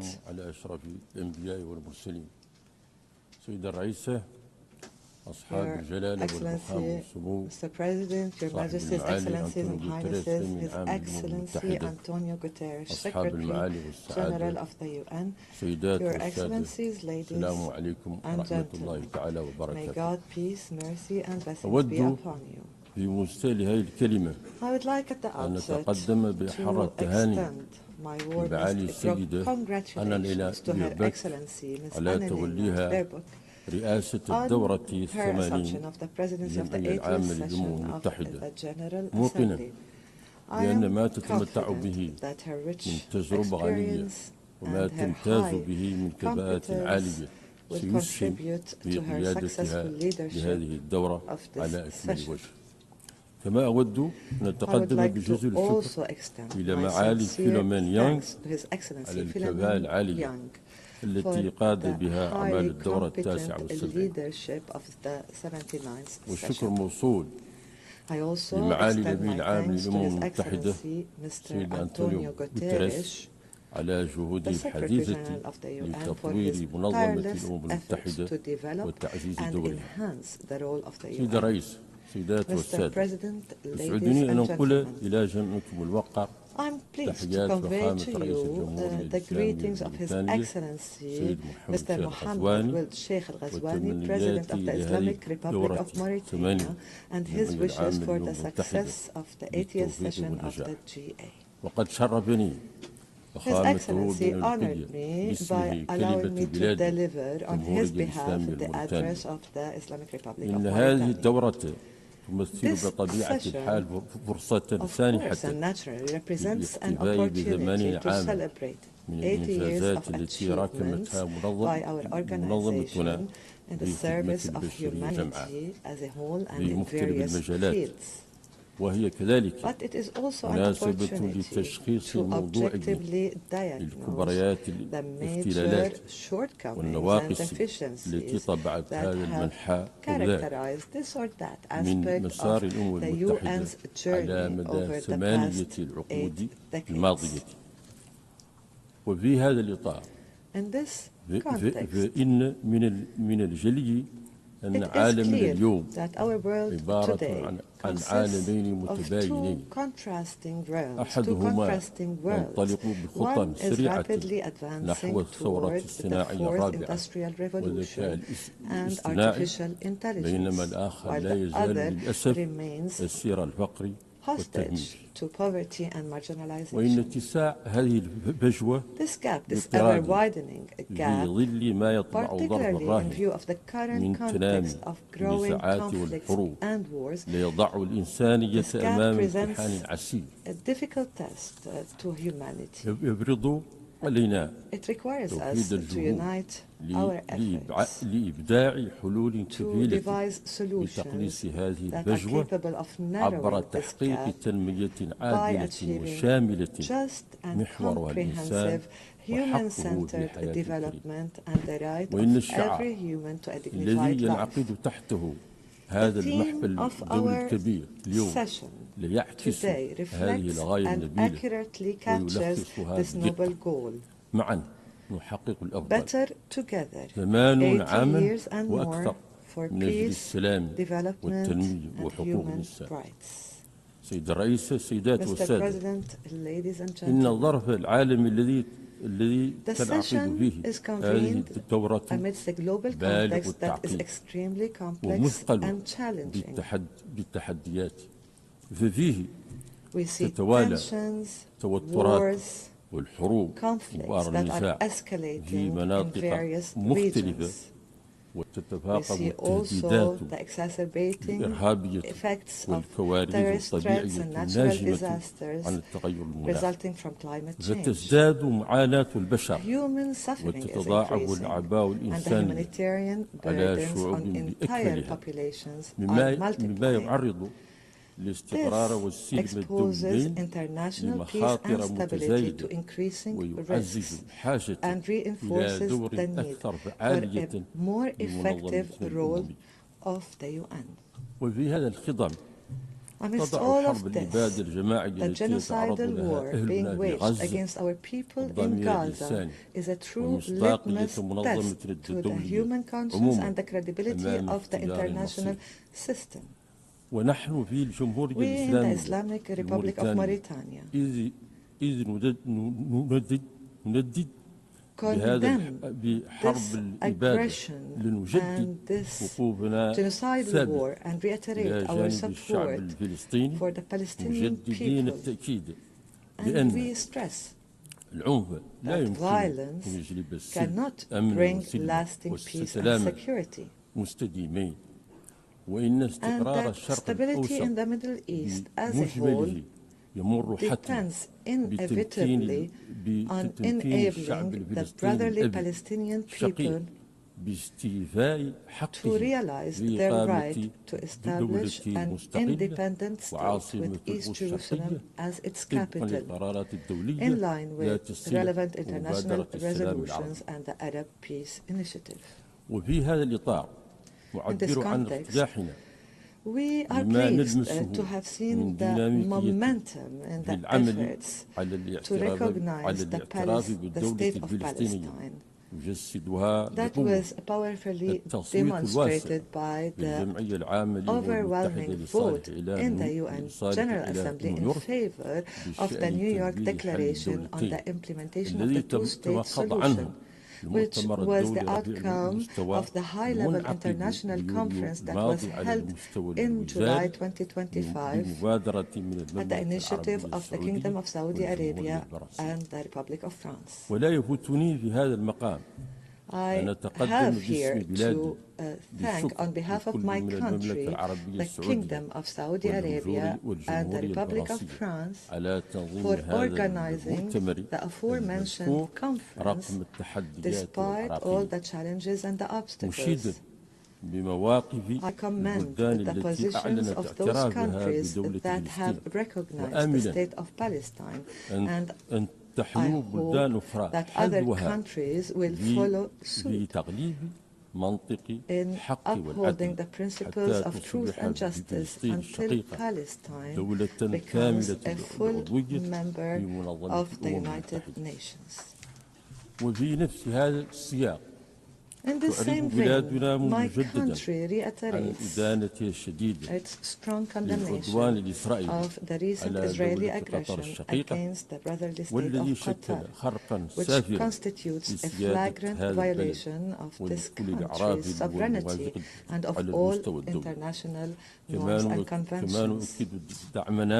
We also affirm our support for peaceful solutions in Libya, Sudan, Yemen, and Syria.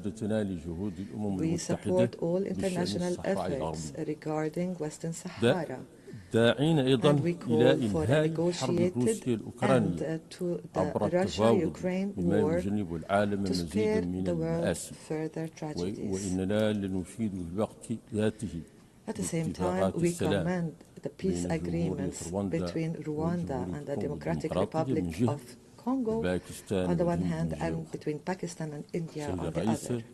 Mr. President, ladies and gentlemen,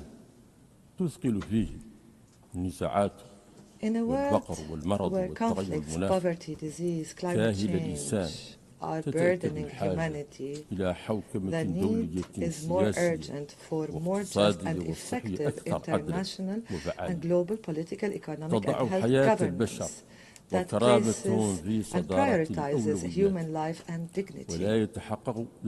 This can only be achieved through a balanced reform that restores confidence in the United Nations and renders the organization more capable of fulfilling its noble purposes and goals of safeguarding peace and security and building a more equitable world. Accordingly, my country renews its commitment to the legitimate demands of our African continent as set out in the Eswaldini consensus for equitable representation in global governance structures. We call the international community to support developing countries in addressing challenges of food security, climate change, the problem of debt, and to support their efforts towards achieving the Sustainable Development Goals. Mr. President, ladies and gentlemen,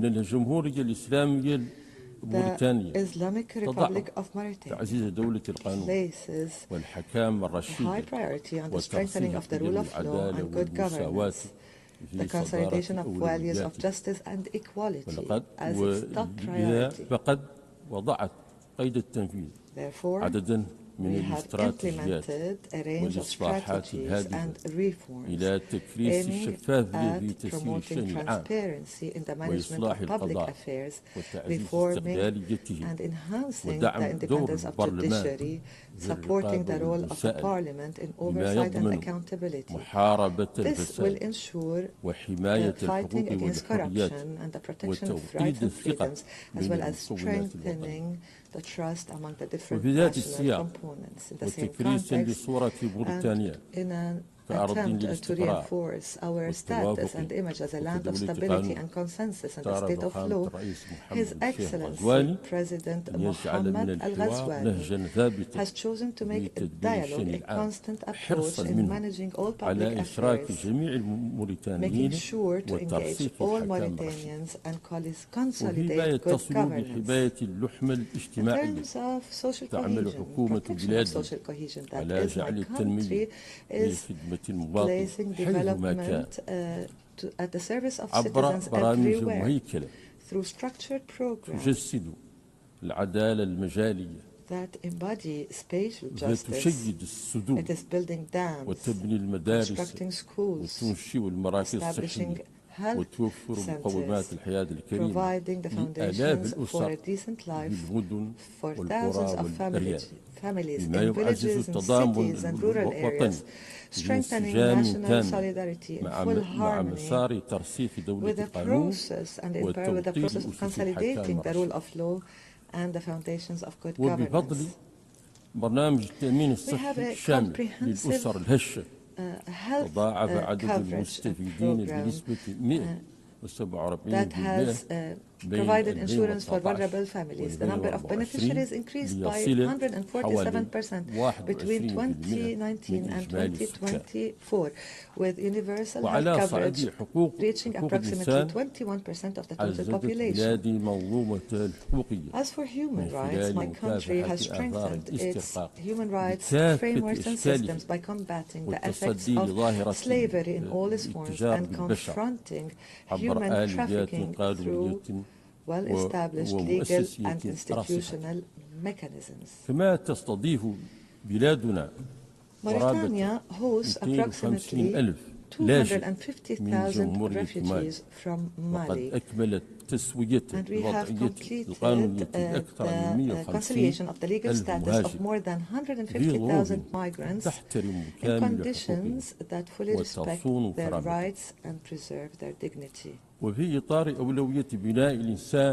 As part of its priority to human development, our country has launched a comprehensive educational reform process with the participation of educational stakeholders. The process aims at developing educational programs, teaching methods, promoting the values of citizenship, in addition to developing vocational training programs to better equip young people for the labor market. Women's role in the public and political life has also been strengthened, improving their access to health services. In the field of combating terrorism and extremism, my country adopts an integrated strategy that combines security measures on the one hand, intellectual and educational approaches on the other, and promotes the values of justice nationally and also in the framework of regional and international cooperation.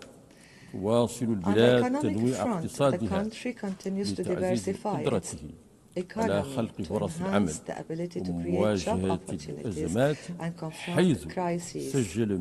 We recorded a growth rate of 5% in 2024, while inflation rates are expected to not exceed 2.5%.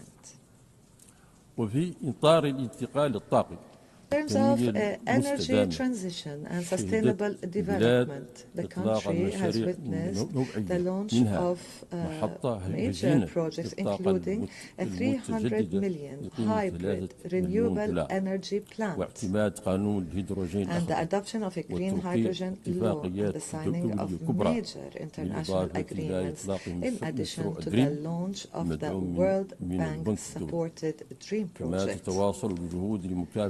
Our efforts continue also to combat desertification and preserve biodiversity, and we look forward to actively participate in the COP30 Climate Summit in Brazil and to advance the fulfillment of international commitments to reduce emissions and finance climate change adaptation. Mr. President, ladies and gentlemen, the Islamic Republic of Mauritania is committed to work on strengthening multilateral cooperation and reform the international political and financial governance system in a manner that strengthens our collective ability to achieve sustainable development.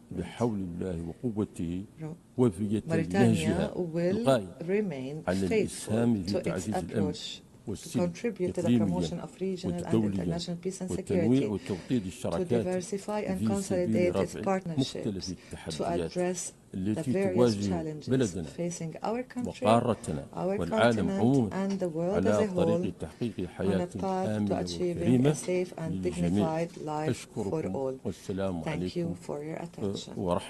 May peace, mercy, and blessings of God be upon you. I thank His Excellency Minister for Foreign Affairs, African Cooperation and Mauritanians Abroad of Mauritania.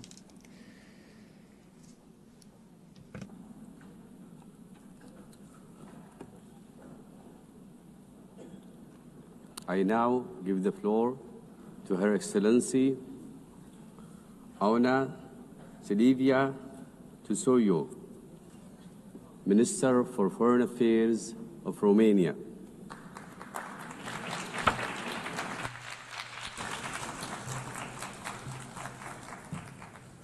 Excellencies, our very presence here today, representing our countries together in the same room, part of the same conversation, is in itself a deep expression of our commitment to multilateralism. What is also now important is that this is a place for our hopes and our trust in the framework provided by the United Nations. Romania stands firmly by the United Nations as we mark 8 years since its creation and 70 years since we joined. And yes, we do celebrate, and we are proud of both our membership and the history, the mission, and the work of this organization. But we also have a duty to see what works, to see also what does not work, and to act accordingly. We are living in troubled times, without precedent in history. People say that we want to prevent war, but war is very near to us. People say that we want to live under the reign of international law, but the world assists impassively to its repeated violation. I have heard similar statements many times in the interventions here of world leaders in the United Nations plenary, that we live and we face unprecedented times. However, the phrase that I just mentioned does not belong to me, and it is not about 2025. It was said by another Romanian Minister of Foreign Affairs, almost a century ago, by the Romanian diplomat Nicolae Titulescu, twice President of the General Assembly of the League of Nations. He was himself an advocate of collective security, speaking to the world in an attempt to prevent the escalation towards war, in an attempt to ensure that multilateralism has the power to fulfill a vision for peace. We all know here what is the history of the League of Nations, but we also know here that we must not repeat it. The United Nations must not share the same fate. Today, the world does not assist impassively. The world is here, present, involved, committed to peace efforts. We are here to ensure that aggressors can no longer replace the rule of law with the rule of the mighty. Romania remains a staunch supporter of international law. We lead in promoting the universal jurisdiction of the International Court of Justice. This is particularly so after the International Court of Justice rendered its advisory opinion on the obligation of states in respect of climate change this July. We call on the states here today to join the declaration of promoting the universal jurisdiction of the ICJ launched by Romania. Looking at the international peace and security, our aspirations remain the same as those of Titulescu, remain the same as those that were 80 years ago, 70 years ago. For almost 4 years, we have been witnessing a fully fledged war of aggression against Ukraine, started by Russia, uninvited and unprovoked. A war that has unleashed the greatest security crisis in Europe in recent history and challenged the rule-based international order. We must respond to that challenge. The latest violations of the sovereign airspace of Poland, Estonia, Denmark, and of my country, Romania, by reckless actions aimed to provoke, were condemned by many other countries here in New York at the UN Security Council, and we are grateful for that. We once again proved together that provocations meant to destabilize our alliances and to put pressure on our unity have achieved the exact opposite. Any common challenge unites us more. We know and reaffirm that we are stronger together, that the prosperity of any of us is based on the security of all of us. The war in Ukraine, which is carried out both conventionally and hybrid by Russia and its allies, potentially might affect the maritime security in the Black Sea area, and it challenges already the resilience of the neighboring states. We, the United Nations, must act with the conviction that a just and lasting peace in Ukraine is in everybody's interest. We welcome the ongoing US and European leaders' efforts in that respect, and we urge for an immediate, complete and unconditional ceasefire. We also consider that the recent statements of President Donald Trump and that of European leaders are also an acceleration needed towards peace. In the meantime, Ukraine continues to need our support and our solidarity. In full accordance with the UN Charter, Ukraine has the right to protect its sovereignty, its independence and territorial integrity, and has the support of its people to do so. Romania's support has been substantial and multifaceted, and we will continue to stand with Ukraine for as long as it is needed, because their security, peace there, is also connected directly to our own security and prosperity. The government of Romania supports the pursuit of justice and accountability on the brutal war of aggression of the Russian Federation against Ukraine. Looking at the global map, we are also concerned about the escalation of tensions and conflicts in the Middle East. an immediate ceasefire in Gaza, the unconditional release of all hostages, as well as adequate humanitarian assistance, are merely the first steps towards a permanent end to hostilities. We fully support mediation efforts towards these goals. We also need to maintain a political horizon for the implementation of the two-state solution. Romania supports this approach for over 3 decades as the only viable basis towards a just, comprehensive, and lasting peace in the Middle East. We also remain concerned about developments on the African continent, and we do reiterate our commitment to the stability of the region. A continent with such a large young population needs to give them the right to hope, to plan, and build their future in peace. But there is a decrease of the UN peace and security footprint around the world in the exact time while conflicts sometimes have no end in sight. This is not only because of the expected effects of the reform triggered by the UN80 initiative.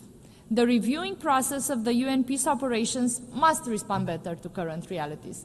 Adaptability, local ownership, partnerships, including with regional organizations, are key attributes for such success. At the same time, conflict prevention and mediation should always come first, while the separation between the special political mission and peacekeeping operations should be eliminated to fully exploit synergies and capabilities. We need to rebuild trust in the mandates of the UN peacekeeping and UN political special missions. And that means action. From our perspective, there are already various instruments within the established UN framework to help maintain and restore the international peace and security, as it is our common mission. For example, the Global Nuclear Non-Proliferation Regime is one such key instrument, and the constructive cooperation of the member states with the International Atomic Energy Agency is essential. That is why Romania has also resumed our role in its leadership. The Security Council reform should make further progress in terms of transparency, working methods, and representativity, in order to become more effective and consolidate its credibility beyond our small diplomatic circle. Successful steps have already been taken, such as the veto initiative, but more needs to be done. And let me be clear here, what am I referring to when I say more needs to be done? We need to act together and make sure that the aggressor doesn't have the power to veto anymore on the wars that it has started unprovoked and uninvited. The General Assembly has its own role in the area of peace and security, according to the UN Charter. Its complementarity, its synergy with the Security Council must be put to good use. We welcome the recent consensus on the revitalization process, including with regard to the Secretary General's selection and appointment, one that we proudly co-facilitated. Closely linked is also the peace and security for ensuring international humanitarian response to emergencies. Romania supports the central coordinating role of the UN and the more consistent humanitarian diplomacy. We must ensure a fully effective, non-discriminatory, and unhindered response to the needs of those affected, to the needs of those that are vulnerable now.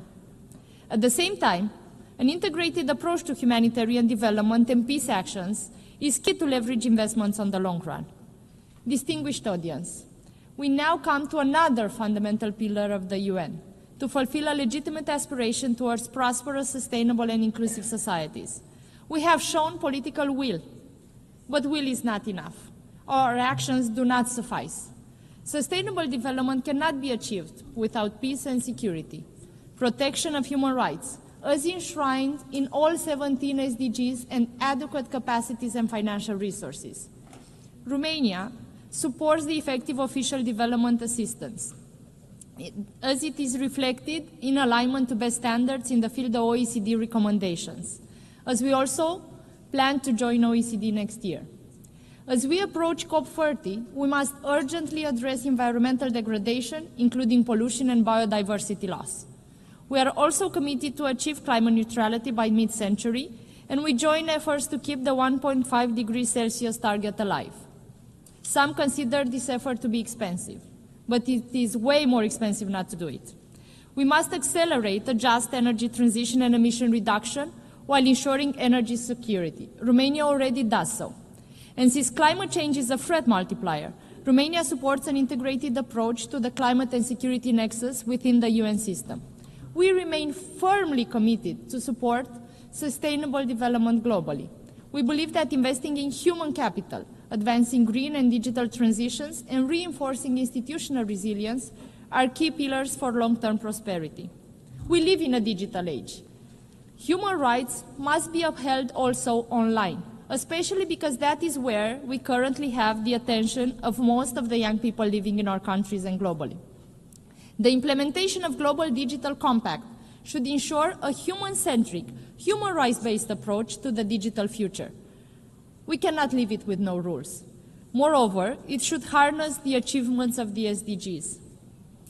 Thirdly, let us look at the human rights pillar, starting with the Universal Declaration of Human Rights, also a spectacular example of women leadership in the United Nations. We have progressively built a complex system to ensure that the fundamental rights and freedoms are protected, respected, and fulfilled. Our shared values and goals are still not met, but we have the necessary means at our disposals. Romania believes we can succeed if we continue to uphold the universality, indivisibility, and interdependence of all human rights. We cannot dilute existing commitments. We cannot afford to accept pushbacks. We must ensure adequate, predictable, and sustainable funding for human rights. That is the only way. Each of us has the ability, but also the responsibility to act, since human rights, democracy, and the rule of law come hand in hand.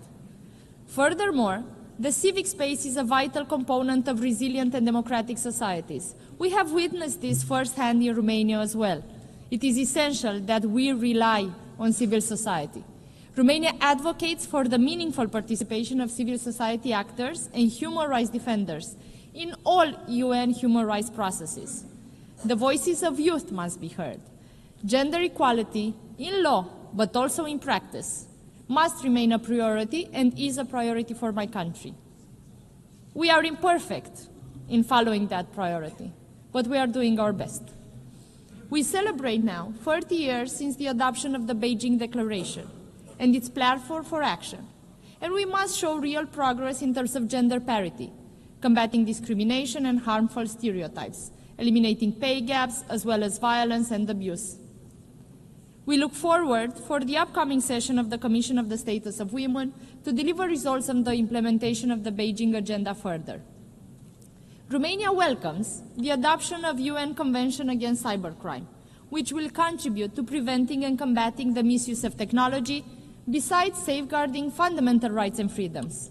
We have actively contributed to its negotiation, and we believe that many international and regional instruments should be used in its implementation.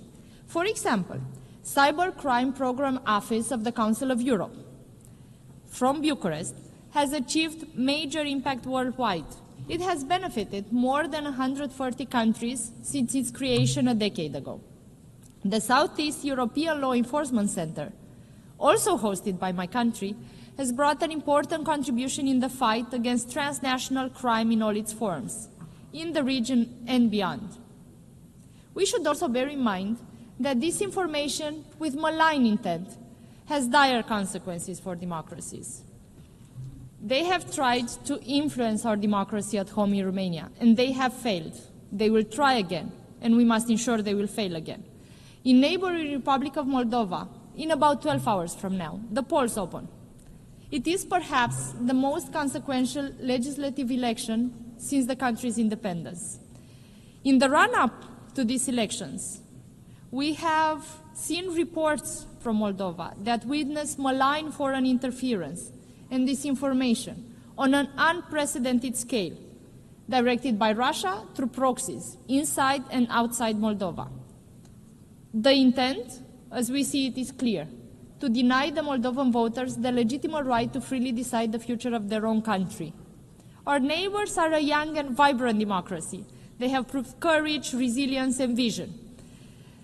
But now they are challenged with the powerful tools of an authoritarian state. Ladies and gentlemen, we must ensure a swift implementation of the Pact for the Future, our building block for action on the whole range of UN activities. And we must be responsible and ambitious with the UN reform process, particularly with regards to the UN 80 initiative. Romania supports efforts towards more efficiency and effectiveness in mandate delivery, as well as a system-wide approach to harness synergies and eliminate duplications. We simply cannot afford not to do so. At the same time, the UN can function properly only if it is adequately funded. In conclusion, I would like to renew our support to the UN system for a better world and a prosperous future.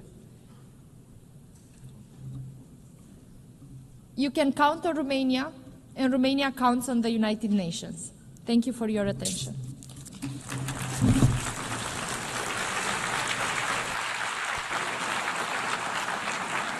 أشكر وزيرة خارجية رومانيا. Her Excellency, the Minister for Foreign Affairs of Romania.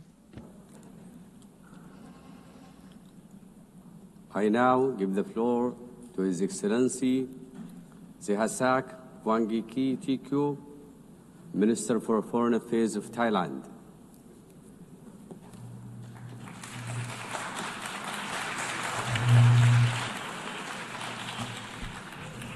Mr. President, Excellencies, distinguished delegates, at the outset, I would like to congratulate you, Mr. President, Madam President, on your assumption to the presidency of the 80th session of the General Assembly. Though I assumed office only a few days ago, my government made it a priority for me to be here today because we believe this moment matters. This 80th anniversary of the United Nations comes at a time when the UN is at a crossroad, facing critical challenges. Let me begin by reaffirming Thailand's steadfast commitment to multilateralism. There is no doubt that the world still needs the UN, and the UN needs all of us. For the UN to fulfill its purpose, it must evolve with the changing times. Thailand, too, stands at an important crossroads, facing pressing challenges at home with no time to lose. Our vision reaches beyond our borders to the world at large, for we, like all nations, aspire for a peaceful, just, and inclusive world. It is in this spirit that Thailand stands ready to play a constructive role in shaping a United Nations that is truly fit for purpose, delivering peace, development, and human rights for all. Madam President, this year's general debate theme, Better Together, reminds us that the United Nations is strongest when we act together as one. First, we must unite as one community. 80 years ago, our community of nations adopted the UN Charter with hope for peace. Yet today, we face a world increasingly divided by protectionism, fragmentation, conflicts, and climate change that spares no nation. The war in Ukraine, now in its third year, continues to bring immense suffering and destruction. Likewise, the horrendous suffering in Gaza, where innocent civilians, especially children, are paying the heaviest price, weighs heavily on our collective conscience. It is a stark reminder that when peace is broken, the human cause is borne not only by nations, but by ordinary people whose lives are torn apart. As one community, every nation shares the responsibility to promote global peace and security. And this responsibility must be inclusive. Multilateralism is more effective when women participate fully, whether in peacekeeping, conflict prevention, or humanitarian response. Their voices, leadership, strengthen our community and make peace more durable. I am confident that Madam President's election to lead this assembly will inspire us all to advance UN's Women Agenda with greater resolve. Thailand intends to do our part. Our peacekeepers continue to serve around the world, helping to rebuild lives torn apart by conflicts. At home, we have cleared over 99% of mine-contaminated areas under the Anti-Personnel Mine Ban Convention. This is not just about treaty obligations. It is about giving communities back safe land they can live and grow on. It is about fulfilling our duty to our people. Protecting people at home is only part of the task. We must also respond to transnational challenges like migration, driven by conflict and disasters. A shared test no nation can solve alone. This is a real task for Thailand. For over decades, we have hosted displaced persons from Myanmar. Today, we are giving them greater opportunity to work outside of their temporary shelters so they can live with dignity and contribute to society, to mark our commitment to humanitarian assistance and practical solutions. In the same spirit, Thailand is stepping up our efforts to combat transnational crime, including online scams, as their impacts ripple far and wide. Crimes without border demands cooperation without borders. The vision of one community must begin close to home. Regions are the building blocks of the global community.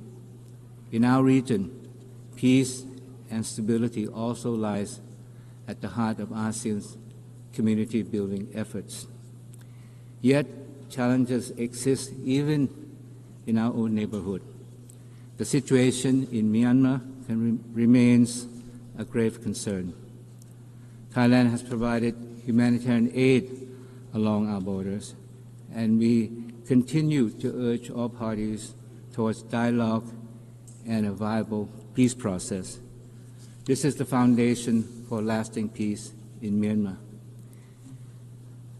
And even among closest neighbors, disputes can arise. Admittedly, the current situation with Cambodia is neither desirable or in the interest of either side. Our peace, stability, prosperity are closely intertwined. We cannot move away from one another. We are part of the same ASEAN family.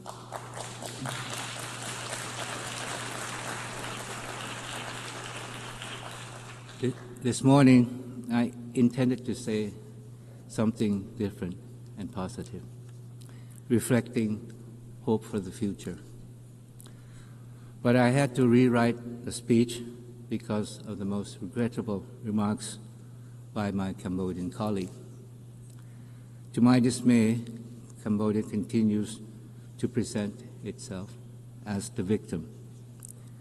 Time and time again, it has portrayed its own versions of the facts, which does not hold up to scrutiny because it is simply a distortion of the truth. We know that who are the real victims. They are Thai soldiers who have lost their legs from landmines, children whose schools were shelled, and innocent civilians who were shopping that day at the grocery store that came under attack from Cambodian rocket fire. Yesterday, I met my Cambodian colleague in the very hall of the United Nations. We talked about peace, dialogue, mutual trust, and confidence. This was emphasized later at the informal four-party consultations organized by the United States. We appreciate President Trump's dedication to peace. But unfortunately, what was said today by the Cambodian side was completely opposite to what was said yesterday at the meeting. It reveals the true intention of Cambodia. These allegations were so far-fetched that they make a mockery of the truth.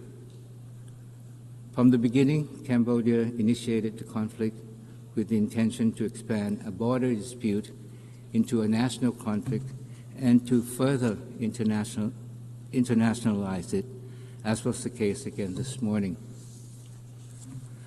The villages referred to by my Cambodian colleague earlier are in Thai terror, full stop. In fact, they exist because Thailand made the humanitarian decision to open up our borders in the late 1970s for hundreds of thousands of Cambodians fleeing the civil war in their country to seek shelter in Thailand. We made this decision out of compassion and humanitarian principle. And as a young diplomat, I witnessed the scene myself. Although the civil war has ended and the shelters were closed, the Cambodian villages have expanded over the decades. And despite Thailand's repeated protests, Cambodia has ignored those requests to address this encroachment. And when peace returned to Cambodia after the 1991 Paris Peace Agreement, we were there to rebuild and to rehabilitate the Cambodian nation to sustain peace. We built homes, roads, hospitals, because peace in Cambodia is in Thailand's interest. This is what neighbors should do for one another.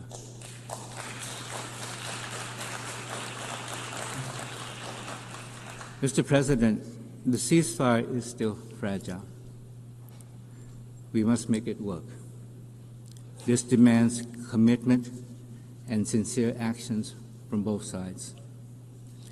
Regrettably, Cambodia's continued provocation, including mobilization of civilians into Thai territory and recent firings toward outside, undermine peace and stability along the border. I am referring to a series of incidents since 23rd of September of Cambodia's troop firing at Thai troops stationed along the border. The most recent incident happened just today. Thai troops have also continued to detect surveillance drones intruding into Thai territory on a daily basis across the border areas. These actions constitute a violation of Thai sovereignty and territorial integrity, and the ceasefire agreement reached at the special meeting in Putrajaya, Malaysia, and reaffirmed at the bilateral border committee meeting. Now, let there be no doubt that Thailand has always and will always stand for peace, and we will do everything we can to find a peaceful solution to the current problem with Cambodia. At the same time, Thailand will always stand firm and resolute in the defense of our sovereignty and territorial integrity. We urge Cambodia to work with us in resolving the differences through peaceful dialogue and existing mechanisms. Today, our two countries face a defining choice. As a close neighbor and as a friend, we must ask Cambodia which path they wish to take, the path of continued confrontation or the path of peace and cooperation. Thailand chooses the path of peace because we believe that the people of both countries deserve no less. But we really question whether it is the intention of Cambodia to join us in this pursuit for peace. For Thailand, dialogue, trust, and good faith are not just words, they are the way forward. We will continue to uphold these principles in our engagement with partners in ASEAN and beyond, including major powers, in pursuit of sustainable peace and shared prosperity. To speak of one community, Mr. President, is to reaffirm that we are bound by shared principles that everyone is born free and equal in dignity and rights. As a member of the Human Rights Council for 2025-2027 and chair of the Third Committee of the General Assembly, Thailand is committed to promote and protect human rights for all. For us, it is not just about holding a seat at the table. It is about making a real difference in people's lives, the lives of those caught in conflict, those living with disabilities, and those who are often left behind. Advancing the rights of women and girls is also central to this effort. Equal participation and freedom from violence and discrimination are not just human rights, they are the foundation of just and resilient societies. Health is another fundamental right that cannot be overstated. Ensuring access to care is not only about saving lives, it is about giving every person the chance to live with dignity and security. This is why Thailand champions the right to health at home and globally. Our universal health coverage and village health volunteers put people first so that no one is left behind and every community is given the tools to thrive. Thailand is also contributing to global efforts on non-communicable diseases and pandemic preparedness, including through the WHO pandemic agreement. We do not know when the next pandemic will strike, and only by working together can we be prepared and ready. Mr. President, peace and human rights cannot stand without sustainable development. Yet today, development is under threat from rising protectionism, tariffs, and trade barriers may serve short-term interests, but they hurt us all in the long run and divide us when we need the most solidarity. Thailand believes that true prosperity is built not on walls of tariff, but on bridges of trust. Our path forward is open and fair trade, rooted in people-centered and inclusive development. But sustainable development is not just growth. It is about values and balance between progress and preservation. That is why Thailand's sufficiency economy philosophy, built on balance, resilience, moderation, has guided our development journey. It reminds us that true progress must empower people while protecting the planet. With only 5 years left to achieve the SDGs, we must strengthen partnership at all levels and confront the inequalities and financing gap that still hold back our common future. At the same time, we must never forget that the planet lies at the core of sustainable development. Climate change, the overarching threat of our time, is widening the gap between the haves and have-nots. Without stronger support for those most affected, we will fail both our people and our planet. As the UN turns 80, our task is simple but profound: to come together under one dedication. We are all bound by ideals, norms, and principles of the UN Charter. But the world has changed dramatically. Renewing our dedication to multilateralism is no longer optional. But the truth is, the history of the UN is filled with promises made but not kept. Each unfulfilled pledge erodes the credibility and weakens global trust. If the UN is to remain at the heart of multilateralism, we cannot afford to repeat this cycle. That is why the Pact for the Future adopted last year must become a blueprint for action. To deliver meaningful progress, our national actions must match our collective pledges. But for the UN to effectively deliver on its task, it must be equipped with the resources it needs. We must ensure that the UN has the means to achieve the ends it has been mandated to undertake, so that the UN can remain a driving force for peace and development. Mr. President, as we seek to rebuild, reinvigorate, and reform the UN, we must be guided by the vision of one future. For the UN to guide us into the future of comprehensive reform, including the Security Council, are imperative. The UN must be more representative, transparent, accountable, and also fit for the future, coherent in action, relatable to people, and adaptive to change. That is why Thailand strongly supports the UN 80 initiative. It is not just about closing financial gaps, but a once-in-a-lifetime chance to make the UN reconnect with the people it serves. But as we strengthen the UN, we must recognize its limit. The UN cannot do everything, and multilateralism is bigger than the UN alone. It thrives when rooted in strong regionalism. Regional institutions are the first responder to crisis, builders of trust among neighbors, and the bridge between global commitments and local realities. For Thailand, ASEAN is our home and our center. The upcoming 15th ASEAN UN Summit will show how shared principles become practical cooperation. Thailand is fully committed to advancing this partnership so that regional voices are fully heard in shaping global solutions. Building a strong global community goes beyond our generation.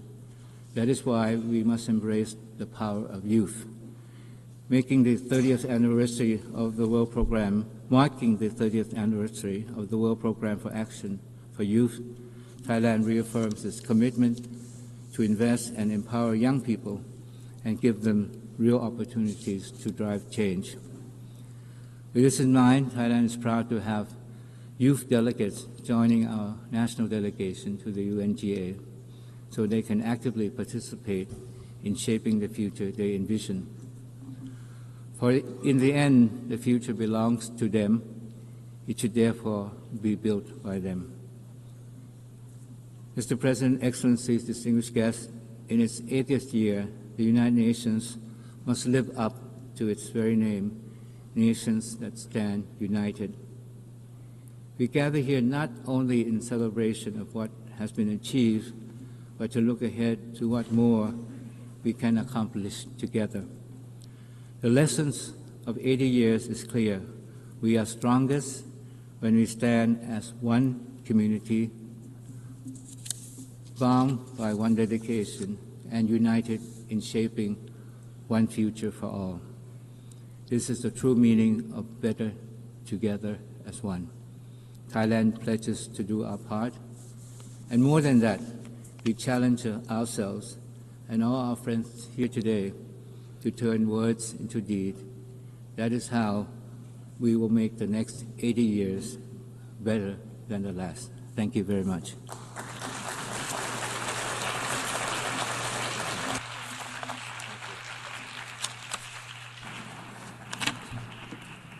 I thank His Excellency, Foreign Minister of Thailand. لقد استمعنا إلى آخر متكلم في المناقشة العامة لهذه الجلسة. تعقد الجلسة العامة التالية التي تتواصل خلالها المناقشة العامة بعد رفع هذه الجلسة مباشرة.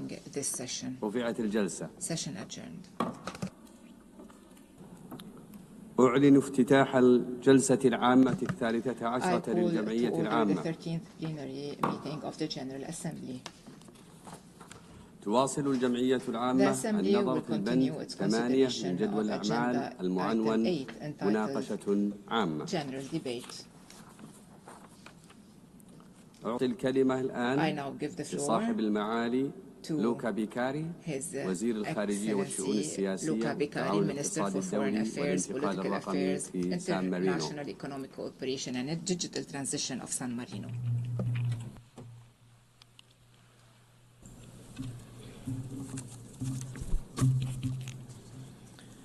Madam President, Mr. Secretary General, Excellencies, ladies and gentlemen, on behalf of the government of the Republic of San Marino, would like to congratulate Excellencies Annalena Baerbock on her election as a President of the 80th section of the United General Assembly and to wish her a fruitful work. The Republic of San Marino supports the priority of your program and ensure you, Madam President, full cooperation in all works of the General Assembly. I would also like to extend my special thanks to Secretary General Antonio Gutierrez for his energy and determination in leading the United Nations in these difficult and challenging times. Madam President, we are meeting at a moment of profound global transformation. The global order is undergoing fundamental shift, impacting trade, technology, and international cooperation. In such time, the enduring value of a rule-based multilateral system becomes even more critical. The 80th anniversary of our organization provides an opportunity for the United Nations membership to reflect on the enduring significance and relevance of the Charter of the United Nations. As geopolitical dynamics change and new global challenges emerge, this year's general debate must train our collective reaffirmation of the spirit of San Francisco and the founding principle of the United Nations enshrined in the Charter. Our meeting in the General Assembly not only honors the legacy of the United Nations, but also regenerate the continued cooperation in the pursuit of a more peaceful, just, and sustainable world. Madam President, unfortunately, the search of a peace remains as urgent today as it was in 1945, emphasizing the need for renewed commitment, collective action, and stronger multilateral effort. Conflict continues to rise in different parts of the world, inflicting immense human suffering and devastation. If we want that the United Nations remain a light of hope for those who are experiencing the despair of the war, we must advance our strategy for prevention, mediation, and resolution conflict. We acknowledge the essential role of the UN in delivering life-saving assistance and protection to millions of people in countries and areas that are enduring conflict, such as the Horn of Africa, the occupied Palestinian territory, including East Jerusalem, the Sudan, Ukraine, Yemen, and beyond. But it is not enough. We, Member States, must do more in advancing international peace and security, guided by the Charter and the mandate of the General Assembly and the Security Council. The war of aggression against Ukraine brought dramatic consequences for the civilian population, including civilian death, destruction of vital infrastructure, and massive displacement. San Marino condemned the Russian aggression against Ukraine and supports Ukraine's independence, sovereign, and territorial integrity within its internationally recognized border. We remain committed to ensure that Russia is held fully accountable for its war of aggression against Ukraine. At the same time, San Marino welcomes all international effort for a comprehensive, just, and lasting peace in Ukraine, in line with the UN Charter, the resolution of the General Assembly, and international law. Madam President, the humanitarian catastrophe unfolding in Gaza and the West Bank is unbelievable and remains one of the most painful and long-standing tragedies of our time.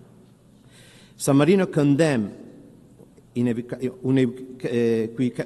unequivocally the horrific terror attack perpetrated by Hamas on 7 October and call once again for the immediate and unconditional release of all hostages.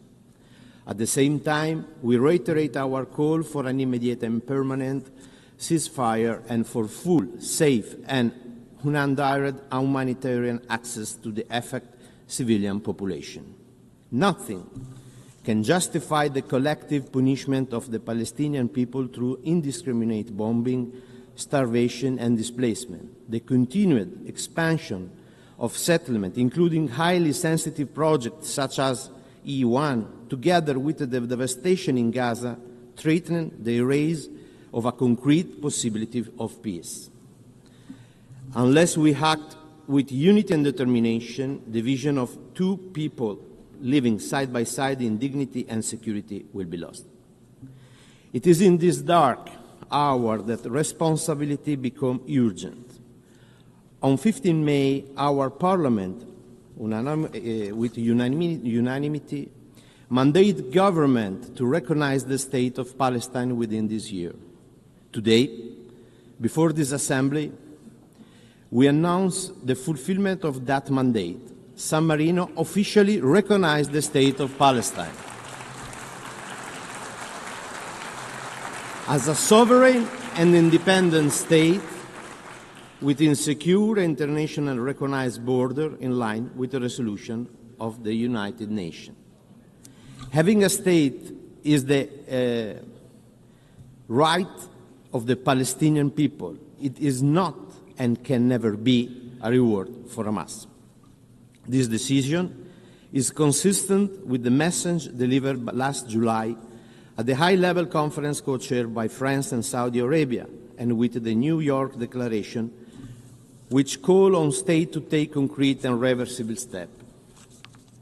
By joining today the group of countries that move from word to action, San Marino intends to send a strong political and diplomatic signal. Recognition of Palestine is essential to reaffirm that peace must be built on justice and equality. San Marino will also continue to support Palestine admission as a full member of the United Nations. Madam President, civilians continue to bear the brunt of armed conflict worldwide. The death toll of civilians, including children and women trapped in conflict, has reached a shocking number. We cannot remain silent in front of such tragedy. They have been targeted, killed, injured, kidnapped, and tortured. The number of civilians that have been displaced has reached new records. Civilians have been deprived of water, food, and humanitarian assistance. Houses, critical infrastructure, schools, and hospitals have been targeted and destroyed or damaged, leaving civilians in despair, leaving children without education, patients without health care. Extensive use of explosive weapons in populated areas have caused the majority of civilian casualties in different conflicts. San Marino condemns such attack and calls on all states to support and implement the political declaration on explosive weapons in populated areas. San Marino is deeply concerned about violence against children, particularly children in situations of conflict. As we celebrate the 20th anniversary of Security Council Resolution 1612, San Marino renews its commitment to the CAAC agenda and supports the role of the Special Representative for Children and Armed Conflict. We are particularly worried about the high number of grave violations against children that have been reported, the denial of humanitarian access, killing and maiming of children, and the recruitment and use of children, abduction, rape, and other forms of sexual violence.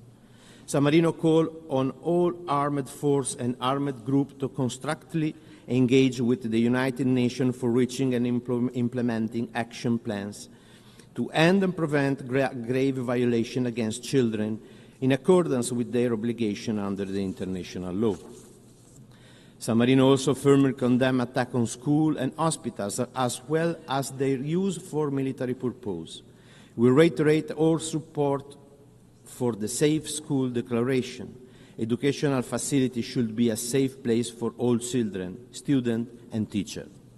We call on all member states to ratify the optional protocol to the Convention on the Right of the Child on the involvement of children in armed conflict. We also encourage all parties to support other important tools, such as the Paris Principle and Commitment and the Vancouver Principle. San Marino reiterates the importance of accountability for all violations against children. Impunity for the perpetrator of grave violation is not acceptable. The international community has the duty not only to stop and prevent this violation, but also to assist child victims and to work for their reintegration. Regrettably, violence has increased also against humanitarian actors and journalists. Humanitarian personnel and aid workers are being killed in unprecedented numbers. Attacks against humanitarian personnel, aid workers, and journalists must end, and they are illegal and unacceptable. San Marino firmly condemns such attacks and cannot remain silent against the fact that impunity is becoming the new normal. Attack on humanitarian personnel cannot be tolerated. San Marino has recently endorsed the Declaration for the Protection of Humanitarian Personnel, developed by Australia with a group of countries. This declaration demonstrates a strong political will to protect humanitarian personnel and to uphold compliance with international law. The urgency and uncertainty underpinning the current international context are jeopardizing progress towards sustainable development. San Marino is concerned about the crises that are precluding progress on the SDG, particularly where terrorism, regional conflict, acts of aggression are unraveling the year of achievement. Sustainable development must remain high on our agenda. The Pact for the Future, adopted last year, is a crucial opportunity to reinvigorate multilateralism and turbocharge the SDG and the 2030 Agenda. We believe that monitoring and evaluating the Pact is a decisive part of the implementation, as it not only enables to access progress, identify gaps, and make the necessary adjustment, but also help ensure that our collective commitment lead to tangible results. With the 2030 Agenda as our collective roadmap, we must act to reverse the current backsliding in the implementation of the SDG. These include enhanced mobilization of financial resources from all sources in order to contribute to eradication of poverty, social inclusion, stronger partnership, and a collective commitment to leave no one behind. Financing for sustainable development remains an essential priority. San Marino welcomed the Sevilla commitment adopted at the 4th International Conference on Financing for Development, concluded in Spain, which promote investment in sustainable development, address the debt crisis afflicting many of the world's poorest countries, and give developing countries a stronger voice in the international financing architecture. We need to strengthen a rule-based and equitable financial system that ensures a more effective and inclusive global economic governance. We are concerned by the multiple interlinked crises that are punishing our world over the brink, especially developing countries. The triple planetary crisis of climate change, biodiversity loss, and pollution must remain at the center of the UN agenda. Climate change and environmental degradation lead to increased instability and conflict, as well as to human suffering, lack of sufficient accessible fresh water, food insecurity, internal displacement, and forced migration. An urgent collective action is required to fully implement the Paris Agreement and keep the 1.5 degree temperature goal within reach.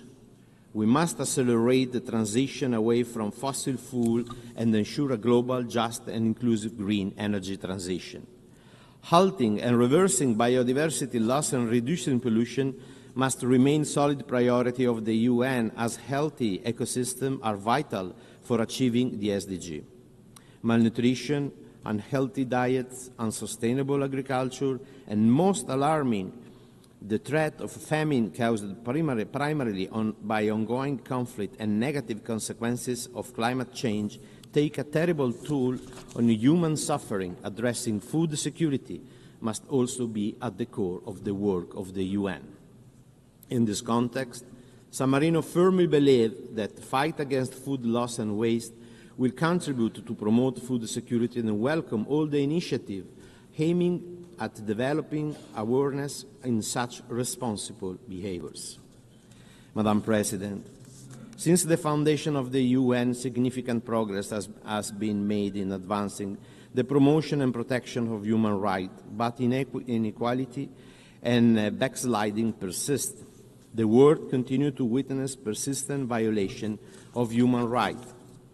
In 2025, 30 years after the adoption of the Beijing Declaration and Platform for Action, gender equality remains one of the world's greatest challenges and most transformative opportunities. It is extremely important to address the root of gender inequality alongside the effort to combat gender-based violence in all its forms. San Marino supports women, youth, and vulnerable groups' equal, full, effective, and meaningful participation in all spheres of public and political life. We support the Declaration of Future Generation adopted last year at the Summit of the Future, which aimed to unleashing future generation full potential through the all and inclusive and equal access to quality education.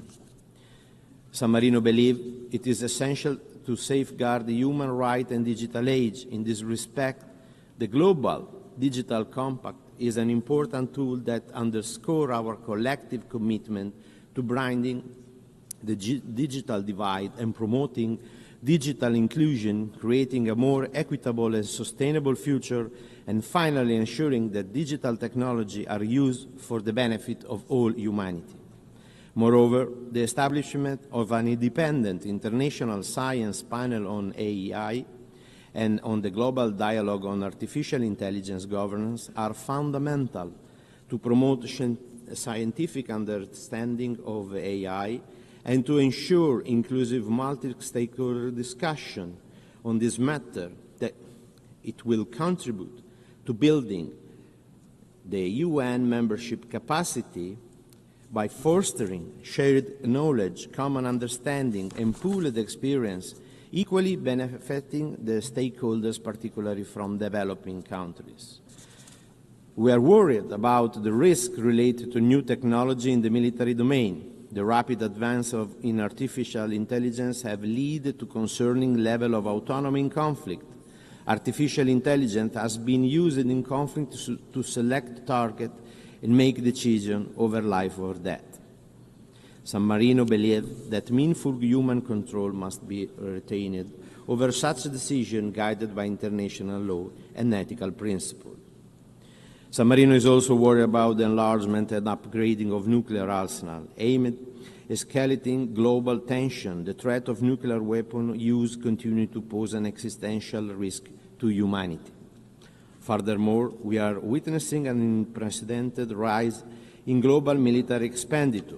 We are walking on a dangerous and unpredictable path. We need to redirect our effort on multilateral system, renewing our commitment to peace through diplomacy. Madam President, multilateralism and our international order stand on the principle of justice and international law. However, in this recent year, we have witnessed a progressive erosion of international law and the rule of law. San Marino believes in the principle that the true rightness is based on fairness and ethics, not on brute force.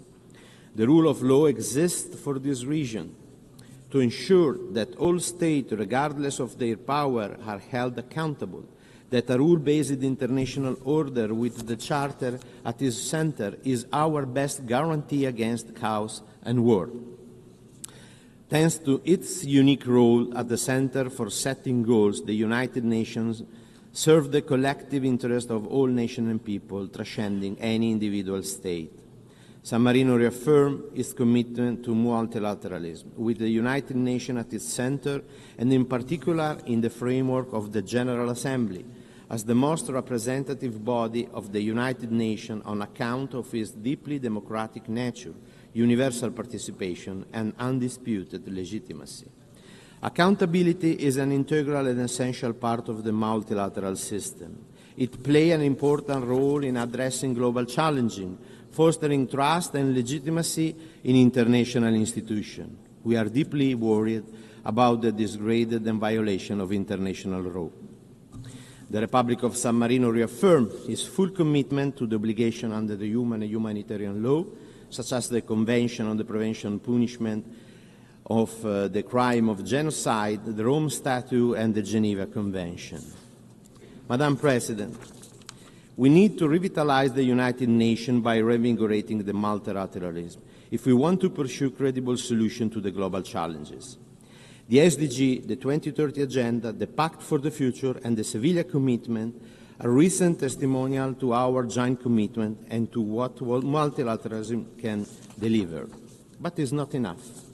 It is essential to rebuild trust in the potential of the organization, in its leadership, and most of all, trust between its members and all the stakeholders. Reform must remain the center of our action because they are crucial to future world stability and maintenance of international peace and security.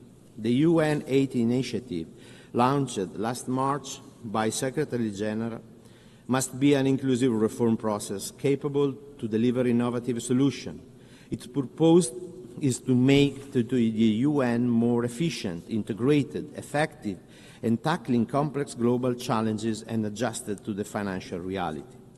We believe this reform effort should preserve the integrity and balance of the 3 UN pillars on an equal basis and continue to primarily support those most in need as well as those affected by crisis, disaster, and armed conflict. In conclusion, Member States must assume their responsibility, including that of making our organization able to fulfill its mandate, which is to protect the citizens of the world. It is essential to find new ways of working together and to ensure that multilateral institutions will be able to address the rapid change taking place. I would like to reiterate the strong support of the Republic of San Marino to all initiatives aimed at implementing the principle enshrined in the Charter of the United Nations. Thank you.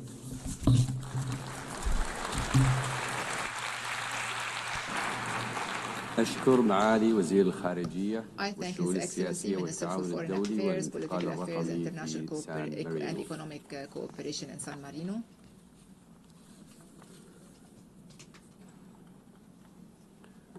والآن يشرفني أن أعطي الكلمة صاحب السمو الأمير فيصل بن فرحان آل سعود وزير خارجية المملكة العربية السعودية.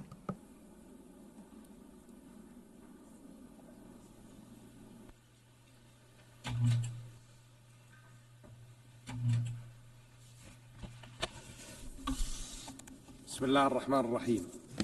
In the name of Allah, the most gracious, the most merciful. معالي رئيس الجمعية العامة للأمم المتحدة، معالي الأمين العام للأمم المتحدة، الحضور الكرام، السلام عليكم ورحمة الله وبركاته. نود في البداية أن نهنئ معالي السيدة أنارينا بيربوك لانتخابها رئيسة للدورة 80 للجمعية العامة للأمم المتحدة. ونشكر معالي السيد فيلمون كيتيانغ على جهوده المبذولة خلال رئاسته للدورة السابقة. كما نعرب في هذه المناسبة عن بالغ الشكر والتقدير لمعالي الأمين العام للأمم المتحدة السيد أنطونيو غوتيريش على جهوده الدؤوبة في تحقيق مبادئ ميثاق الأمم المتحدة وأهدافها.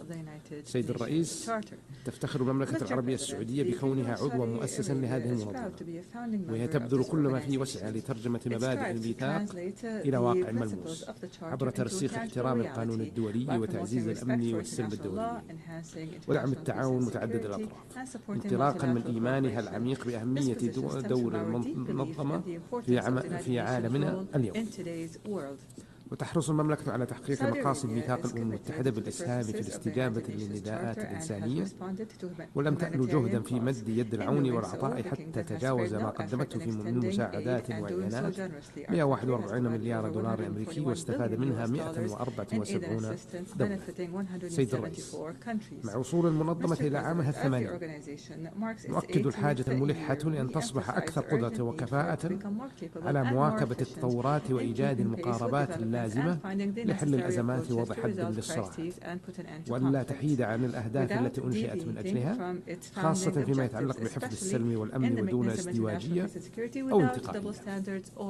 إن المعاناة التي يشهدها الشعب الفلسطيني والأزمة الإنسانية غير المسبوقة في قطاع غزة، والتي صنفت رسميا حالة مجاعة وفق تقرير التصنيف المرحلي المتكامل للأمن الغذائي IPC، تتنافى مع مبادئ الميثاق والقانون الدولي والقانون الإنساني الدولي في ظل الممارسات الوحشية التي تقوم بها سلطات الاحتلال دون رادع من تجويع وتهجير قسري وقتل ممنهج في تجاهل تام لحقوق الشعب الفلسطيني التاريخية والقانونية في أرضه، وسعيا لطمس حقوقه المشروعة، مما يحتم علينا جميعا التحرك الجاد لوقف العدوان وضمان الوصول المستدام للمساعدات الإنسانية. سيد الرئيس، لقد آن الأوان لإيجاد حل عادل ودائم للقضية الفلسطينية، فقد التصعيد العسكري لن يحقق الأمن والسلام، واستمرار التعامل مع القضية الفلسطينية خارج إطار القوانين والشرعية الدولية هو ما أدى إلى استمرار العنف وتفاقم المعاناة. ومن هنا نؤكد أهمية تحمل المجتمع الدولي مسؤولياته لوقف هذه المأساة وإيجاد سلام مستدام من خلال حل الدولة، باعتباره السبيل الوحيد الذي يضمن أمن الجميع في المنطقة. إن تقاعس المجتمع الدولي عن اتخاذ إجراءات الحاسمة ووقف الاعتداءات والانتهاكات الإسرائيلية لن يسهم إلا في زعزعة الأمن والاستقرار الإقليمي وعالمي، وفتح المجال أمام تداعيات خطيرة وتصاعد جرائم الحرب وأعمال الإبادة الجنائية. ومن هذا المنطلق بادرت المملكة بالتعاون مع مملكة النرويج والاتحاد الأوروبي بإطلاق التحالف الدولي لتنفيذ حل الدولتين، كما ترأست مع الجمهورية الفرنسية المؤتمر الدولي لرفيع المستوى بشأن التسوية السلمية للقضية الفلسطينية وتنفيذ حل الدولتين، بما يشكل مسارا تنفيذيا واضحا لحل الدولتين يفضي إلى إنهاء الاحتلال والصراع. وستكمل المملكة جهودا الحديثة للوصول إلى تجسيد الدولة الفلسطينية المستقلة على حدود عام 1967 وعاصمتها القدس الشرقية وفقا للقرارات الشرعية الدولية ومبادرة السلام العربية وحل الدولتين. وفي هذا الإطار تشيد المملكة بالدعم الدولي الذي شهد المؤتمر الدولي رفيع المستوى بشأن التسوية السلمية للقضية الفلسطينية وتنفيذ حل الدولتين، كما تشيد المملكة باعتماد الجمعية العامة للأمم المتحدة إعلانا نيويورك بشأن التسوية السلمية وتنفيذ حل الدولتين وإقامة دولة فلسطينية مستقلة الذي حشد أغلبية كبرى، كما ترحب بالعدد المتزايد من الدول التي أعلنت الاعتراف بالدولة الفلسطينية بما فيها فرنسا وبريطانيا وكندا واستراليا والبرتغال ومالطا وبلجيكا ولوكسمبورغ وموناكو وأندورا وسان مارينو، باعتبار ذلك خطوة مهمة نحو تكريس حل الدولتين وتعزيز مسار السلام العادل والدولي. وتدعو جميع الدول إلى الاعتراف بدولة فلسطين واستمرار دعم مسار تنفيذ حل الدولتين التزاما بالقانون الدولي وترسيخا للأمن والسلام في المنطقة والعالم. ولا يفوتنا الإشادة بتوجه السلطة الوطنية الفلسطينية لإجراء إصلاحات مهمة وهم يستحق المزيد من الدعم والتمكين من قبل المجتمع الدولي. سيد الرئيس، نؤكد حرصنا على العمل المشترك القائم على الاحترام المتبادل وترسيخ قواعد القانون الدولي بما يعزز الثقة المتبادلة ويوفر أساسا راسخا للأمن والاستقرار والتنمية المستدامة. وتؤكد المملكة في هذا السياق استمرار سعيها نحو تعزيز علاقات حسن الجوار واحترام سيادة الدول والإسهام في جهود خفض التصعيد والتهدئة تعزيزا للأمن والاستقرار في المنطقة والعالم. ومن هذا المنطلق أكدت المملكة إدانتها الاعتداء الإيراني على دولة قطر الشقيقة الذي جاء مناقضا لما نسعى إلى تأسيسه من معاقات حسن الجوار، كما تدين المملكة بشدة الاعتداءات الإسرائيلية المتواصلة في المنطقة وآخرها العدوان السافر على دولة قطر الشقيقة الذي يتطلب تحركا دوليا لمواجهة هذه الاعتداءات واتخاذ إجراءات دولية لإيقاف إسرائيل وردعها عن ممارسة أعمالها الإجرامية في زعزعة أمن المنطقة واستقرارها.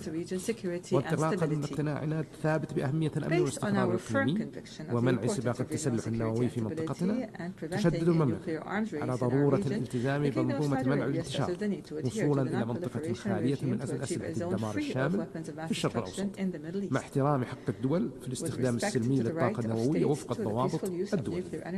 وتؤكد المملكة أن المسار الدبلوماسي هو السبيل لمعالجة مسألة البرنامج النووي الإيراني، وتدعو للانخراط بإيجابية في المفاوضات والتعاون مع الوكالة الدولية للطاقة النووية. وتؤكد المملكة أهمية حماية أمن وحرية الملاحة في البحر الأحمر وخليج عدن والمضايق، لما تمثله من أهمية بالغة للاقتصاد العالمي والأمن الإقليمي والدولي.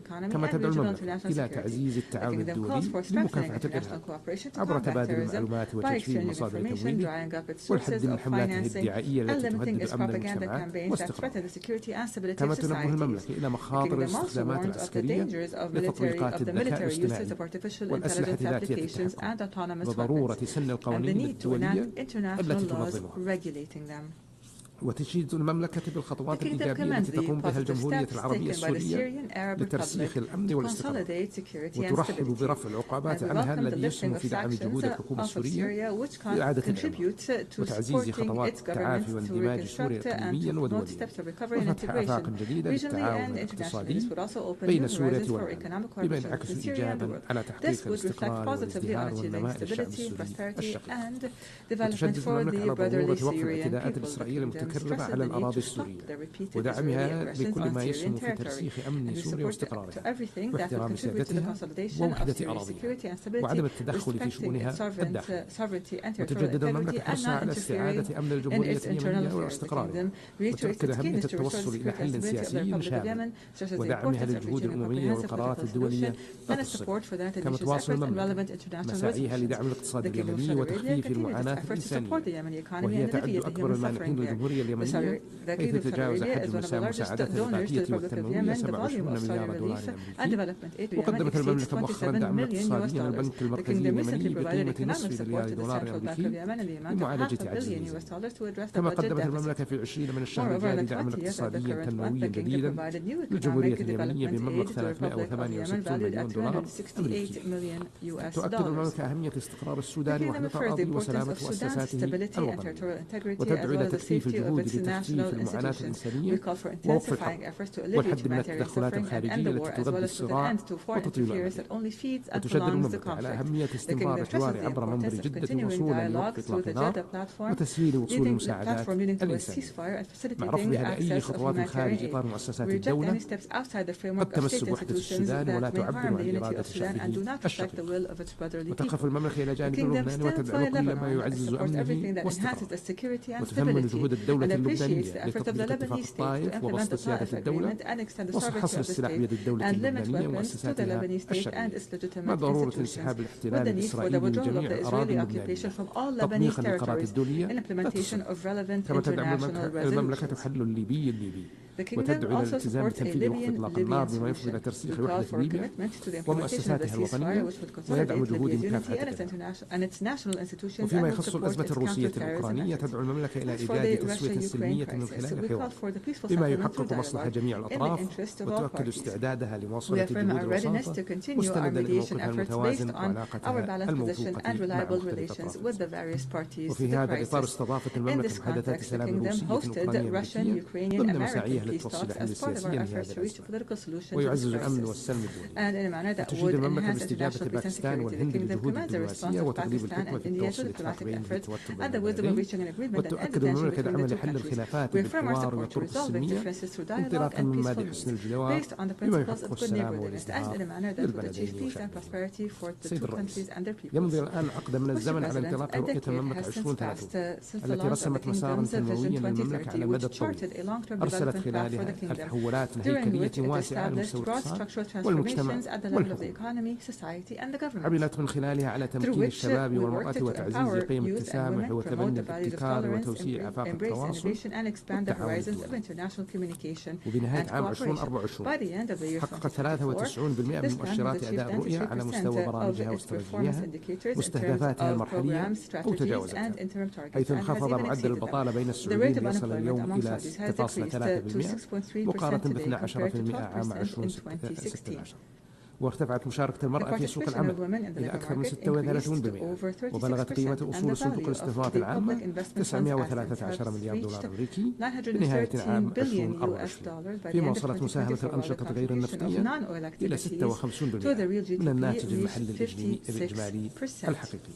وتستمر المملكة في إطار رؤيتها 2030 في استكمال مسيرة التقدم وتطوير قدراتها البشرية وتعزيز شراكاتها الدولية لتمثل نموذجا تنمويا رائدا في التحولات الوطنية وبناء مستقبل أكثر ازدهارا وشمولا. سيد الرئيس، تؤكد المملكة أهمية تعزيز التعاون الدولي للحد من آثار التغيير المناخي وذلك ضمن إطار اتفاقية دولية ذات الصلة من خلال تبني نهج متوازن وشامل في مسارات تحويل الطاقة يأخذ بالاعتبار 3 ركائز رئيسية لتحقيق التنمية المستدامة وهي الحفاظ على أمن الطاقة وتوفيرها بتكلفة ميسورة واستدامة البيئة.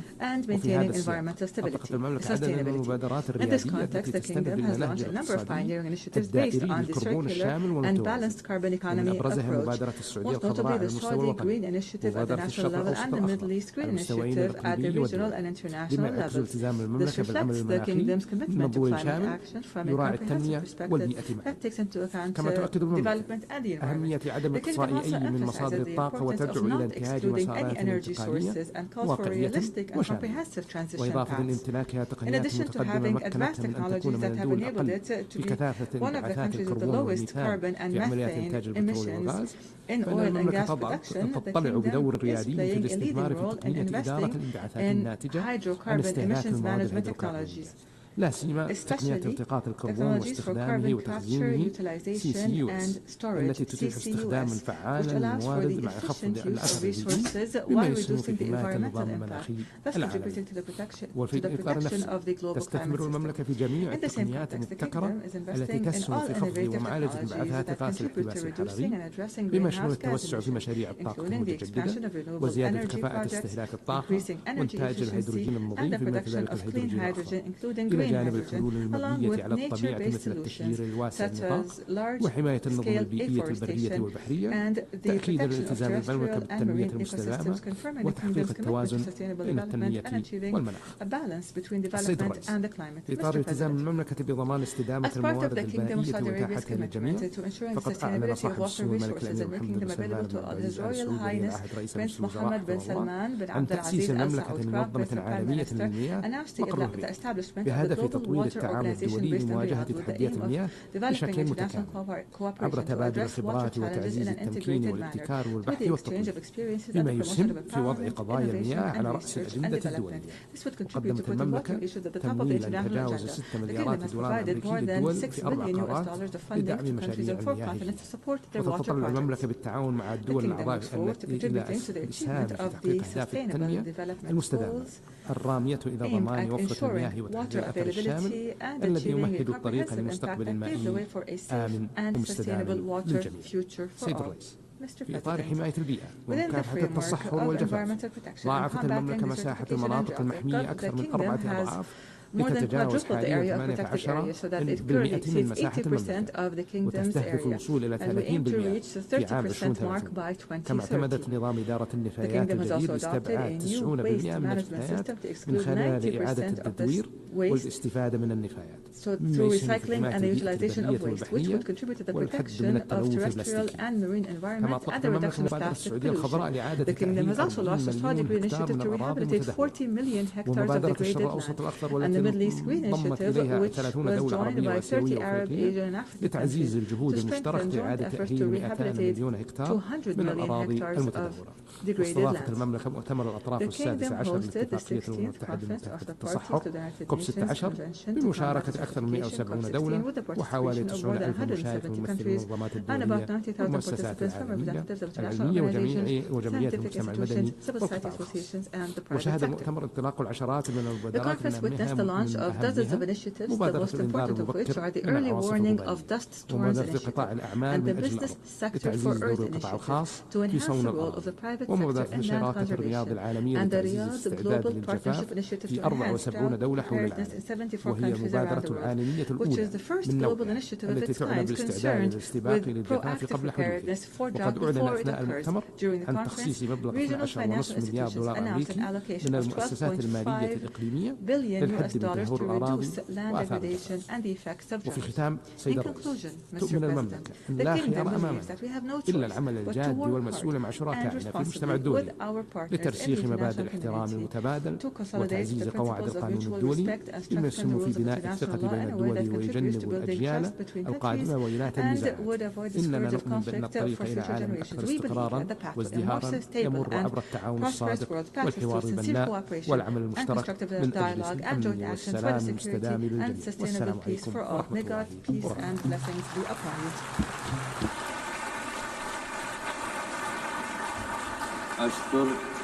أشكر صاحب السمو الأمير فيصل بن فرحان آل سعود خليفية المملكة العربية السعودية. Minister for Foreign Affairs of the Kingdom of Saudi Arabia.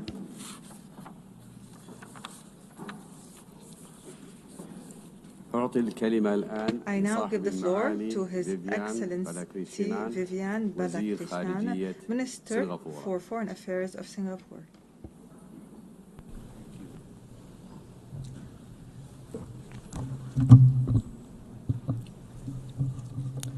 Madam President, Your Excellencies, The 80 years since the end of the Second World War has in fact been a unique period in history. The first half of the 20th century was amongst the bloodiest periods known to mankind. However, the victors of World War II were most unusual.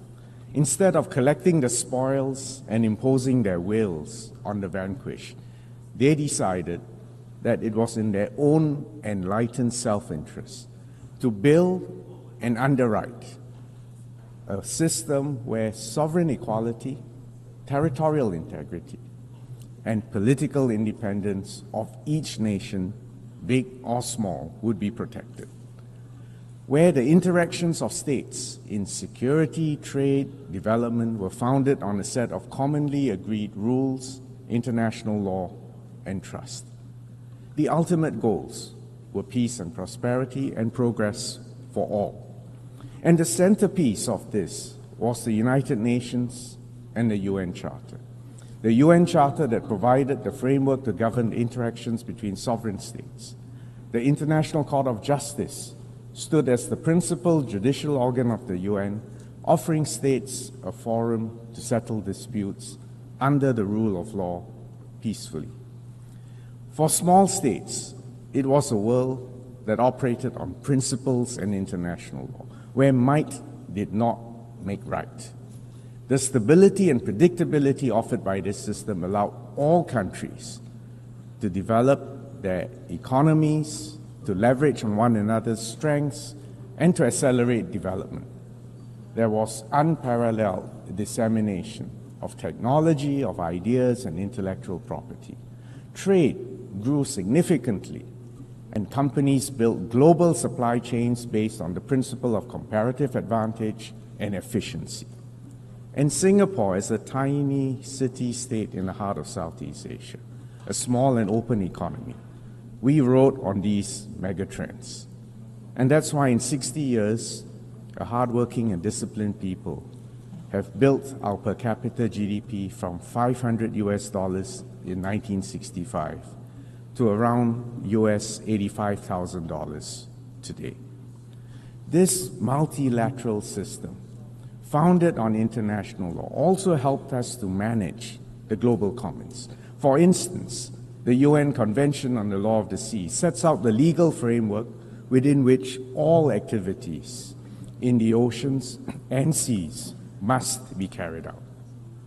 It grants freedom of navigation and overflight as a universal right, crucial for an island city-state like Singapore, which depends on trade.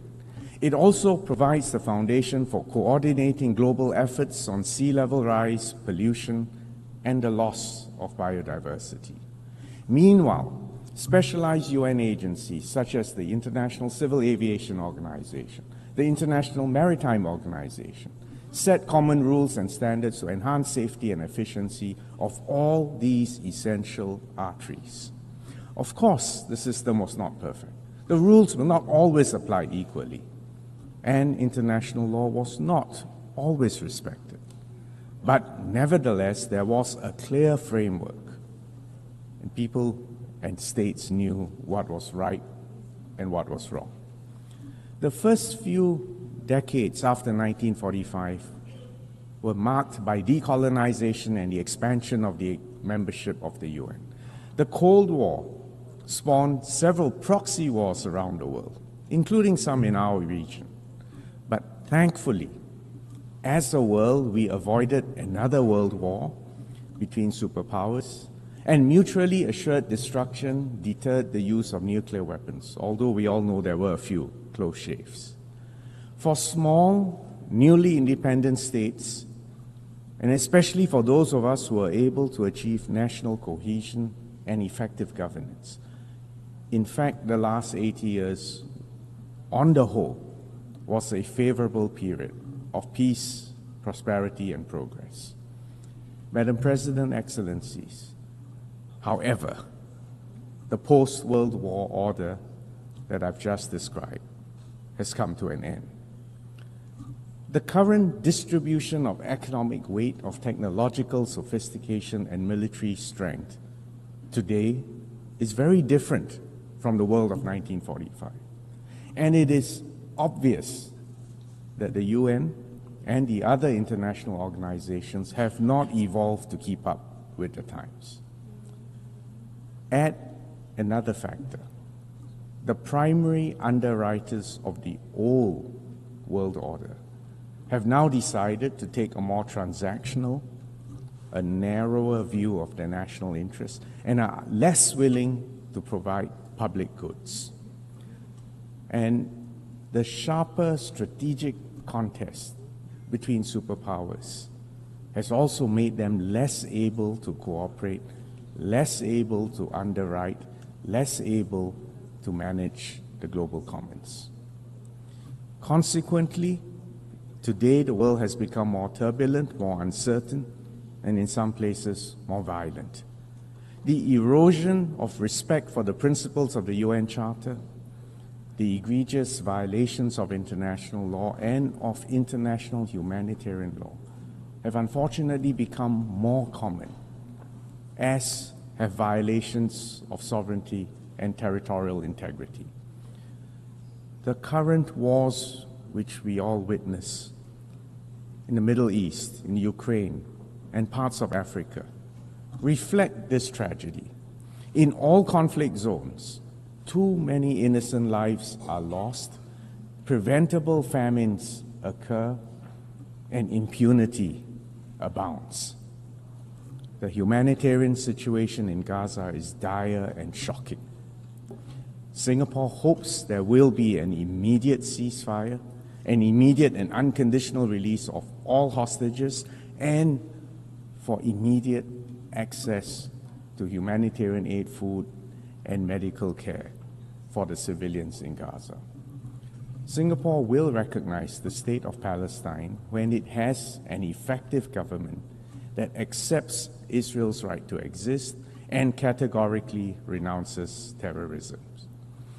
Singapore cannot recognize any unilateral annexation of occupied territory because this would be a flagrant breach of international law. And if the situation continues to deteriorate, or if Israel takes further steps to extinguish a two-state solution, we will then have to reconsider our position on when to recognize a Palestinian state. In the Ukraine, a permanent member of the Security Council has to comply with the UN Charter. And we must not forget the victims in Sudan and other conflict zones throughout the world. Madam President, Excellencies, these geopolitical shifts have also disrupted the multilateral trading and economic system. Decades of progressive trade liberalization and investments expanded opportunities and prosperity all over the globe. But today those are at risk.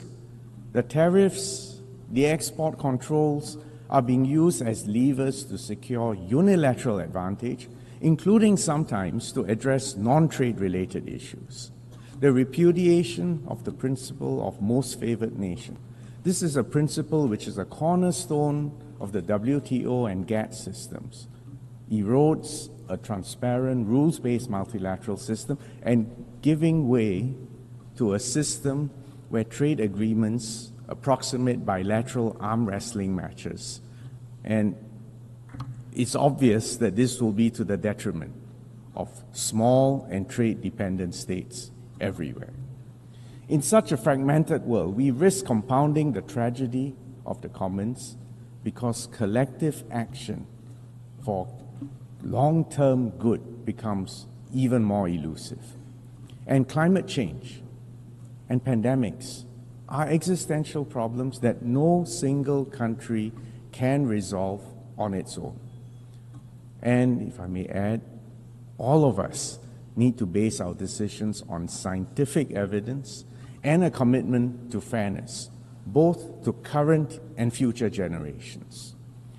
Notwithstanding this prevailing pessimism, Singapore believes that the multilateral system and international law, underpinned by the UN, still remains the best way to uphold global peace and prosperity in a fair and inclusive way. As a small state, we cannot afford to be passive or fatalistic and pessimistic. In fact, we're here to call on all of us to double down on multilateralism founded on international law. Even small states and middle powers have agency, and we have strategic autonomy to collectively protect our long-term national interests and the global commons. And Singapore will support the UN80 process to strengthen this institution and the multilateral system.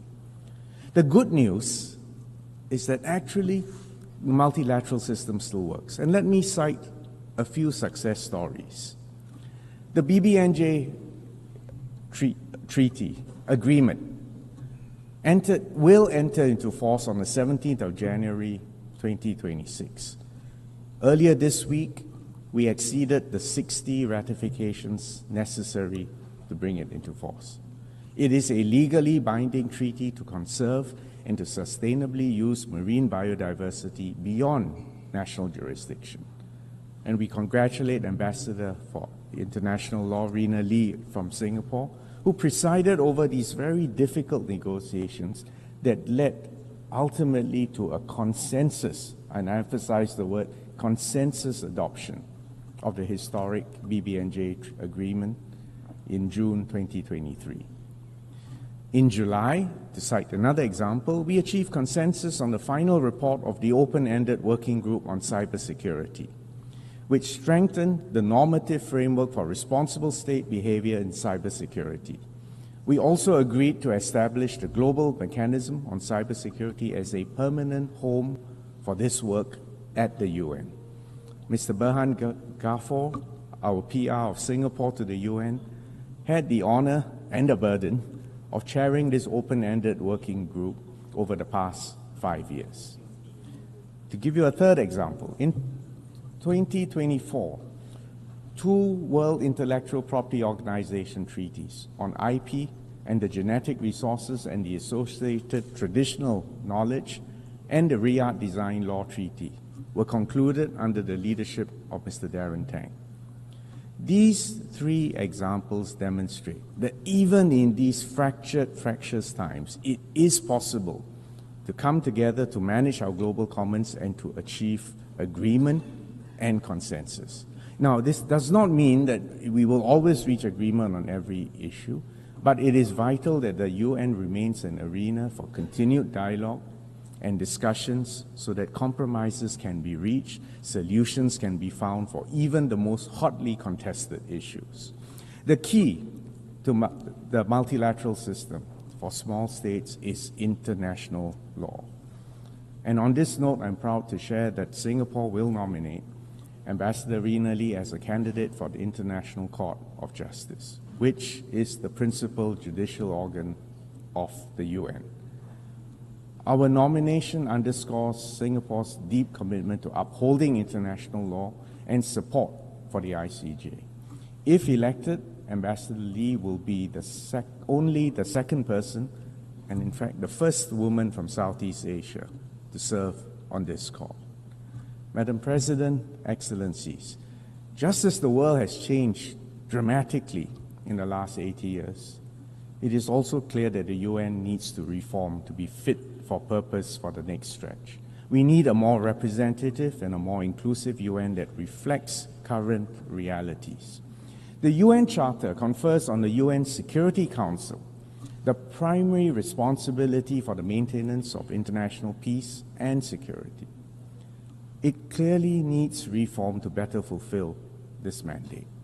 The increasing, and if I may add, cynical use of vetoes by the P5 must be constrained, and the wider UN membership must reach agreement on how this veto is to be exercised in the future. We commend the role played by the elected members of the Council, which gives the wider membership of the UN greater agency in addressing the pressing issues of the day. We also believe it is important to strengthen the relationship between the Security Council and the General Assembly. We need a UN that delivers for real people on the ground. Clean water, education, pandemic preparedness, social mobility, jobs, education, and an international financial architecture that delivers stability and prospects of progress for all. These are the building blocks for sustainable development and human dignity. The commitments made at the Summit of the Future last year signal our collective resolve to implement the SDGs. The UN needs to be future-ready and to harness the potential of emerging technologies like AI as a force for good for all. Early and constructive and inclusive multilateral engagement is essential, and AI's transformative force can aid conflict prevention, peacekeeping, and humanitarian options, but you all know there are also downsides and dangers, and it requires guardrails so that it can be harnessed responsibly. Madam President, Excellencies, the first Foreign Minister of Singapore said it best 60 years ago in 1965. Quote, "Despite cynics who focus attention on its many shortcomings, Singapore has faith in the future of the United Nations simply because without it, there is no worthwhile future for humanity." Unquote.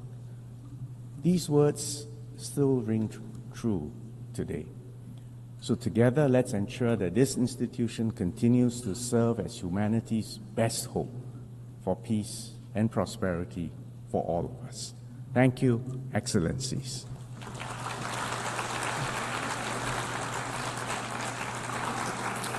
I thank the Minister for Foreign Affairs of Singapore.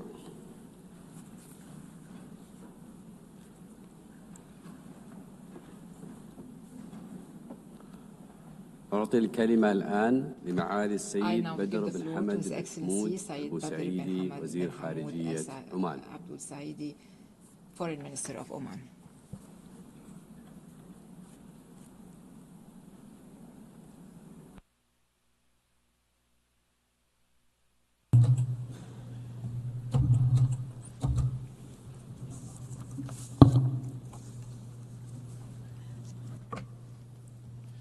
معالي رئيسة الدورة الثمانين للجمعية العامة للأمم المتحدة، رؤساء وأعضاء الوفود الأكارم، الحضور الكريم، تواجه الأسرة الدولية اليوم طيفاً واسعاً من القضايا الحيوية التي تؤرق ضمير الإنسانية وتتطلب منا تضافراً حقيقياً لمعالجتها بروح المسؤولية والتعاون. وقد عبرت سلطنة عمان في مناسبات متعددة عن رؤيتها ومواقفها الواضحة حيال هذه القضايا، وفي مقدمتها أزمة المناخ والتحول إلى مصادر الطاقة النظيفة، فضلاً عن الدعوة لاستثمار الفرص الجديدة في مجال التجارة والتنمية المستدامة. غير أن هناك قضية إنسانية وسياسية عميقة الجراح ما تزال تقف في صدارة الأولويات الملحة، ويجب أن تتقدم على سواها في مداولاتنا وقراراتنا، ألا وهي القضية الفلسطينية. لقد طال الأمد وتفاقمت المعاناة وبلغ السيل الزبا، وآن أوان إنهاء الاحتلال ورفع الظلم وإعادة الاعتبار للحقوق المشروعة للشعب الفلسطيني من خلال تنفيذ حل الدولتين باعتباره السبيل العادل والوحيد نحو سلام دائم وشامل ينهي عقوداً من الصراع والحرمان. The Sultanate of Oman is convinced that just peace is a fundamental pillar for sustainable security, stability, and development. From this perspective, the establishment of an independent Palestinian state with East Jerusalem as its capital must be at the forefront of strategic priorities to bring about a just and lasting peace in the Middle East. Therefore, the recognition of the State of Palestine is the most crucial step in this critical phase of the history of the Palestinian cause.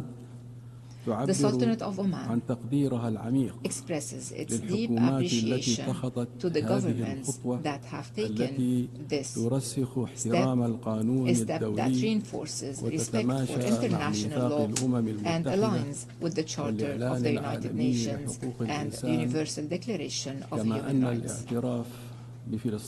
Recognizing Palestine also reflects the international community's commitment to this two-state solution as outlined in UN resolutions and the outcomes of the two-state solution conference and the New York Declaration under the auspices of the United Nations. Distinguished heads and members of delegations, esteemed delegates, the Sultanate of Oman remains firmly committed to its consistent policy of working toward peace and security in the region. It has a record of notable initiatives and achievements in this regard. It continues to engage constructively with all parties and partners in pursuit of this noble goal for the benefit of all. Today, we celebrate 80 years since the establishment of the United Nations, this global institution that embodies our collective commitment to working together for peace and to settle conflicts through dialogue and peaceful and legal means. Yet, Israel continues to disregard international appeals, refusing to engage in a serious dialogue that would lead to a just and comprehensive solution. Its continued use of force and disregard for reason threaten the credibility of the international system. Therefore, it is our shared responsibility to intensify our efforts and to apply effective pressure to bring Israel to the negotiating table and to make it clear that the path to peace cannot be forged through dictation or the imposition of a fait accompli, but rather through mutual understanding and respect for international law and the rights of peoples. My country, the Sultanate of Oman, calls upon the international community to adopt measures that limit the Israeli government's ability to continue its policies of genocide, destruction, and illegal occupation of the Palestinian territories, and its ongoing policies of starvation and blockade against the Palestinian people and the obstruction of humanitarian assistance. From this very podium, we call for a global peaceful campaign to lift the blockade and undo the injustice imposed on the Palestinian people and to secure their freedom through the establishment of an independent and sovereign Palestinian state. Esteemed delegates, drawing on its principled stances and principles of supporting peace and regional stability, and on its categorical rejection of any violation of state sovereignty, The Sultanate of Oman reaffirms its solidarity with the sisterly state of Qatar, supporting its right to take the dissuasive measures to protect its security and full sovereignty over all its territories. We renew our condemnation of the Israeli aggression against Qatar on the 9th of September of this year. We also renew our condemnation of Israeli aggressions against Iran, Yemen, Syria, and Lebanon. We call for imposing sanctions on Israel in response to its blatant violations of international law and its unlawful encroachments on the sovereignty of states. Distinguished delegates, the international community, particularly the permanent members of the Security Council, must empower the Secretary General to fulfill his mandate in line with the purposes of the UN Charter, particularly in the areas of international peace and security. We must also cooperate with him to achieve the Sustainable Development Goals, especially those related to inclusive economic growth, job creation, encouraging innovation, and reinvigorating global partnerships for development, as well as the eradication of poverty and disease, and ensuring food, health, and energy security. The Sultanate of Oman attaches the highest priority to education and health. We recognize them as fundamental rights for all and key pillars of development.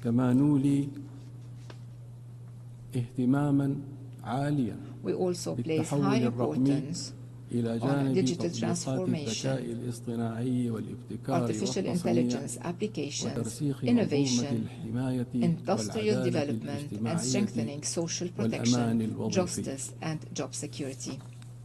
Moreover, Oman remains steadfast in its commitment to youth empowerment through education and knowledge. We acknowledge youth as the driving force behind development and innovation and the knowledge-based economy. We continue to work on creating and diversifying opportunities to allow youth to harness their skills and actively contribute to building the future. Esteemed participants, the world today is undergoing one of the most complex and difficult periods in modern history, marked by unprecedented convergence of global political, economic, and humanitarian crises.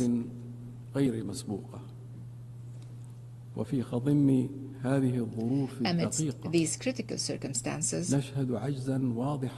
the international community is clearly unable to make decisive and effective decisions that could help de-escalate conflicts, alleviate human suffering, or address crises from a just and comprehensive perspective.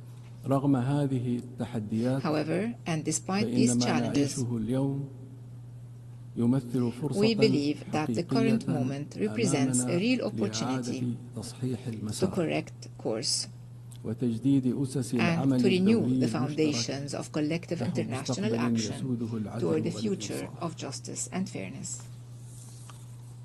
Let us, in this General Assembly, reaffirm our collective and genuine commitment to international law, international humanitarian law, and the enduring principles of the United Nations Charter, Let us strengthen the role of this international organization and all its subsidiary organs, so it may play a more robust role in maintaining international peace and security, in promoting sustainable development, and fostering a culture of justice, tolerance, and mutual respect. This is the path toward realizing the aspirations of peoples for freedom, prosperity, and a just, stable, and prosperous future. Thank you for your attention. Peace, mercy, and God's blessings be upon you.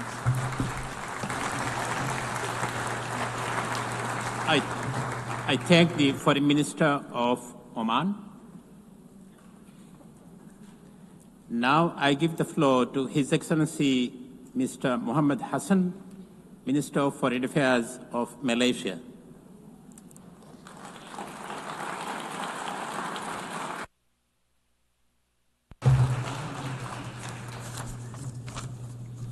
Bismillahirrahmanirrahim. Madam President, Your Excellencies, may I begin by congratulating President Annalena Baerbock on being elected as the President of the 80th session of the General Assembly. I also wish to thank His Excellency Philemon Yang for his leadership throughout the 79th session of the General Assembly. Madam President, it is now the 80th session of the General Assembly. Yes, 80 years since our dreams of bright future gave birth to the United Nations. Humanity has imagined the future in many ways. Among other things, we imagined that in some of its darkest versions, information overload would numb critical thought while apathy take over. I fear that this has come to pass. 80 years after the end of the Second World War, we are watching in high definition as genocide unfolds around the world. 80 years, after all, after the fall of the empires, colonialism is still alive, armed, funded, and justified by some of the supposedly most liberal powers in the world. They have defended and supported the only party who has any real power in a conflict as it makes a fuss out of international law. As we approach the 80th anniversary of the United Nations, Madam President, I suppose I should say, congratulations. But today, that word rings hollow. Should we congratulate ourselves on our inability to bring an end to the occupation of Palestine? Or should we congratulate ourselves for allowing a rogue state to undermine our charter and our efforts? In Gaza, the clock is ticking, the bombs are falling, and the light is fading. We have failed at least 70,000 people. Israel can no longer hide behind its pretense of victimhood. From London to Dhaka, from Paris to Sydney, from Montreal to Kuala Lumpur, populations have spoken out in grief and outrage. More and more people are standing up for the truth that Israel is committing genocide in Gaza. Remember, the eyes of the world are upon us. We must take action now, Madam President, now. Sanction Israel. The metastasis of Israel's brutality in the Middle East cannot go on. Their latest assault on Doha was not merely an attack on a few representatives of Hamas. It was an attack conducted on another state's soil and an insult to the efforts of all who have attempted to mediate. And it is a signal that Israel's violence will continue to destabilize the region. The effect of this will spill over to the rest of the world. The atrocities may have begun with Palestine, but they certainly will not end with Palestine. As the Middle East grows ever more dangerous for its residents, we will feel the reverberations all over the world. And this is why simply advocating for a two-state solution is not enough, Madam President. Malaysia will agree to any measures of the support for the Palestinian people, including the New York Declaration.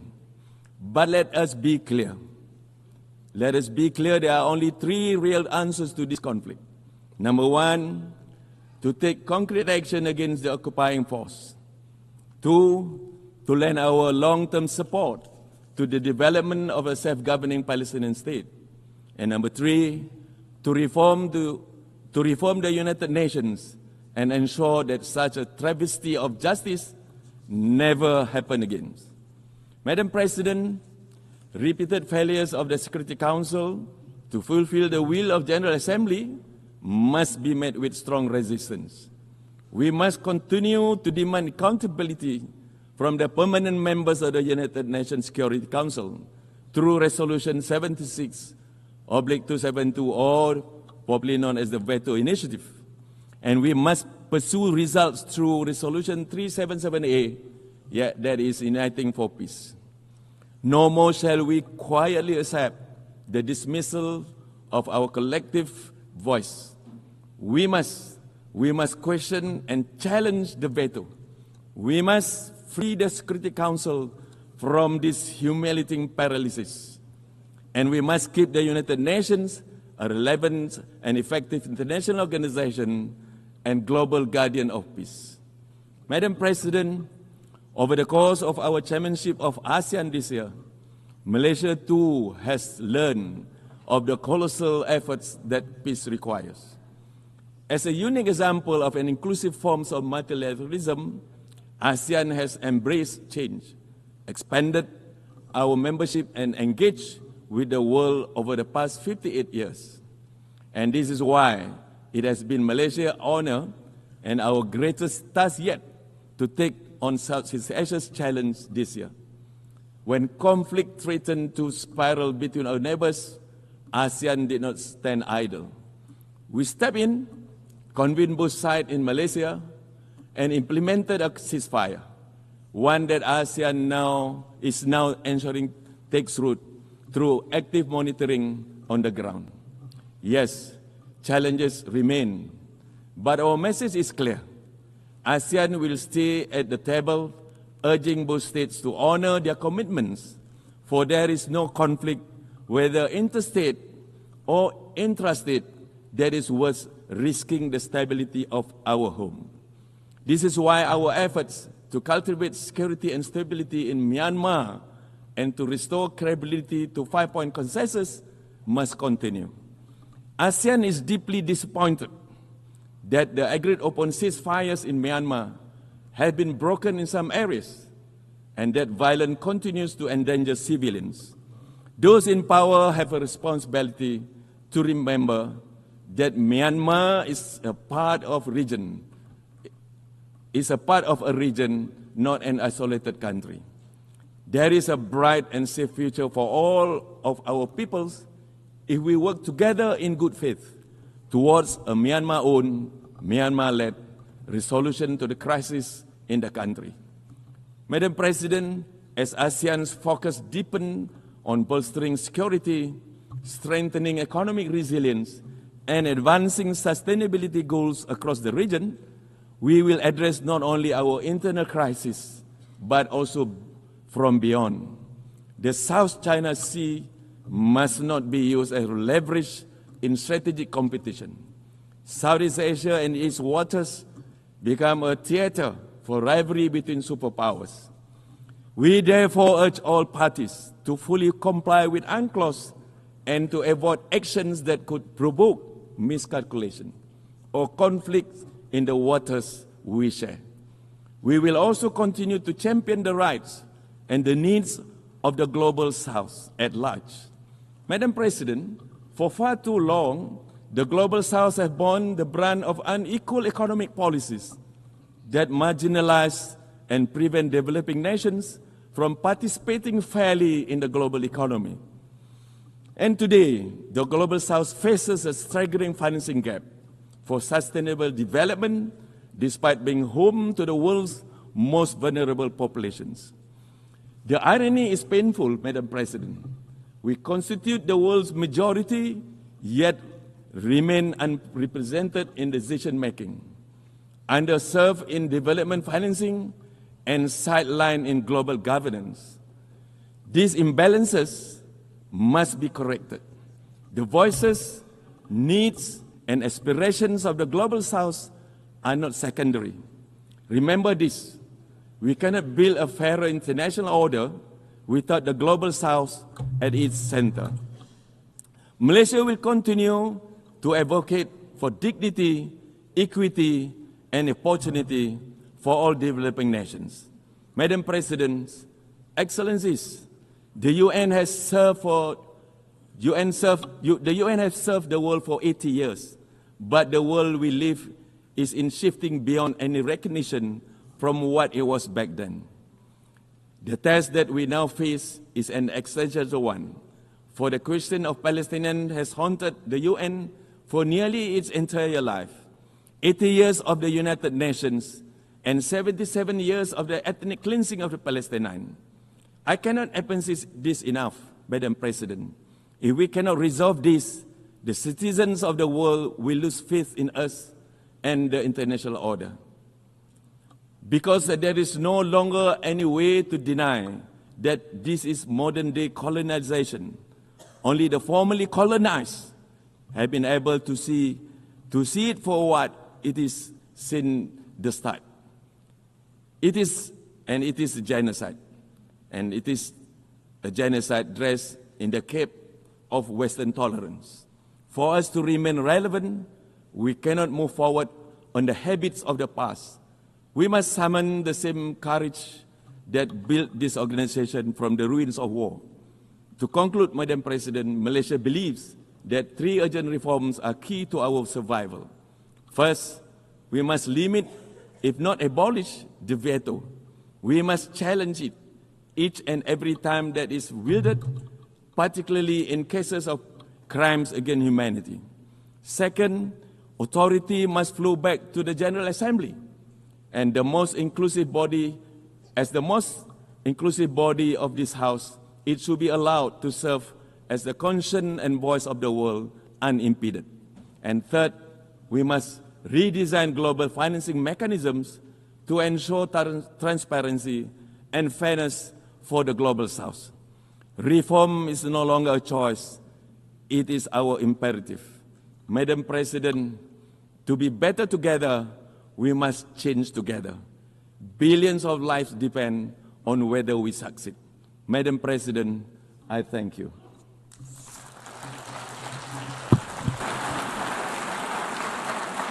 I thank the Minister of Foreign Affairs of Malaysia. Now I give the floor to His Excellency Muhammad Ali Nafti, Minister of Foreign Affairs, Migration and Tunisians Abroad of Tunisia.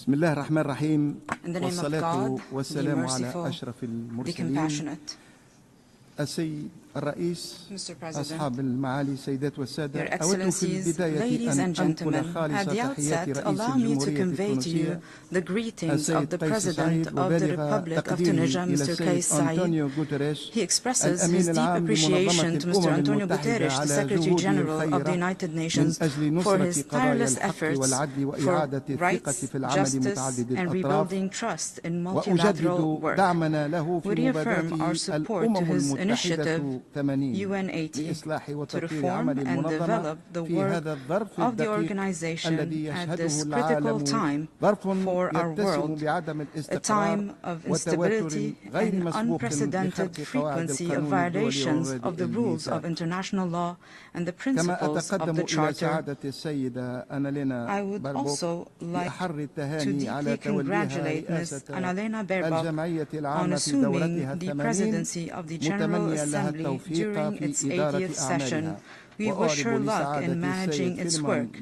We would also like to express our thanks and appreciation to Mr. Philemon Young for successfully presiding over the 79th session of the General Assembly. Mr. President, during this session, we are proud to celebrate the 80th anniversary of the United Nations. On this occasion, we recall the number of principles and noble purposes for which it was established, notably human solidarity and the unity of our destiny, which inspired those who came before us in their diplomatic steadfastness and struggle. Our United Nations was established following the most brutal and vicious of wars in our history, so that it is the voice of collective conscience for our people, so that it is the bulwark that protects humanity from the scourges of conflicts and wars. Today, we truly need to strengthen this common home so that it can be the light that guides us towards security, peace, and human dignity, so that it remains a home for international legitimacy and a platform for dialogue, negotiations, and reconciliation, so that we can build a more secure, just, and stable and peaceful world. A world that is committed to our global values. Let us learn from the lessons of the past. We must learn from the wars and conflicts that caused humanitarian suffering and grave violations. We must learn that the logic of might, no matter its justifications, cannot break the will of people and their belief in their right to self-determination. Today, we stand on the steps of a new era that requires us to be determined and to work tirelessly to renew our trust in multilateral work and the ability of the United Nations to achieve the global goals for which it was established, to continue the path of reform and to adopt a comprehensive roadmap that is well defined in order to implement the UNAT initiative to restore international legitimacy and to strengthen the theme of our former session, to leave no one behind. We renew our commitment to multilateral work and our common responsibility to confront the accelerating changes and the economic, social, security, environmental, and climate challenges confronting our world today. We trust the vital role of the United Nations to find suitable solutions for these challenges. The President of the Republic of Tunisia, on the occasion of the 80th anniversary of the United Nations, decided to consider 2025 as the year to strengthen multilateral work and enhance cooperation with the United Nations. This is the theme that is guiding Tunisian diplomacy. We have organized a number of events at the International Diplomatic Academy in Tunis in coordination with specialized UN agencies on a number of topics in line with the outcomes of the Summit for the Future for 2024, and these topics include security, development, science, technology, and culture. Mr. President, we believe in the ability of our organization and its agencies to remain steadfast before the deep changes confronting our world. We believe that it can give hope and optimism for future generations, for a better future. However, we feel disappointed today as the Security Council is still unable to put an end to the terrible humanitarian tragedy and the genocidal war and starvation against the steadfast Palestinian people as the brutal occupying entity continues to worsen the suffering of the Palestinian people before the entire world, without accountability and with full impunity. It is evident today that the crimes of the occupation aims to liquidate the Palestinian question and prevent the Palestinian people from enjoying their right to resistance and maintaining their entire territory. Tunisia deplores from this rostrum the announcement of the occupying entity that it intends to reoccupy the Gaza Strip fully and to force the Palestinian people to abandon their land. How can we strengthen the rule of law and give precedence to the UN Charter and its principles at a time when the state of Palestine still has not acquired full membership, although UN resolutions have ratified decades ago Palestine's right to independence and full sovereignty and self-determination without any foreign interference, at a time when the occupying entity maintains its membership at the United Nations despite its systemic, continuous and uninterrupted violations of the rules of international law, and despite its attacks against the work of the United Nations and its specialized agencies and immunities in the occupied Palestinian territory. We value the wave of international recognition of the State of Palestine, with 150 states recognizing the State of Palestine. We do hope that this will support its full membership at the United Nations without delay or hesitation. We recall that the State of Palestine is a state pursuant to international law. When states recognize the State of Palestine, this does not create this right, it only supports and highlights this right. The truth is clear as day, and what is right is evident. This right was reaffirmed by the ICJ in its advisory opinion on the 19th of July 2024, when it ratified that the occupying power is obligated to end its illegal presence in the occupied Palestinian territory as soon as possible, and all member states at the United Nations are obligated to not recognize the legitimacy of the situation resulting from this illegal presence, and not to provide any aid or assistance to maintain this situation. The United Nations and its main bodies must look at ways and procedures to guarantee that. From this rostrum, we call on the international community to shoulder its responsibility immediately to lift the blockade on Gaza Strip and all the Palestinian territory, and to put an end to the starvation, and to guarantee an effective delivery of assistance, and to secure those requiring assistance. We also call on the Security Council to immediately interfere to put an end to the repeated violations against a number of countries in the region: Syria, Lebanon, Iran, and lately Qatar. My country has called for that recently during the Emergency Islamic Arab Summit in Doha, because we believe that the Islamic Arab security is indivisible. In this regard, we reaffirm that the process of reforming the United Nations and paving the way for a new phase for multilateral work and international relations, this cannot be achieved and this cannot be tangible for all countries unless we strengthen the value of equality among people, away from discrimination, selectivity, and double standards. Tunisia will remain committed with an unshakable will to support the Palestinian people in their struggle to reclaim their legitimate, inalienable, and imprescriptible rights, notably their right to self-determination and to establish an independent state, a sovereign state, all over Palestine territory, with Al-Quds al-Sharif as its capital. Mr. President, achieving the objectives of the Summit for the Future continues to guide our approach. However, these objectives continue to be difficult unless the international community truly wishes to make a change and reach a consensus on diagnosing the deep-rooted issues that led to the failure of the current international system. We cannot confront the current and emerging global challenges if we do not rebuild international relations based on solidarity, constructive cooperation, justice, mutual respect, and the non-interference in the affairs of others, and respect for national sovereignty. This is the difficult formula that the Secretary General mentioned in his opening statement.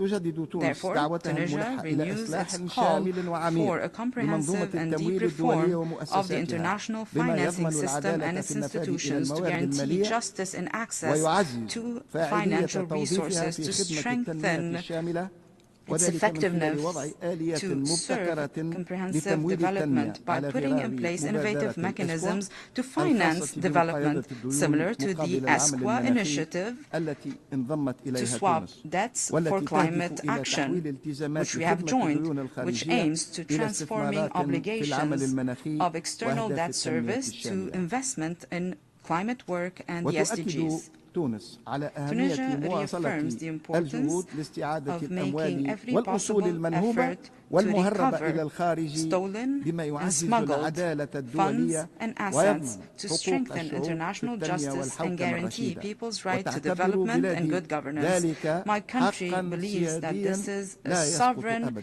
imprescriptible right. السيد الرئيس Mr. President, انطلاقا من قناعتها الراسخة بالترابط الوثيق بين التنمية والسلم تؤكد بلادي أن الاستثمار في الإنسان خاصة في مجالات التعليم والتربية والصحة والبنية التحتية والبيئة يشكل الضمانة الأساسية للوقاية من النزاعات والتصدي لأسباب الهجرة غير النظامية. وإن مقاربتنا في التعاطي مع تدفقات الهجرة with the flows of irregular migration is based on respecting human rights and rejecting all forms of racial discrimination and hate speech. Tunisian authorities continue to make every possible effort to save the lives of irregular migrants on land and at sea, to provide them with care and enable them to voluntarily return to their countries of origin in cooperation with the IOM. We renew our call to adopt a comprehensive approach to migration that takes into account the human and historic dimensions and not just the narrow security dimension, and we should not place on countries of the South a burden that exceeds their capacity. We need to support efforts of development in countries of origin and strengthen the integration of young people at the economic and social level and facilitate regular movement. We refuse to be a country of transit for irregular migrants that are victims of networks of human smuggling and human trafficking. Migration must be a choice and not a necessity. If it's regular, it allows us to create wealth and new job opportunities, and maintaining human dignity, it is a lever for development and cultural rapprochement between countries. In this regard, we recall the International Conference on Migration that was held in Rome in 2023. We recall the initiative of the President of the Republic of Tunisia of reaching comprehensive and permanent development solutions and to mobilize financial resources to implement them. Tunisia reaffirms the need to separate between financing climate and financing development. We consider that climate financing is a historic responsibility and a right in terms of reparation, despite the limited contribution of a number of developing countries to global emissions. However, they are the ones facing worsening climate challenges, water scarcity, agricultural land degradation, rising sea levels, and other extreme weather phenomena. Therefore, Tunisia calls on meeting the international pledge to mobilize $300 billion annually and to allocate a percentage of this amount to programs of adaptation while providing mechanisms to access these resources by facilitating technical and financial conditions and to activate the loss and damage fund as an effective and fair compensation mechanism. My country reaffirms that the right to development is an indivisible essential right based on the principles of justice, equality, and social and international solidarity.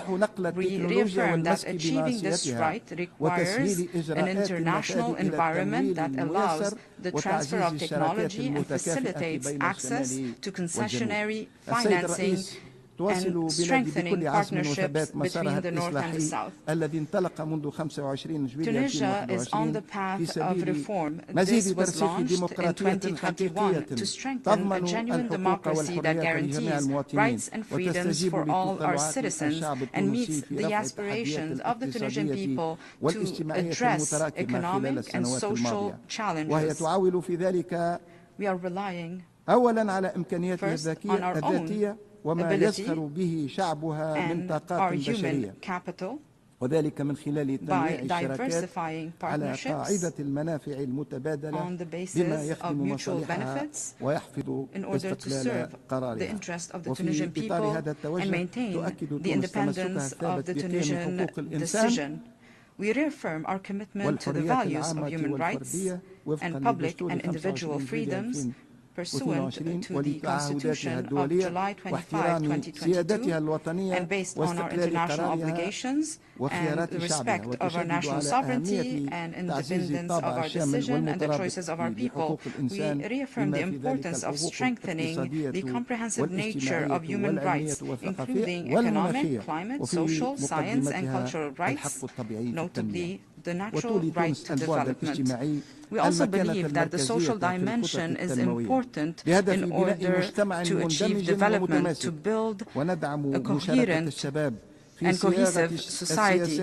We support the participation of young people in our policies and in solutions, because we believe that we must listen to young people. We must take full advantage of their capacity, for they are able to change our reality towards the better. Tunisia will also continue to support the legislative and strategic frameworks for an economic integration of women, to make sure that women participate in the public sphere and guarantee that they have access to equal opportunities. And we are combating all forms of violence and discrimination against women. Tunisia reaffirms its commitment to the agenda of women, peace and security, and the agenda of young people, peace and security, because we believe that the participation of women and young people in conflict prevention, in addressing crises and building peace is a necessary condition to achieve a just and permanent peace and a comprehensive development. Mr. President, we also believe that there are close ties between the Tunisian and Libyan peoples. We reaffirm our firm and principled position that supports the free choices of the Libyan people. We believe that the situation within Libya is a purely internal affair and not an international affair. The solution can only be Libyan-led without any interference. The Libyan people is a sovereign people and is the only one entitled to put in place solutions with the support of the United Nations. In this regard, we also call for maintaining the sovereignty, independence, and unity of Syria. We reject any violations to its territorial integrity. Furthermore, we believe that we need concerted UN and international efforts to find a political settlement for the situation in Yemen, to end the suffering of the Yemeni people and achieve peace and security in Yemen. We also call on Sudanese parties to choose dialogue and a peaceful resolution of this crisis to restore security and stability and put an end to the suffering of the Sudanese people from the scourges of war and division. When it comes to the situation on the African continent, we are proud that we are a part of the African continent. Tunisia reaffirms the need to address the vulnerabilities confronting a number of countries in the continent. We call for more concerted لمساعدة إفريقيا على مجابهة مختلف التحديات والتخلص من الأزمات ودفع مسارات إعادة الاستقرار وتحقيق الأمن والسلم والتنمية.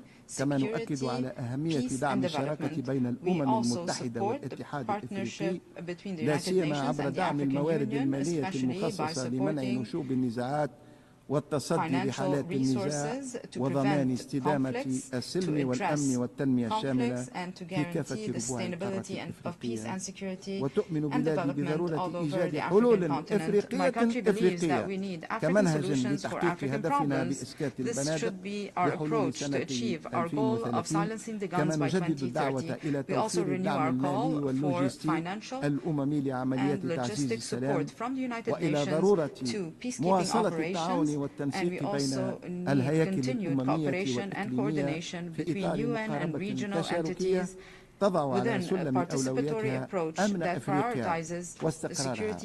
أفريقيا التي السيد الرئيس تجدد تونس التزامها الراسخ بثقافة السلام كخيار استراتيجي ومبدأ ثابت في سياستها الخارجية، فإنها تؤكد في الآن ذاته على ضرورة تكثيف الجهود الدولية لمكافحة خطاب الكراهية والتحريض على العنف، وتشدد على أهمية مواصلة دعم دور الأمم المتحدة في الوقاية من النزاعات وتسويتها بالطرق السلمية دون انتقائية، وعلى تعزيز الحوار بين الحضارات والثقافات كرافد أساسي للتعايش السلمي as a cornerstone for peaceful coexistence between nations.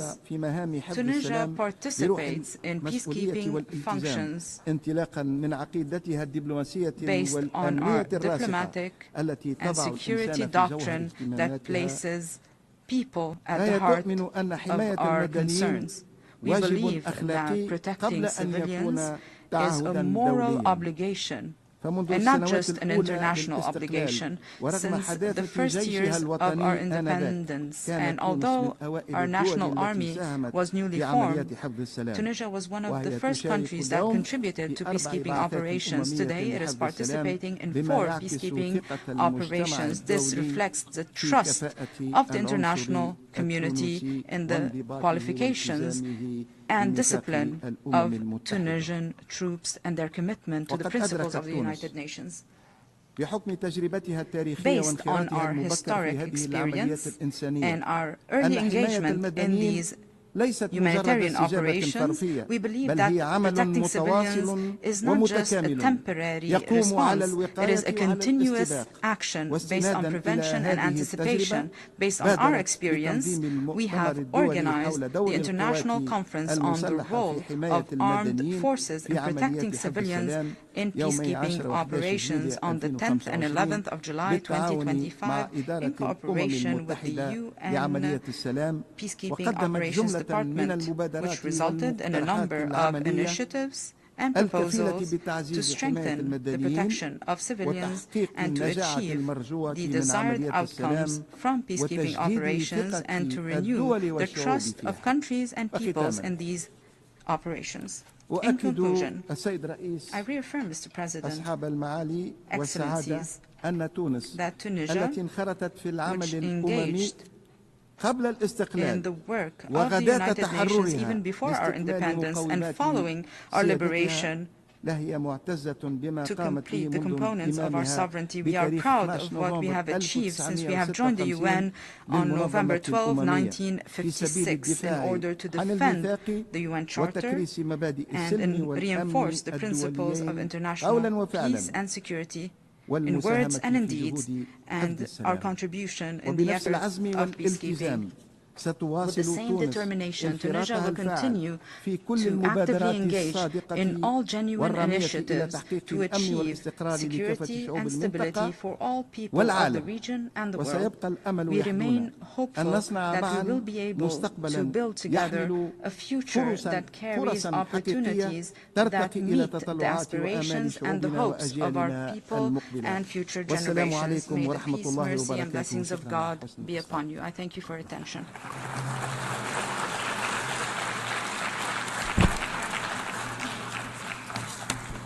I thank the Minister of Foreign Affairs, Migration and Nations Abroad of Tunisia. Now I give the floor to His Excellency Abdullah Khalil, Minister of Foreign Affairs of the Maldives.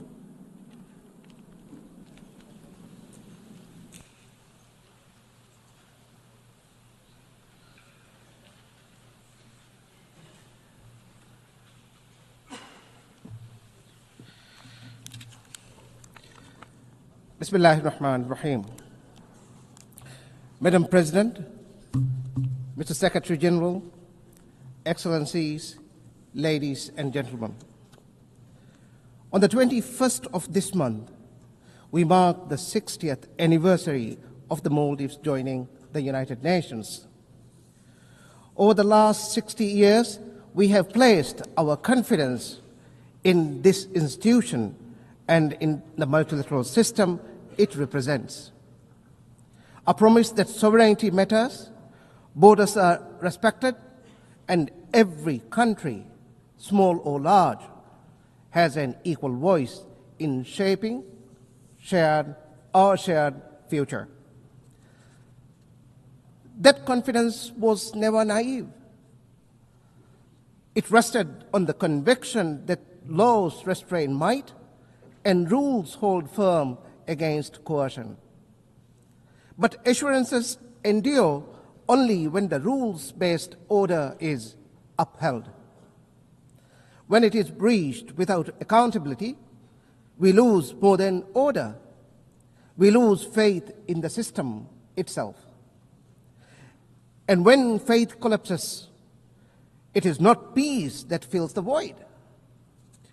It is unrestrained might, power that redraws boundaries, silences voices, and tramples norms.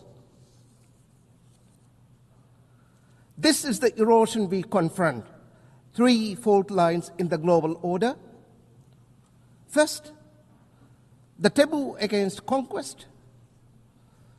For many decades, the rule that borders cannot be changed by force underwrote peace. That foundation is cracking. Every breach, once allowed, becomes precedent. And precedent invites repetition. Second, sovereignty, respect for sovereignty and territorial integrity. These are not slogans, but the ground rules for peace, development, and dignity. But today, powerful aggressors treat them as optional. Third, multilateralism. The doctrine that shared challenges require shared solutions. That doctrine is under siege. When institutions are bypassed, when vetoes paralyze, when laws are applied selectively, confidence unravels, and with it, the system itself. We see erosion everywhere.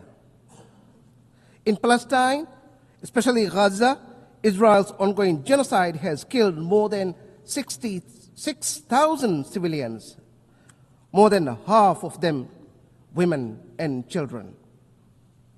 In the West Bank, settler violence intensifies, trying to force more Palestinians out and annex more land. Israel has willfully, shamelessly, and repeatedly violated international law. It has defied hundreds of resolutions of the Security Council and this very assembly. It has rejected the decisions of the International Court of Justice and sanctioned the International Criminal Court. People killed while begging for food. Mothers holding lifeless babies. Children staring blankly at the ruins of their homes and their future. These are the images that you simply cannot forget and move past. And the sheer hypocrisy is, this genocide is sustained by weapons and money from the very countries that claim to defend human rights. The same countries that helped define the very norms and laws being broken. By their actions, they refuse to see Palestinians as equal human beings, deserving of life, dignity, and freedom. This complicity is the shame of this century. Once again, this complicity is the shame of this century. Let me be clear. Famine can never be a weapon of war. Innocents must not be mercilessly maimed, arbitrarily jailed, and ruthlessly killed. The assault on sovereignty is equally clear in Israel's illegal attacks against Qatar, Syria, Lebanon, Yemen, Tunisia, and Iran. Each strike is a reminder that borders are trampled when power speaks louder than law. In each case, where laws and norms give way to leverage, where responsibility gives way to convenience, the pattern is the same. If this erosion continues, the question will no longer be whether it will happen again, but who will be the next victim. UN80 must be the repair moment, the turning point. Reform is no longer optional. It is the only pathway forward.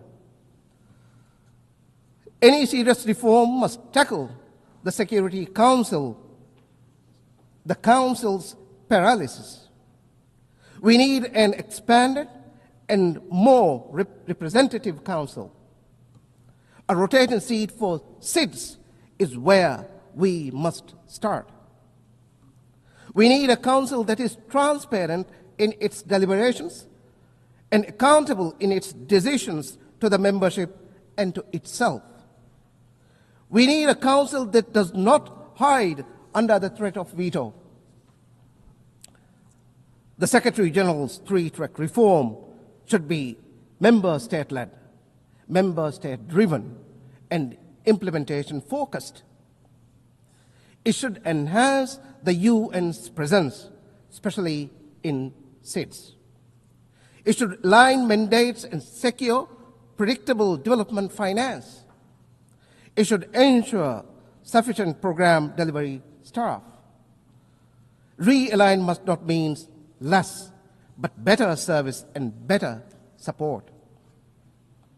We must also confront another imbalance. The United Nations should exemplify equally. But the shameful reality is that it has never had a female Secretary General until today. The time has come to correct that.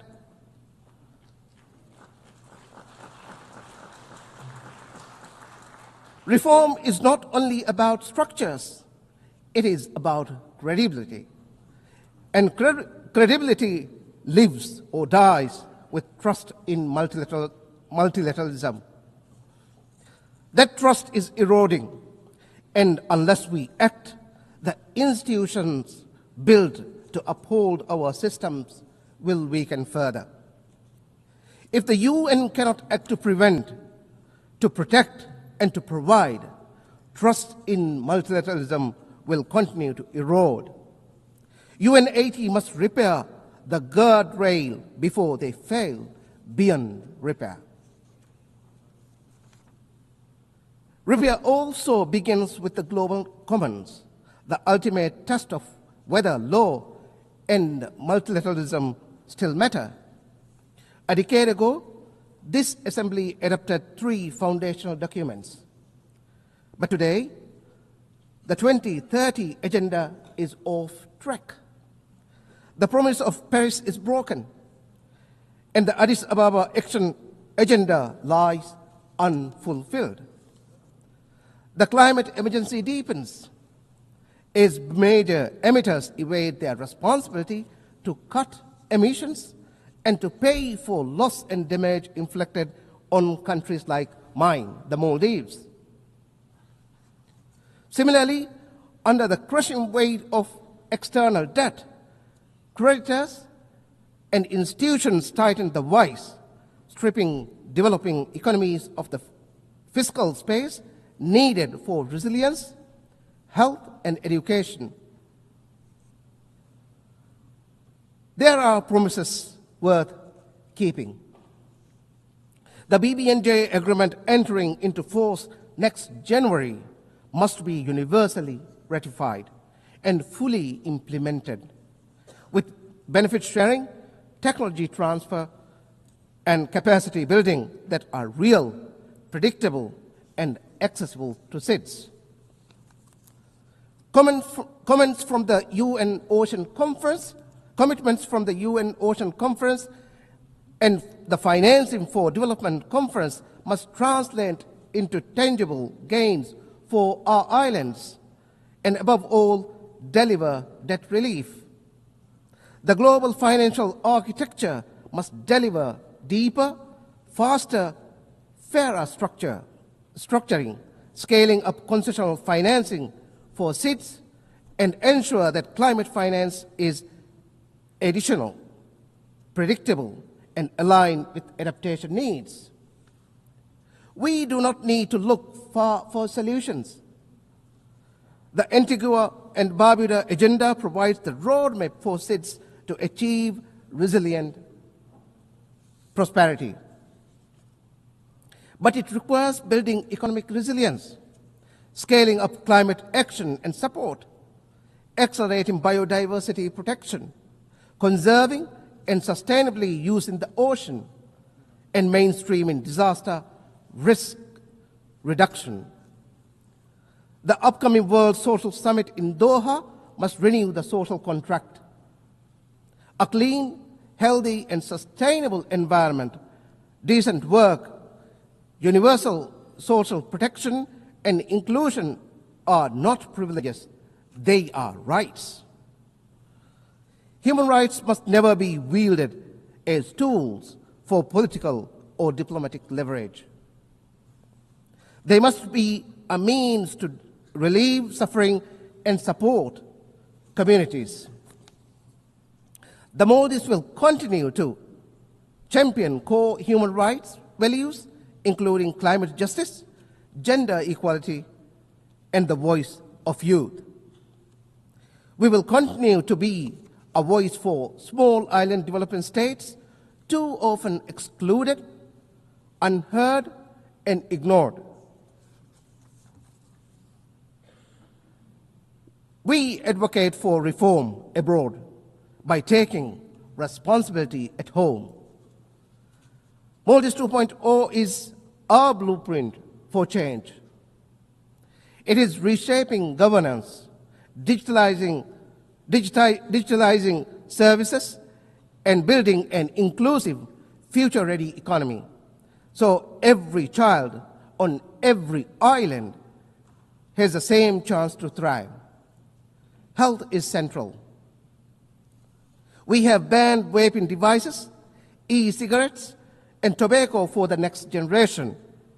We are bringing NCD treatment into communities, expanding mental health care, and preparing for the realities of an aging population. Young people are at the heart of our choices. We are broadening access to skills and vocational training, opening new pathways to work, and creating space for them to build the future they imagine. Sustainability anchors our development. Ocean accounts now guide how we protect biodiversity, while our third NDC commits us to generating 1/3 of our electricity from renewable sources. Innovation drives resilience. President Dr. Morris has positioned the Maldives as a hub for investment and ideas. The Maldives International Financial Center will be the cornerstone, supported by competitive tax and regulatory incentives under our special economic zone framework. Geography is an asset we are determined to use. By investing in maritime logistics and trade gateways, we are placing the Maldives at the crossroad of global exchange. And inclusion remains our promise. Content creators, entrepreneurs, and MSMEs, especially those led by women and persons with disabilities, will have the support they need to succeed. In doing so, we are not only building resilience at home, but also contributing to a fairer and stronger global community. The choice before us is stark. Either we rebuild the foundations of law and norms, or reconcile ourselves to a world where might makes right. Small states will be the first casualty of a lawless world. But we will not be the only ones who will suffer. No state, small or large, will be safe. In such a world, borders become bargaining chips. Human rights become selective, and the global commons become a free for all. We refuse to accept that fate. At UN 80, let us restore the taboo against conquest. Let us renew respect for sovereignty and territorial integrity. Let us revitalize multilateralism, not as a talk shop, but as a system that acts with courage, clarity, and conviction. If the rules stand, the small can stand. And if the small can stand, all of us will stand taller. I thank you all.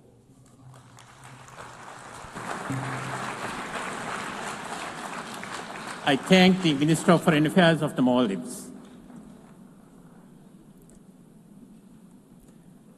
Now I give the floor to Minister of Foreign Affairs, Minister of State and Secretary General of Presidency of Guinea, His Excellency Amara Kamara.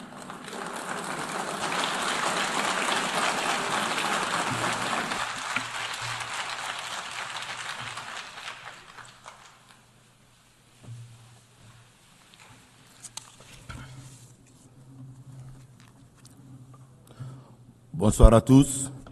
Good evening to all.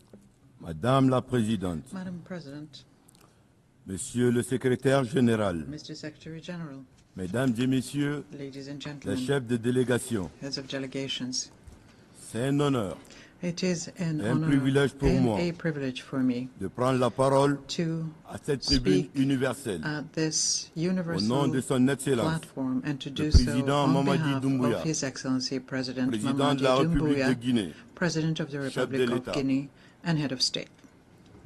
À cette occasion solennelle, On this solemn il m'a occasion, chargé he de has transmettre ces entrusted chaleureuses me with félicitations conveying his à warm Madame Annalena congratulations Baerbock to Ms. pour sa Annalena brillante Baerbock. élection à Congratulations la on her présidence brilliant de la election 80e as session President de of the l'Assemblée 80th générale des Nations session Unies of the United lui Nations assurer General Assembly, du and soutien to total assure de her la République de Guinée of the Republic of durant Guinea's son mandat. full support during her En mandate. saluant les efforts constants We de also Monsieur salute Antonio the Guterres ongoing efforts pour la paix mondiale. of Mr. Antonio Nous Guterres rendons for également global hommage peace, à and Monsieur we pay Philémon Yang tribute to Mr. Philemon Yang. pour le travail remarquable We thank him for his accompli remarkable lors de la work 79e accomplished session. during the 79th session.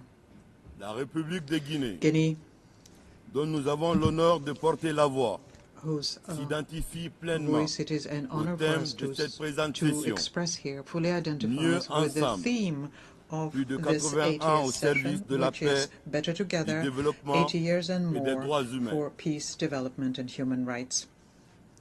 Dans notre contexte In national, our national context, ce thème prend une this résonance theme particulière. resonates particularly deeply. Mieux ensemble, Better grâce together à la refondation, through refounding.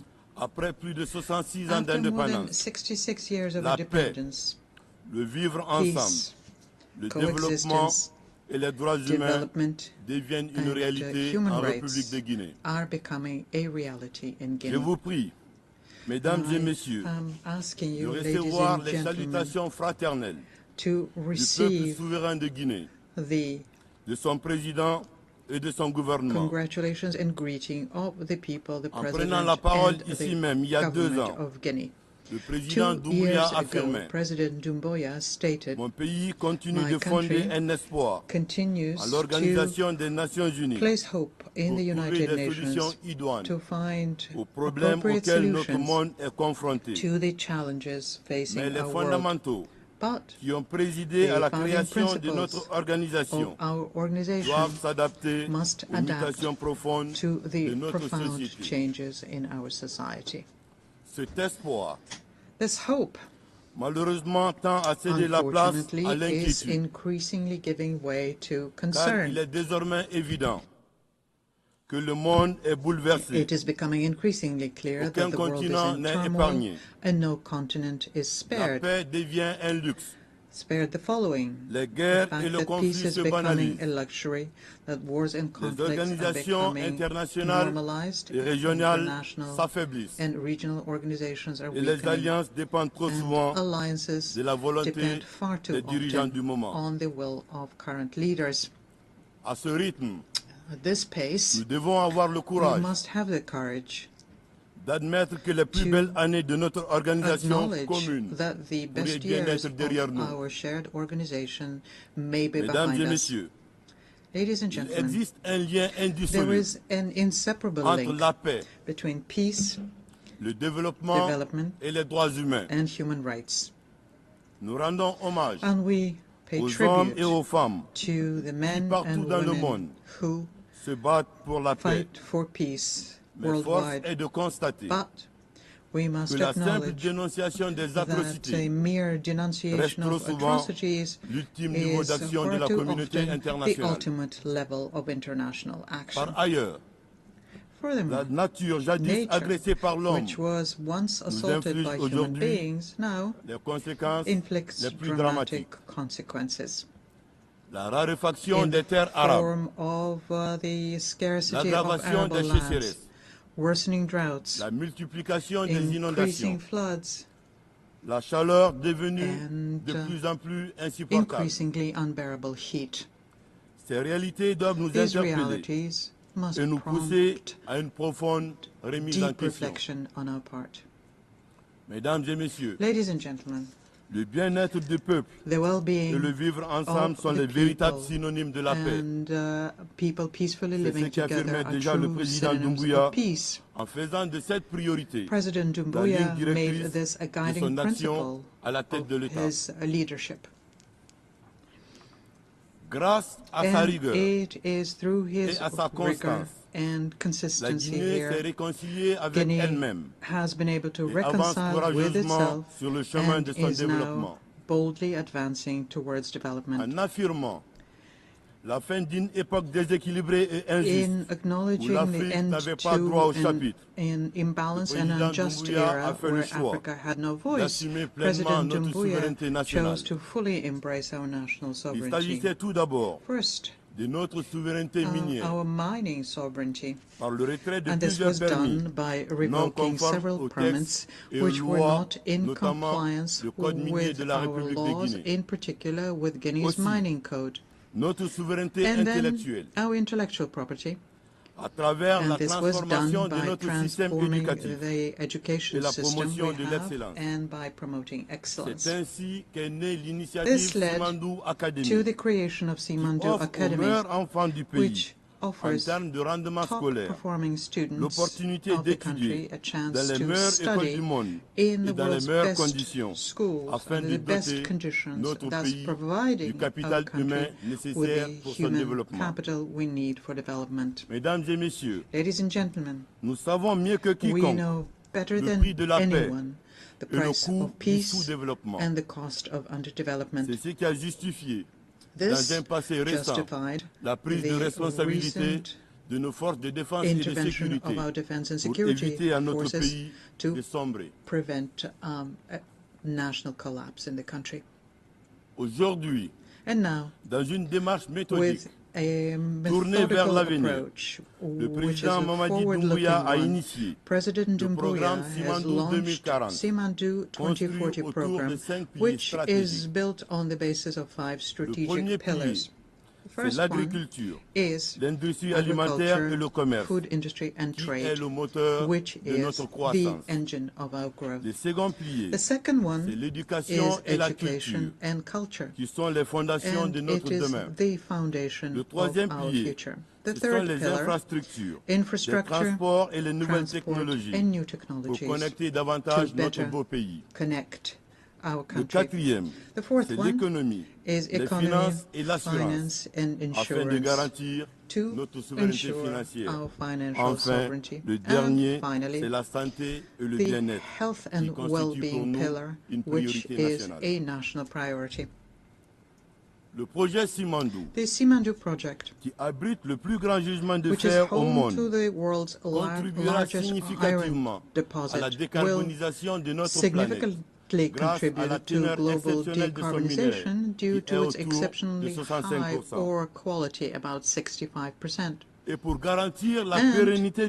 ensure the sustainability of the program, a sovereign fund will be established, financed essentially by Simandou revenues as well as other conventional mechanisms. Ladies and gentlemen, let me recall yet once again the words of a great African leader who spoke from this very podium and said, I quote, very clearly, without being hypocritical or pretending otherwise, looking at each other face to face, we all recognize that the democratic model imposed on us after the La Baule summit in France, almost religiously, this model does not work. Various economic and social indicators show it clearly. And this is not a value judgment on democracy itself. It's a statement of fact, a conclusion from decades of chaotic experiment of this model in our environment. A time which was focused only on political jousting at the expense of the essential, which is the economy. I quoted the President Doumbouya. And in this regard, I am pleased to announce that the Republic of Guinea has achieved a historic milestone. It's achieved its first sovereign credit rating, which was classified as B+ with stable outlook by Standard & Poor's. Thanks to the vision and leadership of the President of the Republic, General Doumbouya, Guinea has reached today a major milestone with this international recognition.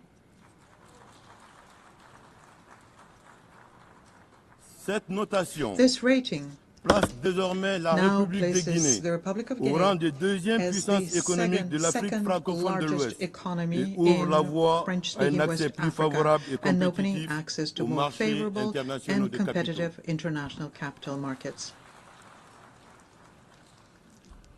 Pour la République de Guinée, le respect du droit humain signifie la reconnaissance de la dignité inhérente à chaque personne et l'application des principes et des normes qui protègent ces droits, tels que définis par la Déclaration universelle des droits de l'homme.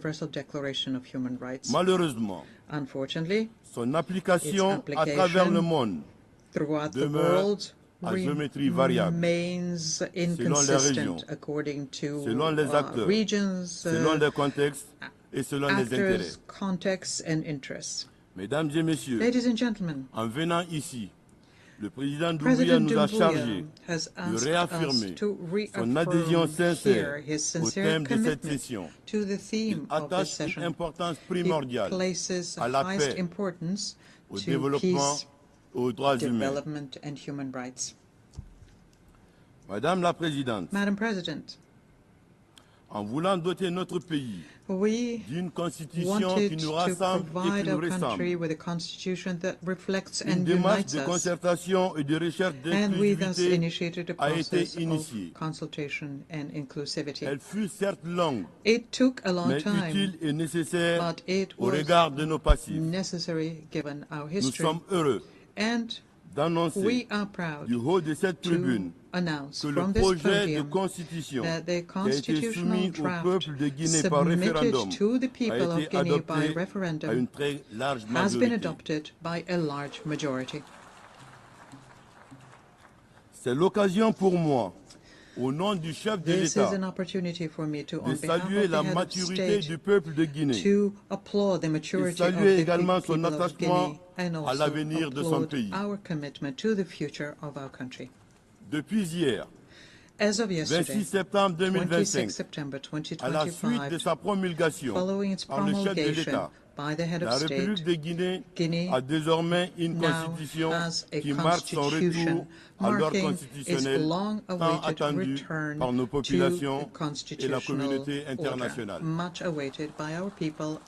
Je vous remercie pour votre aimable attention.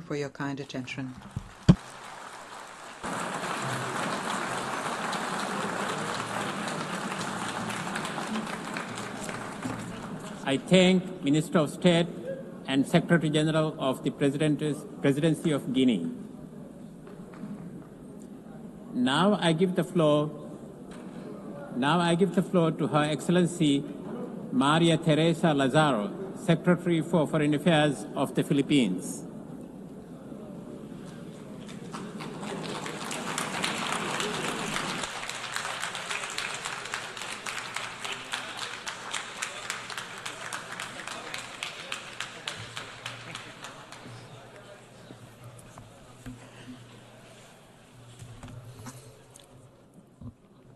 Mr. President, Excellencies, ladies and gentlemen, at the closing of the San Francisco Conference in 1945, Filipino General Carlos P. Romulo declared the UN Charter as an achievement for all humanity. It is an accomplishment, he said, that will embrace and protect us at the same time that it liberates the human spirit. Our faith in the United Nations Charter endures as the international community celebrates the 80th anniversary of the United Nations. United in purpose, we, the 193 member states of the United Nations, are stewards of this office, of this edifice. It counts on our courage to be equal to the task it bestows on us. The United Nations was born in the rubble of war. We embark on a peace that works not only for the powers of that day, but also for all of humanity, for all time. We forge through the Charter a covenant of just and equitable peace. Yet today, we ponder on the triumphs of this shared journey amidst the jolting clamor for peace and humanity under the very circumstances for which the United Nations was conceived. We must end the suffering of millions who live in starvation and fear in Gaza. Ceasefires must hold. Humanitarian access must be restored without restrictions. Children, women, and innocent civilians must be saved from further violence. Healing must begin. The two-state solution is the only viable diplomatic solution for sustainable peace. We must end the conflict in Ukraine. A just peace is only possible with respect for Ukraine's sovereignty, independence, unity, and territorial integrity. We must double down to address humanitarian crises around the world, looking at their roots and investing in durable solutions. We must protect and assist displaced populations in Sudan, Syria, Afghanistan, the Democratic Republic of the Congo, the Sahel region, of the Rohingyas, and in many other parts of the world. This June, the Secretary General reported that over 40,000 cases of violations against children in armed conflict, the highest recorded in 30 years. This is unconscionable. We owe our children peace. Excellencies, distinguished delegates, as UN founders recognized that peace was the antidote to fragility and uncertainty after the war, this time's call on the United Nations, particularly the Security Council, to make bold decisions. We must forge new pathways for international peace and security. This is a challenge that the Philippines is ready to rise up to as we seek a non-permanent seat in the Security Council for the term 2027-2028. We look ahead to the solemn honor of serving this body. The Philippines is committed to contribute to the Security Council in a manner that takes into account the views and concerns of the general UN membership and other principal organs of the United Nations. We recognize the weight of the responsibility of the Security Council. When it acts for the interest of humanity, it is a fulcrum of change, a force for good, and a bastion of hope for populations trapped in hopeless situations. We seek to be part of it to help advance the cause of global peace with the depth of experience earned from our struggles for peace. In the Philippines, we know that beyond stopping hostilities, peace is a just order with individuals flourishing in dignity at its center. The success story of the Bangsamoro Autonomous Region in Muslim Mindanao, or BARM, tells us that peace building, though sometimes arduous and long, endows communities their rightful future. Our vision for global peace finds its home in the 1982 Manila Declaration on the Peaceful Settlement of Disputes. Excellencies, distinguished delegates, the UN Charter binds nations in promoting peace and progress in larger freedom. This drives our quest for global solutions to the transcendent challenges that affect nations. New models are needed to achieve equitable, sustainable, and inclusive development. For decades, the UN development system has aided transformation in many nations, including the Philippines. Amidst current funding shortfalls, we must support reforms to help it deliver value to UN member states in tight accord with national priorities, with less bureaucracy and fragmentation. It is regrettable that politics and the demands of war have cut development financing globally, just as we embark in the last mile of the SDG agenda. This has shifted the focus to the roles of developing and middle-income countries as shapers of development solutions. And why not?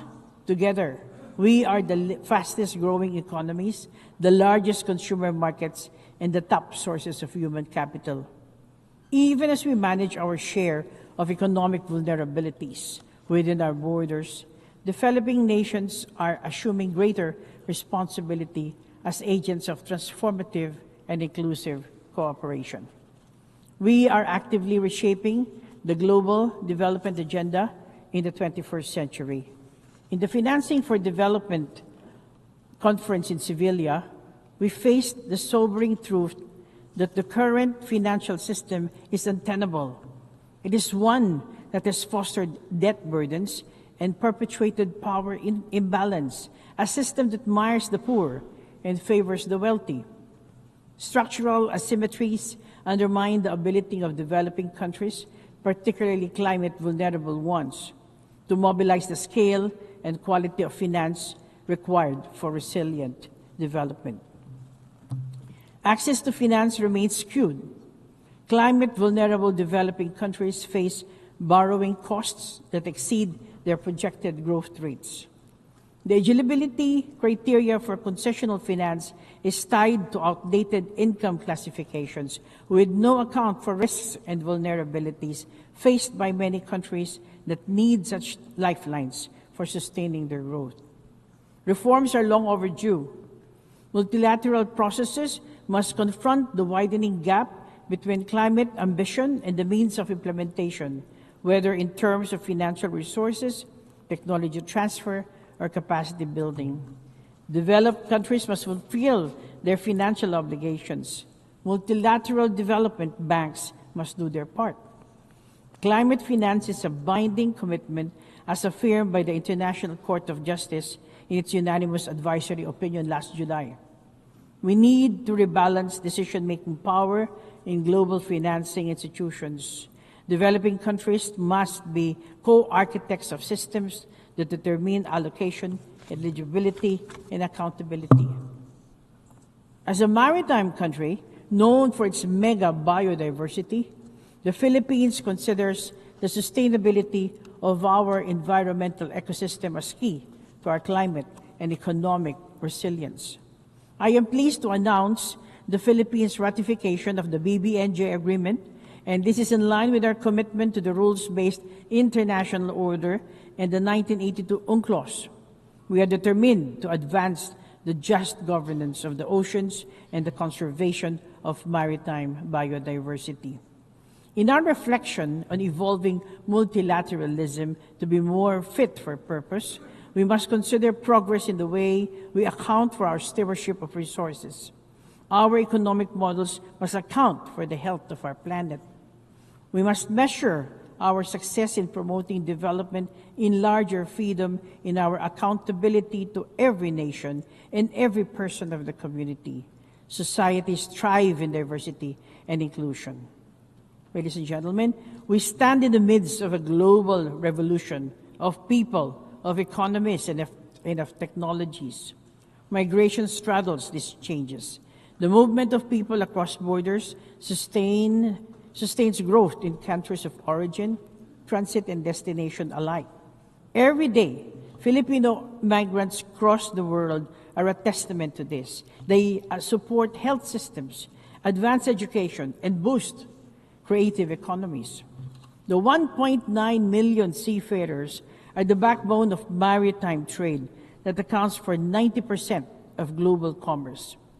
The International Conference on Seafarers, Human Rights, Safety, and Well-being held in Manila early this month affirmed that states and stakeholders are ready to do more for them. As migrants link our nations, their rights and dignity should be a gathering point, not a fault line for governments. Technology is the other defining force of our age, a connector, an enabler, an equalizer. Artificial intelligence offers promise, but carries profound risks. We must help build digital societies that bridges development divides rather than widen them, conforming with safeguards against misuse. Over the last 80 years, the United Nations Charter has served as a wellspring of purpose and action for those who rise equal to the task of delivering its promise.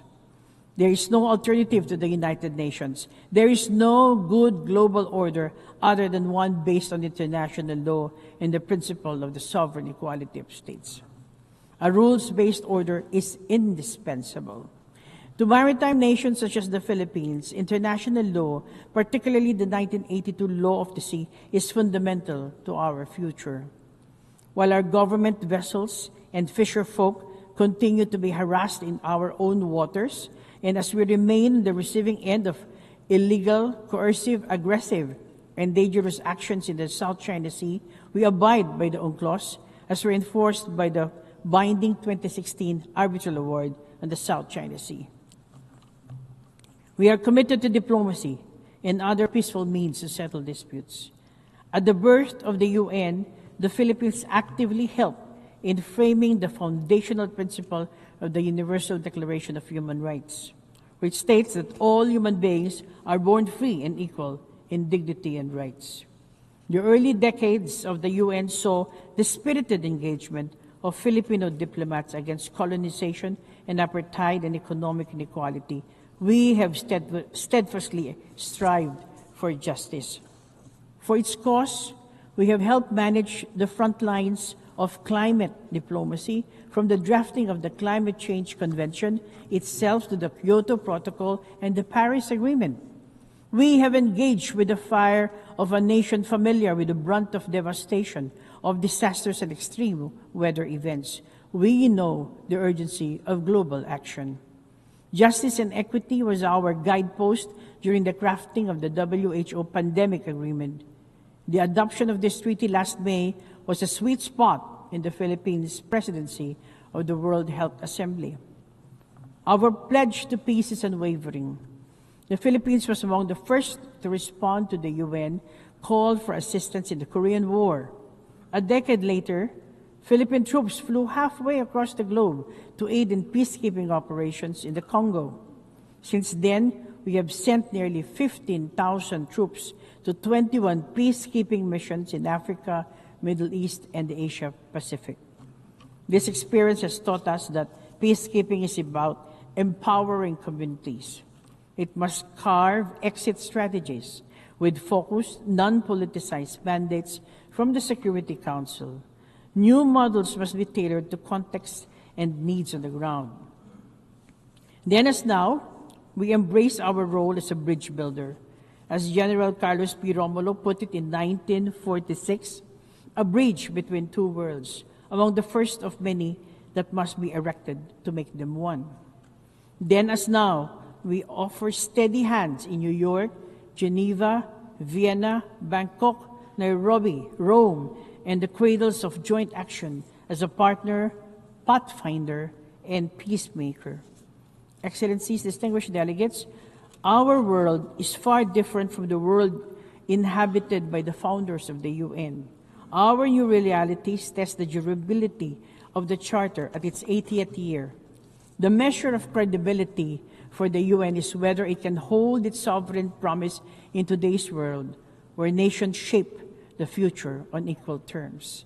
As I conclude, I recall again General Romulo's words at the first UN General Assembly in 1946 that the Filipino stake in the United Nations is one of an identical destiny, of shared anxiety, of hope and endeavor.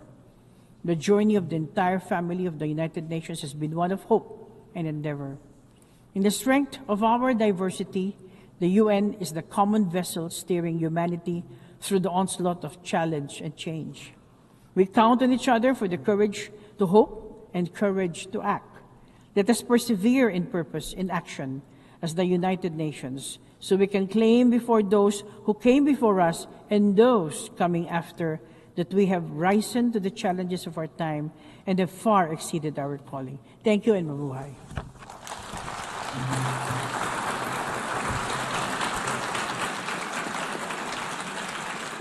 I thank the Secretary for Foreign Affairs of the Philippines. I now give the floor to Her Excellency Lana Nusseibeh, Minister of State for Ministry of Foreign Affairs of the United Arab Emirates.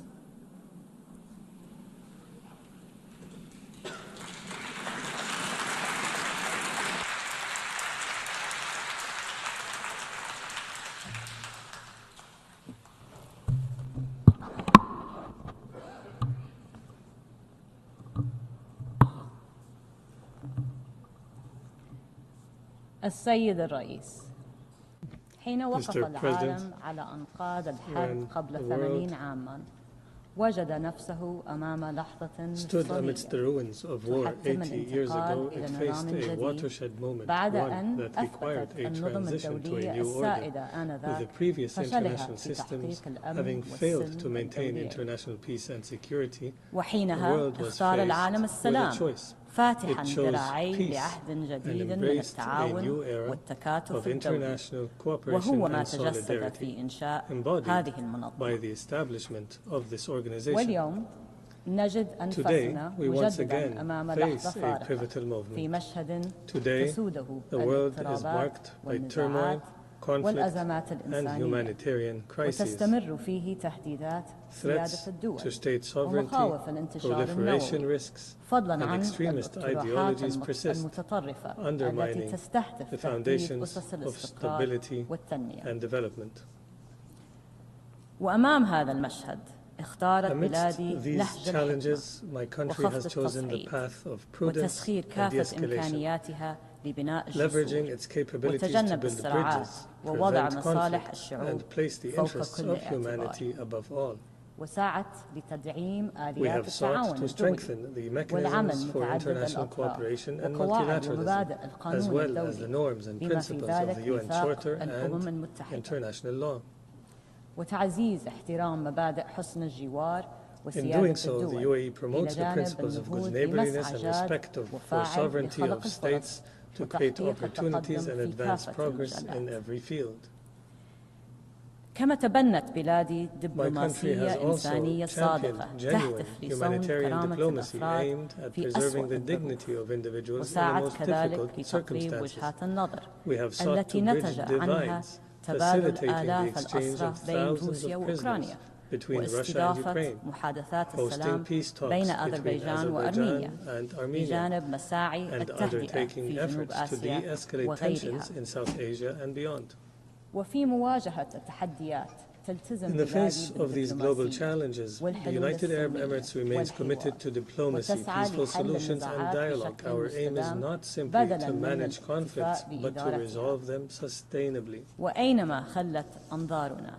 The urgent need for this approach is clear around the world, whether in the Gaza Strip, Ukraine, Sudan, Yemen, Libya, or the Sahel.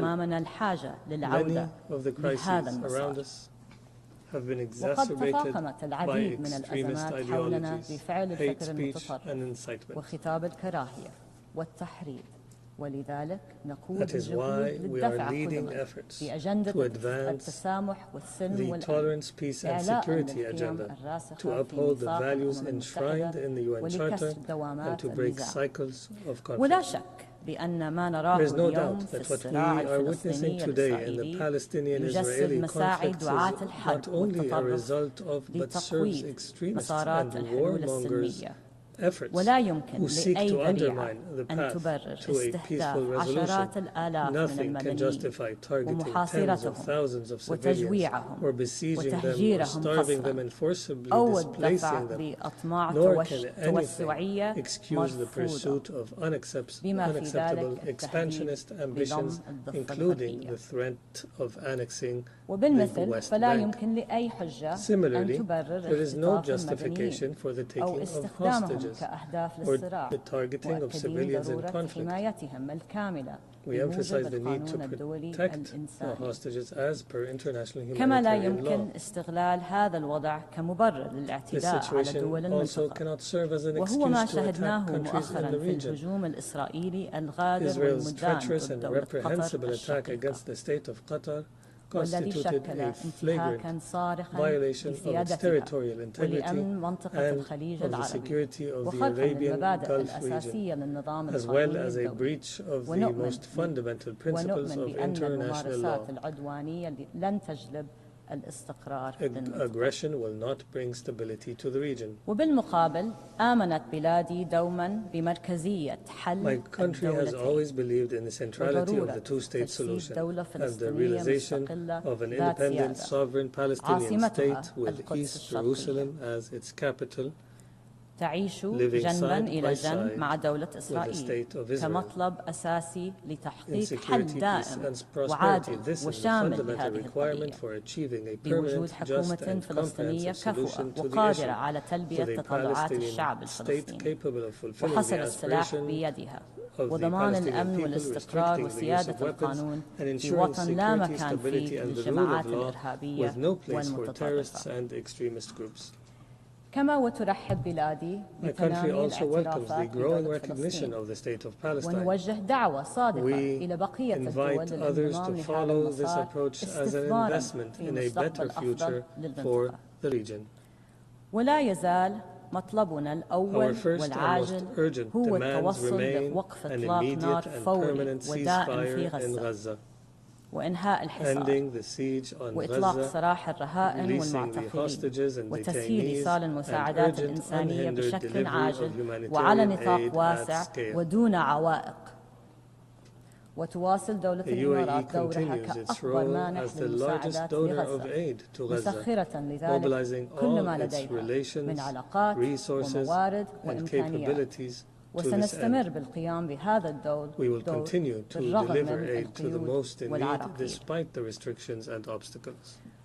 وفي توجهنا بتغليب الحلول الدبلوماسية وإرساء العدالة في النظام الدولي، ما زالت بلادي تضع قضية الجزر الإماراتية الثلاث المحتلة طنب الكبرى وطنب الصغرى وأبو موسى في صدارة أولوياتها الوطنية، حيث نستمر في مطالباتنا لإيران بإنهاء احتلالها بهذه الجزر التي تعد جزءاً لا يتجزأ من أراضي دولة الإمارات، وأن تستجيب لدعواتنا المتكررة بحل هذا النزاع عن طريق المفاوضات المباشرة أو اللجوء إلى محكمة العدل الدولية. وحين نتحدث عن السيادة لا يفوتنا أن نجدد دعمنا الكامل للسيادة المغربية على الصحراء المغربية مع تأييدنا لمبادرة الحكم الذاتي في إطار الوحدة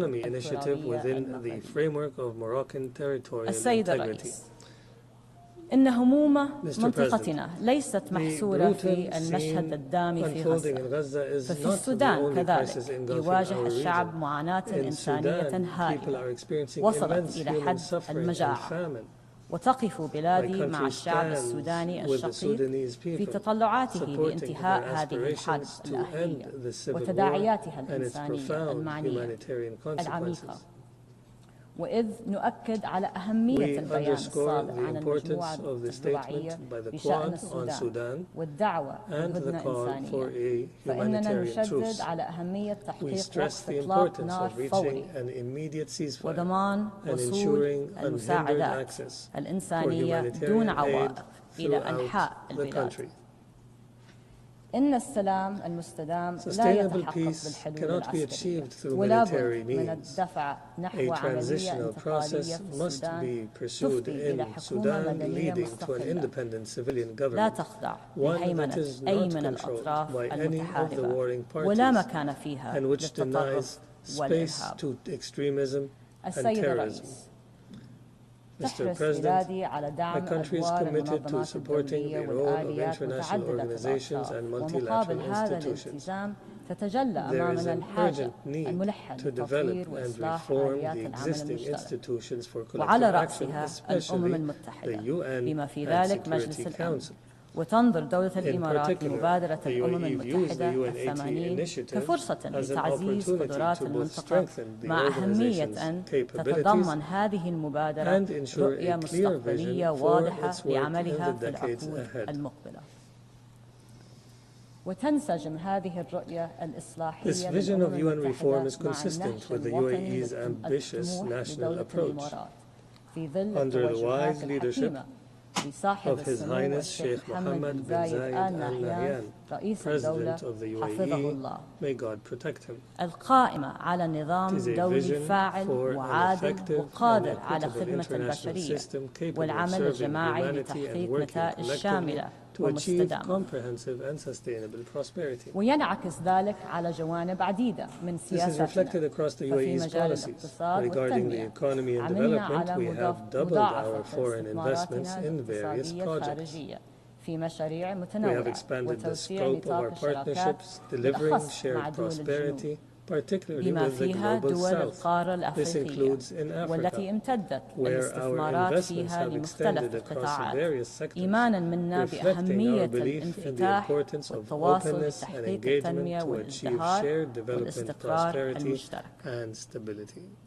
وفي مجال العلوم والتكنولوجيا والذكاء الاصطناعي فقد حرصت بلادي على تسهيلها لدعم التنمية المستدامة على مستوى العالم عبر بناء قدرات الدول في هذا المجال، مع احترام قيمها وأولوياتها الوطنية while respecting their national values and priorities and ensuring the responsible and ethical use of these technologies in accordance with international وفي law. سياق جهودنا المستمرة لحماية As for البيئة our تواصل ongoing دولة efforts to الإمارات protect the planet, استثماراتها the UAE is المتنامية في العمل accelerating its المناخي investments in الدولي international بما يدعم climate الحلول action, المبتكرة في هذا supporting المجال innovative solutions ويعزز to الطاقة achieve an النظيفة. orderly and responsible وتؤكد transition بلادي التزامها and to الكامل promote clean بتنفيذ energy. نتائج اتفاق الإمارات The المنبثق عن country مؤتمر affirms الأطراف its الثامن full والعشرين commitment to الذي implementing انعقد the في دبي outcomes of the عام UAE consensus 2023.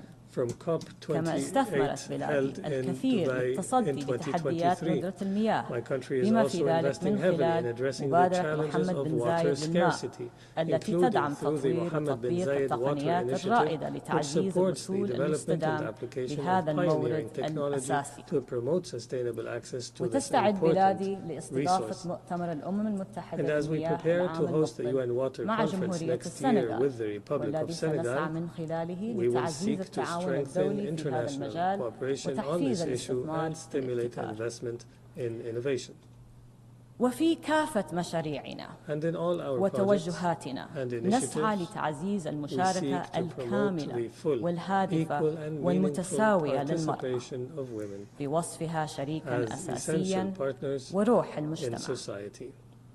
وختاما السيد In الرئيس conclusion, Mr. في President, الوقت الذي at a تتعرض فيه time when our المؤسسات international الدولية institutions للإضعاف are weakened and ويتعرض the فيه principles القانون of الدولي international law للتقويم are undermined, يتعين we علينا must live الالتزام up to our shared بمسؤولياتنا المشتركة responsibility لضمان to ensure the استمرارية continuity of نظامنا our الدولي international system, واسترجاع to مصداقيته restore its credibility, ولضمان الوصول and to لمستقبل secure أفضل a better للأجيال future for القادمة. generations to come. وشكرا السيد الرئيس. Thank you, Mr. President.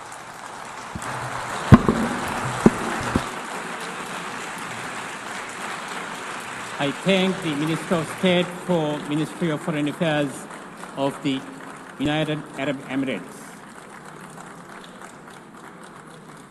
We have heard the last speaker in the general debate for this meeting.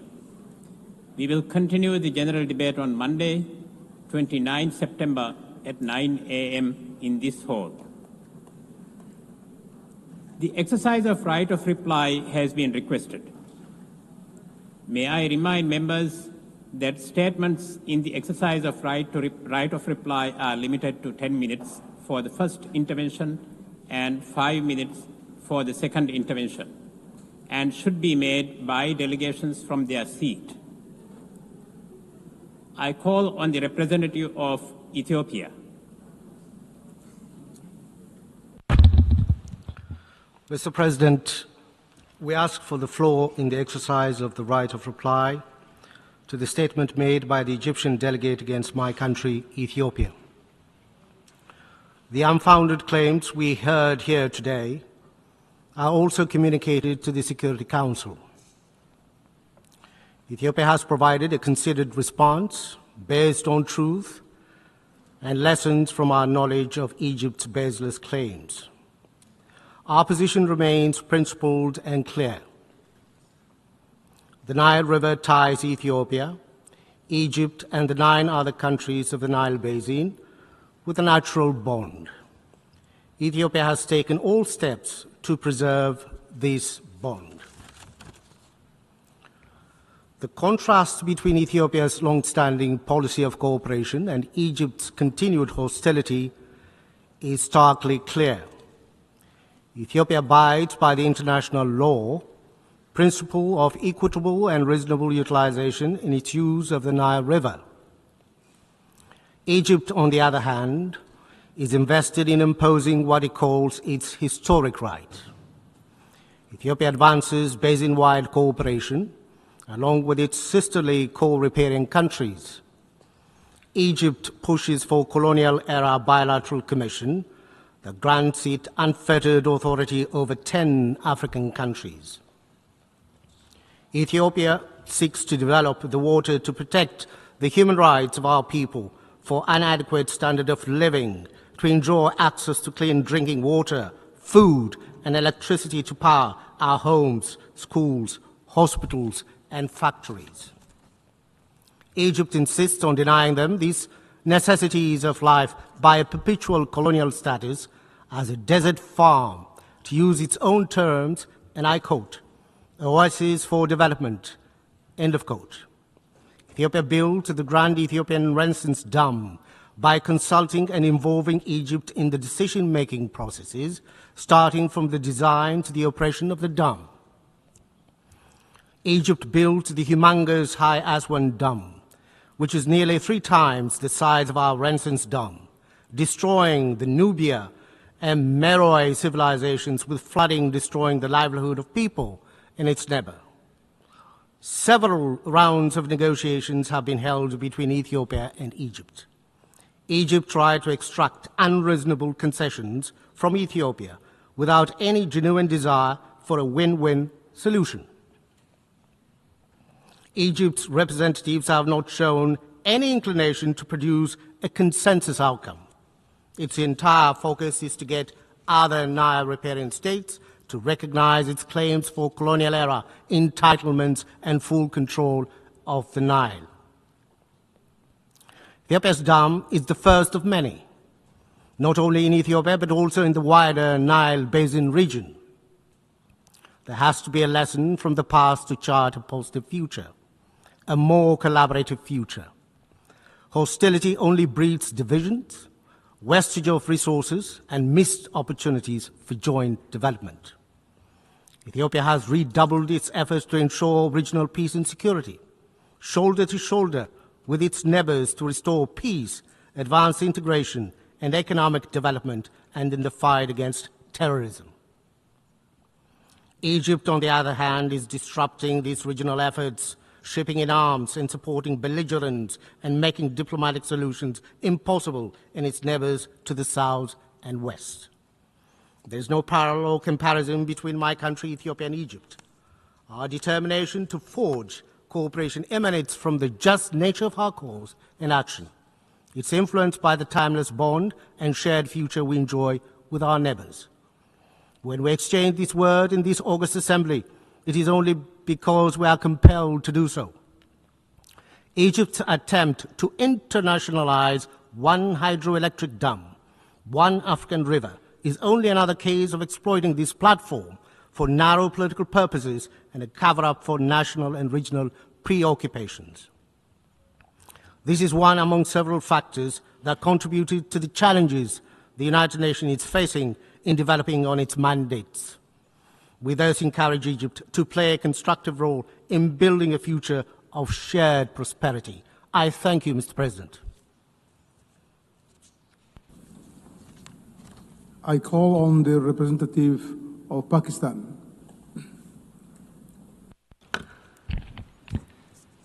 Mr. President, today we heard the familiar rhetoric from one member state.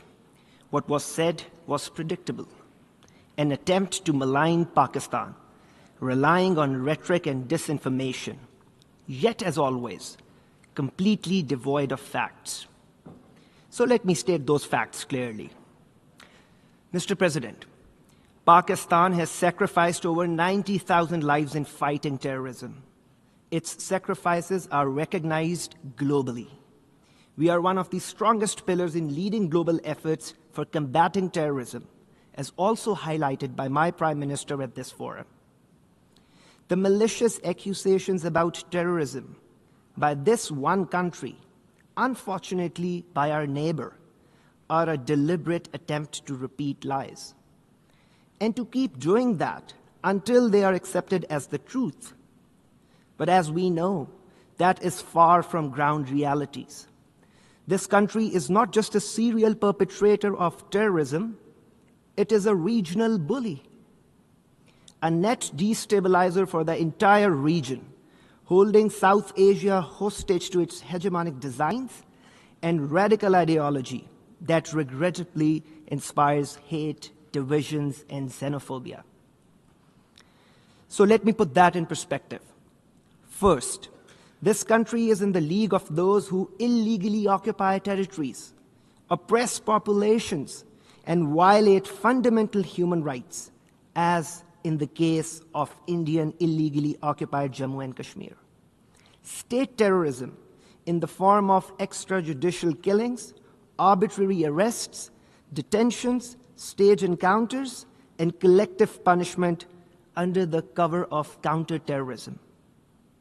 Second, it is this country which runs a sinister cross-border terrorist web and clandestine networks through its proxies, both inside Pakistan and beyond. This country also holds the distinction of having its serving naval officer working for its intelligence agency, Commander Kulbhushan Jadhav, caught red-handed by Pakistan, involved in heinous acts of terrorism and sabotage. Third, we heard the bizarre and untenable claims surrounding the Pahalgam incident. It has become a routine script now. Whenever an incident occurs, Pakistan is reflexively blamed, without evidence, without logic, and without any investigation. Pakistan, as a responsible state, joined other members of the Security Council in condemning the Pahalgam incident. Moreover, Pakistan offered an independent and credible investigation, an offer that was flatly rejected. No surprise that till this day, no evidence related to that incident has been shared by this country. And then using that incident as a pretext and in gross violation of international law, blatant aggression was mounted against Pakistan between 7 and 10th May, which resulted in the loss of 54 innocent lives, 15 of them children, 13 women. To this, my country delivered a befitting, yet carefully calibrated response, exercising our right to self-defense under Article 51 of the UN Charter. This multi-domain response was directed solely at military targets and resulted in downing of multiple aircrafts, along with other significant military setbacks for the aggressor. Mr. President, this country's behavior sets a dangerous precedent for international legal order. It is a template for states that seek to violate international law, undertake extraterritorial assassinations, threaten their neighbors, and commit acts of blatant aggression. Such unlawful and reckless behavior must not be ignored by the international community. Pakistan remains committed to peace. More than 1.9 billion people of South Asia, a quarter of the world's population, deserve prosperity and stability. But these goals cannot be achieved through threats and intimidation. True progress requires sincerity, mutual respect, dialogue, and diplomacy. Principle Pakistan has upheld, and principles which India must finally choose to embrace if it truly seeks peace. I thank you.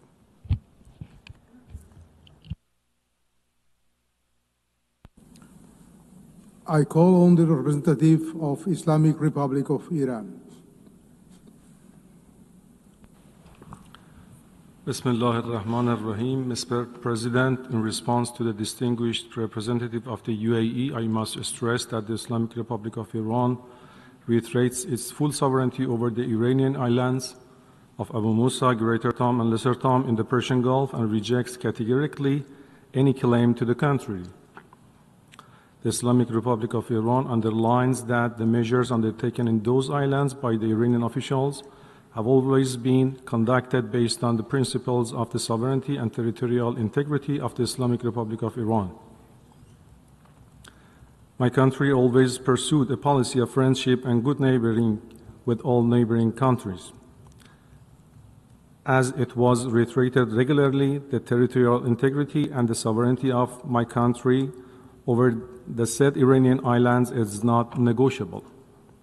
I would like to stress that Persian Gulf is the only true geographical designation for the body of water lying between Iran and the Arabian Peninsula, which has been used since the dawn of history and endorsed by the United Nations system and must therefore be respected by all.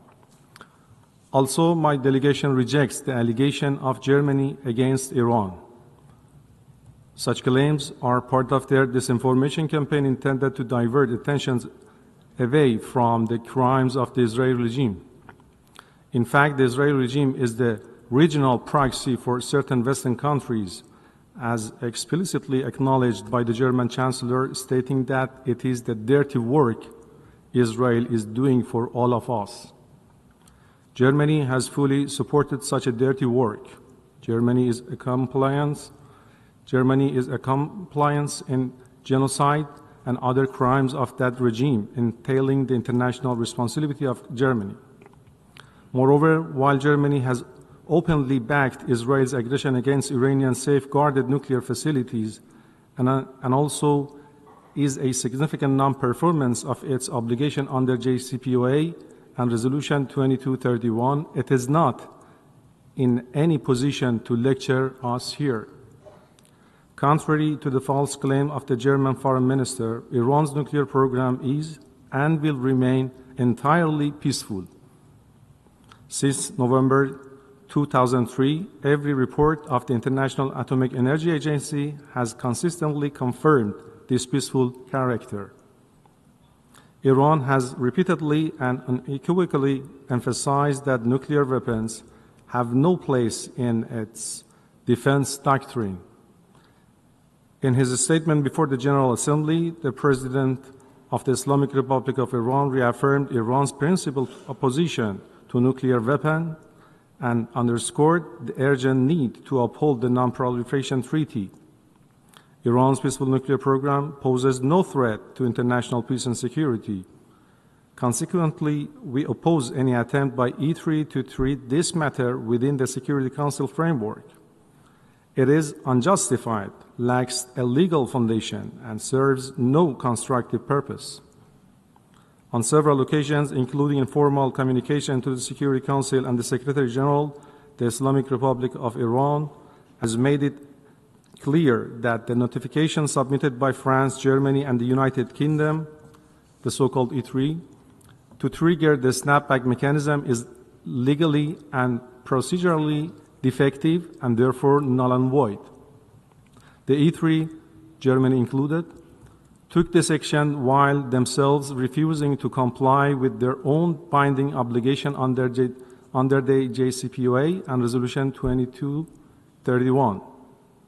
Not only did they deliberately undermine the Resolution 2231 by demanding arrangements beyond its scope, but they also went so far as to advocate and justify military aggression against Iran's safeguarded nuclear facilities. Accordingly, any attempt to revive terminated resolutions is devoid of legal basis and stands politically and morally indefensible.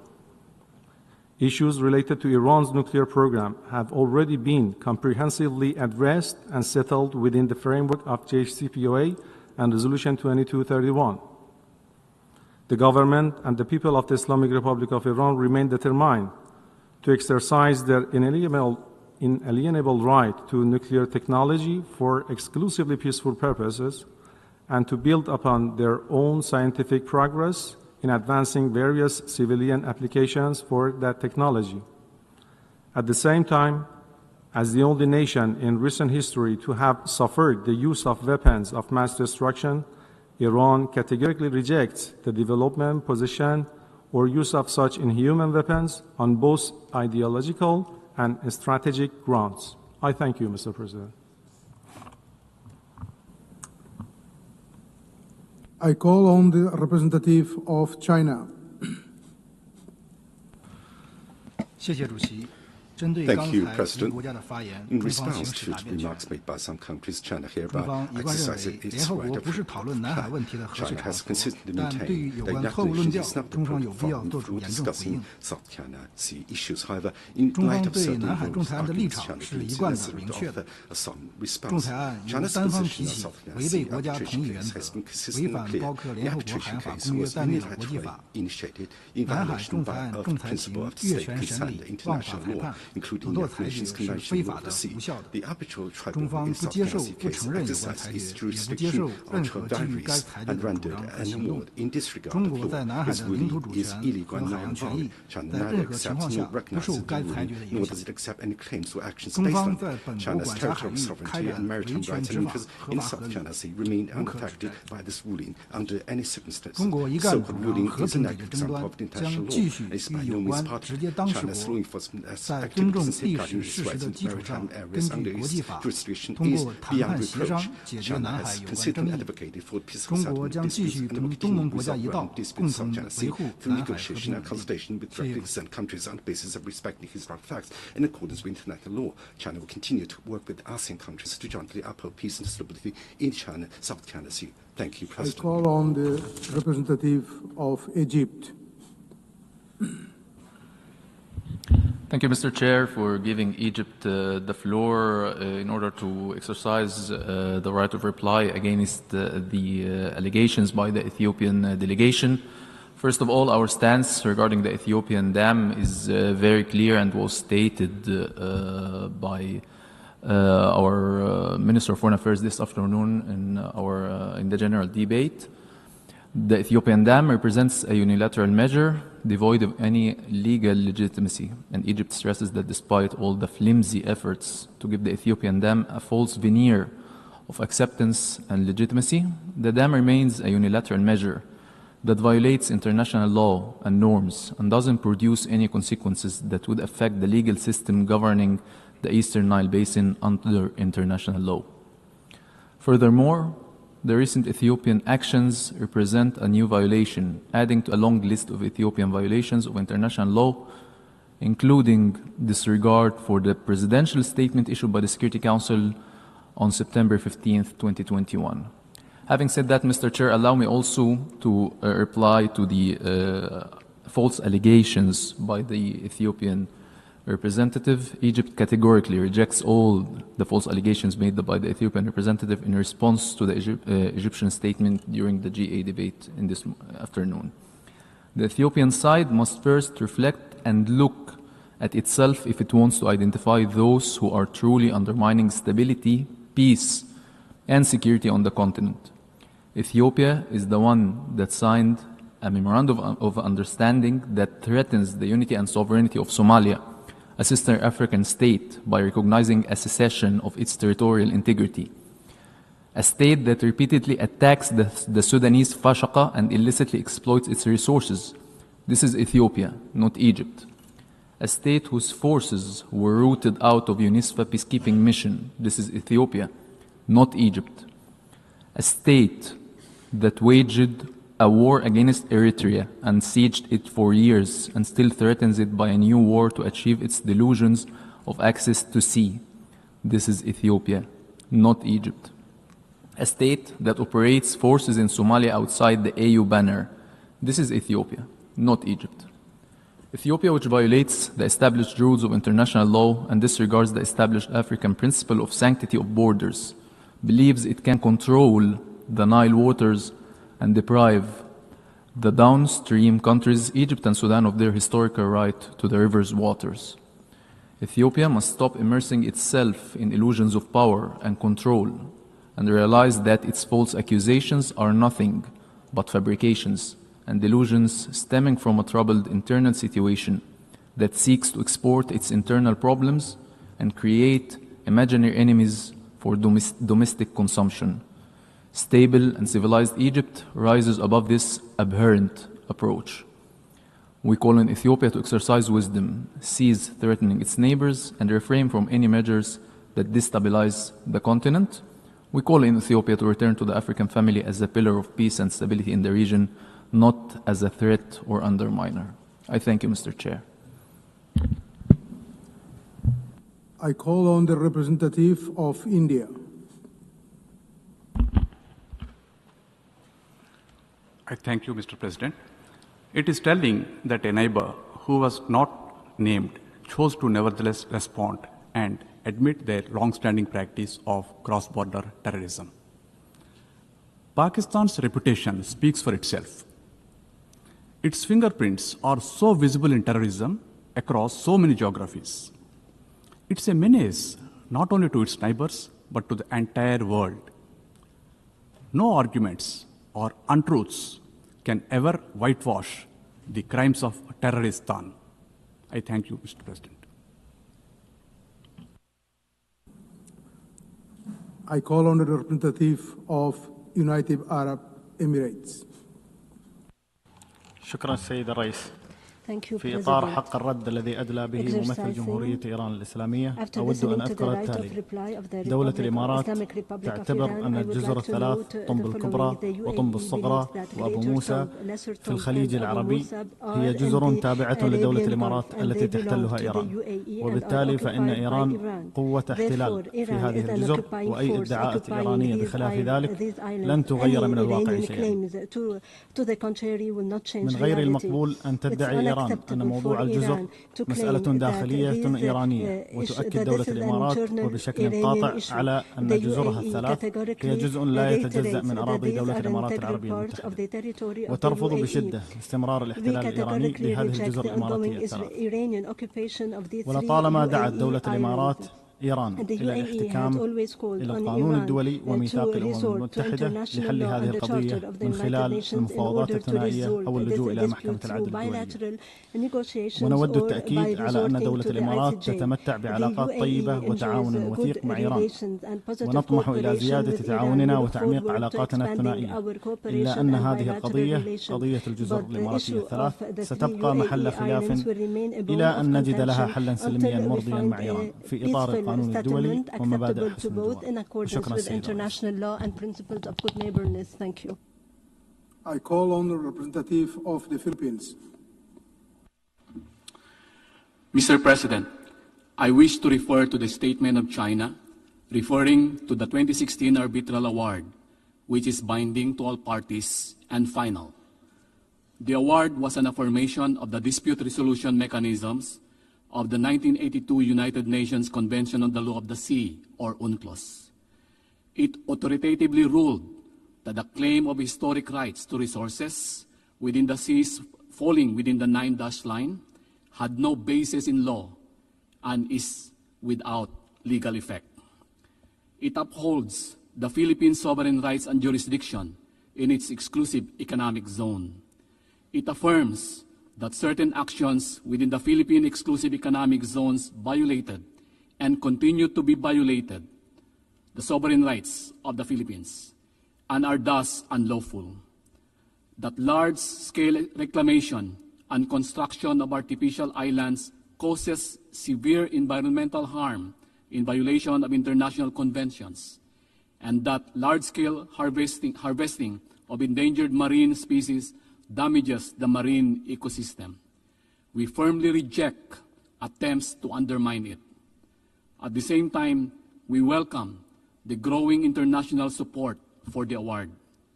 We therefore strongly urge China to respect and implement the 2016 Arbitral Award. Thank you, Mr. President.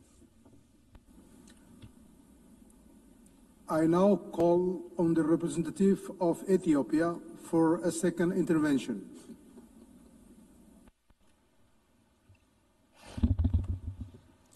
Mr. President, Egypt has once again made additional baseless allegations against my country, most of which are refuted by Ethiopia's previous statements and replies before this August Assembly. The Grand Ethiopian Renaissance Dam is complete, and it was inaugurated on September 9th this year. This is a fact. The dam is generating electricity. It has brought immense satisfaction for Ethiopians, people of the Nile River Basin, Africans across who aspire the continent's development and prosperity, unlike what the Egyptian delegate falsely described in his intervention just now. The dam is also a symbol of resilience and determination in the face of obstacles advanced by Egypt to prevent Ethiopia from getting the financial resources necessary to build the dam. Ethiopians from all walks of life mobilize resources from their own savings to contribute to the $5 billion hydropower project. Ethiopia firmly believes in the peaceful settlement of disputes. Ethiopia initiated talks with downstream countries, provided them with the necessary details about the dam, and gave them updates on the progress in the filling of the dam. It signed the agreement on the Declaration of Principles on the dam project to agree on guidelines and rules on the first filling and annual operation of the dam. Ethiopia's conduct, in fact, reversed the age of unilateralism in the Nile River basin that has been advanced by Egypt. Our efforts to find a mutually agreeable solution have been stymied by Egypt all the way. Egypt has hardly negotiated in good faith. Reaching an agreement has never been Egypt's objective. If it had been interested in collaborative approach, it would have joined the agreement on the Nile River Basin Cooperative Framework, which came into force on 13th October 2024. Nevertheless, Egypt wants a monopoly. In this century, that's not possible. The days of hegemony and colonial agreement are over. Egypt propaganda must stop its reckless threats. Countries sharing such a precious resource as water are not expected to propagate hostility. If Egypt is interested in genuine cooperation, it will find Ethiopia as a partner. Ethiopia remains hopeful to reinvigorate relations among all riparian countries of the Nile Basin, based on the genuine desire for collaboration in joint development. I thank you, Mr. President. I call on the representative of Pakistan for a second intervention. Mr. President, we had not intended to take the floor again. However, it is utterly shameful that India stoops so low as to distort the very name of a country, a member of the United Nations. Such language reflects neither maturity nor responsibility, but instead it exposes that India is frustrated, and it exposes its pettiness on the world stage.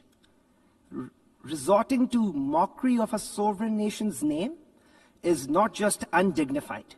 It is a deliberate attempt to malign and insult an entire people. This is not a local political congregation.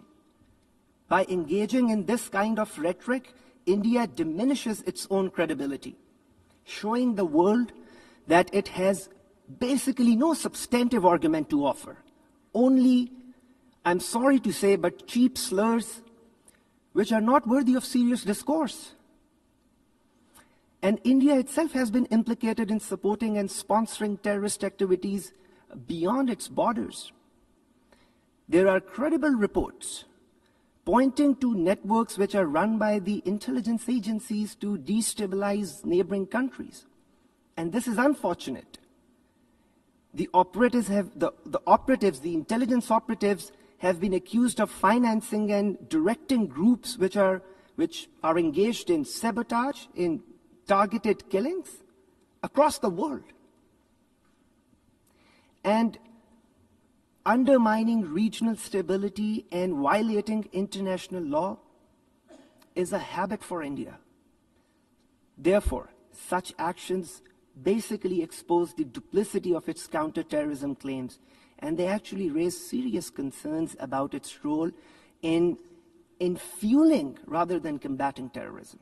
I thank you. I call on the representative of China for a second intervention. Thank you, President. President, in view of the statement made by the representative of the Philippines, China feels it compelled to respond once again. The disputes between China and the Philippines on the South China Sea are in essence territorial and maritime delimitation disputes. Territorial matters fall outside the scope of UNCLOS.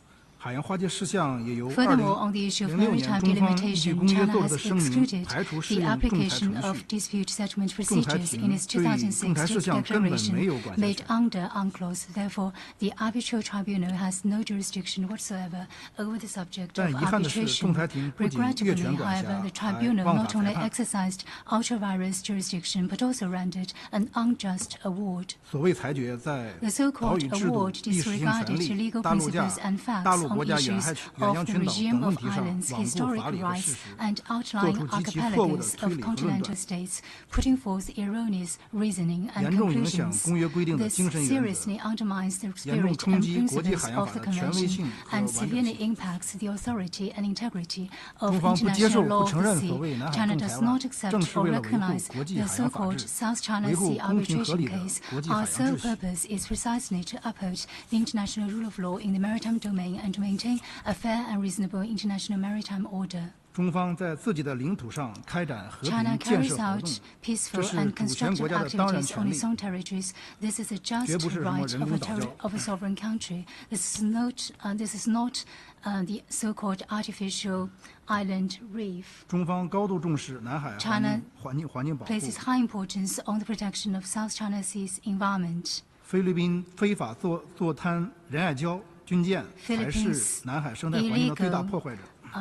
illegal military fleet in the island means that Philippines is the biggest destroyer of the South China Sea ecosystem. Philippines has repeatedly accused China. The sole purpose is to hide its fact of reneging on its promise and distorting the facts. We ask now Philippine colleagues to return to the correct path of resolving the South China Sea issue based on dialogue instead of playing out the South China Sea issue on the multilateral platform.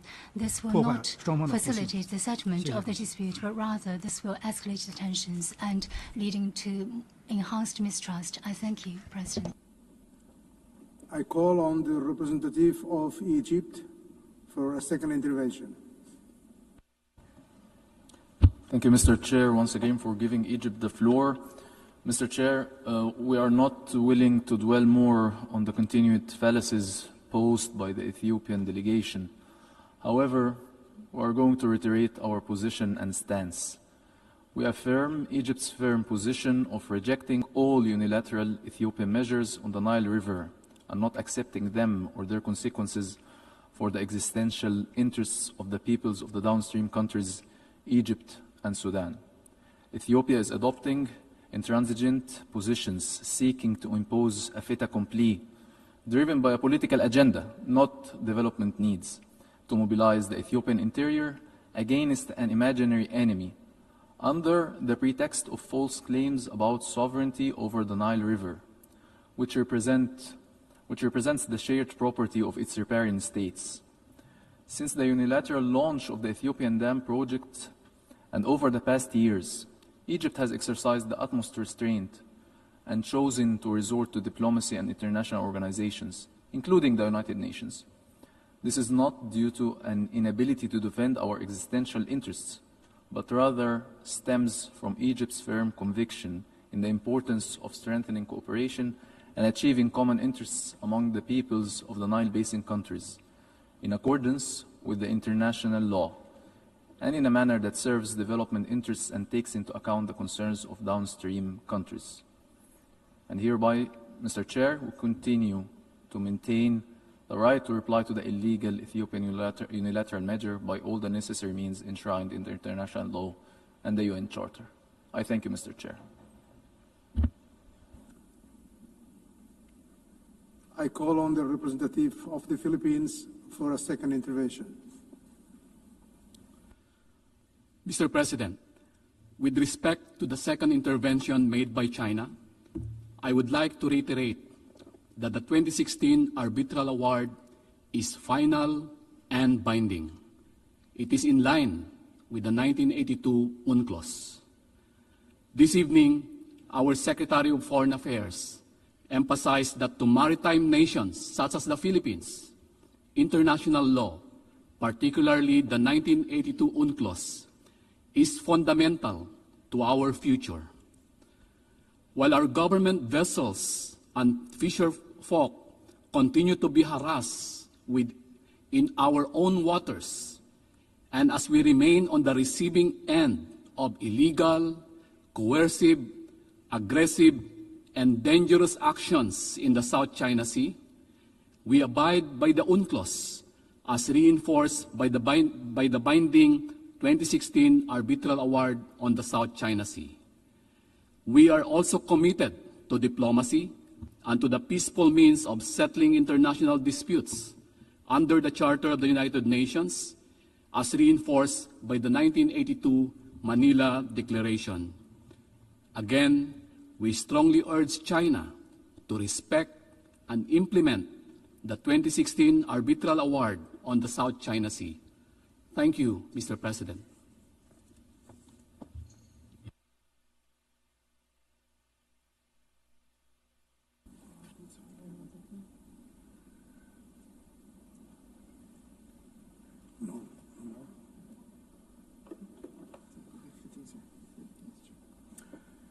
The meeting is adjourned.